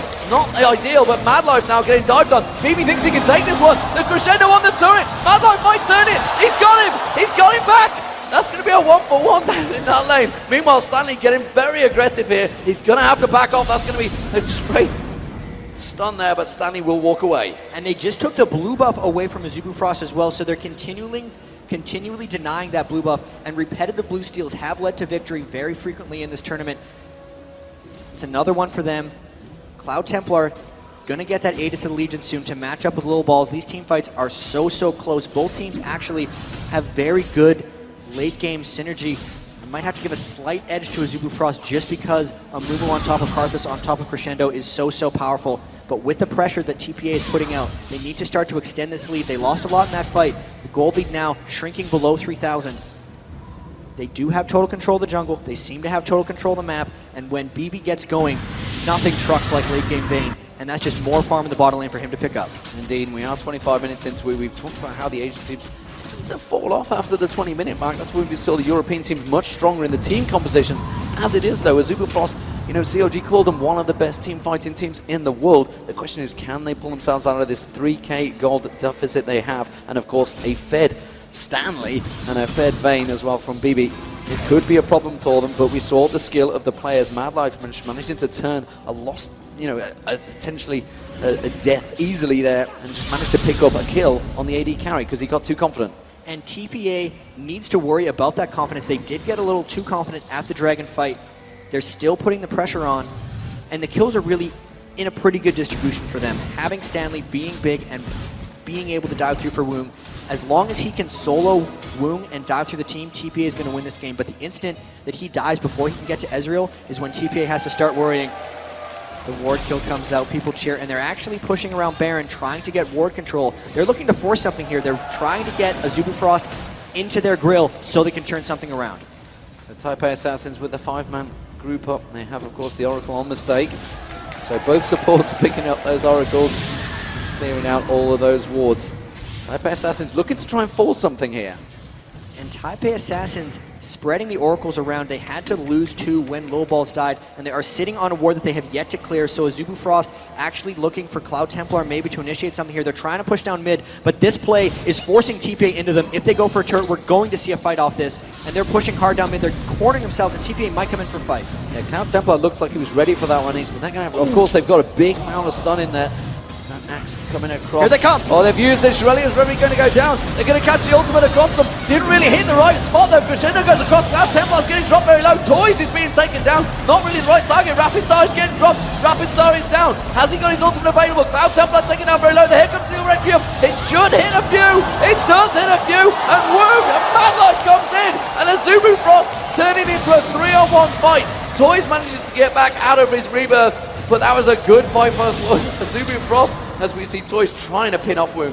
And they keep falling to just sustained AoE damage. And the nice thing there is Woong focused onto BB and got him low enough for the Karthus ultimate to really get him with the last blow. Rapid Star now with the death cap getting scarier and scarier. The big thing the TPA has to do here, since there's no avoiding the Requiem in team fights, is get that magic resistance. You can see the Force of Nature now onto Olaf. Negatron Cloak just getting purchased by BB. If they can fight again soon, before Rapid Star gets magic penetration, they're going to have something. With that team fight though, as Zubufrost gets the Dragon, gold lead even closer now, 1,000, and you can see their team fighting is coming out superior to TPA, and that's how they clawed their way back into this game. So 18-13 in kills, definitely not going to be the stall tactic we've seen throughout this tournament and from certain teams, but we are going to check out the replay of that last fight and talk us through it. Watch how Woong actually zones out BB in this fight. It looked like Rapid Star might have died in the wrong place, but everyone is still clumped up. They're still getting the defile damage onto the majority of the team, and BB can't actually get to targets that he wants to. He's so zoned out, everyone just getting pushed back. Stanley was able to take it out, and because the Requiem comes down, no one can chase onto any priority targets for Zubufrost. Madlife came in awesomely at the end with his amazing Sona. But that's just the team fights are really hard for TPA because it doesn't seem like they can get onto the targets they want. There's too much zoning potential coming out from Amumu and Karthus that the team fights do seem to be going in Azubu's favor. So as it is, you can see Stanley on your screen. 716 has got that Force of Nature. Can he try and carry this one through for his team? Definitely seems to be calling out. He wants to force something. We can see Toys down in the bottom lane though, so at the moment TPA Assassins are split apart. We talked about their 4-man fight. Toys right now feels he needs to farm up. He's got that Deathfire Grasp along with his Athenes and Holy Grail, which he picked up early on. It's something we've seen quite regular from the Asian teams. The Athenes on Holy Grail is something Toys has wanted this entire tournament. Almost every caster he plays is fairly mana hungry, and he'll get that Athenes. With the 4-man play, though, that's not how TPA has been playing this game. Stanley has actually been a creator. They wanted to run around as 5, and they're trying to force those things, but against Amumu Karthus, that's extremely dangerous. The split pushing isn't really coming in. Shy has actually been the one trying to make the 4v4s happen, and he's ended up getting picked off a few times because of it. Now that Zubufrost has won a couple of team fights, The tides have turned here. They're the ones scouting around Baron buff, trying to clear out ward. Mad Life's going to get that one in the triangle brush. And now it's a Azubu Frost that has to come, or TPA Assassin that has to come into Azubu Frost. Cloud Templar can turn a fight very quickly with Bandage Toss and Ultimate, and they can just all flash follow on top of that. Rapid Star's flash not quite up yet, but they're looking to get someone out of position here. There's a wall, here's a fight! He's going to come in, he's going to be the curse of the mummy, goes straight across. Toys getting dropped almost instantly there. Goes down, doesn't have rebirth available. Shy will drop. TPA Assassin trying to turn this one. Mistake and BB trying to hammer the damage from the back there, but Crescendo comes across. Woong is going to get dropped. No! He gets the heal off. Has he survived? No! Stanley goes down on the back. Immediately, they're going to try to turn it. Mistake doing the damage. Nilballs. Can he pick them all up? He gets one. How can he get another? The Cartmel Dogma comes through. It's not needed. And Mad Life with a double kill at the end of it. Mad Life is picking up kill after kill. He's 4-4-13. And Azubu Frost with another one-team fight. We knew these teams were going to be aggressive coming in. Both of them were trying to match each other hit for hit, and it just seems like Azubu Frost is one step ahead of them in team fights. A Mumu Ultimate's so key, and TPA just can't seem to finish off the targets. BB actually had a field day hitting in that last fight, but he didn't have his Infinity Edge. Now that he has that, it's about him avoiding focus, and if Vayne can get off big things in team fights, it's really what they have to rely on. Toys got picked off at the start of that fight, and they still took down 3 members, and Cloud Templar and Mad Life were very, very close. These team fights are still razor thin. Azubu Frost got an edge off that one with the turret and now a gold advantage, but I still can't call the rest of this because it's been back and forth, the kills are still very close, and it's not like these team fights are completely one-sided. Looks like TPA Assassins were thinking about trying to react very quickly, and Azubu Frost are well aware of that. They could go and rush straight towards that Baron, and TPA Assassins are definitely doing that. They're going to try and get in there and clear things out. Mistake is going to get and clear that ward down, and immediately Azubu Frost tried to react to this one. You saw the Shirelia's Reverie was used to escape off the back of this. And they're actually just seeing a ward in, they just cleared it out, but this is Azubu Frost going to fly into them. All their ultimates are up except, the Requiem and the Ezreal ult isn't, and Stanley's driving in. This is TPA pushing. They're going on towards Shy. Shy getting dropped down immediately off that, and Bebe gets in there. Cloud Templar using the ultimate, but the rest of his team are not with him. They're dealing with Lilballs. The Shirelia's Reverie comes across, and you can see that that's going to be immediately catch on. Cloud Templar is just going to have to run away. BB's still taking a lot of damage, though. The Swoog is just off the side, picking them apart. Carter's picks up the double. They're going to take Toys down. Azubu Frost once again come out on top in this team fight. And Stanley and Lilballs, the only 2 surviving members. Azubu Frost are going to try and push the Baron. BB just got picked off there, and you can see how low everyone on Azubu Frost is. They're so good at dropping aggro, and that's just because they have a more powerful front line than TPA. Stanley's going to try to disrupt this, but he doesn't have his ultimate up, and they're just jumping off after him. They're taking down this Baron, and even though Lilballs is going to try to steal, they're not going to let him. They're going to look to peel Lilballs before they let him steal. It's littered with wards, so there's no way he can actually get in undetected. He's trying to sneak around the side, trying to throw those saplings in. He does have Smite available. He's not going to be out of it in a position to get in there. It would be suicide. And he backs away. And Azubu Frost now tied in kills, 22-22. They've got a 4-2 kill tower advantage. They've got the Baron, and they have a big gold advantage. That 5k advantage turn. And Azubu Frost really building up their advantages against TPA Assassins and winning the last 4 team fights. If TPA Assassins wants to win a fight, they have to get Rapid Star out of the way. He is dying where he wants, he is getting where he wants to go, and TPA doesn't seem to have field control of these fights. That's really what it's been coming down to, and big lead now for Azubu Frost because they were substantially down in gold when they started winning team fights. Now that they have the Baron buff and a large gold lead and the Aegis of Legion and the Zeke's Herald, the team fight items coming in, it's going to be very difficult. TPA has to win these skirmish fights, and actually just take a look over at the Baron buff. Look at how many wards they had. That's one of the reasons they won that fight, because no matter where TPA tried to go, they couldn't lose vision of them. They tried to juke into brush, but all the brushes were taken up. They couldn't go around corners for field of vision. There's a little lesson there. Baron team fights, get wards out, because if you're looking to peel, you don't want people to go invisible. They're going to dive up towards the dragon here. It's going to be picked up within seconds for Azubu Frost. Woong, of course, very fair now. Sampling's going to come in, didn't quite get the steal though. As Woong takes out down the top though. Stanley's getting dived on here. Is he wanting to fight this though? Shy getting onto him for once. A 168 Shy is actually forcing Stanley back, despite the fact Stanley is built so tanky. And another difficulty for TPA in team fights is that BB's getting outranged and zoned by Woong. So even though he had an advantage early, he hasn't been able to push that because he can't get close to any of the targets he wants to.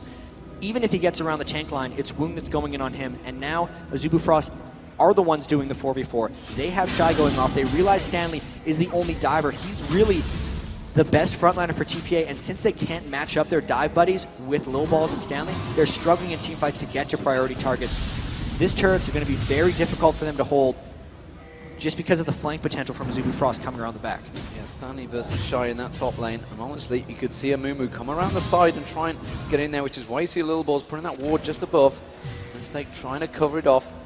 Now Templar trying to find a position. Shy getting taken down very low there and forced away by Stanley. Are they going to try and force something in the bottom lane? No. They don't keep that standoff and just slowly but surely poke it off. They do manage to wall off a bunch of Azubu Frost, but honestly, Taipei Assassins do not feel they can win this fight. They need Stanley to join them, and it can't happen at the moment. I think it's a matter of time until this turret goes down. If TPA were to engage on a 4-man Azubu Frost team with Baron, they would most likely lose. I'm surprised that Azubu Frost is backing off because it seemed like they could get that turret, but there it is. They knew Stanley could be coming up the back, and they didn't want to engage in a 4v5 even with Baron. So despite the 44 total kills in only 35 minutes, we do see a bit of cautious play finally coming out of Azubu Frost. A big game experience, of course. We talked about it earlier on. Very much keeping a cool head here are Azubu Frost. Toys continuing out to farm. Let's just have a look across the builds and the teams. I mean, how do you see this one playing out? At the moment, Azubu Frost winning every team fight. How do Taipei Assassins react to that? On top of Azubu Frost winning all the team fights earlier, they've completed 2 Guardian Angels, so Shy and Woong both will have to die twice in the next fight, and TPA doesn't have one of their own. They need to be extremely cautious and almost hope that Azubu Frost dives a turret or does something silly. They have to focus around getting picks, and he's burning his ultimate. They're just diving through onto him. They're going to get him here. They're going to get him. There's the crescendo, goes across the Karthus ultimate. Will be enough. Rapid Star picks up the kill. They're going to try and push on Stanley as well, but instead they immediately divert their attention and go straight for that bottom turret. They have a creep wave coming in. They will take that inner turret down. And Azubu Frost actually just pulled off what TPA would have needed to do, picking off a solo member. There's no way right now that TPA wins an even team fight, even if it's on top of a turret. They have to pull off something very creative. You can see Toys is off getting blue buff, but this turret is going to be nearly impossible for them to hold. They only have 3 members, and Azubu Frost is flying in hard. They're diving in here. Remember, they used a lot of ultimates to get in here, though, but they are taking the turret down very quickly. A flash from Rapid Star, an exhaust on towards Mistake, but it wasn't enough. They do take the inhibitor down regardless, and they're going to back straight off this one. Stanley is trying to peek across, but Azubu Frost quite happily disengaged. That's going to be the True Shot barrage going across, not really doing a great deal of damage across them. They do make a stun on towards Shy. Can they pick one up here? He has got a Guardian Angel, and Azubu Frost immediately turns to react. They're going to defend their comrade, and Stanley's trying to get in there. That's going to be the Curse of the Sad Mommy getting across, hitting the entire team, but Stanley is still in up there, and Wu is going to get taken down very low. Lil Balls tries to get aggressive, but they disengage so quickly. They cannot catch up. That wall of pain goes across and effectively says, chase us if you will. And that was a TPA fight where they had no AD carry. BB was still waiting for his death timer. It was a good repel. If they'd lost 2 inhibitors, the game would essentially be over. Overall, Azubu Frost, with that Baron buff, made very good use of it, getting the first inhibitor of the game and just extended their lead. None of their Guardian Angels have been popped. You can see they've been able to zone TPA out in team fights, and they really just have to continue doing what they're doing. With that long push, though, all their wards have actually dropped down, so this would be a moment for TPA to try to get a pick. They could take control of the area and hope to catch someone warding. But come 30 seconds from now, we see 5 wards out from Mad Life. He's going to be littering that Baron area with wards because they know the spawn timer is going to be a couple minutes later since their Baron just did fall off.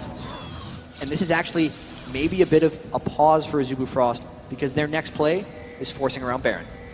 It could well be their last play as well because Taipei Assassins up against it here. Stanley trying to draw something out, trying to bait something out, and the ping's coming out to back off.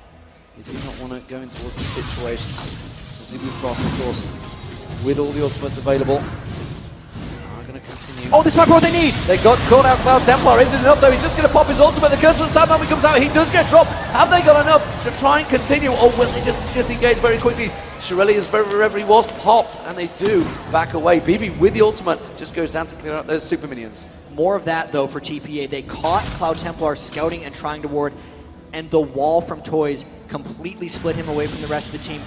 The unfortunate thing here, though, is BB had to go back to base to clear out those super minions with the inhibitor down. That's the worst inhibitor to have down when the Baron is up because it completely takes him as far away as possible in supporting the upcoming Baron fight.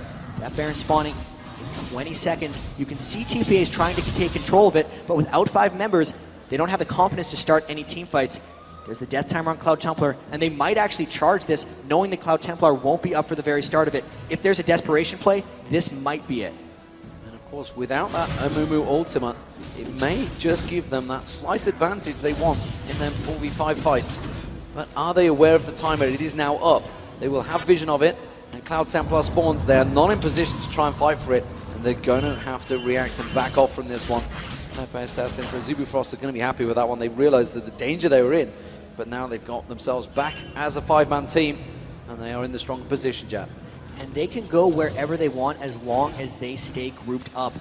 When Rapid Stars flashes up, though, it'll make them much more dangerous in teamfights because it allows his positioning with Defile to be even greater. He has that Void Staff, so most of the magic resist the TPA has isn't helping them very much. When that Requiem comes down, it's going to be devastating. They're clearing out wards, and they're actually looking to fight here. TPA is going to try to stop this because giving up the Baron would mean the game. But fighting a Zubu Frost straight up 5v5 in a choke is also going to be a high chance of them losing it. They have to pull off something crazy here. They have to teamfight perfectly if they don't want to lose here. Stanley walking right through a ward, a Zubu Frost displaying a lot of patience. And they're hitting the axe at the cross inside, Zubu Frost poking it. They don't have the vision though. TPA Assassins desperately. Stanley's gonna maybe try and pull something crazy out here. It's Wound they want, but he's got that Guardian Angel. He's got that damage, and of course Rapid Star as well, poking it through. Well, Rapid Star is up pushing top, so a Zubu Frost trying to engage. They're trying to go for it, and they can see. They're going to come back. They've dodged up towards Stanley. Stanley's the one that wants to take the damage, and immediately he turns into the rest of the Zubu Frost. There's the gun to the Sam Molly. Rapid Star taken very low. They're going to use the Zonya's Hourglass straight away. They can't manage to take him down. Cloud Templar will get dropped by Stanley. Immediately turned into Lil Morse, takes down Rapid Star. Stanley's going to get dropped. The counter. Oh, it's a triple kill for Rapid Star. And now Woong and Shai should chase down Lil Morse.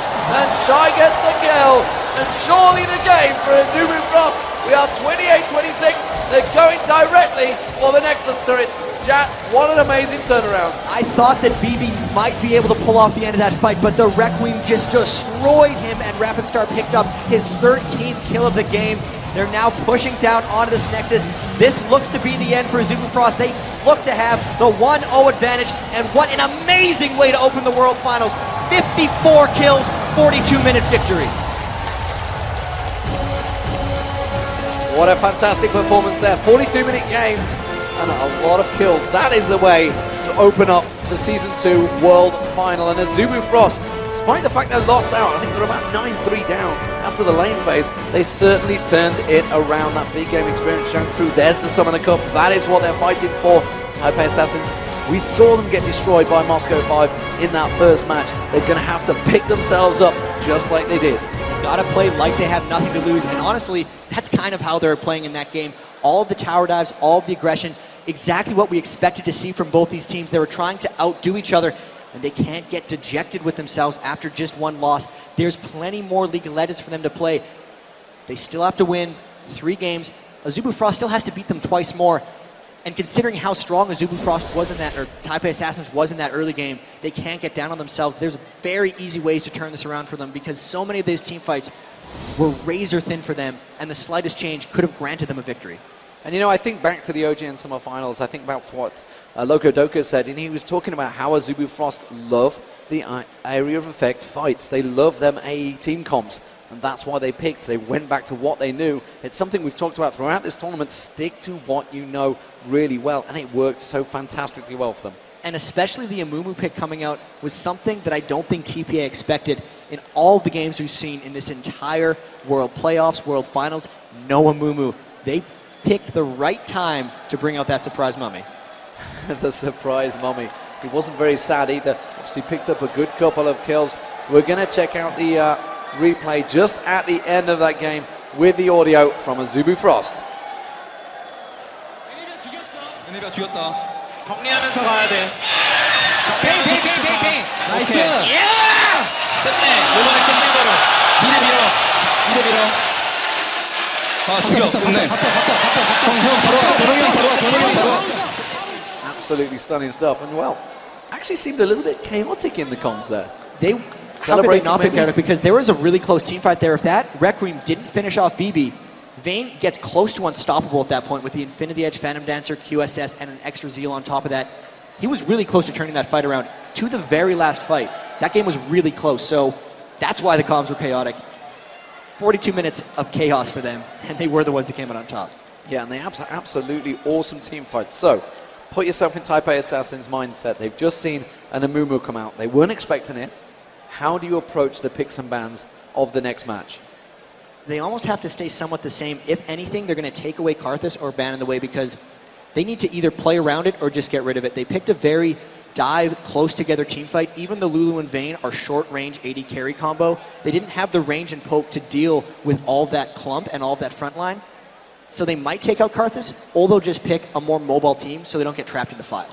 Or do you take away the Ezreal Sona comp, which, while they managed to deal with it, it also freed up the rest of the lanes because they had to focus on it so heavily. That could be a possibility, but that wasn't really what they lost on. The Lulu Vayne did an extraordinary job going up against that poke, and they actually showed the strength of the TPA bottom lane. Some of the players did say that was one of their big advantages. BB and Mistake, such good synergy, and the mismatch there and the early game lead they took, it doesn't seem to be an issue for them giving away Ezreal. So, from a Zubu Frost point of view, they've just come back from a really strong position. You know, they've won every team fight. Going into the next match, do they stick with the same type of build? Do they go with another AE build, some sort of strange build that they could pull out? Or do they go with some sort of poke comp, which we saw CLG use against the Zubu Frost? I think they just try to counterpick. And Zubu Frost has, if anyone, shown as a generalist team. They've dealt with the turtle of CLG, they've dealt with the aggression of TPA, and they're very much about just trying to get the opponent on their heels. Whatever TPA comes out with, they're going to try to get back at them. The Karthus countered the close-range team of TPA, and whatever TPA comes out with is what Zubu Frost is going to try to counter. And really, that's what I think we'll see in Game 2. Okay, and the pressure on the players obviously was pretty huge. I mean, we've come out. Do you think they're going to be settled now? I mean, they've got that one game out of the way, the first game, no matter whether they win or lose. Have they come into this situation and go, you know, we've just played a pretty crazy game of League of Legends? And we talked about Zubu Frost. I think it was Team WE. No, it was IG, the very first game of the day. Zubu Frost versus IG. And Zubu Frost said, you know, we really love the fact that they had that crazy back and forth game. They said, we haven't had that for a while. So both teams, I think, will feel, you know, comfortable. The fact that, yes, we did just lose in terms of Taipei Assassins, but they just played a pretty damn good game of League of Legends. Yeah, and with how aggressive they all came out, 54 kills, that is much more than I expected in the first game of the World Finals with all this on the line.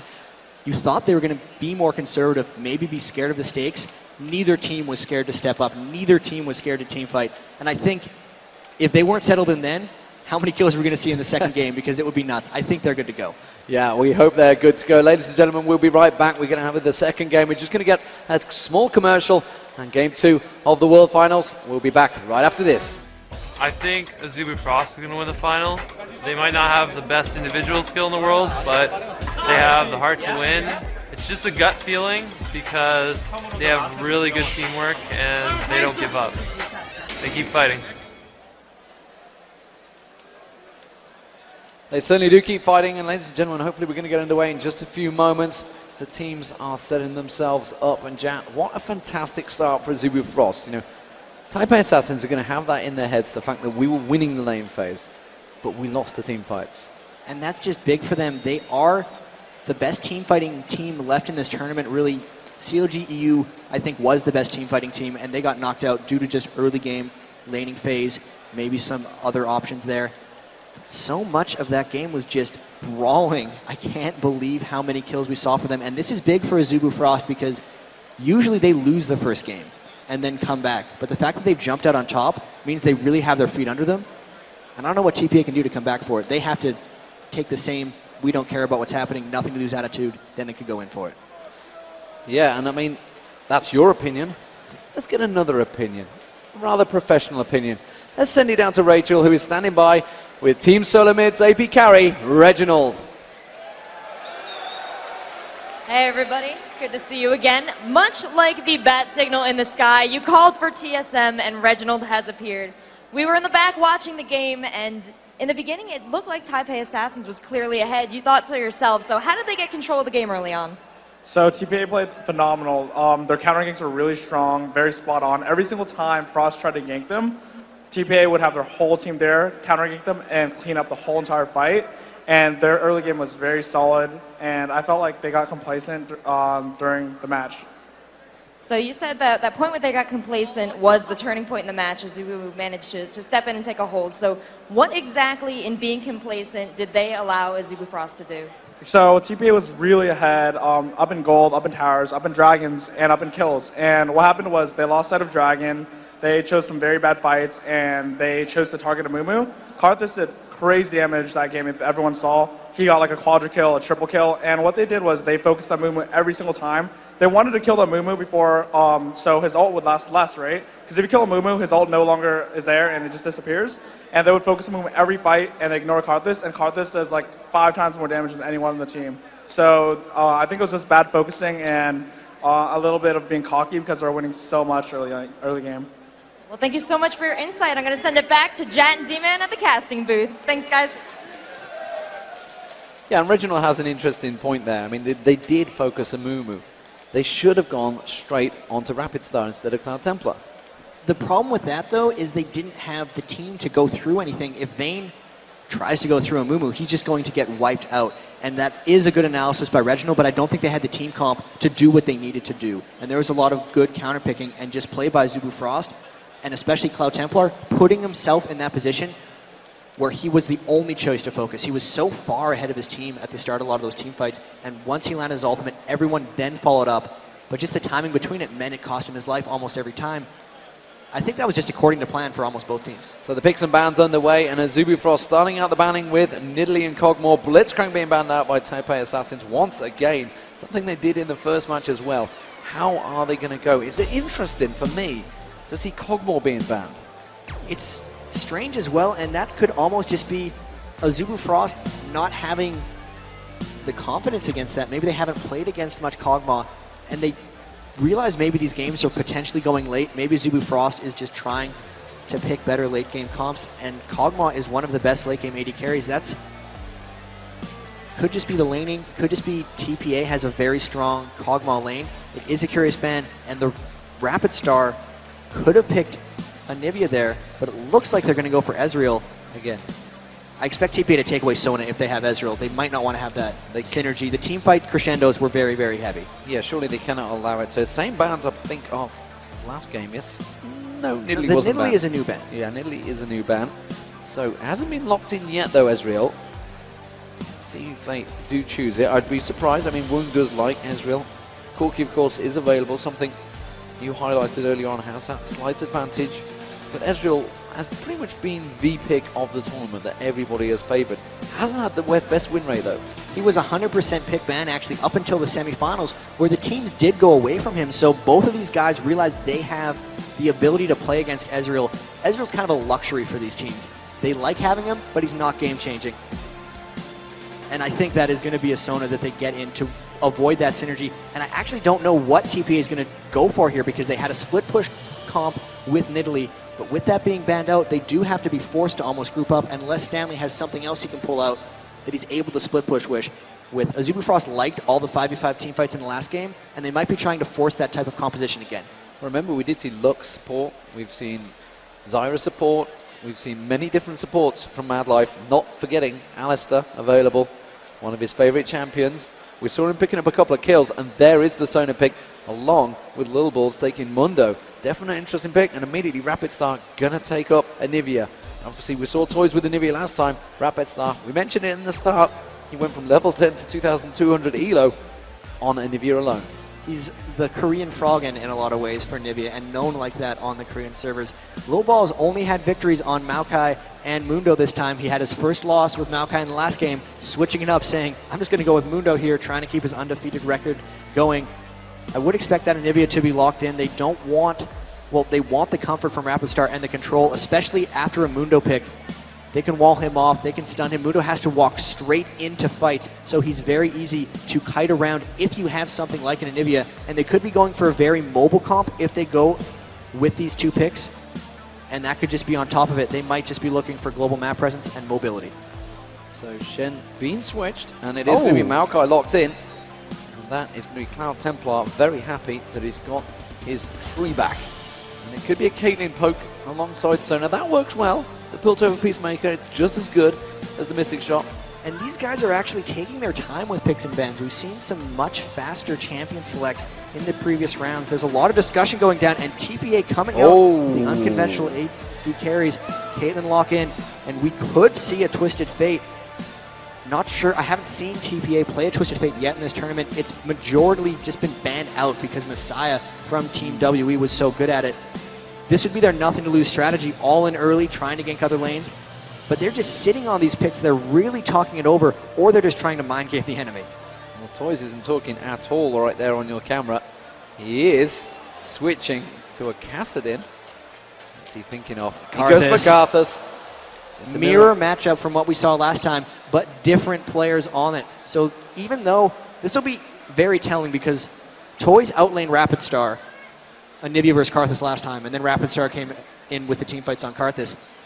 It'll really be Choice's time to display his skill if he can outlane him again and prove that it's not just a champion matchup thing. But they like the matchup back and forth, and that Zyra support would be huge. Going again for the heavy AoE team comps, nothing better than that gigantic knock-up ultimate from Zyra. And Vladimir looking like he's going to be the top lane as well. And he's going to be picked up for Shy. We're just waiting to see whether it gets locked in, as it is. How would you build against this? I mean, we've seen the lane switching around. Ooh, Janna could come out there. Alistair may be coming out along with Singe. Let's see. They're just toying with us right now, trying to go back and forth. No, they're discussing it. I mean, you can see Cloud Templar, he's having a discussion. He's talking to his team. He's like, which do they feel is better? And Jax was being left available for Shy. Oh. And they've locked it in. It's going to be Zyra and Jax. We're going to get to see Shy's amazing Jax play. How will it work? And more importantly, what will Stanley counter it with? And this is curious because they have so much AoE, and then they just have a Jax, who's an all-in champion, and they're just going to try to dive heavily onto BB, but he has to dive through Choice's Karthus, and it could be really dangerous for them. It's really going to be about them trying to get AoE damage onto everyone, and then have Woong and Shy for cleanup, because they'll stay so safe in the back. The Caitlyn pick has to tell us something, though. Are they going for heavy poke? Are they going to just destroy the lane? Because last game, they had the Vayne Lulu that laned right up against Sona Ez, and nothing's a stronger AD carry laner than Caitlyn. They might just be looking for a fast push strategy, maybe globals, and Stanley's been on Shen in the past here. Man, the last time they picked Karthus Shen, they did lose the game. That's both of these teams 0 for 1 with that composition, but they're going for it again. This is their nothing to lose strat. It's going to be pretty big for them.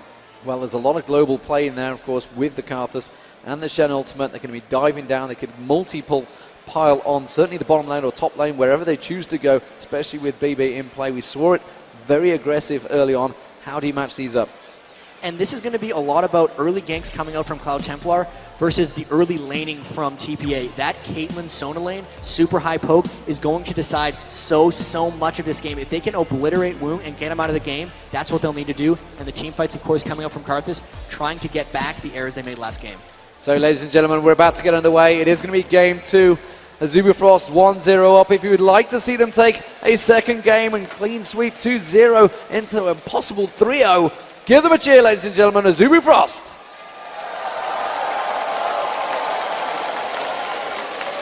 Now heading into game 2, TPA down 0-1. They need to win 3 of the next 4. If you want to see them take game 2, let them hear you.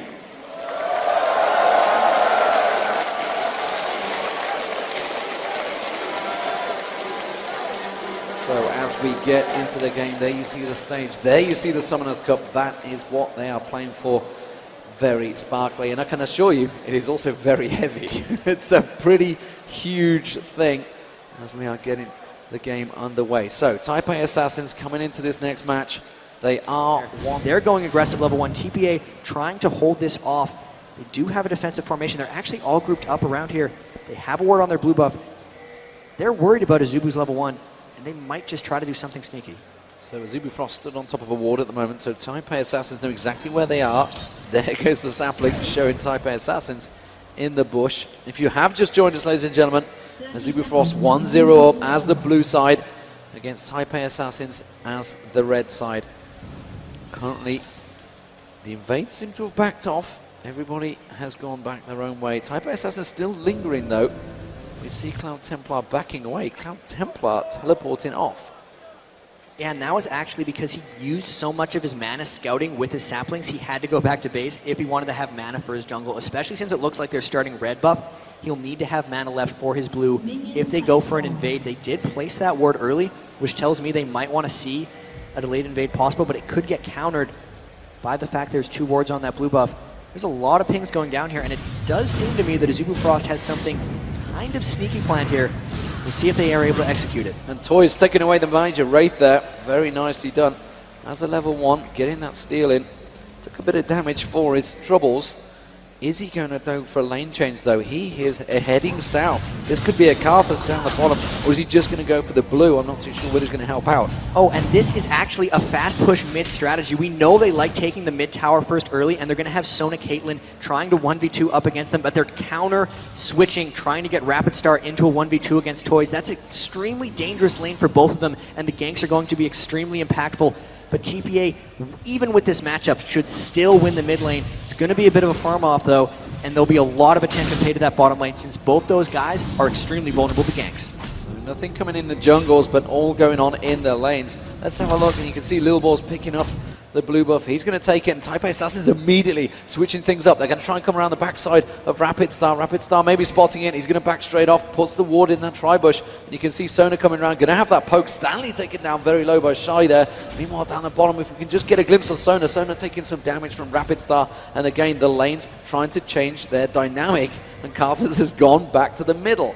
They're trying to swap really quickly here, and Lil Ball's actually sitting around at the Dragon. I think he's just trying to catch Mad Life warding, and he might get him with a cleaver. He's got a cleaver on in, he's flashed in, he gets exhausted instantly by Mad Life, but they're going to turn him down. That's going to be first blood, and it's BB that picks it up once again. And now Karthus is heading north. He's actually going for the Wraith, I'll tell a lie, but he used the teleport but to get back in towards that mid lane. And this is what TPA needed, jumping out at the start of this game. Woong trying to get punished. The back and forth lane swaps, TPA was ready for him. Amazing play by Lil Balls there. He knew the patterns of supports and knew that once they swapped lanes, they had to get wards in the river. As soon as Mad Life walked for that, he was able to catch him out with the cleaver. And that was, again, a brilliant gank play by Lil Balls. He did that in the first game as well. And he might give his bottom lane the huge advantage it needs. Yeah, Woong being zoned out a little bit here by mistake. Level 2 versus BB at level 3 already. Going to try and keep him down. Of course, that wave will get pushed in towards the tower, so there's only so much they can try and zone him. We do see Cloud Templar coming around just above. Is he going to be able to sneak through that tri-bush? I'm pretty sure there was a ward that went down in that bush earlier on. Yes, it is. They've just passed straight by that ward, and the sapling goes down. Mistake just clearing that one out. That will get reset the lanes. Let's take a look at this top lane. We can see Lil Ball's heading there right now. Jax versus Shen. And Shy does not have any wards here, but he's positioned fairly defensively in his lane. They might end up burning a flash here, but he senses something.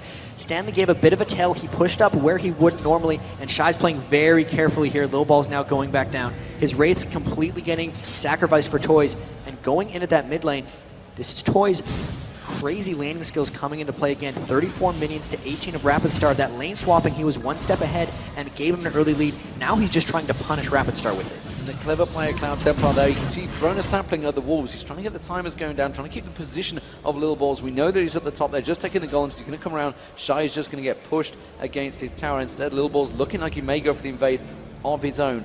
He heads down towards the middle. We can see Cloud Templar just stepping off at the side there, trying to go towards Toys. Toys, of course, very vulnerable as Lil Balls going for the wolves, and they're both counter-invading each other's wolves.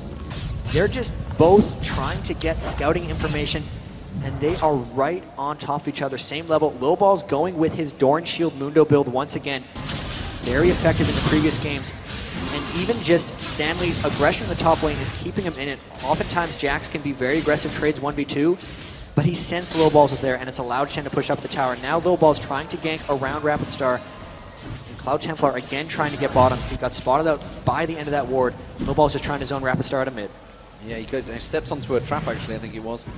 Straight on Kanan's trap. Rapid Star immediately aware. So they know the jungler's positions. They're going to try and counter this one. TPA Assassins getting poked off and this heavily here on this bottom lane. Wound doing a lot of damage down on towards Mistake there. Mad Life again, the poke from these two. How do you rate these two lanes between them? I mean, obviously we've seen the Ezreal Sona, so much to the power in that lane, but Caitlyn Sona versus Zyra Ezreal. And this is that support Zyra that Azubu Frost actually were the first ones to play. Mad Life, a lot of experience on it.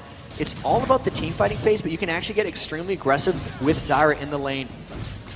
Mistake wants to be high, heavy, and strong with the poke.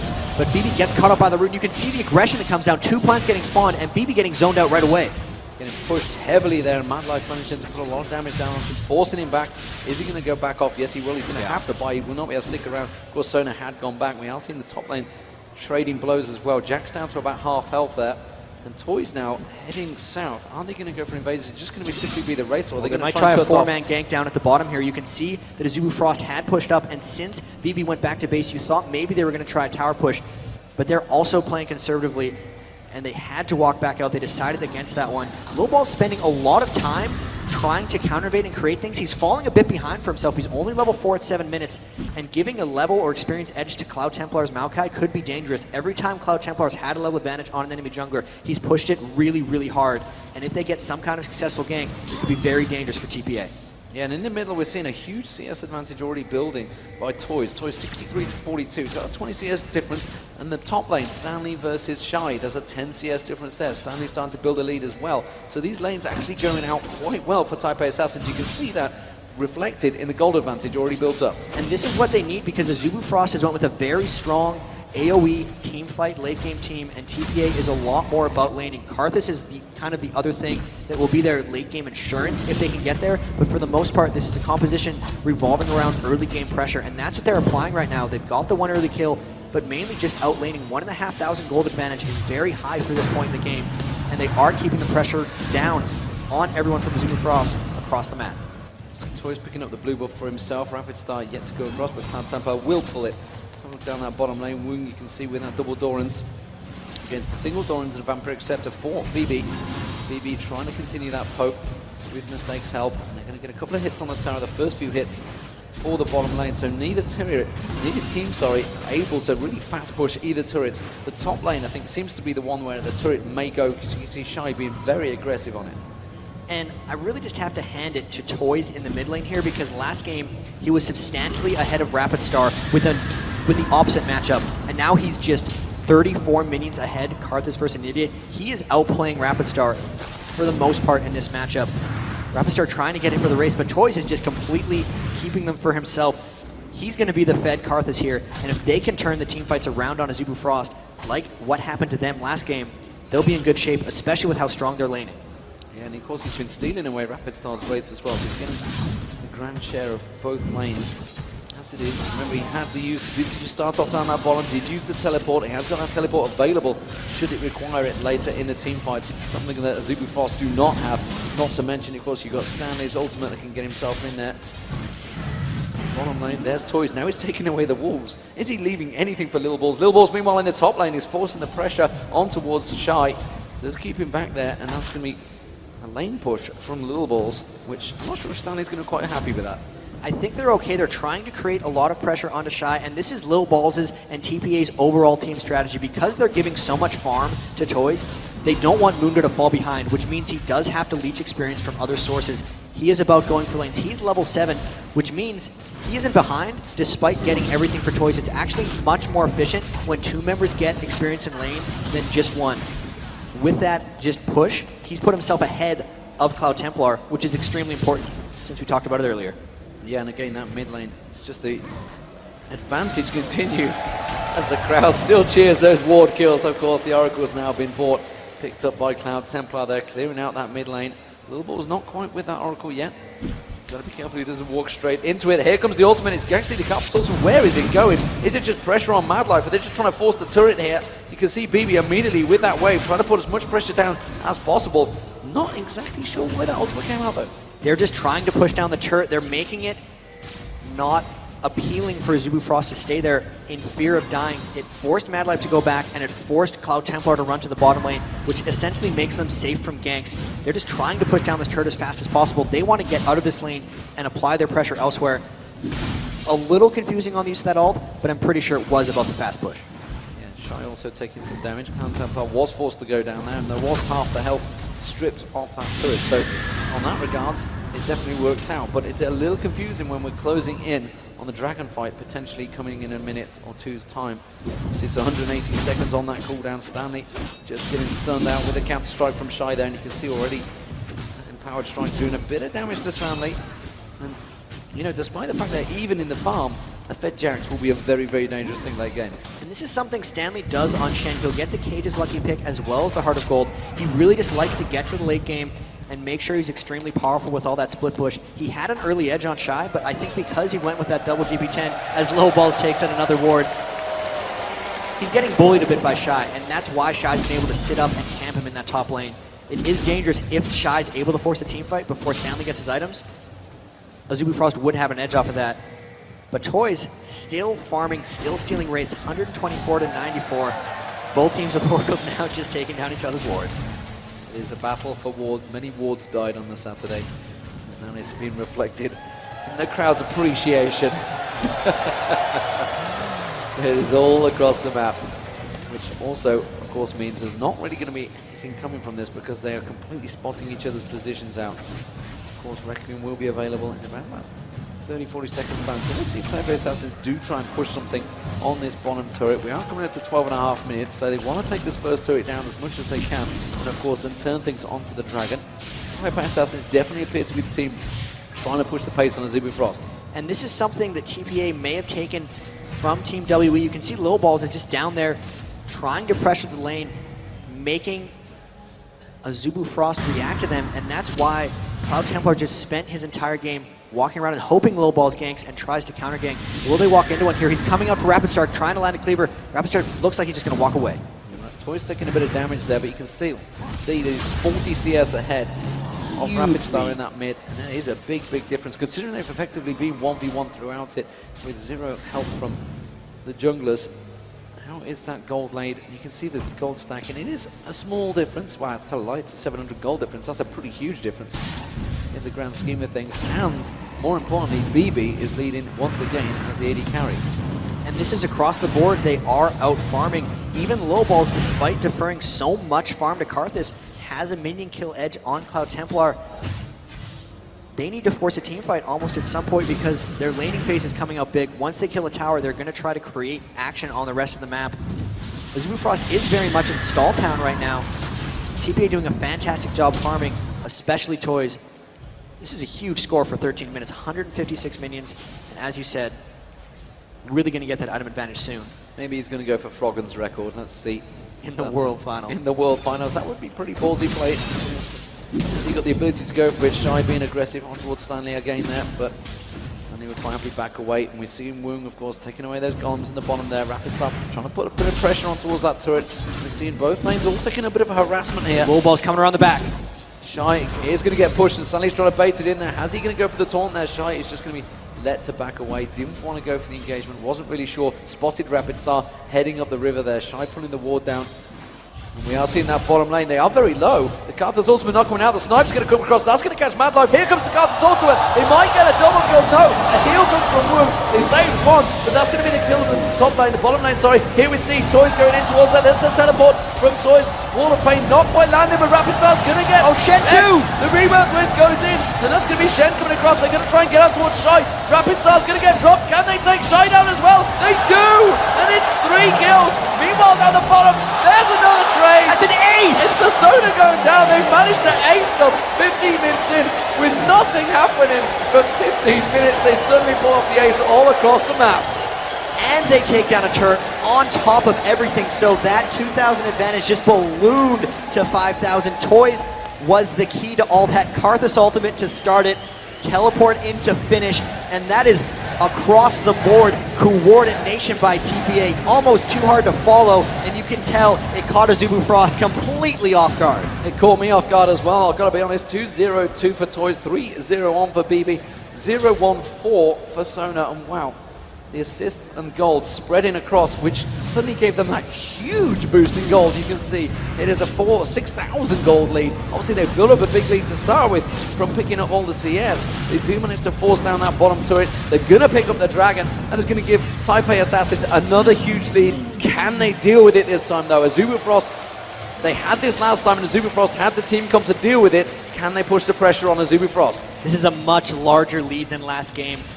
And now that they've taken the first turret down, the siege from BB's Caitlyn, especially that he has the big lead onto Woong. Now he will outrange Ezreal, and he will be the one zoning him out in team fights, unlike the Ezreal versus Vayne matchup in the last one.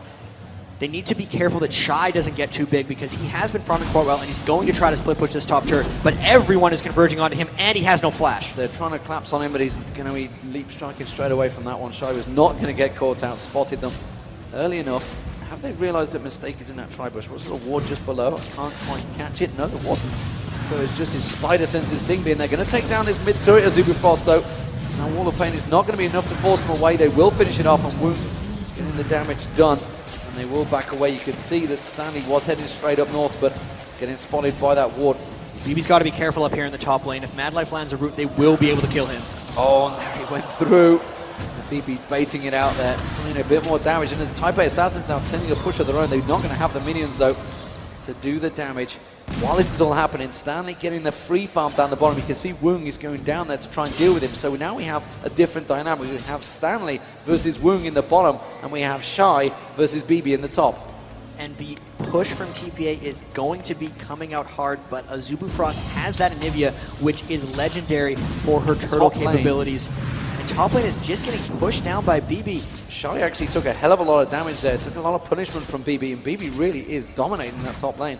You can see that Shy's had to back away from it. BB has got a wave coming in. He may be able to take that turret down, you know. He's completely unattested on that top lane. Meanwhile, the mid lane's also being pushed. Azubu Frost having to deal with it, and BB will take down this top turret. And he is 2,000 gold ahead of Woong on the other side, so they have a big advantage that they do need to press.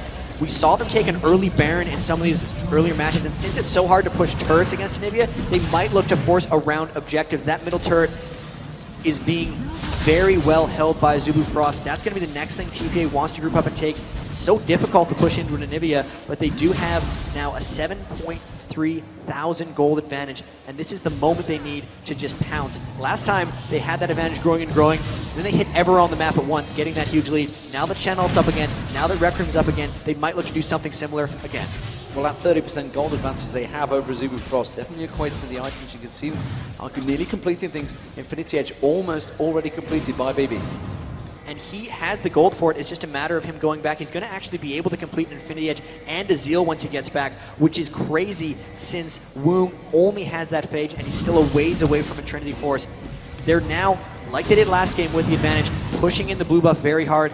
And Rapid Star, without a blue buff, cannot turtle add Infinity in the middle, so they will be able to push down that mid turret fairly shortly. Hit and run damage done by Type A Assassins. They're taking away that blue buff very quickly, and now a 60 CS difference between Toys and Rapid Star. Very huge lead on Karthus. And that ultimate, like you mentioned earlier on, it is going to be doing some serious damage. A 2,000 gold lead on both carries. In fact, all the carries, because you can see Stanley, even in the top lane, has a 2,000 gold advantage over Shy, which is something I don't recall ever seeing. Considering Shy has been able to get on Jackson, his Telltale champion, he steps on a trap there, and BB immediately pounces and tries to put a chunk of damage down on towards Shy. The Type A Assassins being very aggressive in that top lane. They need to be careful. They're going to try and catch off. They have to use the Crescendo to get away, but a mistake may well pay the price for this one. The Zyro ultimate. They're going to dive in. BB needs to back away. He just needs to accept the fate here. There comes the Shy. Toys also teleporting in. Type A Assassin trying to turn this one. Can they get anything straight in there? No. You can see Azubu Frost very much backing off very, very quickly there. Really good disengage. That was fantastic for Azubu Frost. They actually burned the majority of TPA's engagement tools with a huge disadvantage, got away with the kill, and nobody died. So the resources that actually expended is going to be huge. That makes it very difficult for TPA to force something immediately. Even then, they didn't even get that low, so they might be able to hold the mid turret as well. That was huge for them, and Lil Ball is getting poked down pretty heavily in the mid lane. Azubu doing a really good job turtling this out last 5 minutes or so. Yeah, Lil Ball's ultimately being forced to be used there again, so many ultimates used, only the Requiem and the Galen ultimate available. Galen, of course, is going to be on a much quicker cooldown, but they do not want to burn that Requiem. I thought he might come out in the last fight, but there was nobody really low enough to go for it. And BB again finds himself a lane, and it is against Shy again, and he's just going to continue farming out. And he's getting really scary right now. Infinity Edge Zeal compared to Woong's only Phage and a Sheen. So he can just pretty much destroy anyone he goes up to. TPA now trying to push in the mid lane. Bot lane. They're going to need to push this mid lane in before turrets, and Shy's trying to camp. I don't think he can beat BB in a duel. Yeah, Shy's thinking about it, and BB's pretty sure there's someone there. Didn't take a peek though, and instead Shy has actually backed out of that fight, didn't want to get involved. But of course, he had the Toys Ultimate, so he could have had a dual combo straight away. They've been able to get in there, do a heck of a lot of damage. So we are seeing Stanley versus Woong on that top lane, but meanwhile in the middle, TPA is going to try and push this one. They may have a decent wave to try and get the poke on towards the turret. It's not going to be enough because Rapid Star clears it out. That's going to be Lilbo's forced to flash out of there. BB was coming up. They wanted to get that turret down, but they didn't quite have the damage. And Lilbo's nearly getting caught out. Dragon is up in 12 seconds, so the teams will start positioning for this. You can see Stanley's ultimate just about available. And this is the struggle for Azubu Frost. They're too weak to start team fights, so if they go in on this Dragon, they're going to most likely lose the fight. They're all about turning that middle turret, and TPA taking the objectives when they're available, but really all the attention needs to be on the middle turret for them, because as long as Azubu Frost holds that mid turret, TPA won't be able to close out this game.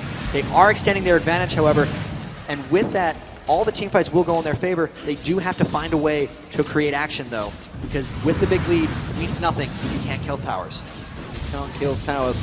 They do have a 2-to-1 advantage. They have a huge gold lead, 9k difference now. For TPA Assassins, which this early on is massive. Stanley, of course, is going to start split pushing, start farming, start causing problems for Shy in that top lane. But Shy, they need to be very careful of him because he's just going to get that free farm going. He's going to become a beast if they manage to drag the game out, which is what they're trying to do. As Azubu Frost, they realize they're in that stall position. They need to do what CLG EU can do so successfully with Anivia. And Azubu Frost, you know, having beaten CLG EU twice, which I'm sure they won't like me reminding them, they have that ability. They know how to play against it. They've seen that tactic work against them, so they know how to execute it. Again, here you see Toys trying to get aggressive on towards Mad Life. Mad Life just backing away. There's a lot of damage coming across there. Didn't bother using Ace in the hole. They're going to keep pushing the pressure down. They might be able to get them towards the turret here because BB is incredibly strong right now. And they're just trying to poke down as much as possible to make it so they can't turtle the turret, but Anivia's wave clear is so great that they've still got 2/3 health on that turret. They've spent the last 6 or so minutes paying a lot of attention to that mid turret, and they haven't made progress, so they have to switch something up or consider diving or creating some big action. Those walls are dangerous for TPA. They got about another third of the turret there, so they are finally making progress. This is a very effective turtle thus far by Azubu Frost. TPA really has to create something. Well, they've just warded out, almost like they're going to go for Baron here. I'm just going to put that out there. That's looking like they're trying to force a fight here. The objective control could be the things they go for. They've been able to get down Dragons, and they know that they win 5v5 team fights, so if they can force Azubu Frost into them, they'd be able to turn, and you can take turrets once you kill Rapid Star. It's just a matter of getting him in a spot. The blue buff's up again. They look to want to go for this one, but they've contested so many blues. They're trying to steal this. Oh, Rapid Star just able to get it off. Yeah, he tried to get the Q in there. Wasn't able to. They're trying to pin off little balls. They do back it off. That shows their hand. And they wanted that, but it wasn't available to them. Meanwhile, BB continues the farm. He's heading down south. He's going to take down that huge wave down south, which means Azubu Frost realized they've stalled it out for another few minutes. And even with this stall, TPA is doing a very good job to make sure they're getting more gold than Azubu Frost. In their semifinal game against Moscow 5, there was a new cog on Moscow 5, and they were very much about getting it to late game. But once it got to 40 minutes, there was a 16,000 gold advantage for TPA, which meant they could just roll through them in team fights. They're trying for the same thing here because they have a 9,000 gold lead, and it's only getting bigger as this game moves on. As long as they don't make mistakes, they should be able to take out the late team fights. But they still have to find that option of how they create, because they have the gold lead, they have the team fight advantage, they just have to find the upper hand in positioning. Well, BB is going to become a beast here. He's going to go back. Phantom Dancer almost certainly going to get completed. He's teleporting back right now. Let's see what he comes out with. No. Last Whisper. Goes for the Last Whisper instead, just has that Zeal in there. So once that armor penetration in, there's another ward. Gets lost in the ever and never-ending fight of League of Legends. The ward count, I would love to see that. You know, we saw the info stats. I'd love to see how many wards have died. There were 80 kills in that one 60-minute CLG versus WE game, and that was just on CLG's side.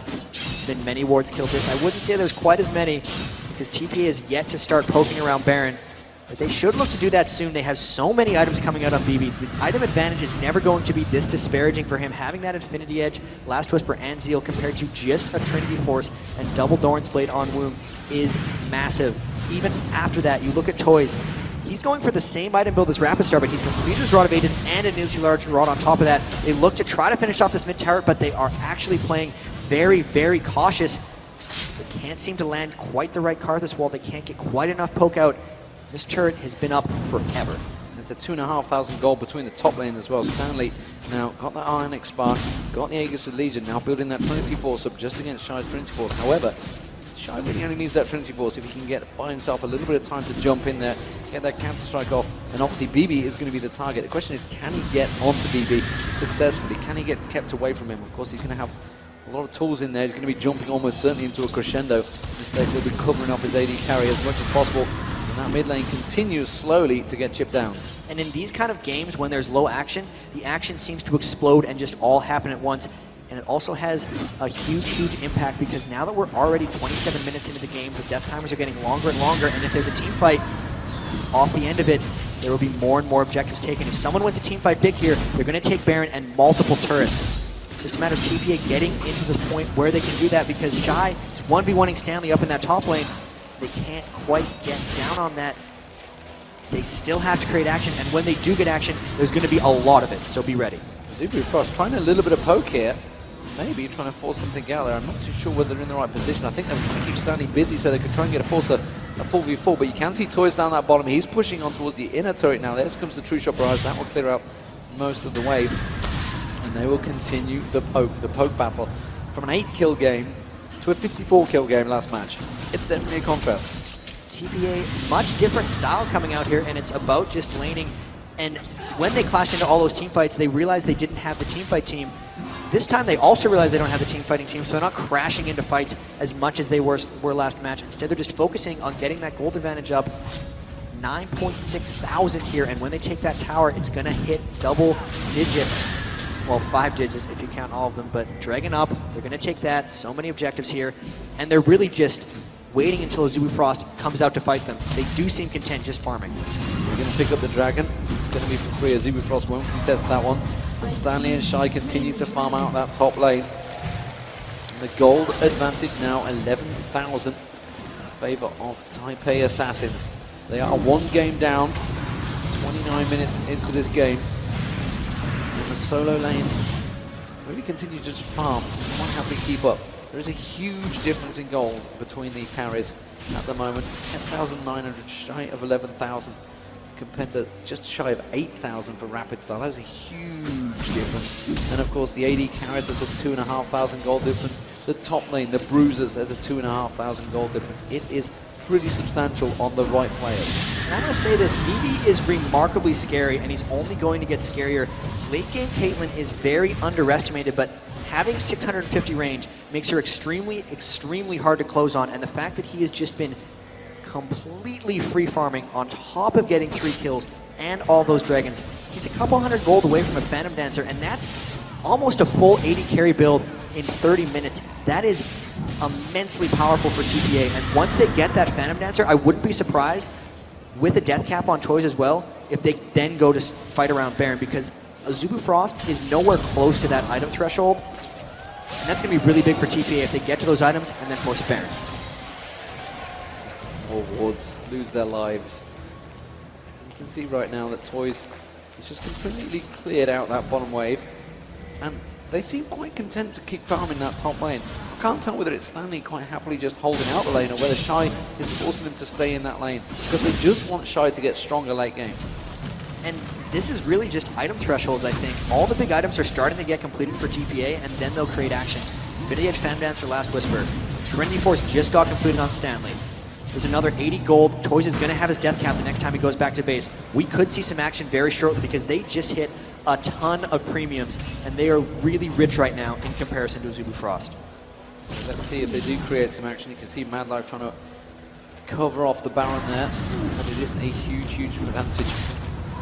Also trying to take down Rapid Star's Banshee's Veil before that fight was potentially going to happen, but we are seeing Toys heading towards the blue. He will have the cooldown as the ward coverage continues to get dropped. But still yet to take down this middle turret. I mean, it's almost like they're keeping it up for a reason. They could easily just tank it down at any chosen moment, but they're not going for it right now. Ooh, Stanley wanting to get on towards Shy there, and Shy just leaps back into his own minions. They will force the pressure. The Wolves is trying to sneak around the side, but again, unable to push anything on Azubu Frost. They're stalling out quite well here. And here comes the Baron sweep. They have enough damage that they could take down Baron very fast, and they could also peel very well. The danger for them in team fights is if Rapid Star is able to isolate a member of their team with his wall.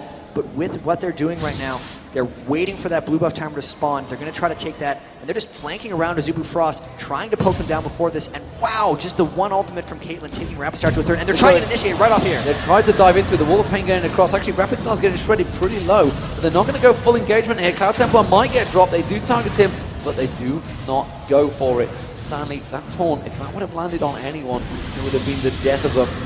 The TPA Assassins were very much ready for that, but you saw the burst damage going on towards Toys there. He was forced to back off. They need to just force around Baron because that middle turret is not giving an inch, and they poke down Azubu Frost fairly lowly, so they're just waiting for Azubu to try to get them off Baron. They should be going for an objective here because they're so strong that if Azubu Frost comes to peel, they'll be able to get rid of them. And here, they're starting the Baron. Azubu Frost has to contest. TPA needs to peel. TPA go across there. They might take it down before they react. Yes, they do. They took it incredibly quickly. Can they try to get on 20? Do they want to get on 20? That's the question. Are they happy with that? Now they can just push the towers. They quite help a straight up fight here. You can see the little balls. He wants to catch up to it. Good stuff from Rapid Star, keeping them away. And they will start pushing it. TPA Assassins surely can push the advantage finally on this middle turret. If they have an initiate, it's going to be from Stanley with a flash taunt because that is their way of getting in. And they are so much stronger than Azubu Frost right now. Look at that poke. This turret going to fall. I don't know how long Azubu can turtle itself because they're really weak. Look at that damage. And the crescendo missing there from a snake there. I think the Banshee Veil didn't even get blocked there. Rapid Star managing to get away from that one. Wait, he went for it there. Maybe he's trying to catch out Wungo, I don't know. But you can see TPA Assassin's going to try and push that big advantage. That tower is getting dropped in seconds. They're going to continue pushing forward. Nice in the hole onto Wound there, managing to force him backwards. They could tank this one out. Stanley has the damage, has the tower. Defensive, and of course Lil Balls, we know how long that ultimate is going to last. He has popped his ultimate. He wanted to go for it. They dive on towards Cloud Templar. There's the Cloud's ultimate. Is it going to be enough damage? They're going to try and push something here, but Shy is going to get involved. They do not have the damage to try and beat back. The TPA Assassin slowly but surely beating them down. Mad Life having to use the ultimate there. They're going to take the inhibitor to it down. Stanley just missing a max range taunt on Shy there. They keep getting forced back, but they cannot force and repel TPA Assassins. They take down the inhibitor for free. Nobody dying though, and they just back off.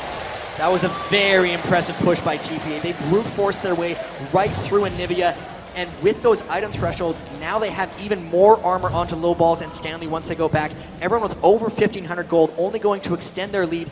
They took that from the outer turret to the inhibitor straight. The Baron buff is still over half remaining for TPA. They're going to do that to another lane, and it's on Azubu Frost to initiate because TPA has actually shown they can just brute force their way through and get things done. Azubu Frost has to stop something, otherwise they're just going to let TPA win the game.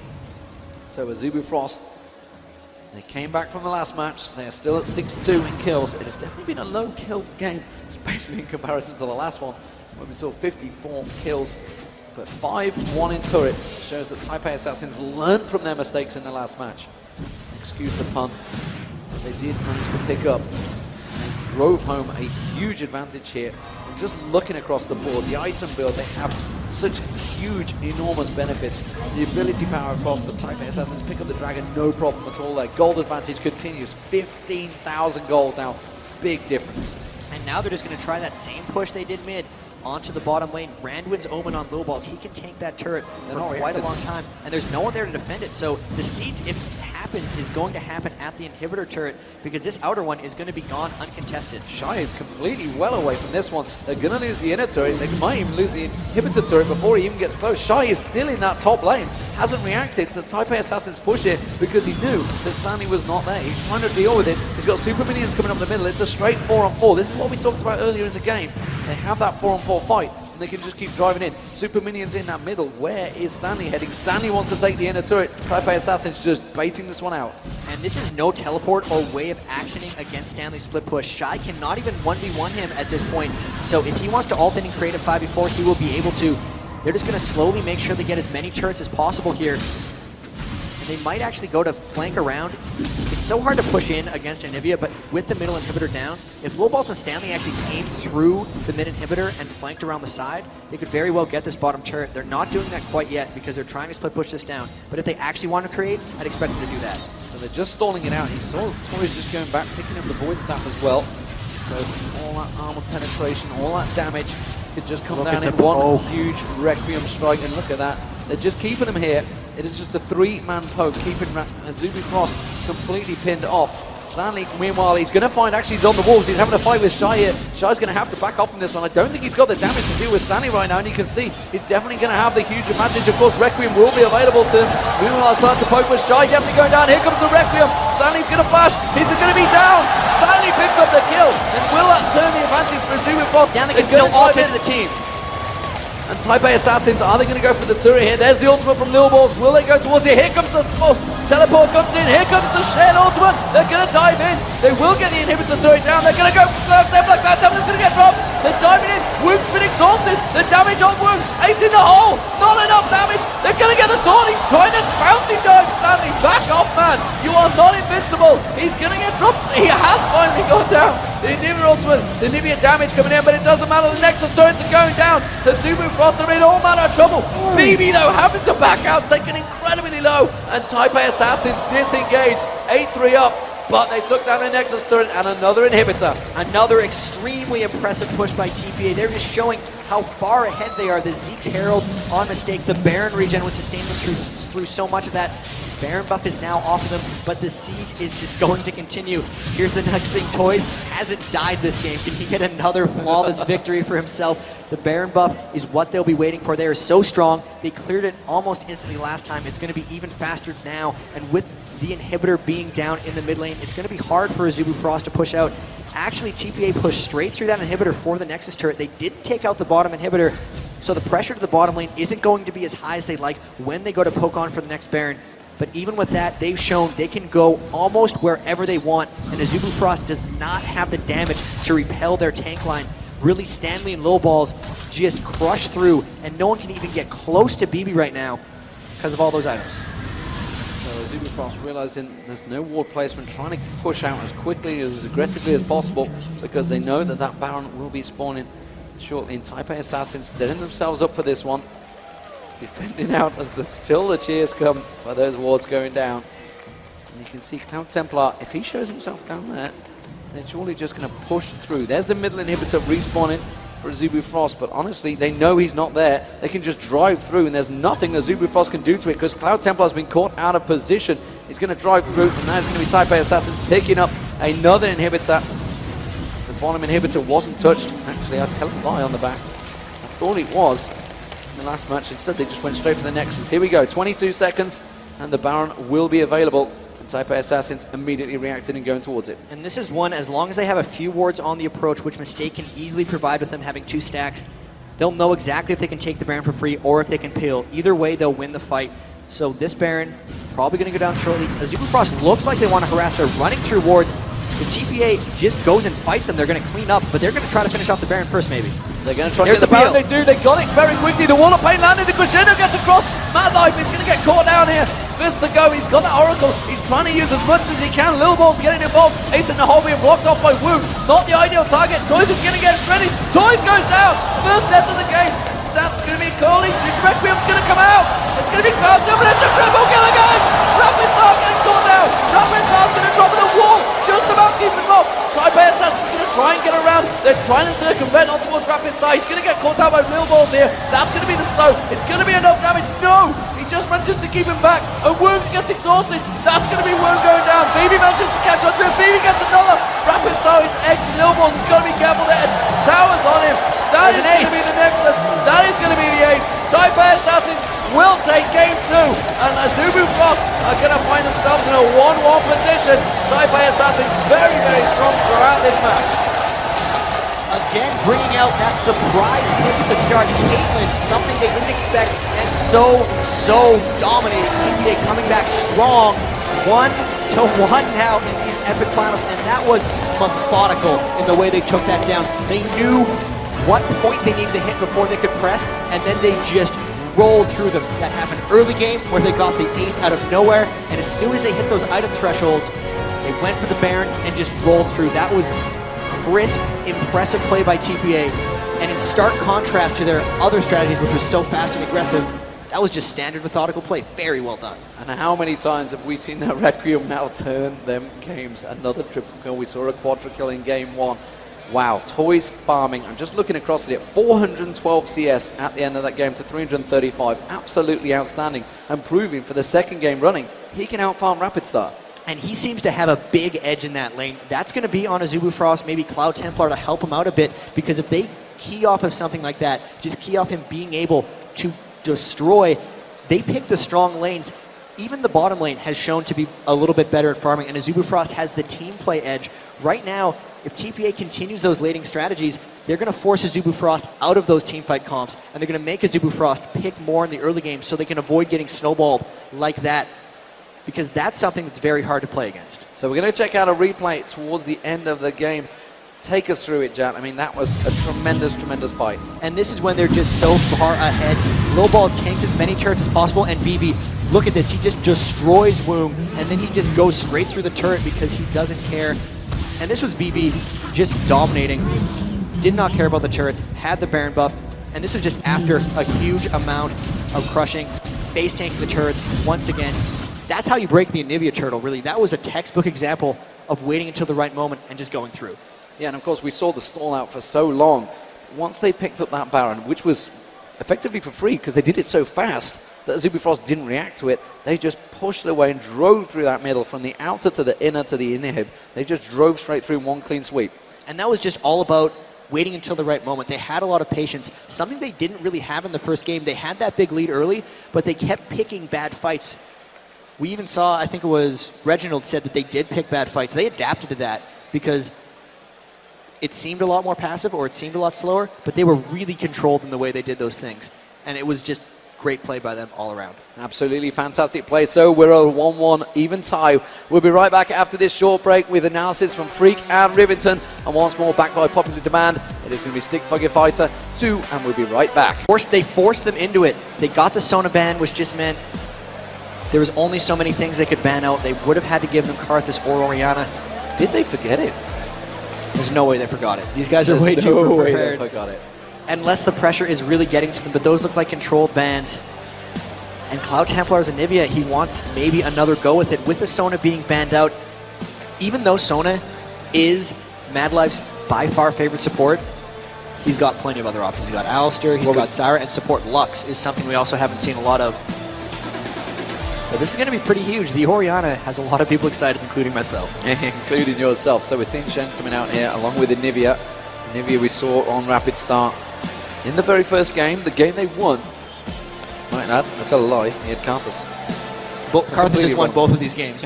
Karthus has won both these games. This time Orianna though, we saw Toys with Orianna.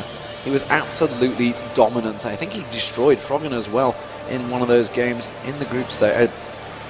Who was it against? It was Froggen. The Anivia play against I'm trying to think of the Orianna against Froggen. Toys played the Anivia earlier. I'm talking rubbish. Is it just... You know, we have a half-time break. I've gone to gibberish. It's all good, no worries. But Nunu coming out, something that Azubu Frost have said many times, and the green teams have said they do not agree with it. And Kog'Maw, of course, wasn't banned in this game. Could it be the Nunu Kog'Maw coming out from TPA Assassins? I don't see them not doing Nunu Kog'Maw here. It would be really the perfect pick for them, and they have enabled the Nunu pick by banning Sona. I think the reason Azubu Frost doesn't think Nunu's a strong pick is because they have relied so much on Sona in the past, and Sona just wins that lane, but as soon as you take her out of the picture, you enable yourselves to pick Nunu Kog'Maw. And Azubu Frost saying, you know, we could take either one of these guys. Could they be going aggressive with Leona and Ezreal? That would be something. They've been struggling in that bottom lane. Really, TPA outlaned them both of these times. Here it is. And it has been locked in. There's a few very happy rioters right now. As it is. I can't quite make out what that chant is, but there's definitely a chant coming out. They're happy with Leona being locked in there. And Ezreal, Leona, well, it's a strong lane. They've got a lot of stun potential here at Azubu Frost. And closing this out, there's a couple picks left. They've done Nunu Vayne in the past. I'd expect a Nunu Cog, but they did pick Vayne against Ezreal in a previous game. I thought that hurt them in teamfights, but he started out 4-1, so that's a very salvageable lane for them. If they combo it off of Orianna, they have tons of protection for him, but it would be iffy. There's not the Karthus that he has to run through. There's the lock-in on the Vayne, so they really like that pick and want to go back for more of it. And Will Stanley pick the Jax away from Shy, essentially. because that Azubu Frost is probably a Shen for Cloud Templar, and they still have a chance to counterpick against that, but that's Stanley on Jax, something we've yet to see this tournament. He's locked it in, so is it going to be Shen in the jungle or Shen on the top lane? The reverse of what we just saw. We just saw Shen being very strong against Stanley, but honestly, with Stanley. Shy, though, is going to know how to play against Jax. He's certainly going to know how to play against it with Shen, but the question is, will he go for something else? Will they force Cloud Templar to take it in the jungle? And this pick can go either way. It looks like it gave him the option to pick a jungler or a top laner, and there's the Vladimir, so that's Cloud Templar on Shen, Vladimir up against Jax in that top lane. Going down these team comps, TPA once again going for a laning phase. Actually, no, they're not going for a laning phase this time. They've won the laning phase. In this regards, they have more of a team fight, whereas Azubu Frost, they've swapped roles in a sense. It's now on Azubu to push TPA, and they haven't been able to win the early game yet this tournament. So this is going to be exciting. How badly can Toys outfarm Rapidstar with Orianna, and how epic are those team fights going to be? How epic will those team fights be? We are all square. We are 1-1. Game 3 is about to get underway. If you'd like to see Azubu Frost take it to a 2-1, give them a shout, ladies and gentlemen. They are on the stage. They will hear you. Now Taipei Assassins, this has turned into a best of 3. If you want to see them take their second game of the series and in a row, let them hear it.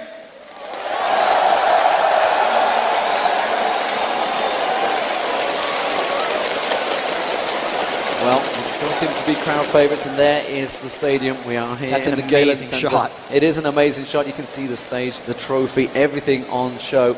And we are about to get underway for Game 3 of the Season 2 League of Legends World Final here at the Galen Centre in Los Angeles. And you guys have all travelled a long way, managed to fight the parking spaces, which we had to find ourselves. We've all been through that pain. And it has been a tremendous reaction from you guys. You really are giving it fantastic support. And we have a enthusiastic man up there, and we're into the match now. How are they going to play the early games? We haven't really seen much aggression. There's been a lot of scouting. I don't think we've seen an early buff steal. The only thing we saw was a Wraith taken over the wall. Will we see lane swaps? We saw a lot of that in Game 2. The Vayne is something that you normally want to only pick into a 2v1 lane. The TPA seemed fairly content and successful in laning it up against Ezreal in the first game. Azubu Frost, though, coming out strong with an invade, running straight into that triangle brush. TPA likewise going up around Race. I think TPA is just going to look to ward. Yep, TPA pushing forward. They've got identical across the board item stacks. And there is the ward, the counter ward for Taipei Assassins. Azubu Frost, though, looking to make some damage here. They want to go for that red buff invade, start things off. If you've just joined us, ladies and gentlemen, Taipei Assassins are starting as the blue team. It is all square 1-1. We're a minute into Game 3, and Azubu Frost as the red team on your screen right now. They are warding up that bush. Pretty much identical play, despite the fact they've just done a complete round robin there on the red buff. And Azubu Frost looking like just going to take the wraiths away. That's all they're going to counter. And even then, they just seem to be running out. They might just go for an early jungle. Defensive conservative play coming out early on from these guys. No clashes as of yet, and it doesn't even look like we'll see a delayed invade. If anything, no mistake, already leveling up that Blood Boil. He's not going to be going into the jungle. Might see a lane swap, actually. Stanley going back to base. We'll see a Jax bottom. And with BB and Mistake being up here already, they're going to be going top lane. And that will be a 2v1 for them. So we'll see how Shy and Stanley deal with the 1v2. Yeah, so Stanley heading down that bottom lane. How are Azubu Frost going to react? They're going to pull away that blue buff. There's going to be BB and Mistake going on that top versus Vlad. Rapidstar, of course, against Toys in that mid lane. How will they match up this time around? So far, Toys is out-farmed, but not out-killed. Look at this. They're actually going for a 3-man invade. They're looking to take the Wraiths and potentially even the red buff with the 2v1 swaps. We've seen this a few times before. They have more members on this side of the map. So really, Azubu Frost doesn't have a way of stopping this red steal, and they could very well give Vayne a red buff in top lane, or they're going to let Low Balls take away with Smite. He's going to get it before Cloud Templar even manages to react to this. Cloud Templar may walk into this one. No, he backs away. I think he's well away. Yeah, they realize there's nobody in the top lane. Back off. Shy, you need to back away from the turret. BB's going to go for him. Can he manage to pin him on the wall? He does manage to pull away. He just leveled up there as they came at him. And that was actually really smart. Even though he just leveled up, he was yet to put a skill point in before he saw someone in the lane. So when they went to level 1 gank him, he had the pool. Very smart. He did not need a skill if he had no one to lane against. But with that, Lil Ball's invading his jungle, and now Cloud Templar trying an invade on red as well. And this is just hit for hit. Azubu Frost now going in for a red invade of their own because they outnumber TPA on this side of the map, and they're able to counter that out very nicely. So they do counter each other out very well.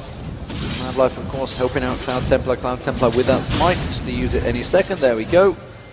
Clearing out the red, just picking up and leaving those 2 golems there. Difference here, though, Azubu Frost didn't clear out the red, whereas Type A Assassins completely cleared it out. They're going to know the timer. Oh, Cloud Templar coming around the back. Toys so evasive on that Orianna. He's not going to be able to catch that out, and that's going to make it so TPA has the timer on the red, but Azubu Frost doesn't, and Lowball's only lost about 20 seconds on the potential respawn of his red, so he doesn't really care that the red buff wasn't taken for him. The lane swap, let's see how that's working out. We got 11 minion kills on Vayne to 20 on Wound, so that red invade actually did slow him down a little bit.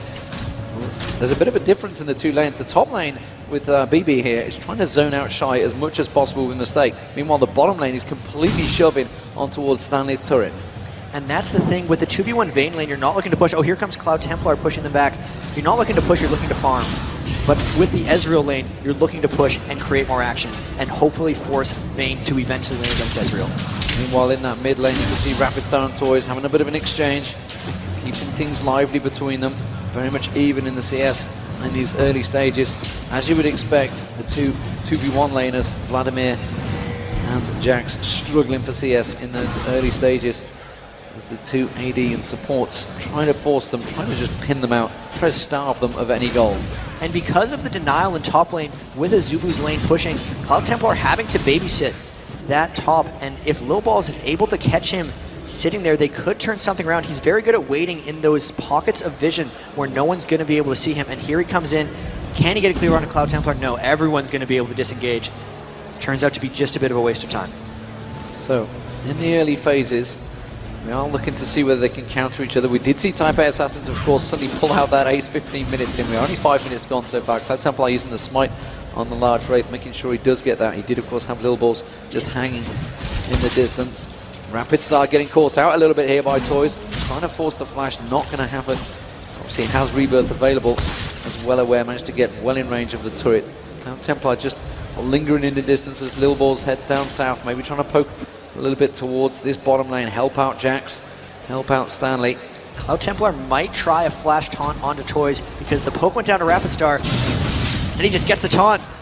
And he's going to get the chain stun on Toys. Are they going to get the ignite? That might be enough damage to the bull. They've tried to use defensive. Is he going to go down here? The ignite's ticking. It's just going to finish off. Now Lil Balls is coming around. They're going to jump on towards Madlife. There's the counter strike. They've chained the stuns out already, and Madlife will just flash out. But Lil Balls is continuing. That's going to be the exhaust now. Can they continue the damage though? Stanley turns his aggression on towards Wound. Manages to jump on. His counter strike's not going to be up for another few seconds, and they're going to have to back away. Cloud Templar was heading down south as well. Good disengage from Time Pay Assassins. And this has been a dead even farm off early, so no one really taking an edge, and that does favor TPA slightly because I think their teamfight phase is slightly stronger. Stanley have to be very careful now since he is at half health. He is running low on health potions. Actually, no, he's not. He's still got 2. The lane, if it pushes against him, he's going to have trouble getting experience. Overall, this has just been a close farm off thus far, 6.8 to 6.8k. No one really creating anything for each other yet. No opening advantages, pretty much countering each other in the jungle. Red steals back and forth, keeping each other's blue buff. Blue buff, of course, will be back up in just about 30 seconds time. So we'll see whether anyone goes for that. Rapid Star and Toys picking up the race. And tell a lie, Rapid Star's not getting his race. I say his race. It's almost become a standard in that mid lane that the AP carriers get their own rates. It seems like it, and that's how these teams have been playing. Toys 9 ahead of Rapid Star. I guess that's going to even out just with that mid. So Rapid Star not really getting out laned by Toys thus far. He even got the gank onto him, but he hasn't been able to pull very far ahead. One of the big stories is Stanley's only at 11 minion kills, 7.5 minutes in, so that could be fairly bad for them. They've now done the swap. They're actually the ones who initiated this, so they think Vayne's ready to lane against Ezreal, and they didn't want Stanley to get hurt by the 2v1 much longer. He's now trying to catch up and farm in the top lane. He's got a big stack ready to do it. Lil Balls is looking at maybe going towards that red buff. Of course, he does have the timer on it. Is he going to try and go for an invade? Look at that, the ping's going across. They knew exactly where Little Balls was likely to head. He did pass that ward, of course. Has pulled out the red buff. Is going to try and get it. You can see that Cloud Templar is going to come around. It's going to be a smite fight, I believe, between the two of them. We're not seeing any movement from Rapid Star. There's the smite. They're going to go down. They're trying to dive on towards Shy. Trying to see where he was. It was BB getting hit very much by that True Shot barrage, but they didn't manage to take him. Wound was taken very low. You mentioned they feel they could win that lane out, but BB has just proven it very different. And BB a Mistake, they're putting a lot of pressure on that bottom lane, forcing Wound back. BB a Mistake just showing once again their strength, going aggressive into the Leona and Ezreal in that bottom lane, and really just, that's going to be very scary for Zubu Frost if BB's continually allowed to farm like this. In the middle, Rapid Star hasn't been able to get much onto Toys, both of them just free farming. Even in the top now, Stanley starting to catch back up onto Shy. This looks like a controlled game thus far from TPA. They have a 300 gold advantage very early. They haven't been heavily counter-jungled. They were able to take the red buff, and we could see the first bit of action here if Stanley stops Cloud Templar from taking his red, since they do have a level advantage on him overall. Another time, and there's Cloud Templar pulling out the red buff. Little Balls is just below on the golems. Not aware of it. The question is, I think Cloud Templar is going to take it before he manages to react to this one. He's going to have smite. He's going to come around that corner and he's going to smite it down. Didn't use it at the moment. Actually, Lil Balls comes around. Lil Balls, I think, picks it up there. Cloud Templar goes around. Cloud Templar is going to have to get away from it. He did manage to pick it up and he's forced Cloud Templar back. Man, Madlife tries to support him. Madlife having to use his ultimate to keep him away. Gets the one more stun, but he's going to go down first. But BB. BB going to try and turn this one into Wound and just backs off. Good kill there. TPA Assassins, a little bit of control there, being forced by Cloud Templar wanting to get that red. And that was actually TPA forcing the Zubu Frost into a move that made that happen.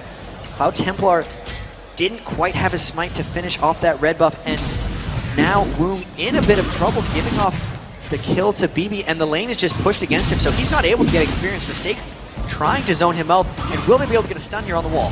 Stanley has tried taking a little bit of trade on the turret there, and looking like Stanley's actually starting to win out that top lane. Since they've traded back, he's definitely gained a bit of an advantage, and you can see again the Empower Strike there on Shy. Shy having to use the pull to get away. He's not going to be available next time. And we are seeing Little Balls again coming around aggressive on Cloud Templar, already taking the golems though, but they are pinging straight away towards Shy. They realize he's going to get pinned on that turret. He's going to have a wave coming in. Little Balls is going to try and get in there. Shy's going to try and get away. He's going to hit him with the cleaver. Stanley's going to get a jump. Nice. That's going to be Stanley finishing off. That's a nice Empower Strike, finishing him down. And they're going to maybe even push the turret there. You can see Toys was just hanging around that bottom mid lane as well. And he's going to go back. They knew there was a 24-second cooldown on that Vladimir pool, and that they were able to just straight up tower dive him. He had the burn earlier, so the dive was safe. They pushed off Cloud Templar, and now it's just a bunch of attrition that came to a kill. Again, really organized play by Little Balls, and his ganks have been exquisite. Here now, Rapid Star coming down through the bottom lane, walks through a ward, and once again, they can get those double golems for Nunu and Vayne, and it's keeping BB ahead in this lane. Now that they kind of started winning the bottom lane, and they started winning the top, 1.7 thousand gold advantage. This is troubling for Zubu Frost, because even the late game teamfight phase looks to fall in TPA's favor. And the problem is, it was a Zubu Frost that actually engaged and forced the lane swap, went back to switching down the bottom, and BB seems happy with that one. Stanley seems happy with that one. As it is, in the middle lane, you can see it's still starting to slip away to Toys again. As the crowd find the ward, the first ward of the game going down, I believe. TPA Assassins, though, in this bottom lane, are starting to force them back here. Little Balls starting to come around. He finds another ward. Of course he does. He's been an assassin of wards, actually, in these games. Always picking up the early oracles, beating Cloud Templar to it this game, finding another one. That's 3 already. Oracle starting to pay for itself. And up top, Stanley really starting to bully Shy here. 2-level advantage, continually just leap striking onto his face and pulling pretty much ahead here. And Little Balls coming around the back. They might look to dive this once the wave hits the turret. Cloud Templar's ultimate is up. They got to be very careful of this getting turned around. Surely they spotted the axe coming through. They didn't quite manage to land it on Wound. Instead, he's actually going north. He's going to spot in towards the walls. Hasn't come through yet, so they've obviously called out, no, we don't want a lane phase. We feel we're just winning out this lane, so we're quite happy to farm it out. Will they go for it? Mistake is in there, just keeping BB with that blood boil, and he's happy to farm it out there. So trying to steal blue. And Little Balls on blue. You can see Oriana now heading around there. Rapid Star's trying to get a peek, but he's not careful about this one. He realizes there is something there, and Toys does pick it up. Throughout all three of these games, TPA has done a fantastic job of stealing buffs, and they've started earlier this game than in the past. Azumafrost knows they're going for this, but the fact that Stanley's came down means this is a free dragon, and it's just going to be about trying to push and get another Blue Invader, another tower for Azumafrost. But man, they're just going all out here. Yeah, and Azumafrost immediately reacted. Rapid Star, Cloud Templar going to go around, try and steal away. They're onto him. They might catch him in a fight here. Yeah, because they walk past that ward, and immediately you can see Stanley and Lil Ball's heading up towards this one, trying to catch them off that good wall. He does manage to get the slow on Rapid Star. It might be enough. The flash comes out, forced him away. Stanley wanted to jump in there and get that counter strike down. But better judgment won out. He would have been jumping in 1v3, and they would have been able to turn that one.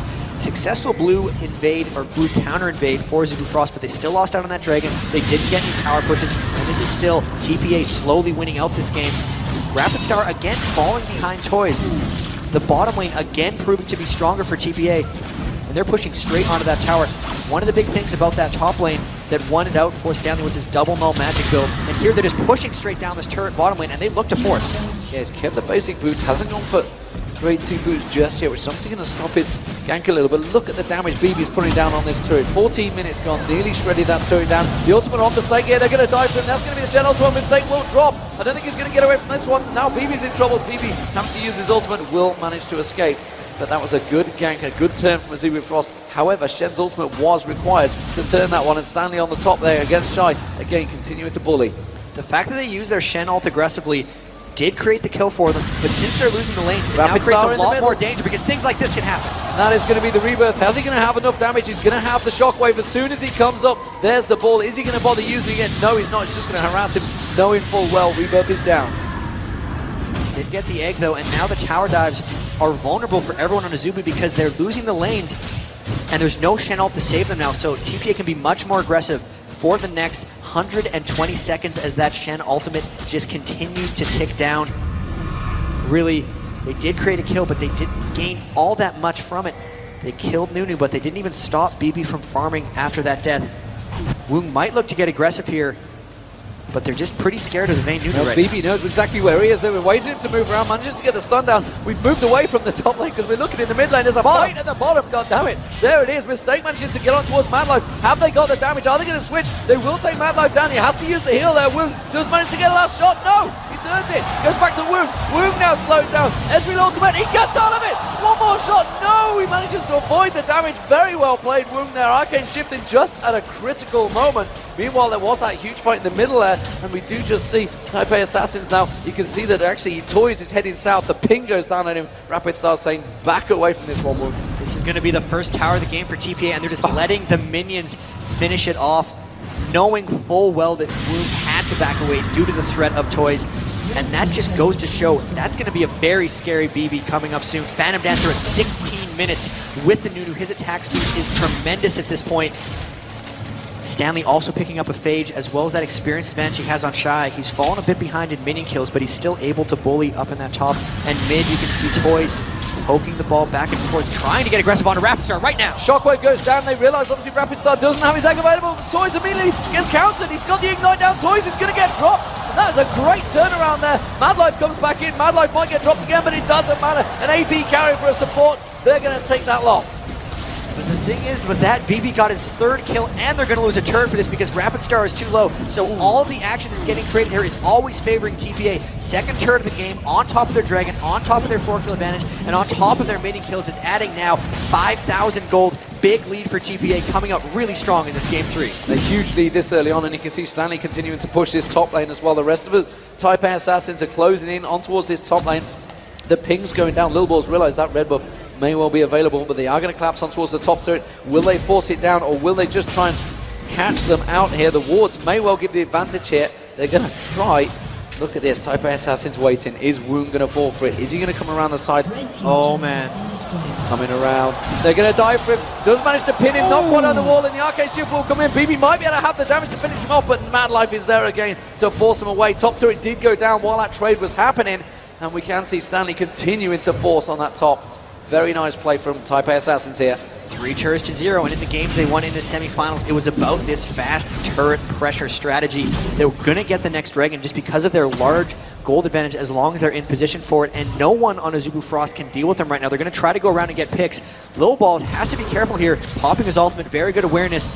They're very scary right now. They're going for that Oracle. They're going for Lil Balls, actually. They're diving in. That's going to be one ultimate use. Can they catch him out with another? Doesn't matter. Ultimate was used for Lil Balls. He's waxed away. Shockwave used on Cloud Templar. Pulls him in. Shockwave's going to... That's going to be an Oracle burn from Toys.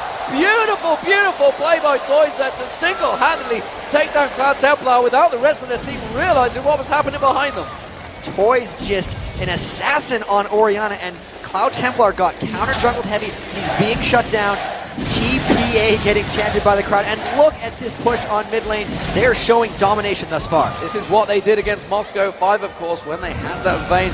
And BB now completely in charge. Toys seem to be in charge. They're going to close it on Woong. They're going to have the counter rate. They've gone for Rapid Star. Rapid Star flashes Woong around the side. Woong, the absolute zero being used. That's going to be one down. Rapid Star drops. Woong is going to get dropped as well. Stanley gets another. Mad Light goes down. Playmate all over him. Shy has to run away, and they have a 5-man terror squad in that middle. They're going to take down another turret. They are stripping these turrets down. The terror squad, as you put it, 4th turret down at 19 minutes. The Dragon's up in 5 seconds. They're going to be able to pick that one up as well. This is an unbelievable Game 3 performance by TP. The Oracle's on the little ball, still clearing away the wards. No one on Azubu Frost is ready. Rapid Star is not able to stop them from diving through in team fights. Good lord. And here they're just going to continue the kills. Why did they chase? Why did they do it? Cloud Templar getting caught out. The exhaust on Shy. Shy now gets pinned on the wall. They're going to pick up another kill off the back of this one. Shy manages to take down Mistake, but honestly, a support for a double kill to BB. I don't think that was a good exchange.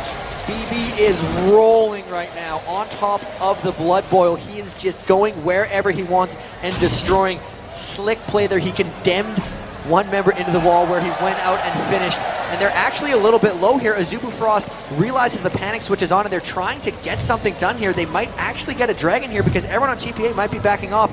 Or Toys with his ultimate back up could close this and TPA could continue the pressure. Here they come. Oh, they immediately realize the pressure is on. They're going to dive in. Stanley goes launching in Shockwave. Rapid Star instantly. Rapid Star's Rebirth will drop. Rapid Star goes down. Woong trying to pull something out here. Stanley with the ball on him. He's going to jump back onto Rowan. Woong going to get dropped. Side by Assassin are destroying, one might say, assassinating Azubu Frost.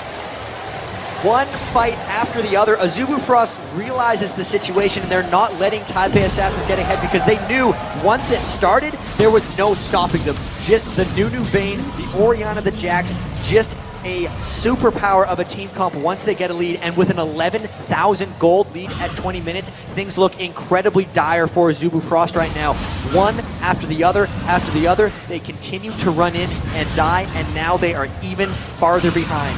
Everyone on TPA outplaying. And it's that dangerous position when you start going in one by one, just slowly feeding them. Taipei Assassins, you know, they had a 5-man in that jungle, yet again, Azubu Frost went in there 2 or 3 times, just completely trying to catch them out. Thought they caught something, but no, all they caught was another 5-man Taipei Assassins just destroying them. And that terror squad of Taipei Assassins really is causing them problems. 3-0-4 Stanley, 3-1-3 Toys, 5-0-4 BB. The rest of the team, ultimate support, 0-2-7 getting in there, and 0-0-6 for the jungler. Taipei Assassins really are very, very strong right now. They have a 10,000 gold advantage 21 minutes in.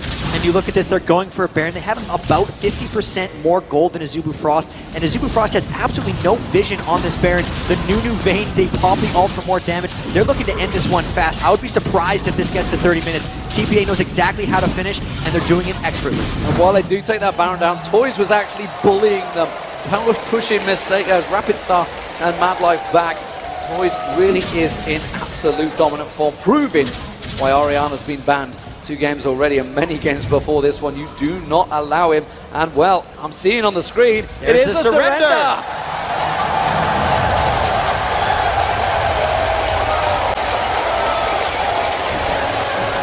That was the most impressive victory by Taipei Assassins really we've seen all week. The crowds are behind them. They have the momentum. One more game, and they will be the world champions. It's just a matter of continue what they're doing. They're winning the lanes, they're winning the games. They seem to have things figured out. Azubu Frost backs against the wall. They have to respond with something. Absolute phenomenal stuff, and honestly, Type A Assassins were lethal in their execution throughout that entire fight. And that was just that's the fastest game we've seen all tournament. 22 minutes. They knew the game was over, Azubu Frost. They just wanted to get on to the next game. That could be a smart call. They knew that lingering in that game was only going to demoralize them, so they decided to end it early. They must have been talking, they need to be talking about counters here, because letting through Orianna, not the answer. Going Nunu and trying to get aggressive on it, also not the answer. They have a lot of learning to do, because even though they're only down 1-2 in this, that first game, they had to claw their way back in this, because that's 3 early games in a row that they've lost pretty disastrously. So there's a number of things that did work for Azubu Frost. It was the Sonar Ezreal. They realized that, they banned out Sonar, they caused disruption there. Gunrun couldn't do as much with Ezreal. We've also had the AE comp, the Amumu got in there. We've not seen any ban on Amumu yet. They've not gone with it though. They feel the shock and awe that they caused in the first game was probably enough, and they didn't want to revisit it. Do they have to go back to it now though? Because it's the only game they've won. And honestly, when they've tried to match them lane for lane, they've been destroyed. That happened that game. I mean, they tried to match them. They need to go with the team fight composition. We have actually a replay coming up real shortly here, and let's take a look. And here was just the Orianna ult crushing them, and this is the one after the other fight that ended up happening. Every one of these fights started before Azubu Frost could fight back, and BB on top of Nunu, his movement speed was so great that there was no running away from anyone on TPA right there. The movement speed advantage overall just allowed them to snowball that game so easily. So absolutely destructive force, and they just obviously go and pick off the dragon from that. No problem at all. Type A Assassins incredibly strong. They are now 2-1 up. We're going to take a small break, ladies and gentlemen, but we'll be right back with more from Freak and Riv, and a code to unlock the Season 2 Championship Riven Icon for free. Keep your eyes peeled. TPA, I believe, after I saw them play M5, they're the team to beat, and I don't think there's actually a team to beat them, so I think TPA is going to win that. TPA! TPA! Yeah, TPA. Welcome back, everybody, to USC's Galen Center here in Los Angeles. As a thank you for watching the Season 2 Finals, ladies and gentlemen, we're going to give you some free stuff, because everybody in the crowd here is getting free stuff, so why shouldn't you at home? We have a code that you can redeem to unlock the Season 2 Championship Ribbon Icon for absolutely free, just like League of Legends. So get your pens ready. Here it is, guys. The code, 521337. Make sure you got your League of Legends open. Make sure you are ready to get that ribbon code. Make sure you have your new icon sported for the championship day here in the Galen Center. League of Legends Season 2 Championship underway so far into our 3rd game, and it's going to be absolutely huge. But 4th. Oh, yeah, of course. So head over to bit.ly.com, or sorry, yeah, bit.ly, yeah, nice. bit.ly/lawriven. I'm so used to saying .com after every URL, I can't untrain myself. Thank you, Internet, for giving me new, suffixes to add, and I appreciate that. But head over there, put the code in, get your championship ribbon icon, get that going on, put your username and summoner and region. Make sure you get that one right so we know who you are, and how to give you that. We're going to move that one forward. That code will be useful for 24 hours. So seeing as that you're already on a computer, shouldn't be too hard to get there in that time limit. And of course, you guys are here in person. Of course, I think we got you taken care of already, so not a big problem there. So make sure you get that one done. Make sure you get it taken care of. So that game, Riv, that game, holy cow.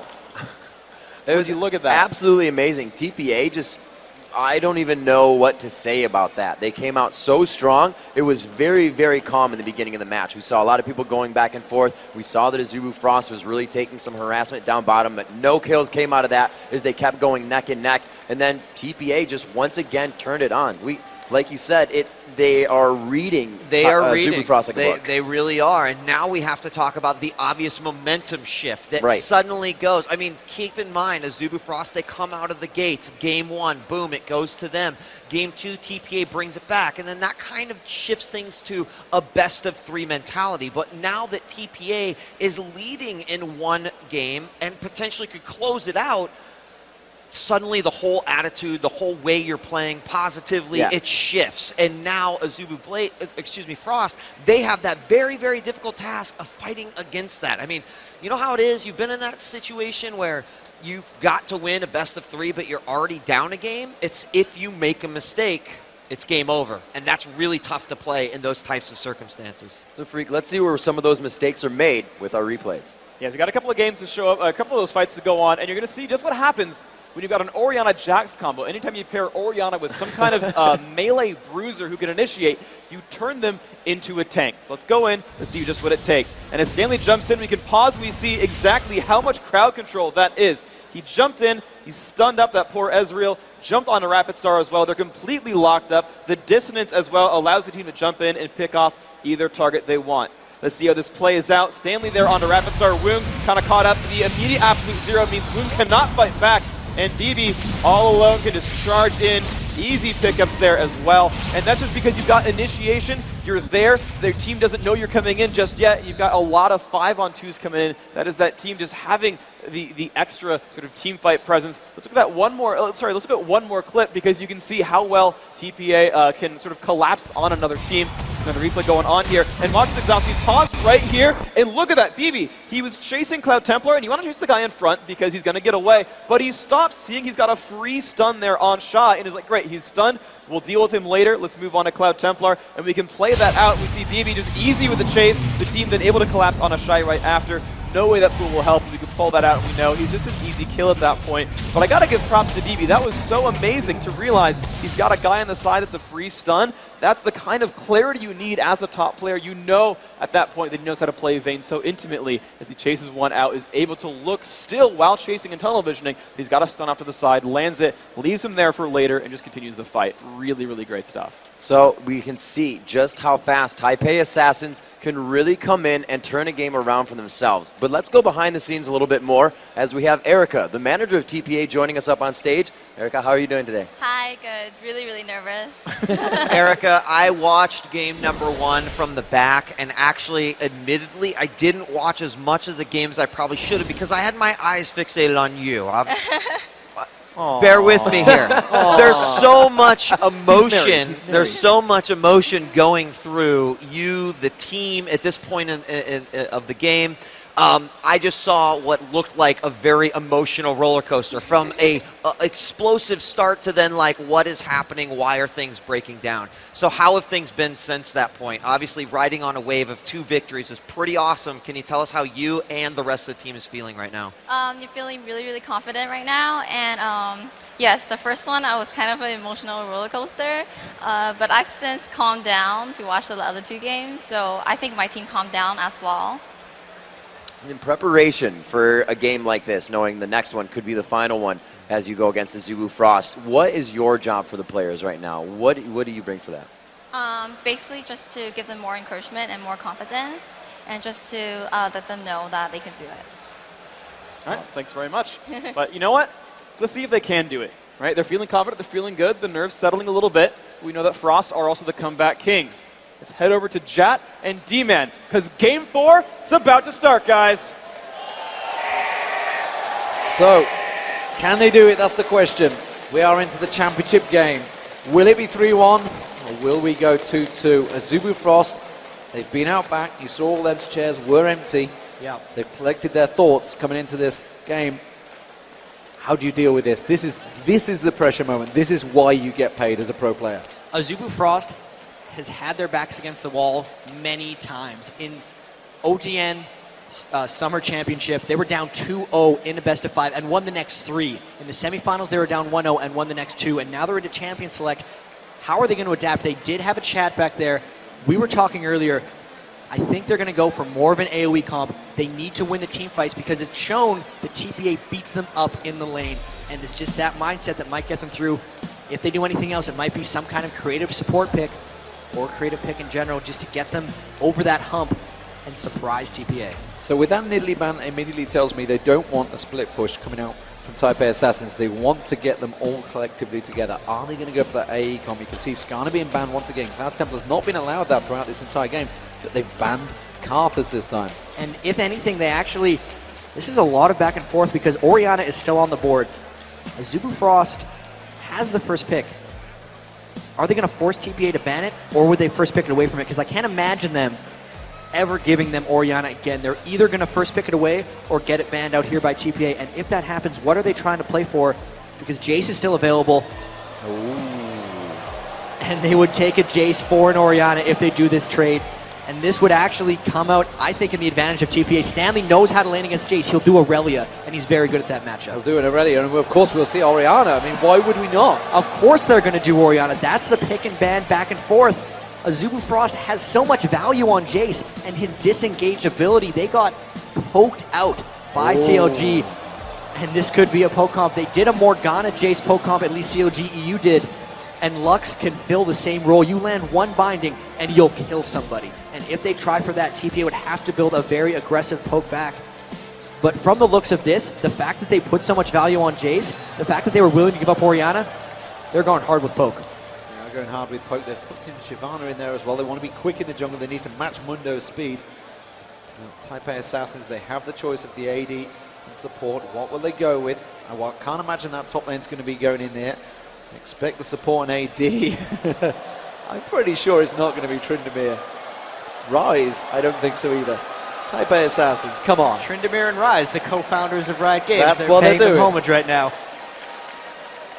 We'll see what they end up going with. They need some kind of hard engagement here. Nunu Vayne could be something they do. That's not the hard engagement, but that's the move speed they need to chase after through a Jace. Also, the Kog'Maw is available. That's very heavy poke as well. The Nunu support with the Sona banned out is just natural for their progression. They'll probably be picking an AD carry here with that last choice. So the final pick, what will they go AD? Oh no, it's Shen. Oh.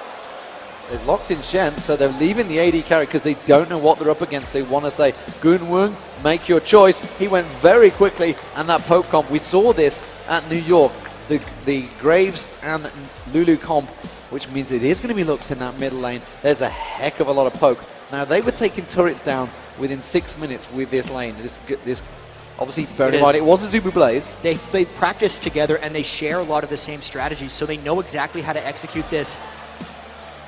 And they can really put this with whatever AD carry they want. In the past, the Ezreal's been taken away from them, and they've done something like Vayne to go against it.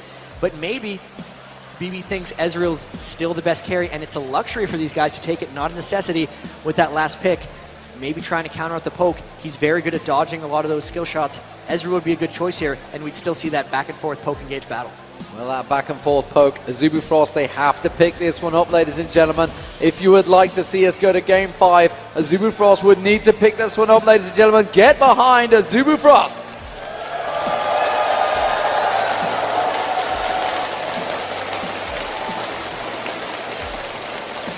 And here, now the teams have been locked in, actually. The early game Shyvana jungle is going to be pretty important to shut down. Low Boss has done some very strong counter jungling, and neither of these teams rely on blue buff, so that'll be very big. Here now, TPA, one more win to finish it off for the World Finals. They got 2 chances, but they are on a roll. Can they get a clean sweep 3? If you guys want TPA to take this one out, let's hear it.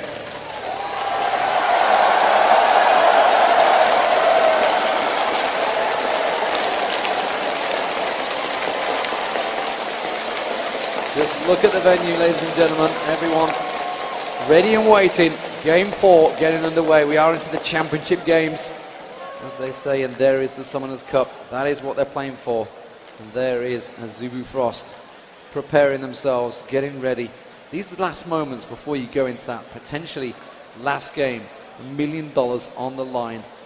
How do you just calm your nerves? Not one of them touching the keyboard there. All of them just so focused on what's coming up, and just so much is on the line here. $1 million to the winning team. The culmination of all the seasons for these guys. They've trained in gaming houses. They've completely devoted their lives. This is their profession. They are all in for this. So much success coming out for Azubu Frost coming into this. TPA Assassins seemingly coming out of nowhere, but have been good for a while. Now that we're into the game, one more victory, TPA moves on. Azubu Frost backs against the wall. Can they do it? Here we go, ladies and gentlemen. If you've just joined us, where have you been? Azubu Frost as the blue team, TPA Assassins as the red team. 2-1 lead, massive, massive poke comp coming out from Azubu Frost. Are we going to see any level 1 gauges here, Jat? And honestly, who is the stronger of the two in the level 1 fight? Stronger level 1 has to go to Azubu Frost. They have that light binding from Lux, and they can follow it up really aggressively. On top of that, they have the acceleration gate from Shy if they want a hard engage. So much noise coming up from these crowds. There is a ward on the red, and they're going to be walking over that one. So here we can see the ward being gone down on the red. Azubu Frost going to sneak around. Taipei Assassins sneaking around. Now we see them all in that brush, but they were seen by the ward, so everyone on TPA knows that they're there. They could very well get 5-man engaged on. The Oriana ball will go into scout before anyone follows up. It's just a matter of if they try to fight off the back of it. There's an orange bounces past me. Thank you very much. That's the fun being thrown out on the back there. It's all right. It's okay. Azubu Frost. They're just waiting this one out. They know that they might be waiting for them to steal the race so that they can't disengage, and they would loop around the back of them and try to catch them. They're teleporting out though. Are they going to back off?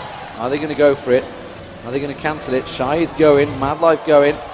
We're seeing them coming round. Rapid Star's been spotted. He's going to get a light binding. Just about got the light binding down, and Stanley does try to get the taunt on him, but he's forced away. And I tell you what, Mad Life is completely out of position. He's going to try and back off from here. And he's trying to teleport. Oh, he's not going to get a chance to. He is trapped. Has he managed to escape it though? With that, will that little pixie get spotted? He has. Mad Life's going to go down. There's no way in hell he's ever going to escape this one. The kill's being given to Toys. And that is first for 2 minutes gone. And now they're on the red buff. TPA gonna get this steal. Oh, unless Woon wants to steal, then they smite it away. That's a big early game advantage. First blood and the buff steal. The only mistake here could be if Shy gets too much farm on the bottom. There's a Oh, Woon's got caught! Woon's got caught! The exhaust goes down, he's gonna catch on, and he does manage to get the kill, and that goes to BB. Could you give worse kills to Taipei Assassins? Toys and BB already 1-0 up. Just 2 minutes gone in this game.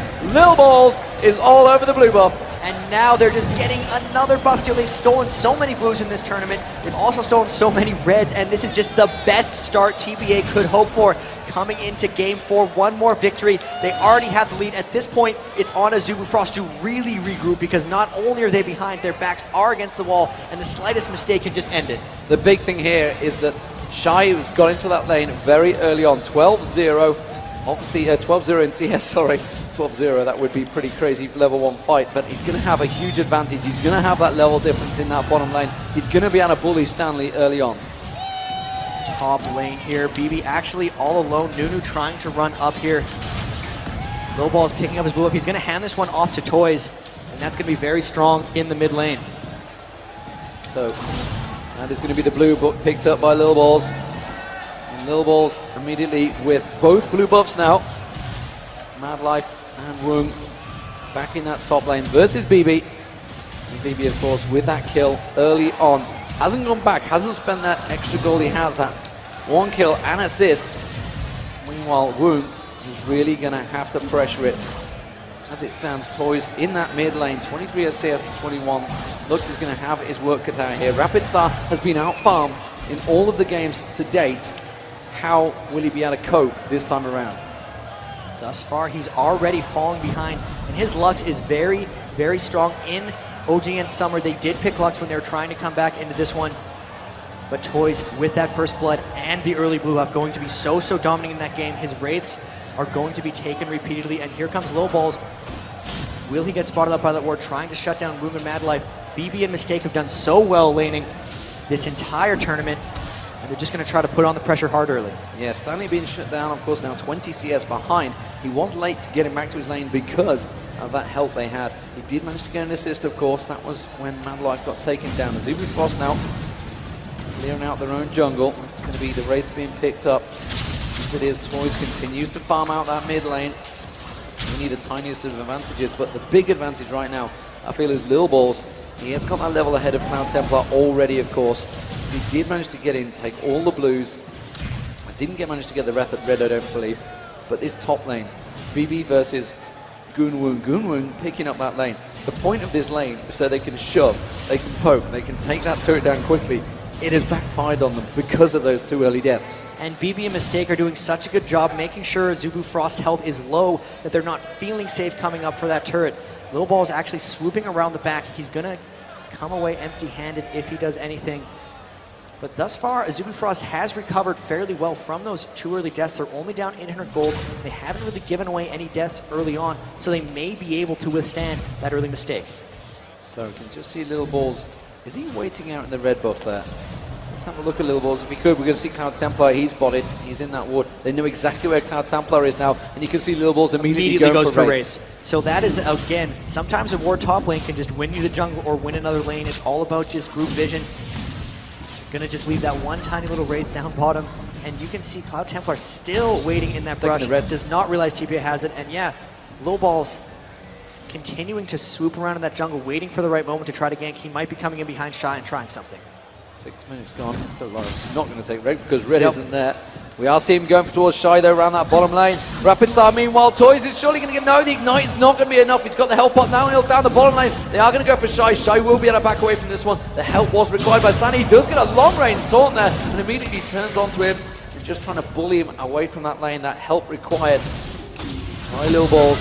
Oh, BB's got to be careful. He's getting hit very low here. And Woong and Mad Life are slowly turning this lane in their favor on the top. And that bottom lane is going to be so key for Azubu Frost. They gave away Orianna so Shy could have that Jace. They need to withstand this early on so they can form up and create the poke composition, but I still wonder how well that poke is going to be executed considering the engagement potential of TPA's Orianna. Looking in this top lane, it is getting a lot of harass traded back and forth, but this roam by Toys is going to push Azubu Frost straight back. Now seeing Toys, he's just going to walk past that ward. He's got spotted. He has got Shockwave available. And the level 4 Woong has got to be careful that that ball doesn't come out and Shockwave him very quickly. They know he's there. They poke him. And they're just really baiting that one. Now they're going to dive in the middle lane, actually. We can see Little Balls. Little Balls getting covered on. And Cloud Templar forcing him away.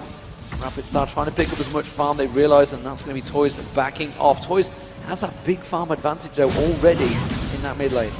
And that was so much of the first blood and the early blue buff he got. But again, 4th game in a row, Toys just out farming Rapid Star, really showing how good these players on TPA are, how much they've been practicing, the dedication showing through. They have strict schedules. They wake up in the morning, define times. They have defined practice schedules. They go work out, keep their bodies in shape, and all of this coming to fruition. One more game, and they will be the world champions. And now Blue was not able to get invaded. Azubu Frost able to take it down. Stanley puts the ward over, just missing. They're still looking to create pressure, though. They're very good at stealing buffs. They need to get an Oracles on a Little Balls. They're going to do that because those wards continue catching them out and tipping off Azubu. You can see immediately the ping's going down on towards Toys. Toys wanted to take away the Wraiths there. They know exactly where he was, though. And the Wraiths are not available. So Azubu Frost doing a good job at keeping hold of their resources. They knew what was coming. They knew what to expect from Type A Assassins, which is a good start. They've had the lane swaps now. I'm not too sure Stanley versus Woong at the top here. He is level 6, Woong's still only level 5, and Mad Life, of course, just hitting level 5, which means the advantage in that bottom lane, will they be able to handle? Jace, they're going to dive up towards Woong. They managed to get the cleaver on him. Woong's getting slowed down. The taunt it hasn't been used yet by Stanley. The Ignite's going down. Lil Balls is going to land it. Good, has to flash out of it. Can they turn it on towards Mad Life? There's the True Shot Barrage missing out. And they're going to back off from this one. Meanwhile, that bottom lane, you can see now, Jace really is farming on machine right now. Shy on that bottom lane. 70 CS compared to Stanley's. Just kept approaching 40. And that gank up top was extremely successful despite not getting a kill. Those 2 flashes being burned from Lulu and Graves as they try to harass down on Shy is going to make it so they don't feel safe fast pushing that turret, because the next time Mundo comes around, it will be the death of them. They didn't have to burn any summoner spells themselves to get in on that gank, so very, very successful. Shy, they're trying to slow down his farm. That's the reason they did this lane swap. They don't want Stanley to fall too far behind Shy. And overall, they are keeping up fairly well. 1,000 gold, that's a bit up from the 800 they had with the 2 early kills. This is a very stagnant early game. It's going to be all about Azubu Frost waiting until they can get their poke composition going and just withstanding this early point from TPA. Type A Assassins with that early lead, they have that farm advantage, 25 CS. They are going to go for the Dragon. They're going to try and force something here. I'm not too sure Azubu Frost are in any position to deal with this one. Type A Assassins will pick this up quite easily. Shyvana is just off the side there, but Cloud Templar cannot get involved in this one. He's got to be careful he doesn't get caught out here. Hasn't had a phase proc from BB though, and he's managed to walk away from that one. And that's what happens when you send 2 members of your team up top around 10 minutes into the game.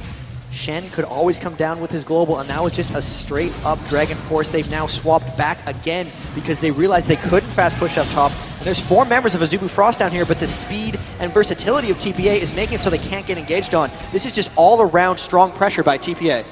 And they are, in the meantime, pushing in that middle. Little Balls has managed to clear out And look at that, 104 CS to 73. It's a 30 CS advantage. Athene's Unholy Grail already picked up, just 10 minutes gone for Toys on Orianna. That is an extremely fast Athene's Unholy Grail. And all of their lanes, aside from Stanley versus Shy, are winning quite substantially. 23 million kill advantage for Toys, 17 million kill advantage for BB, and still both of Toys and BB have that early kill. So gold-wise, it's 1,000 for Toys and 800 for BB. Really, all of their advantages concentrated on those two. The turrets continue to be pushed. Toys working his way around. He's got to be careful. He has got Cloud Templar just off in the distance, going to try and steal the Wraiths, but Toys is already heading for them. He's like, no way in hell you're ever going to get those Wraiths away from me. He's even got the last one. Toys just completely dominant there. Cloud Templar not able to pick up a single thing there. They're both level 9 though. Rapid Start still keeping up. Now the advantage for Azubu Frost here, if they can get it, is the fact that when they do pull together, they are really going to be able to drive them on the turrets. That's going to be their plan, but I don't know if it's going to be executed. There's a lot of move speed coming out from TPA, and only the acceleration gate from Azubu Frost as Rapid Start tries to spike down Toys, but that's just the armor and MR that she can get with the ball on her head. That really didn't do that much, and he's almost okay despite Lux burning his full combo. TPA is feeling very confident right now because oh, big fight up top. They're pressuring on towards Madlife. They might get him in. True Shot Barrage just about missing. Mistakes trying to go aggressive. There's Stanley coming in. There he goes. Woong's going to go down, but I think he might get a kill from the top. Oh, wow. No, they escaped it. Flash and Arcane Shift both avoided. Very well played on the top there. Taipei Assassin down 4-0. Shockwave on Cloud Templar. He has to ultimate out of that one. And just about avoids the damage from Taipei Assassins. They continue to push the pressure. And Rapid Star again getting caught with a distance there. But Toys does escape the tower damage. And we've seen it all tournament. It's a bit of a lull over and over for TPA, and then they pounce. They activate a couple ganks at the same time because they are just so coordinated. That dive up top was amazingly flashed away from the tower. 2 members of BB Mistake, so good up top this entire tournament. Their synergy has destroyed Azubu Frost. And Orianna also unstoppable. And right now, everyone's ahead. Bottom lane turret's about to go down. Looks like Shy is all over that one. So first turret of the game should be for Azubu Frost. He's about to finish it off if he can get the time. Mistake's going to come down. BB's going to come down. He's going to have to get away from it though. Acceleration Gate was well aware of it and just hammers Mistake away. Get the heck off me. So Shy may well take that top turret. It means they've double stacked on that top. You can see as well. Lil Balls is coming around. Trying to take down the wall tower. Templar though immediately coming up. So Azubu Frost starting to stack up here, trying to force the problem, trying to push the pace here. This is what they've got to do. And Azubu Frost really trying to just get the pressure going. They know they're down in kills, but their entire composition is around fast pushing turrets. It's now on TPA to try to counter that. They did send 4 members up, so Toys pushing really hard on the mid turret, already taken half of it. Down bottom lane, they're harassing Shy heavily on top of the turret. They don't want to lose too many, so this game doesn't get pulled back. Rapid Star might get caught. He's had to back away. He was trying to push on that mid lane. Also picking up the Wraiths as well, but he just backs off. BB, meanwhile, continuing to farm out this bottom lane, picking up as much CS as he can. 115 to 92, 148 to 110. And really, Azubu Frost all grouping up now. They've kind of abandoned the lane. They realize they have to make their poke composition happen now because they're losing the laning phase. 3 members mid right away trying to push down this next turret. Lulu, Lux, Graves all trying to go, but look at Toys repelling them with that blue buff, fast clearing the ways. It's going to be hard for them to execute their poke-on against something as strong as Toys' Orianna. Cloud Templar taking down a ward. Immediately, Lil Balls heads down south. They realize it's a 3-on-1 situation in the bottom. The Azubu Frost heading south as well. Clear out the golems for Woong there. Woong desperately trying to farm, desperately trying to pick up as much as he can. Stanley's been allowed to free farm down there because Jace has gone down that bottom lane. The top lane. Remember, the bottom turret was almost down, which is why you can see Woong and Madlife down here, but Mistake and Lil Balls all waiting, just hoping that they're going to go a little bit too far forward and pick them off. And they do not know Lil Balls is in this turret. He cleared it with the Oracles. They might try to go aggressive on Room. Here it comes! They do, and the cleaver goes in. It's Madlife they tried to go for, but Shyvana immediately responds. Have they got the damage to turn this around? Lil Balls pops his ultimate. Cloud Templar taking down very low. That's an Oracle blocked off by Madlife. Superb play there. Woong manages to get Lil Balls down. That's going to be Madlife going down as well. Mistake has to back out. Really good exchange for Azubu Frost, despite the fact they were completely unaware that he was in there. Oh, Shy's going aggressive. He's going deep on Stanley. He's not going to be able to take him down. Not a chance. Toys, in the meantime, takes down the mid lane. And in all that action, the Oracles dropped on Lil Balls as well, so that is going to hurt them. Stanley showing he's not at the point where he can deal with Shy quite yet. He's picking up a recurve bow. He's going to try to get that Ionic Spark and just outduel him. But overall here, Bloodthirster being completed onto BB. He's outpacing Woong very heavily. Look at that just in the gold. 5,500 to 4,100 across the 80 carries. And if they get into a duel, that's going to be trouble for Azubu Frost. They need to get these turrets down just so they can globally help their team's gold and make their team comp work. They need to try and push the action, try and push the pace. But the problem is that Rapid Star can't handle that mid lane. And the Dragon is up once again. The problem. We're seeing Cloud Templar, Azubu Frost do take down the bottom turret.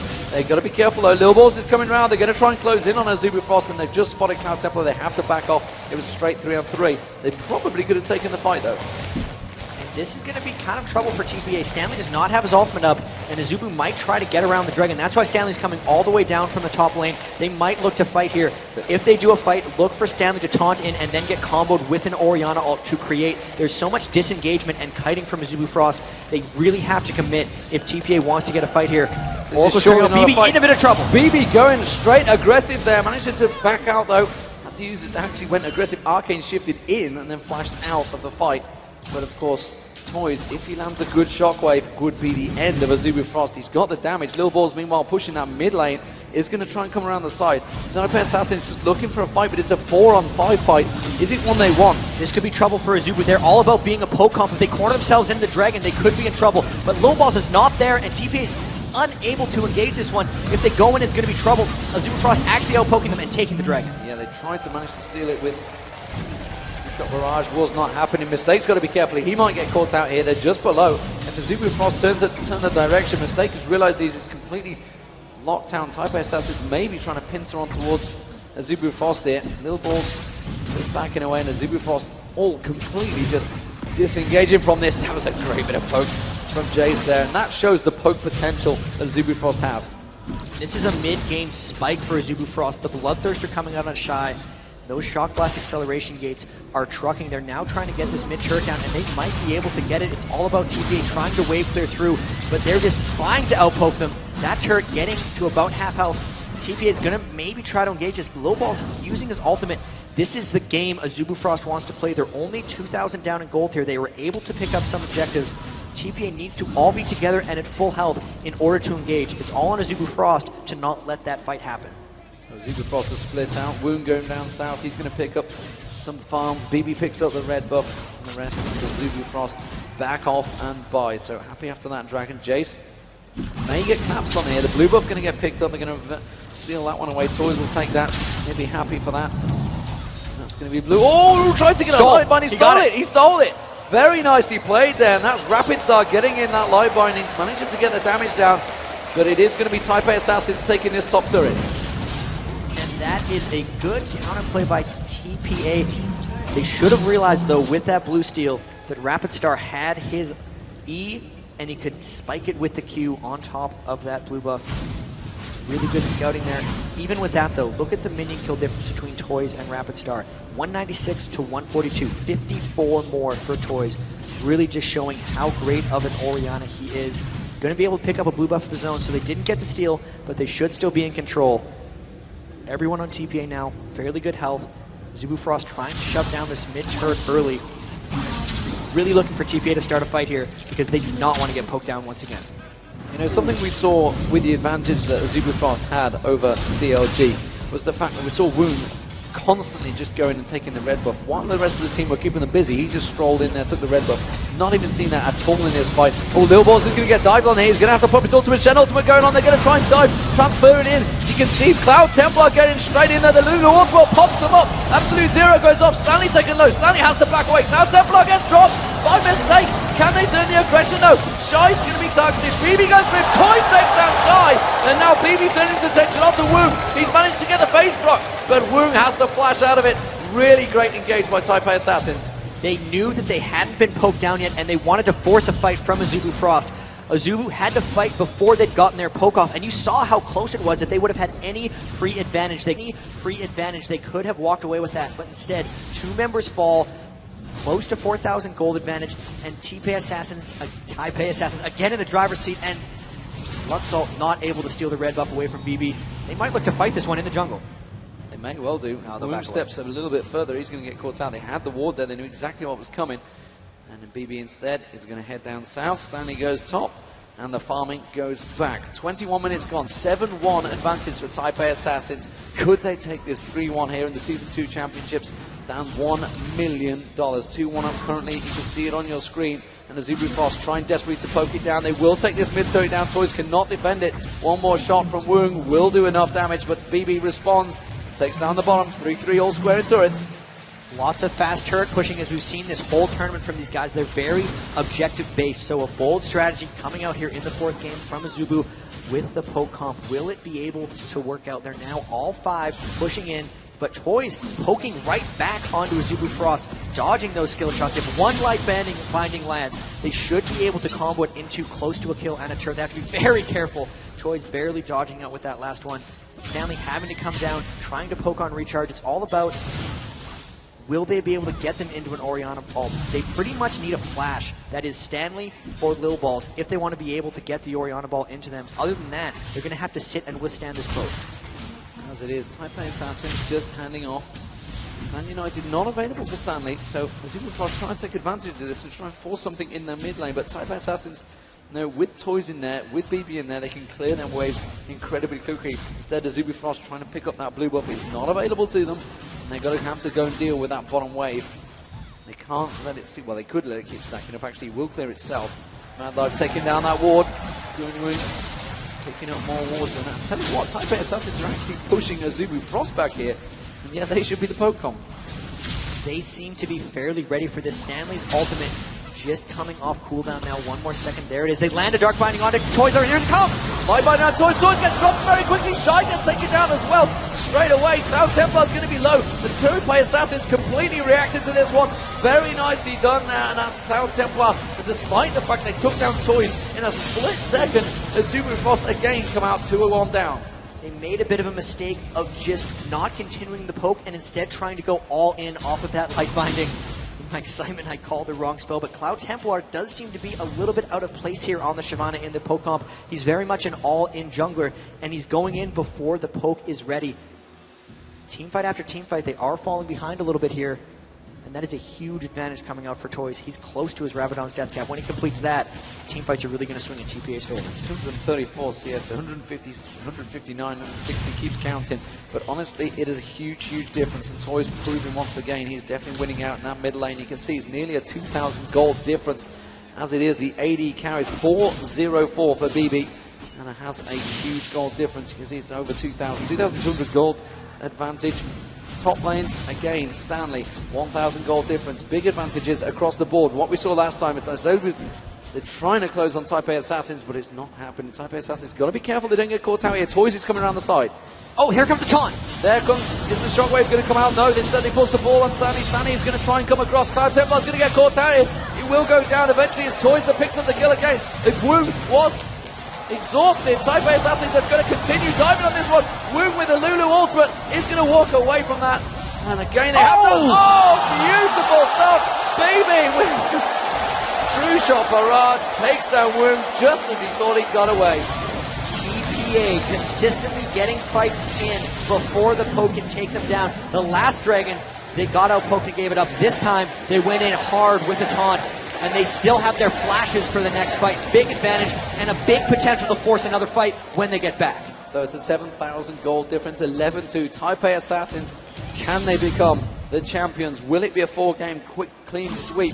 But Taipei Assassins reacting after losing the first game. Despite the fact they had the advantage, they couldn't win the team fight. This time around, though, they seem to just close out every advantage they get. Taking the time, of course, it is $1 million game for them. And they have every advantage right now. And the death cap being completed onto Toys. You can see a couple of them with Chain Vests as well. The big thing here is look at the farm distribution on TPA. Everyone who needs it has the kills. 505 to BB. He is 2,500 gold ahead of Wound. 313 onto Toys with that death cap. 2,300 gold ahead of Rapid Star. Even Stanley on Shen, very, very farmed. He has 1,000 more gold than Jace, who was the whole reason Azubu Frost gave up Orianna, because they thought they could win that matchup and enable this poke comp. TPA just seems to be ready, seems to be outplaying. Miscommunication there, double ward, and that shows that Azubu Frost are certainly shaken. Mad Life's going to come in, he needs to be careful, he doesn't get caught out here, and you can see immediately the BB jumps on it, Lil Balls goes diving in, and they do manage to knock him away. That's Mad Life having to use the ultimate on Shy there to keep them back. They're really desperately disengaging. Light binding on Toys, they're trying to go for Toys, they're trying to burst him down, they don't have enough damage now though, and this Gen ultimate stand can go for him. Can they manage to catch him out? Toys is just standing out the back. Instead, they're going to go towards Shy. Shy's going to get caught. That's going to be 3 shot for us. Bebe managed to get the kill. Mad Life also being targeted. Mad Life with an Oracle going down. No, they go for Wound. Stanley catches the taunt on Wound. Now they're going to keep diving. Light binding. They might get some kills off this. Lil Ball's going to go down as well. That's a really good turnaround by Azubu Frost, managing to pick up 2 kills off Taipei Assassin's aggression. The kite was really strong there from Azubu Frost. They were barely able to disengage, and they really needed that one. If those 2 deaths wouldn't have happened on the dive, they could have easily swept back here and taken the Baron. With all of that, they burned their flashes for that engagement, so it's going to be difficult for them to get the next one. And in all of that, Toys was never able to get off an ultimate, so you can just see how badly Azubu Frost wants to kite and how hard it is for TPA to actually create action. 6 kills now coming out onto BB. He did give up a shutdown there, so about 500 extra gold going over to Azubu Frost roster. 6,000 overall gold advantage here. They will be poking back and forth. Mistake still has that Oracles. Man, Azubu, TPA really so close to victory here. They just have to find the one fight to do it. 4 games in, you guys are still cheering ward kills. I'll give you credit for that. You're keeping it up. And as it is, Azubu Frost. Another one for Mad Life. Had to use a lot of gold actually. Did get taken down in the last fight. Oh, he just scrolled past that one. Not caring at all. Azubu Frost desperately regrouping, realizing that they are in a position. They're going to try and 5-man push this mid lane. And Taipei Assassins, well, they can see that Stanley is down the bottom. Stanley United is not available to him, and they're going to keep poking on Toys. They didn't have the burst though to take him down, and they may catch. They realise Stanley's down there. Have they got the timing on Stanley United? You would assume they realise the exact timing on it, and they may realise this is their chance. They know that they have a small window, but they're still not the team to hard engage on a TPA. If they do anything, they're going to take this time to try and poke down the mid turret a bit more. But just with how shoved the lane is and how good Toys is at wave clearing along with BB, they're not going to be able to get much happening. And by the time it matters, Stanley's ultimate is going to be up again, and he's going to split push as they have to respawn. And then Stanley's going to be able to just back out or ult out, and he has to do it actually fairly quickly because Azubu Frost is all converging down bottom. He doesn't have his ultimate available at the moment. It will be available soon. Though Cloud Templar thought about closing him out, but he could not 1v1 against Stanley, I don't believe. Stanley clearly backs away. Of course, 307 for Stanley. He's been a monster on that shed. And the chance for TPA definitely building here. They are 13-4 up. They have the chance to close out the Season 2 finals. Light binding catches, and again they try and burst down. It was a mistake though, they caught, and it wasn't. There's the shockwave, and Cloud Templar's the target. Shy also trying to get picked off. BB's trying to do the damage in the back one. Taipei Assassins disengaged from this one. They realize that Azubu Frost have that poke, and they just back off. Nobody going down, but a lot of ultimates burn. Toys actually holding on to a shockwave so they can still initiate with that. The problem though is Mistake got quite low. You can see actually everyone on TPA trying to build a bit of resistance so they can't get picked out. They're double Aegis Legion coming out by Stanley Low Balls. Even Toys has that Athene's Unholy Grail and Chain Vest. They're all trying to make sure that they can't get bursted out.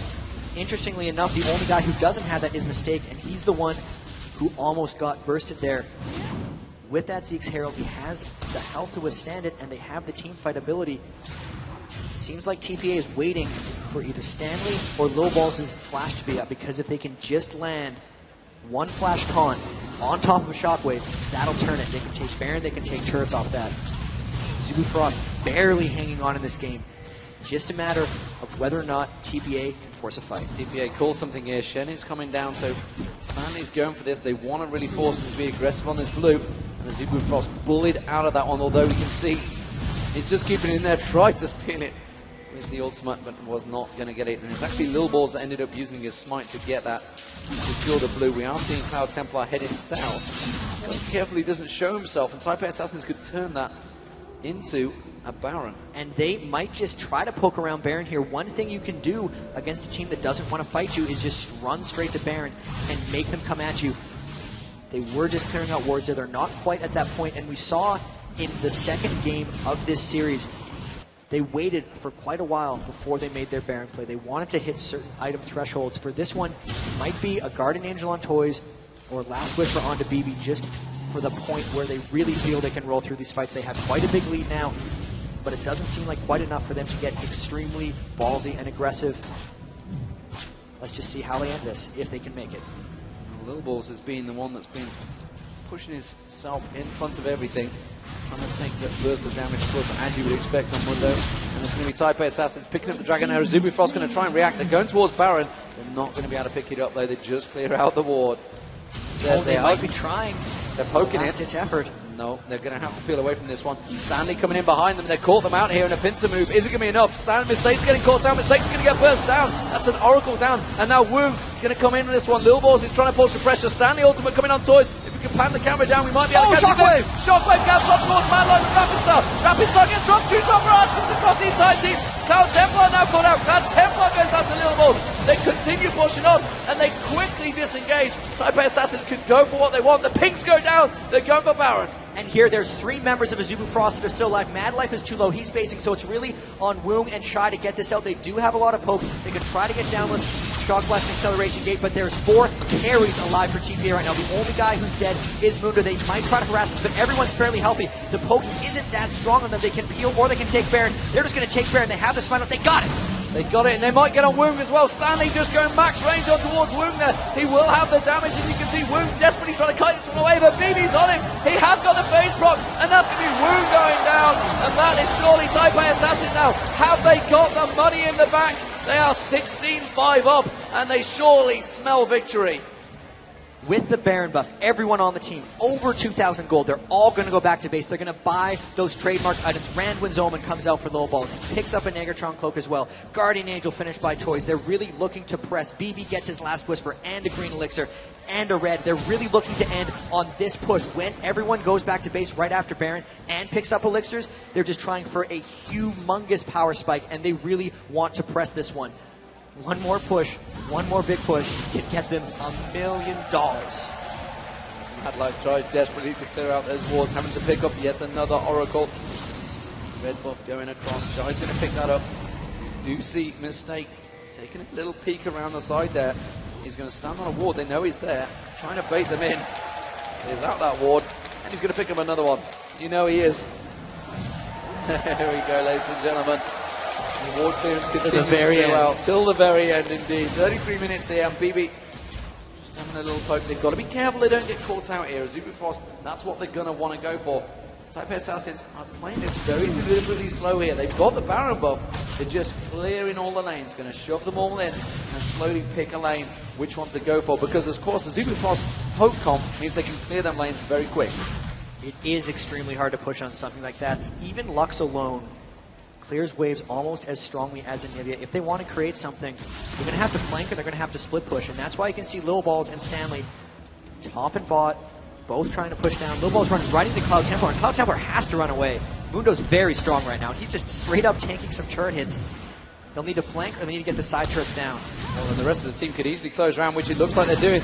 Cloud Templar's got to be careful here. The rest of Taipei Assassins are making their way down there. There you can see BB immediately arcane shifted straight through. Stanley still in that top lane. Of course, has got Stan United available if he needs to come down the bottom, which as you can see, Taipei Assassins forcing the turret. That's going to be another turret down. 4-3. The advantage in turrets now with Taipei Assassins. And now they're looking to loop around mid, trying to get another turret down. They do land some poke, but with the Baron regen, that poke is just not going to stick. Everyone's healing up so much. They got the mid turret as well. They're just making the rounds here, trying to take out every other turret, trying to get as much gold advantage as possible, making certain that even if they get poked out low, they won't lose team fights. Yeah, and that's going to be the top turret going down as well. So all inner turrets now for Taipei Assassins. Mistake's just going to tank it up a little bit. Creep wave coming in. No problems. He's going to deal with that one. Cloud Templar can't step close. He just tries to take a peek, but he has to back away. They've got to be careful they don't get caught out by anything here. Trying to poke them. And Shy just doesn't have the damage to drive Taipei Assassins back with that poke. And you can see Rapid Star, they're all doing anything they can to try and keep them at bay here. So the Baron buff still 3/4 done about. They've got a lot of turrets off of this push, but it's very difficult for them to get in here. Stanley still with the Stand United, gonna go try to split push them up a bit, but this push may be at its end.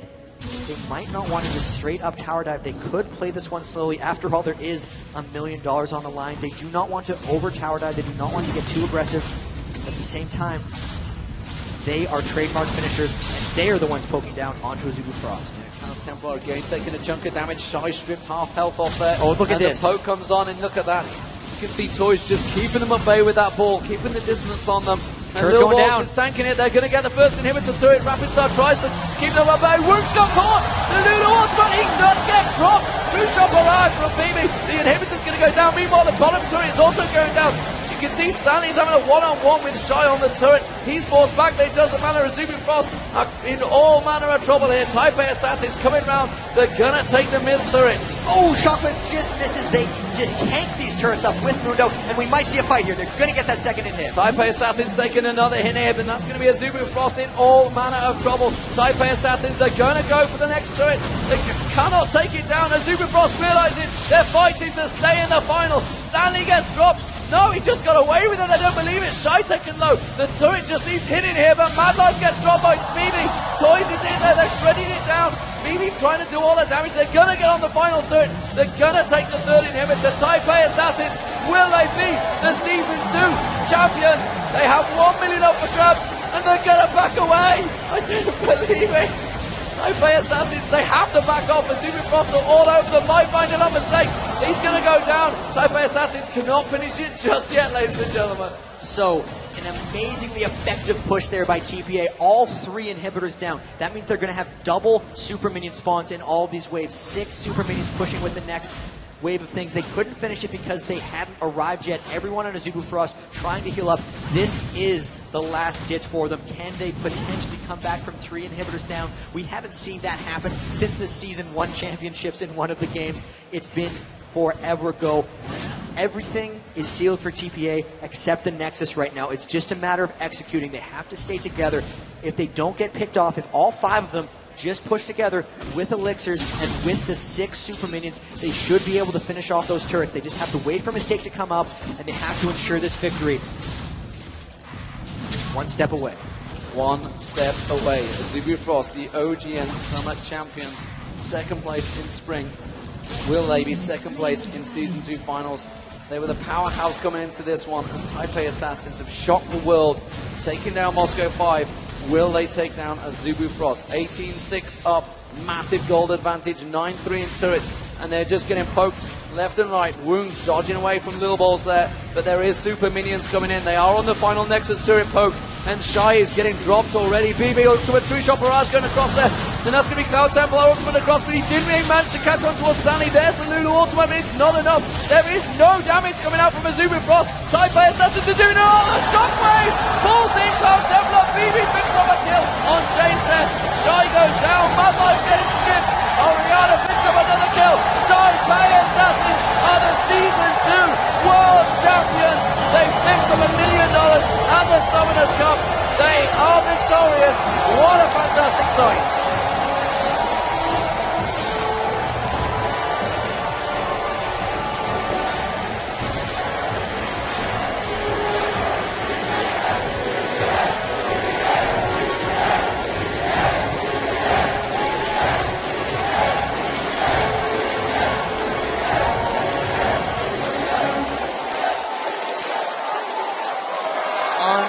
Unreal performance. The backdoor sweep by Taipei Assassins, lost the first one and then took total control and really across the board for them. Toys beating Rapid Star in every lane.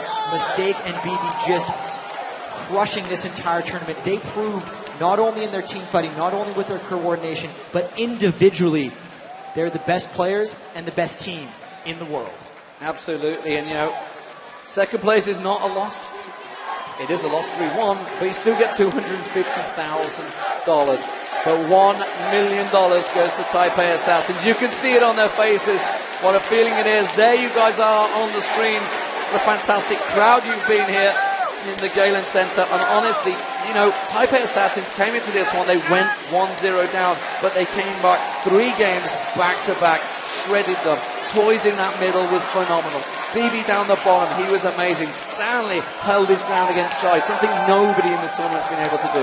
And it was just such an amazing performance this entire tournament, coming in with no one expecting them to do much, and they took down the cream of the crop. Najin's Sword looked unstoppable at a group stage. 2-0. Moscow 5 was the favorites coming into the tournament. Lost the first one, crushed them twice in a row after that. Lose the first one against the champions of Korea, and then take 3 games in a row. Stanley, Toys, BB, the whole gang, Erica, the manager, the subs, Colin, and XABC, everyone on Taipei Assassins part of this victory. Great job by everyone.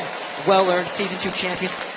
Cannot believe what we just saw. And there they are. Look how happy they are, and why would you not be? You know, they moved into their gaming house 2 months ago, and what a difference it's made for those guys. The whole of Taipei Assassins, just, you know, there's a big crew of them. They've got the manager, they've got that gym regime, they've got that training regime.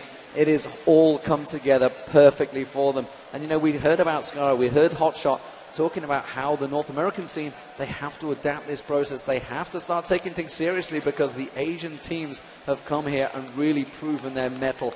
2 fantastic performances from Taipei Assassins and the Azubu Frost, it has to be said. They were really great throughout this tournament. But 21-6 does not lie. 11-3 in turrets. They really drove them on.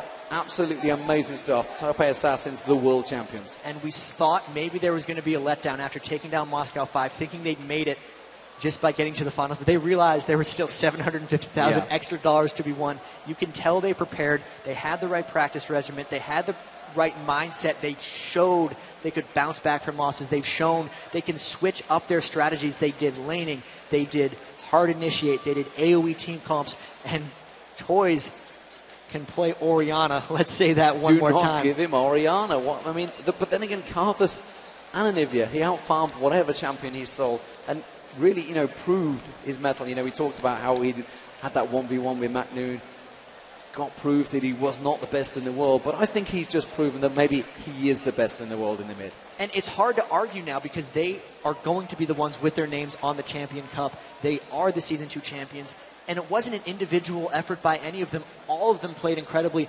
And even Mistake is the shot caller for them as a support, so their team synergy and communication, so many of those ganks came down at multiple places at once. You could tell everything was so well rehearsed for them, and they were so comfortable on seemingly anything they played. They give up Ezreal.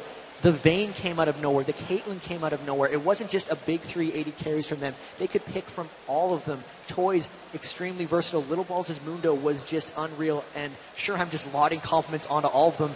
But why not? They just beat the world. Yeah, and you know, it just shows the pressure that these guys in. If you looked at the semi-finals, you saw the matches against Moscow 5. We saw Alexic making mistakes. We saw Diamond Prox making mistakes. These are people that we've not been used to seeing make mistakes. So the pressure, the situation that all of these teams have been under throughout this entire tournament has been huge. And honestly, just the relief has probably been just let out by Taipei Assassins there, picking it up. Ladies and gentlemen, this is D-Man and Jat signing off for the day, but I mean, you guys, it's been such an honor to cast this match. It has been fantastic performance from both teams, 2 completely aggressive teams. We are just minutes away from the presentation of the Summoners Cup, but first, let's take a look back at the awesome matches we've had during the Season 2 World Championships.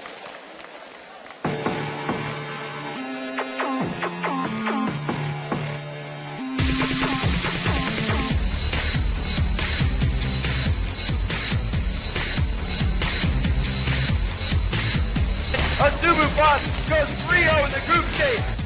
They go into the base. Everyone leads the game. What an absolute epic finish.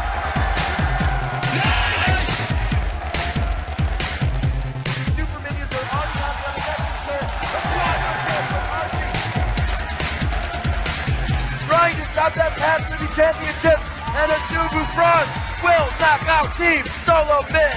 All in. Is it going to be a blind? He's called Mac Noon. He's called Mac Noon.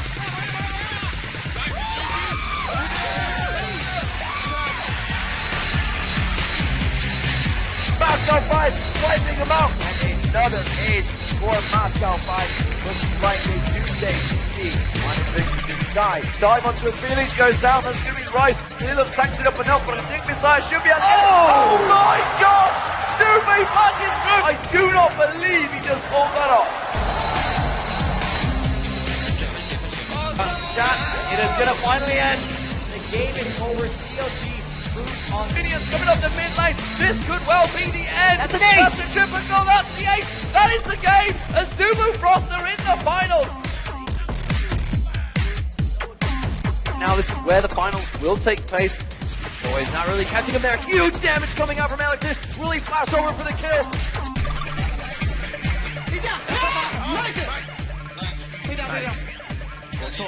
Diamond Brax goes down. The inhibitor is open. The double kill comes out. Moscow 5 looking very grim right now. TPA Assassins look to take down the last Nexus turret, and they will drop Moscow 5 from the League of Legends Championship playoffs.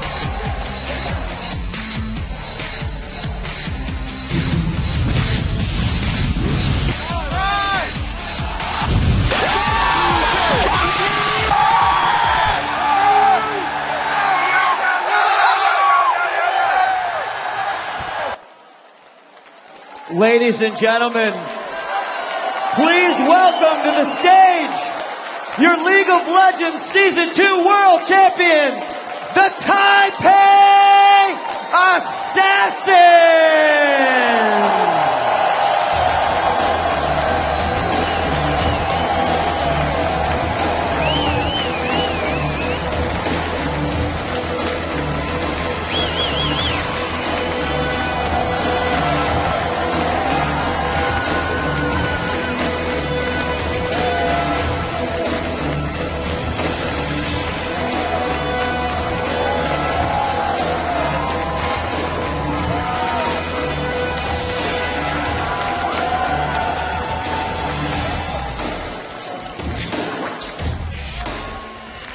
And now to present the Summoner's Cup, it's my pleasure to introduce the co-founders of Riot Games, Mark Merrill and Brandon Beck.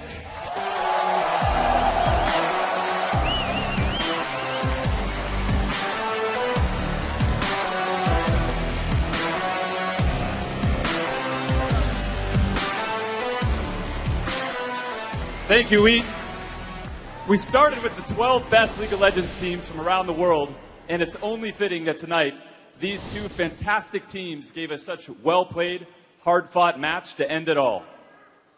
For the TPA Assassins, this victory caps off an incredible season in the Garena Premier League and clearly reflects their hard work, persistence, and dedication. Guys, we're honored that so many awesome League of Legends esports fans here and around the world had the chance to witness their triumph.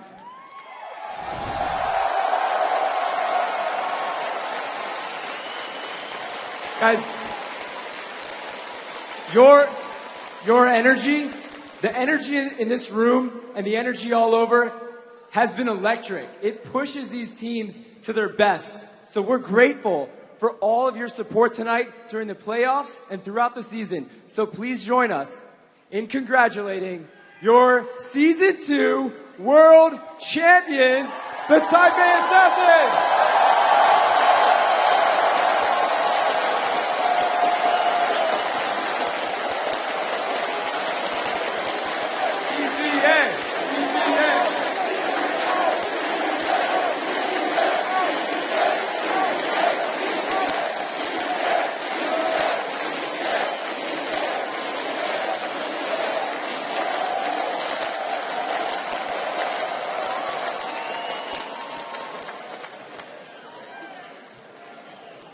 All right, guys.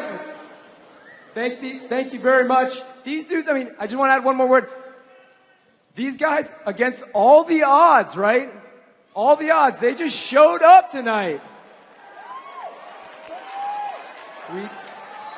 Thank you, sir. Ladies and gentlemen, for the final time, I'm DJ Wheat, and on behalf of Jack, D-Man, Freak, Rivington III, Rachel, Redbeard, Mark, Brandon, the entire crew, and our phenomenal pro players, thank you for watching the Season 2 World Championships, and we will see you in Season 3. Good night!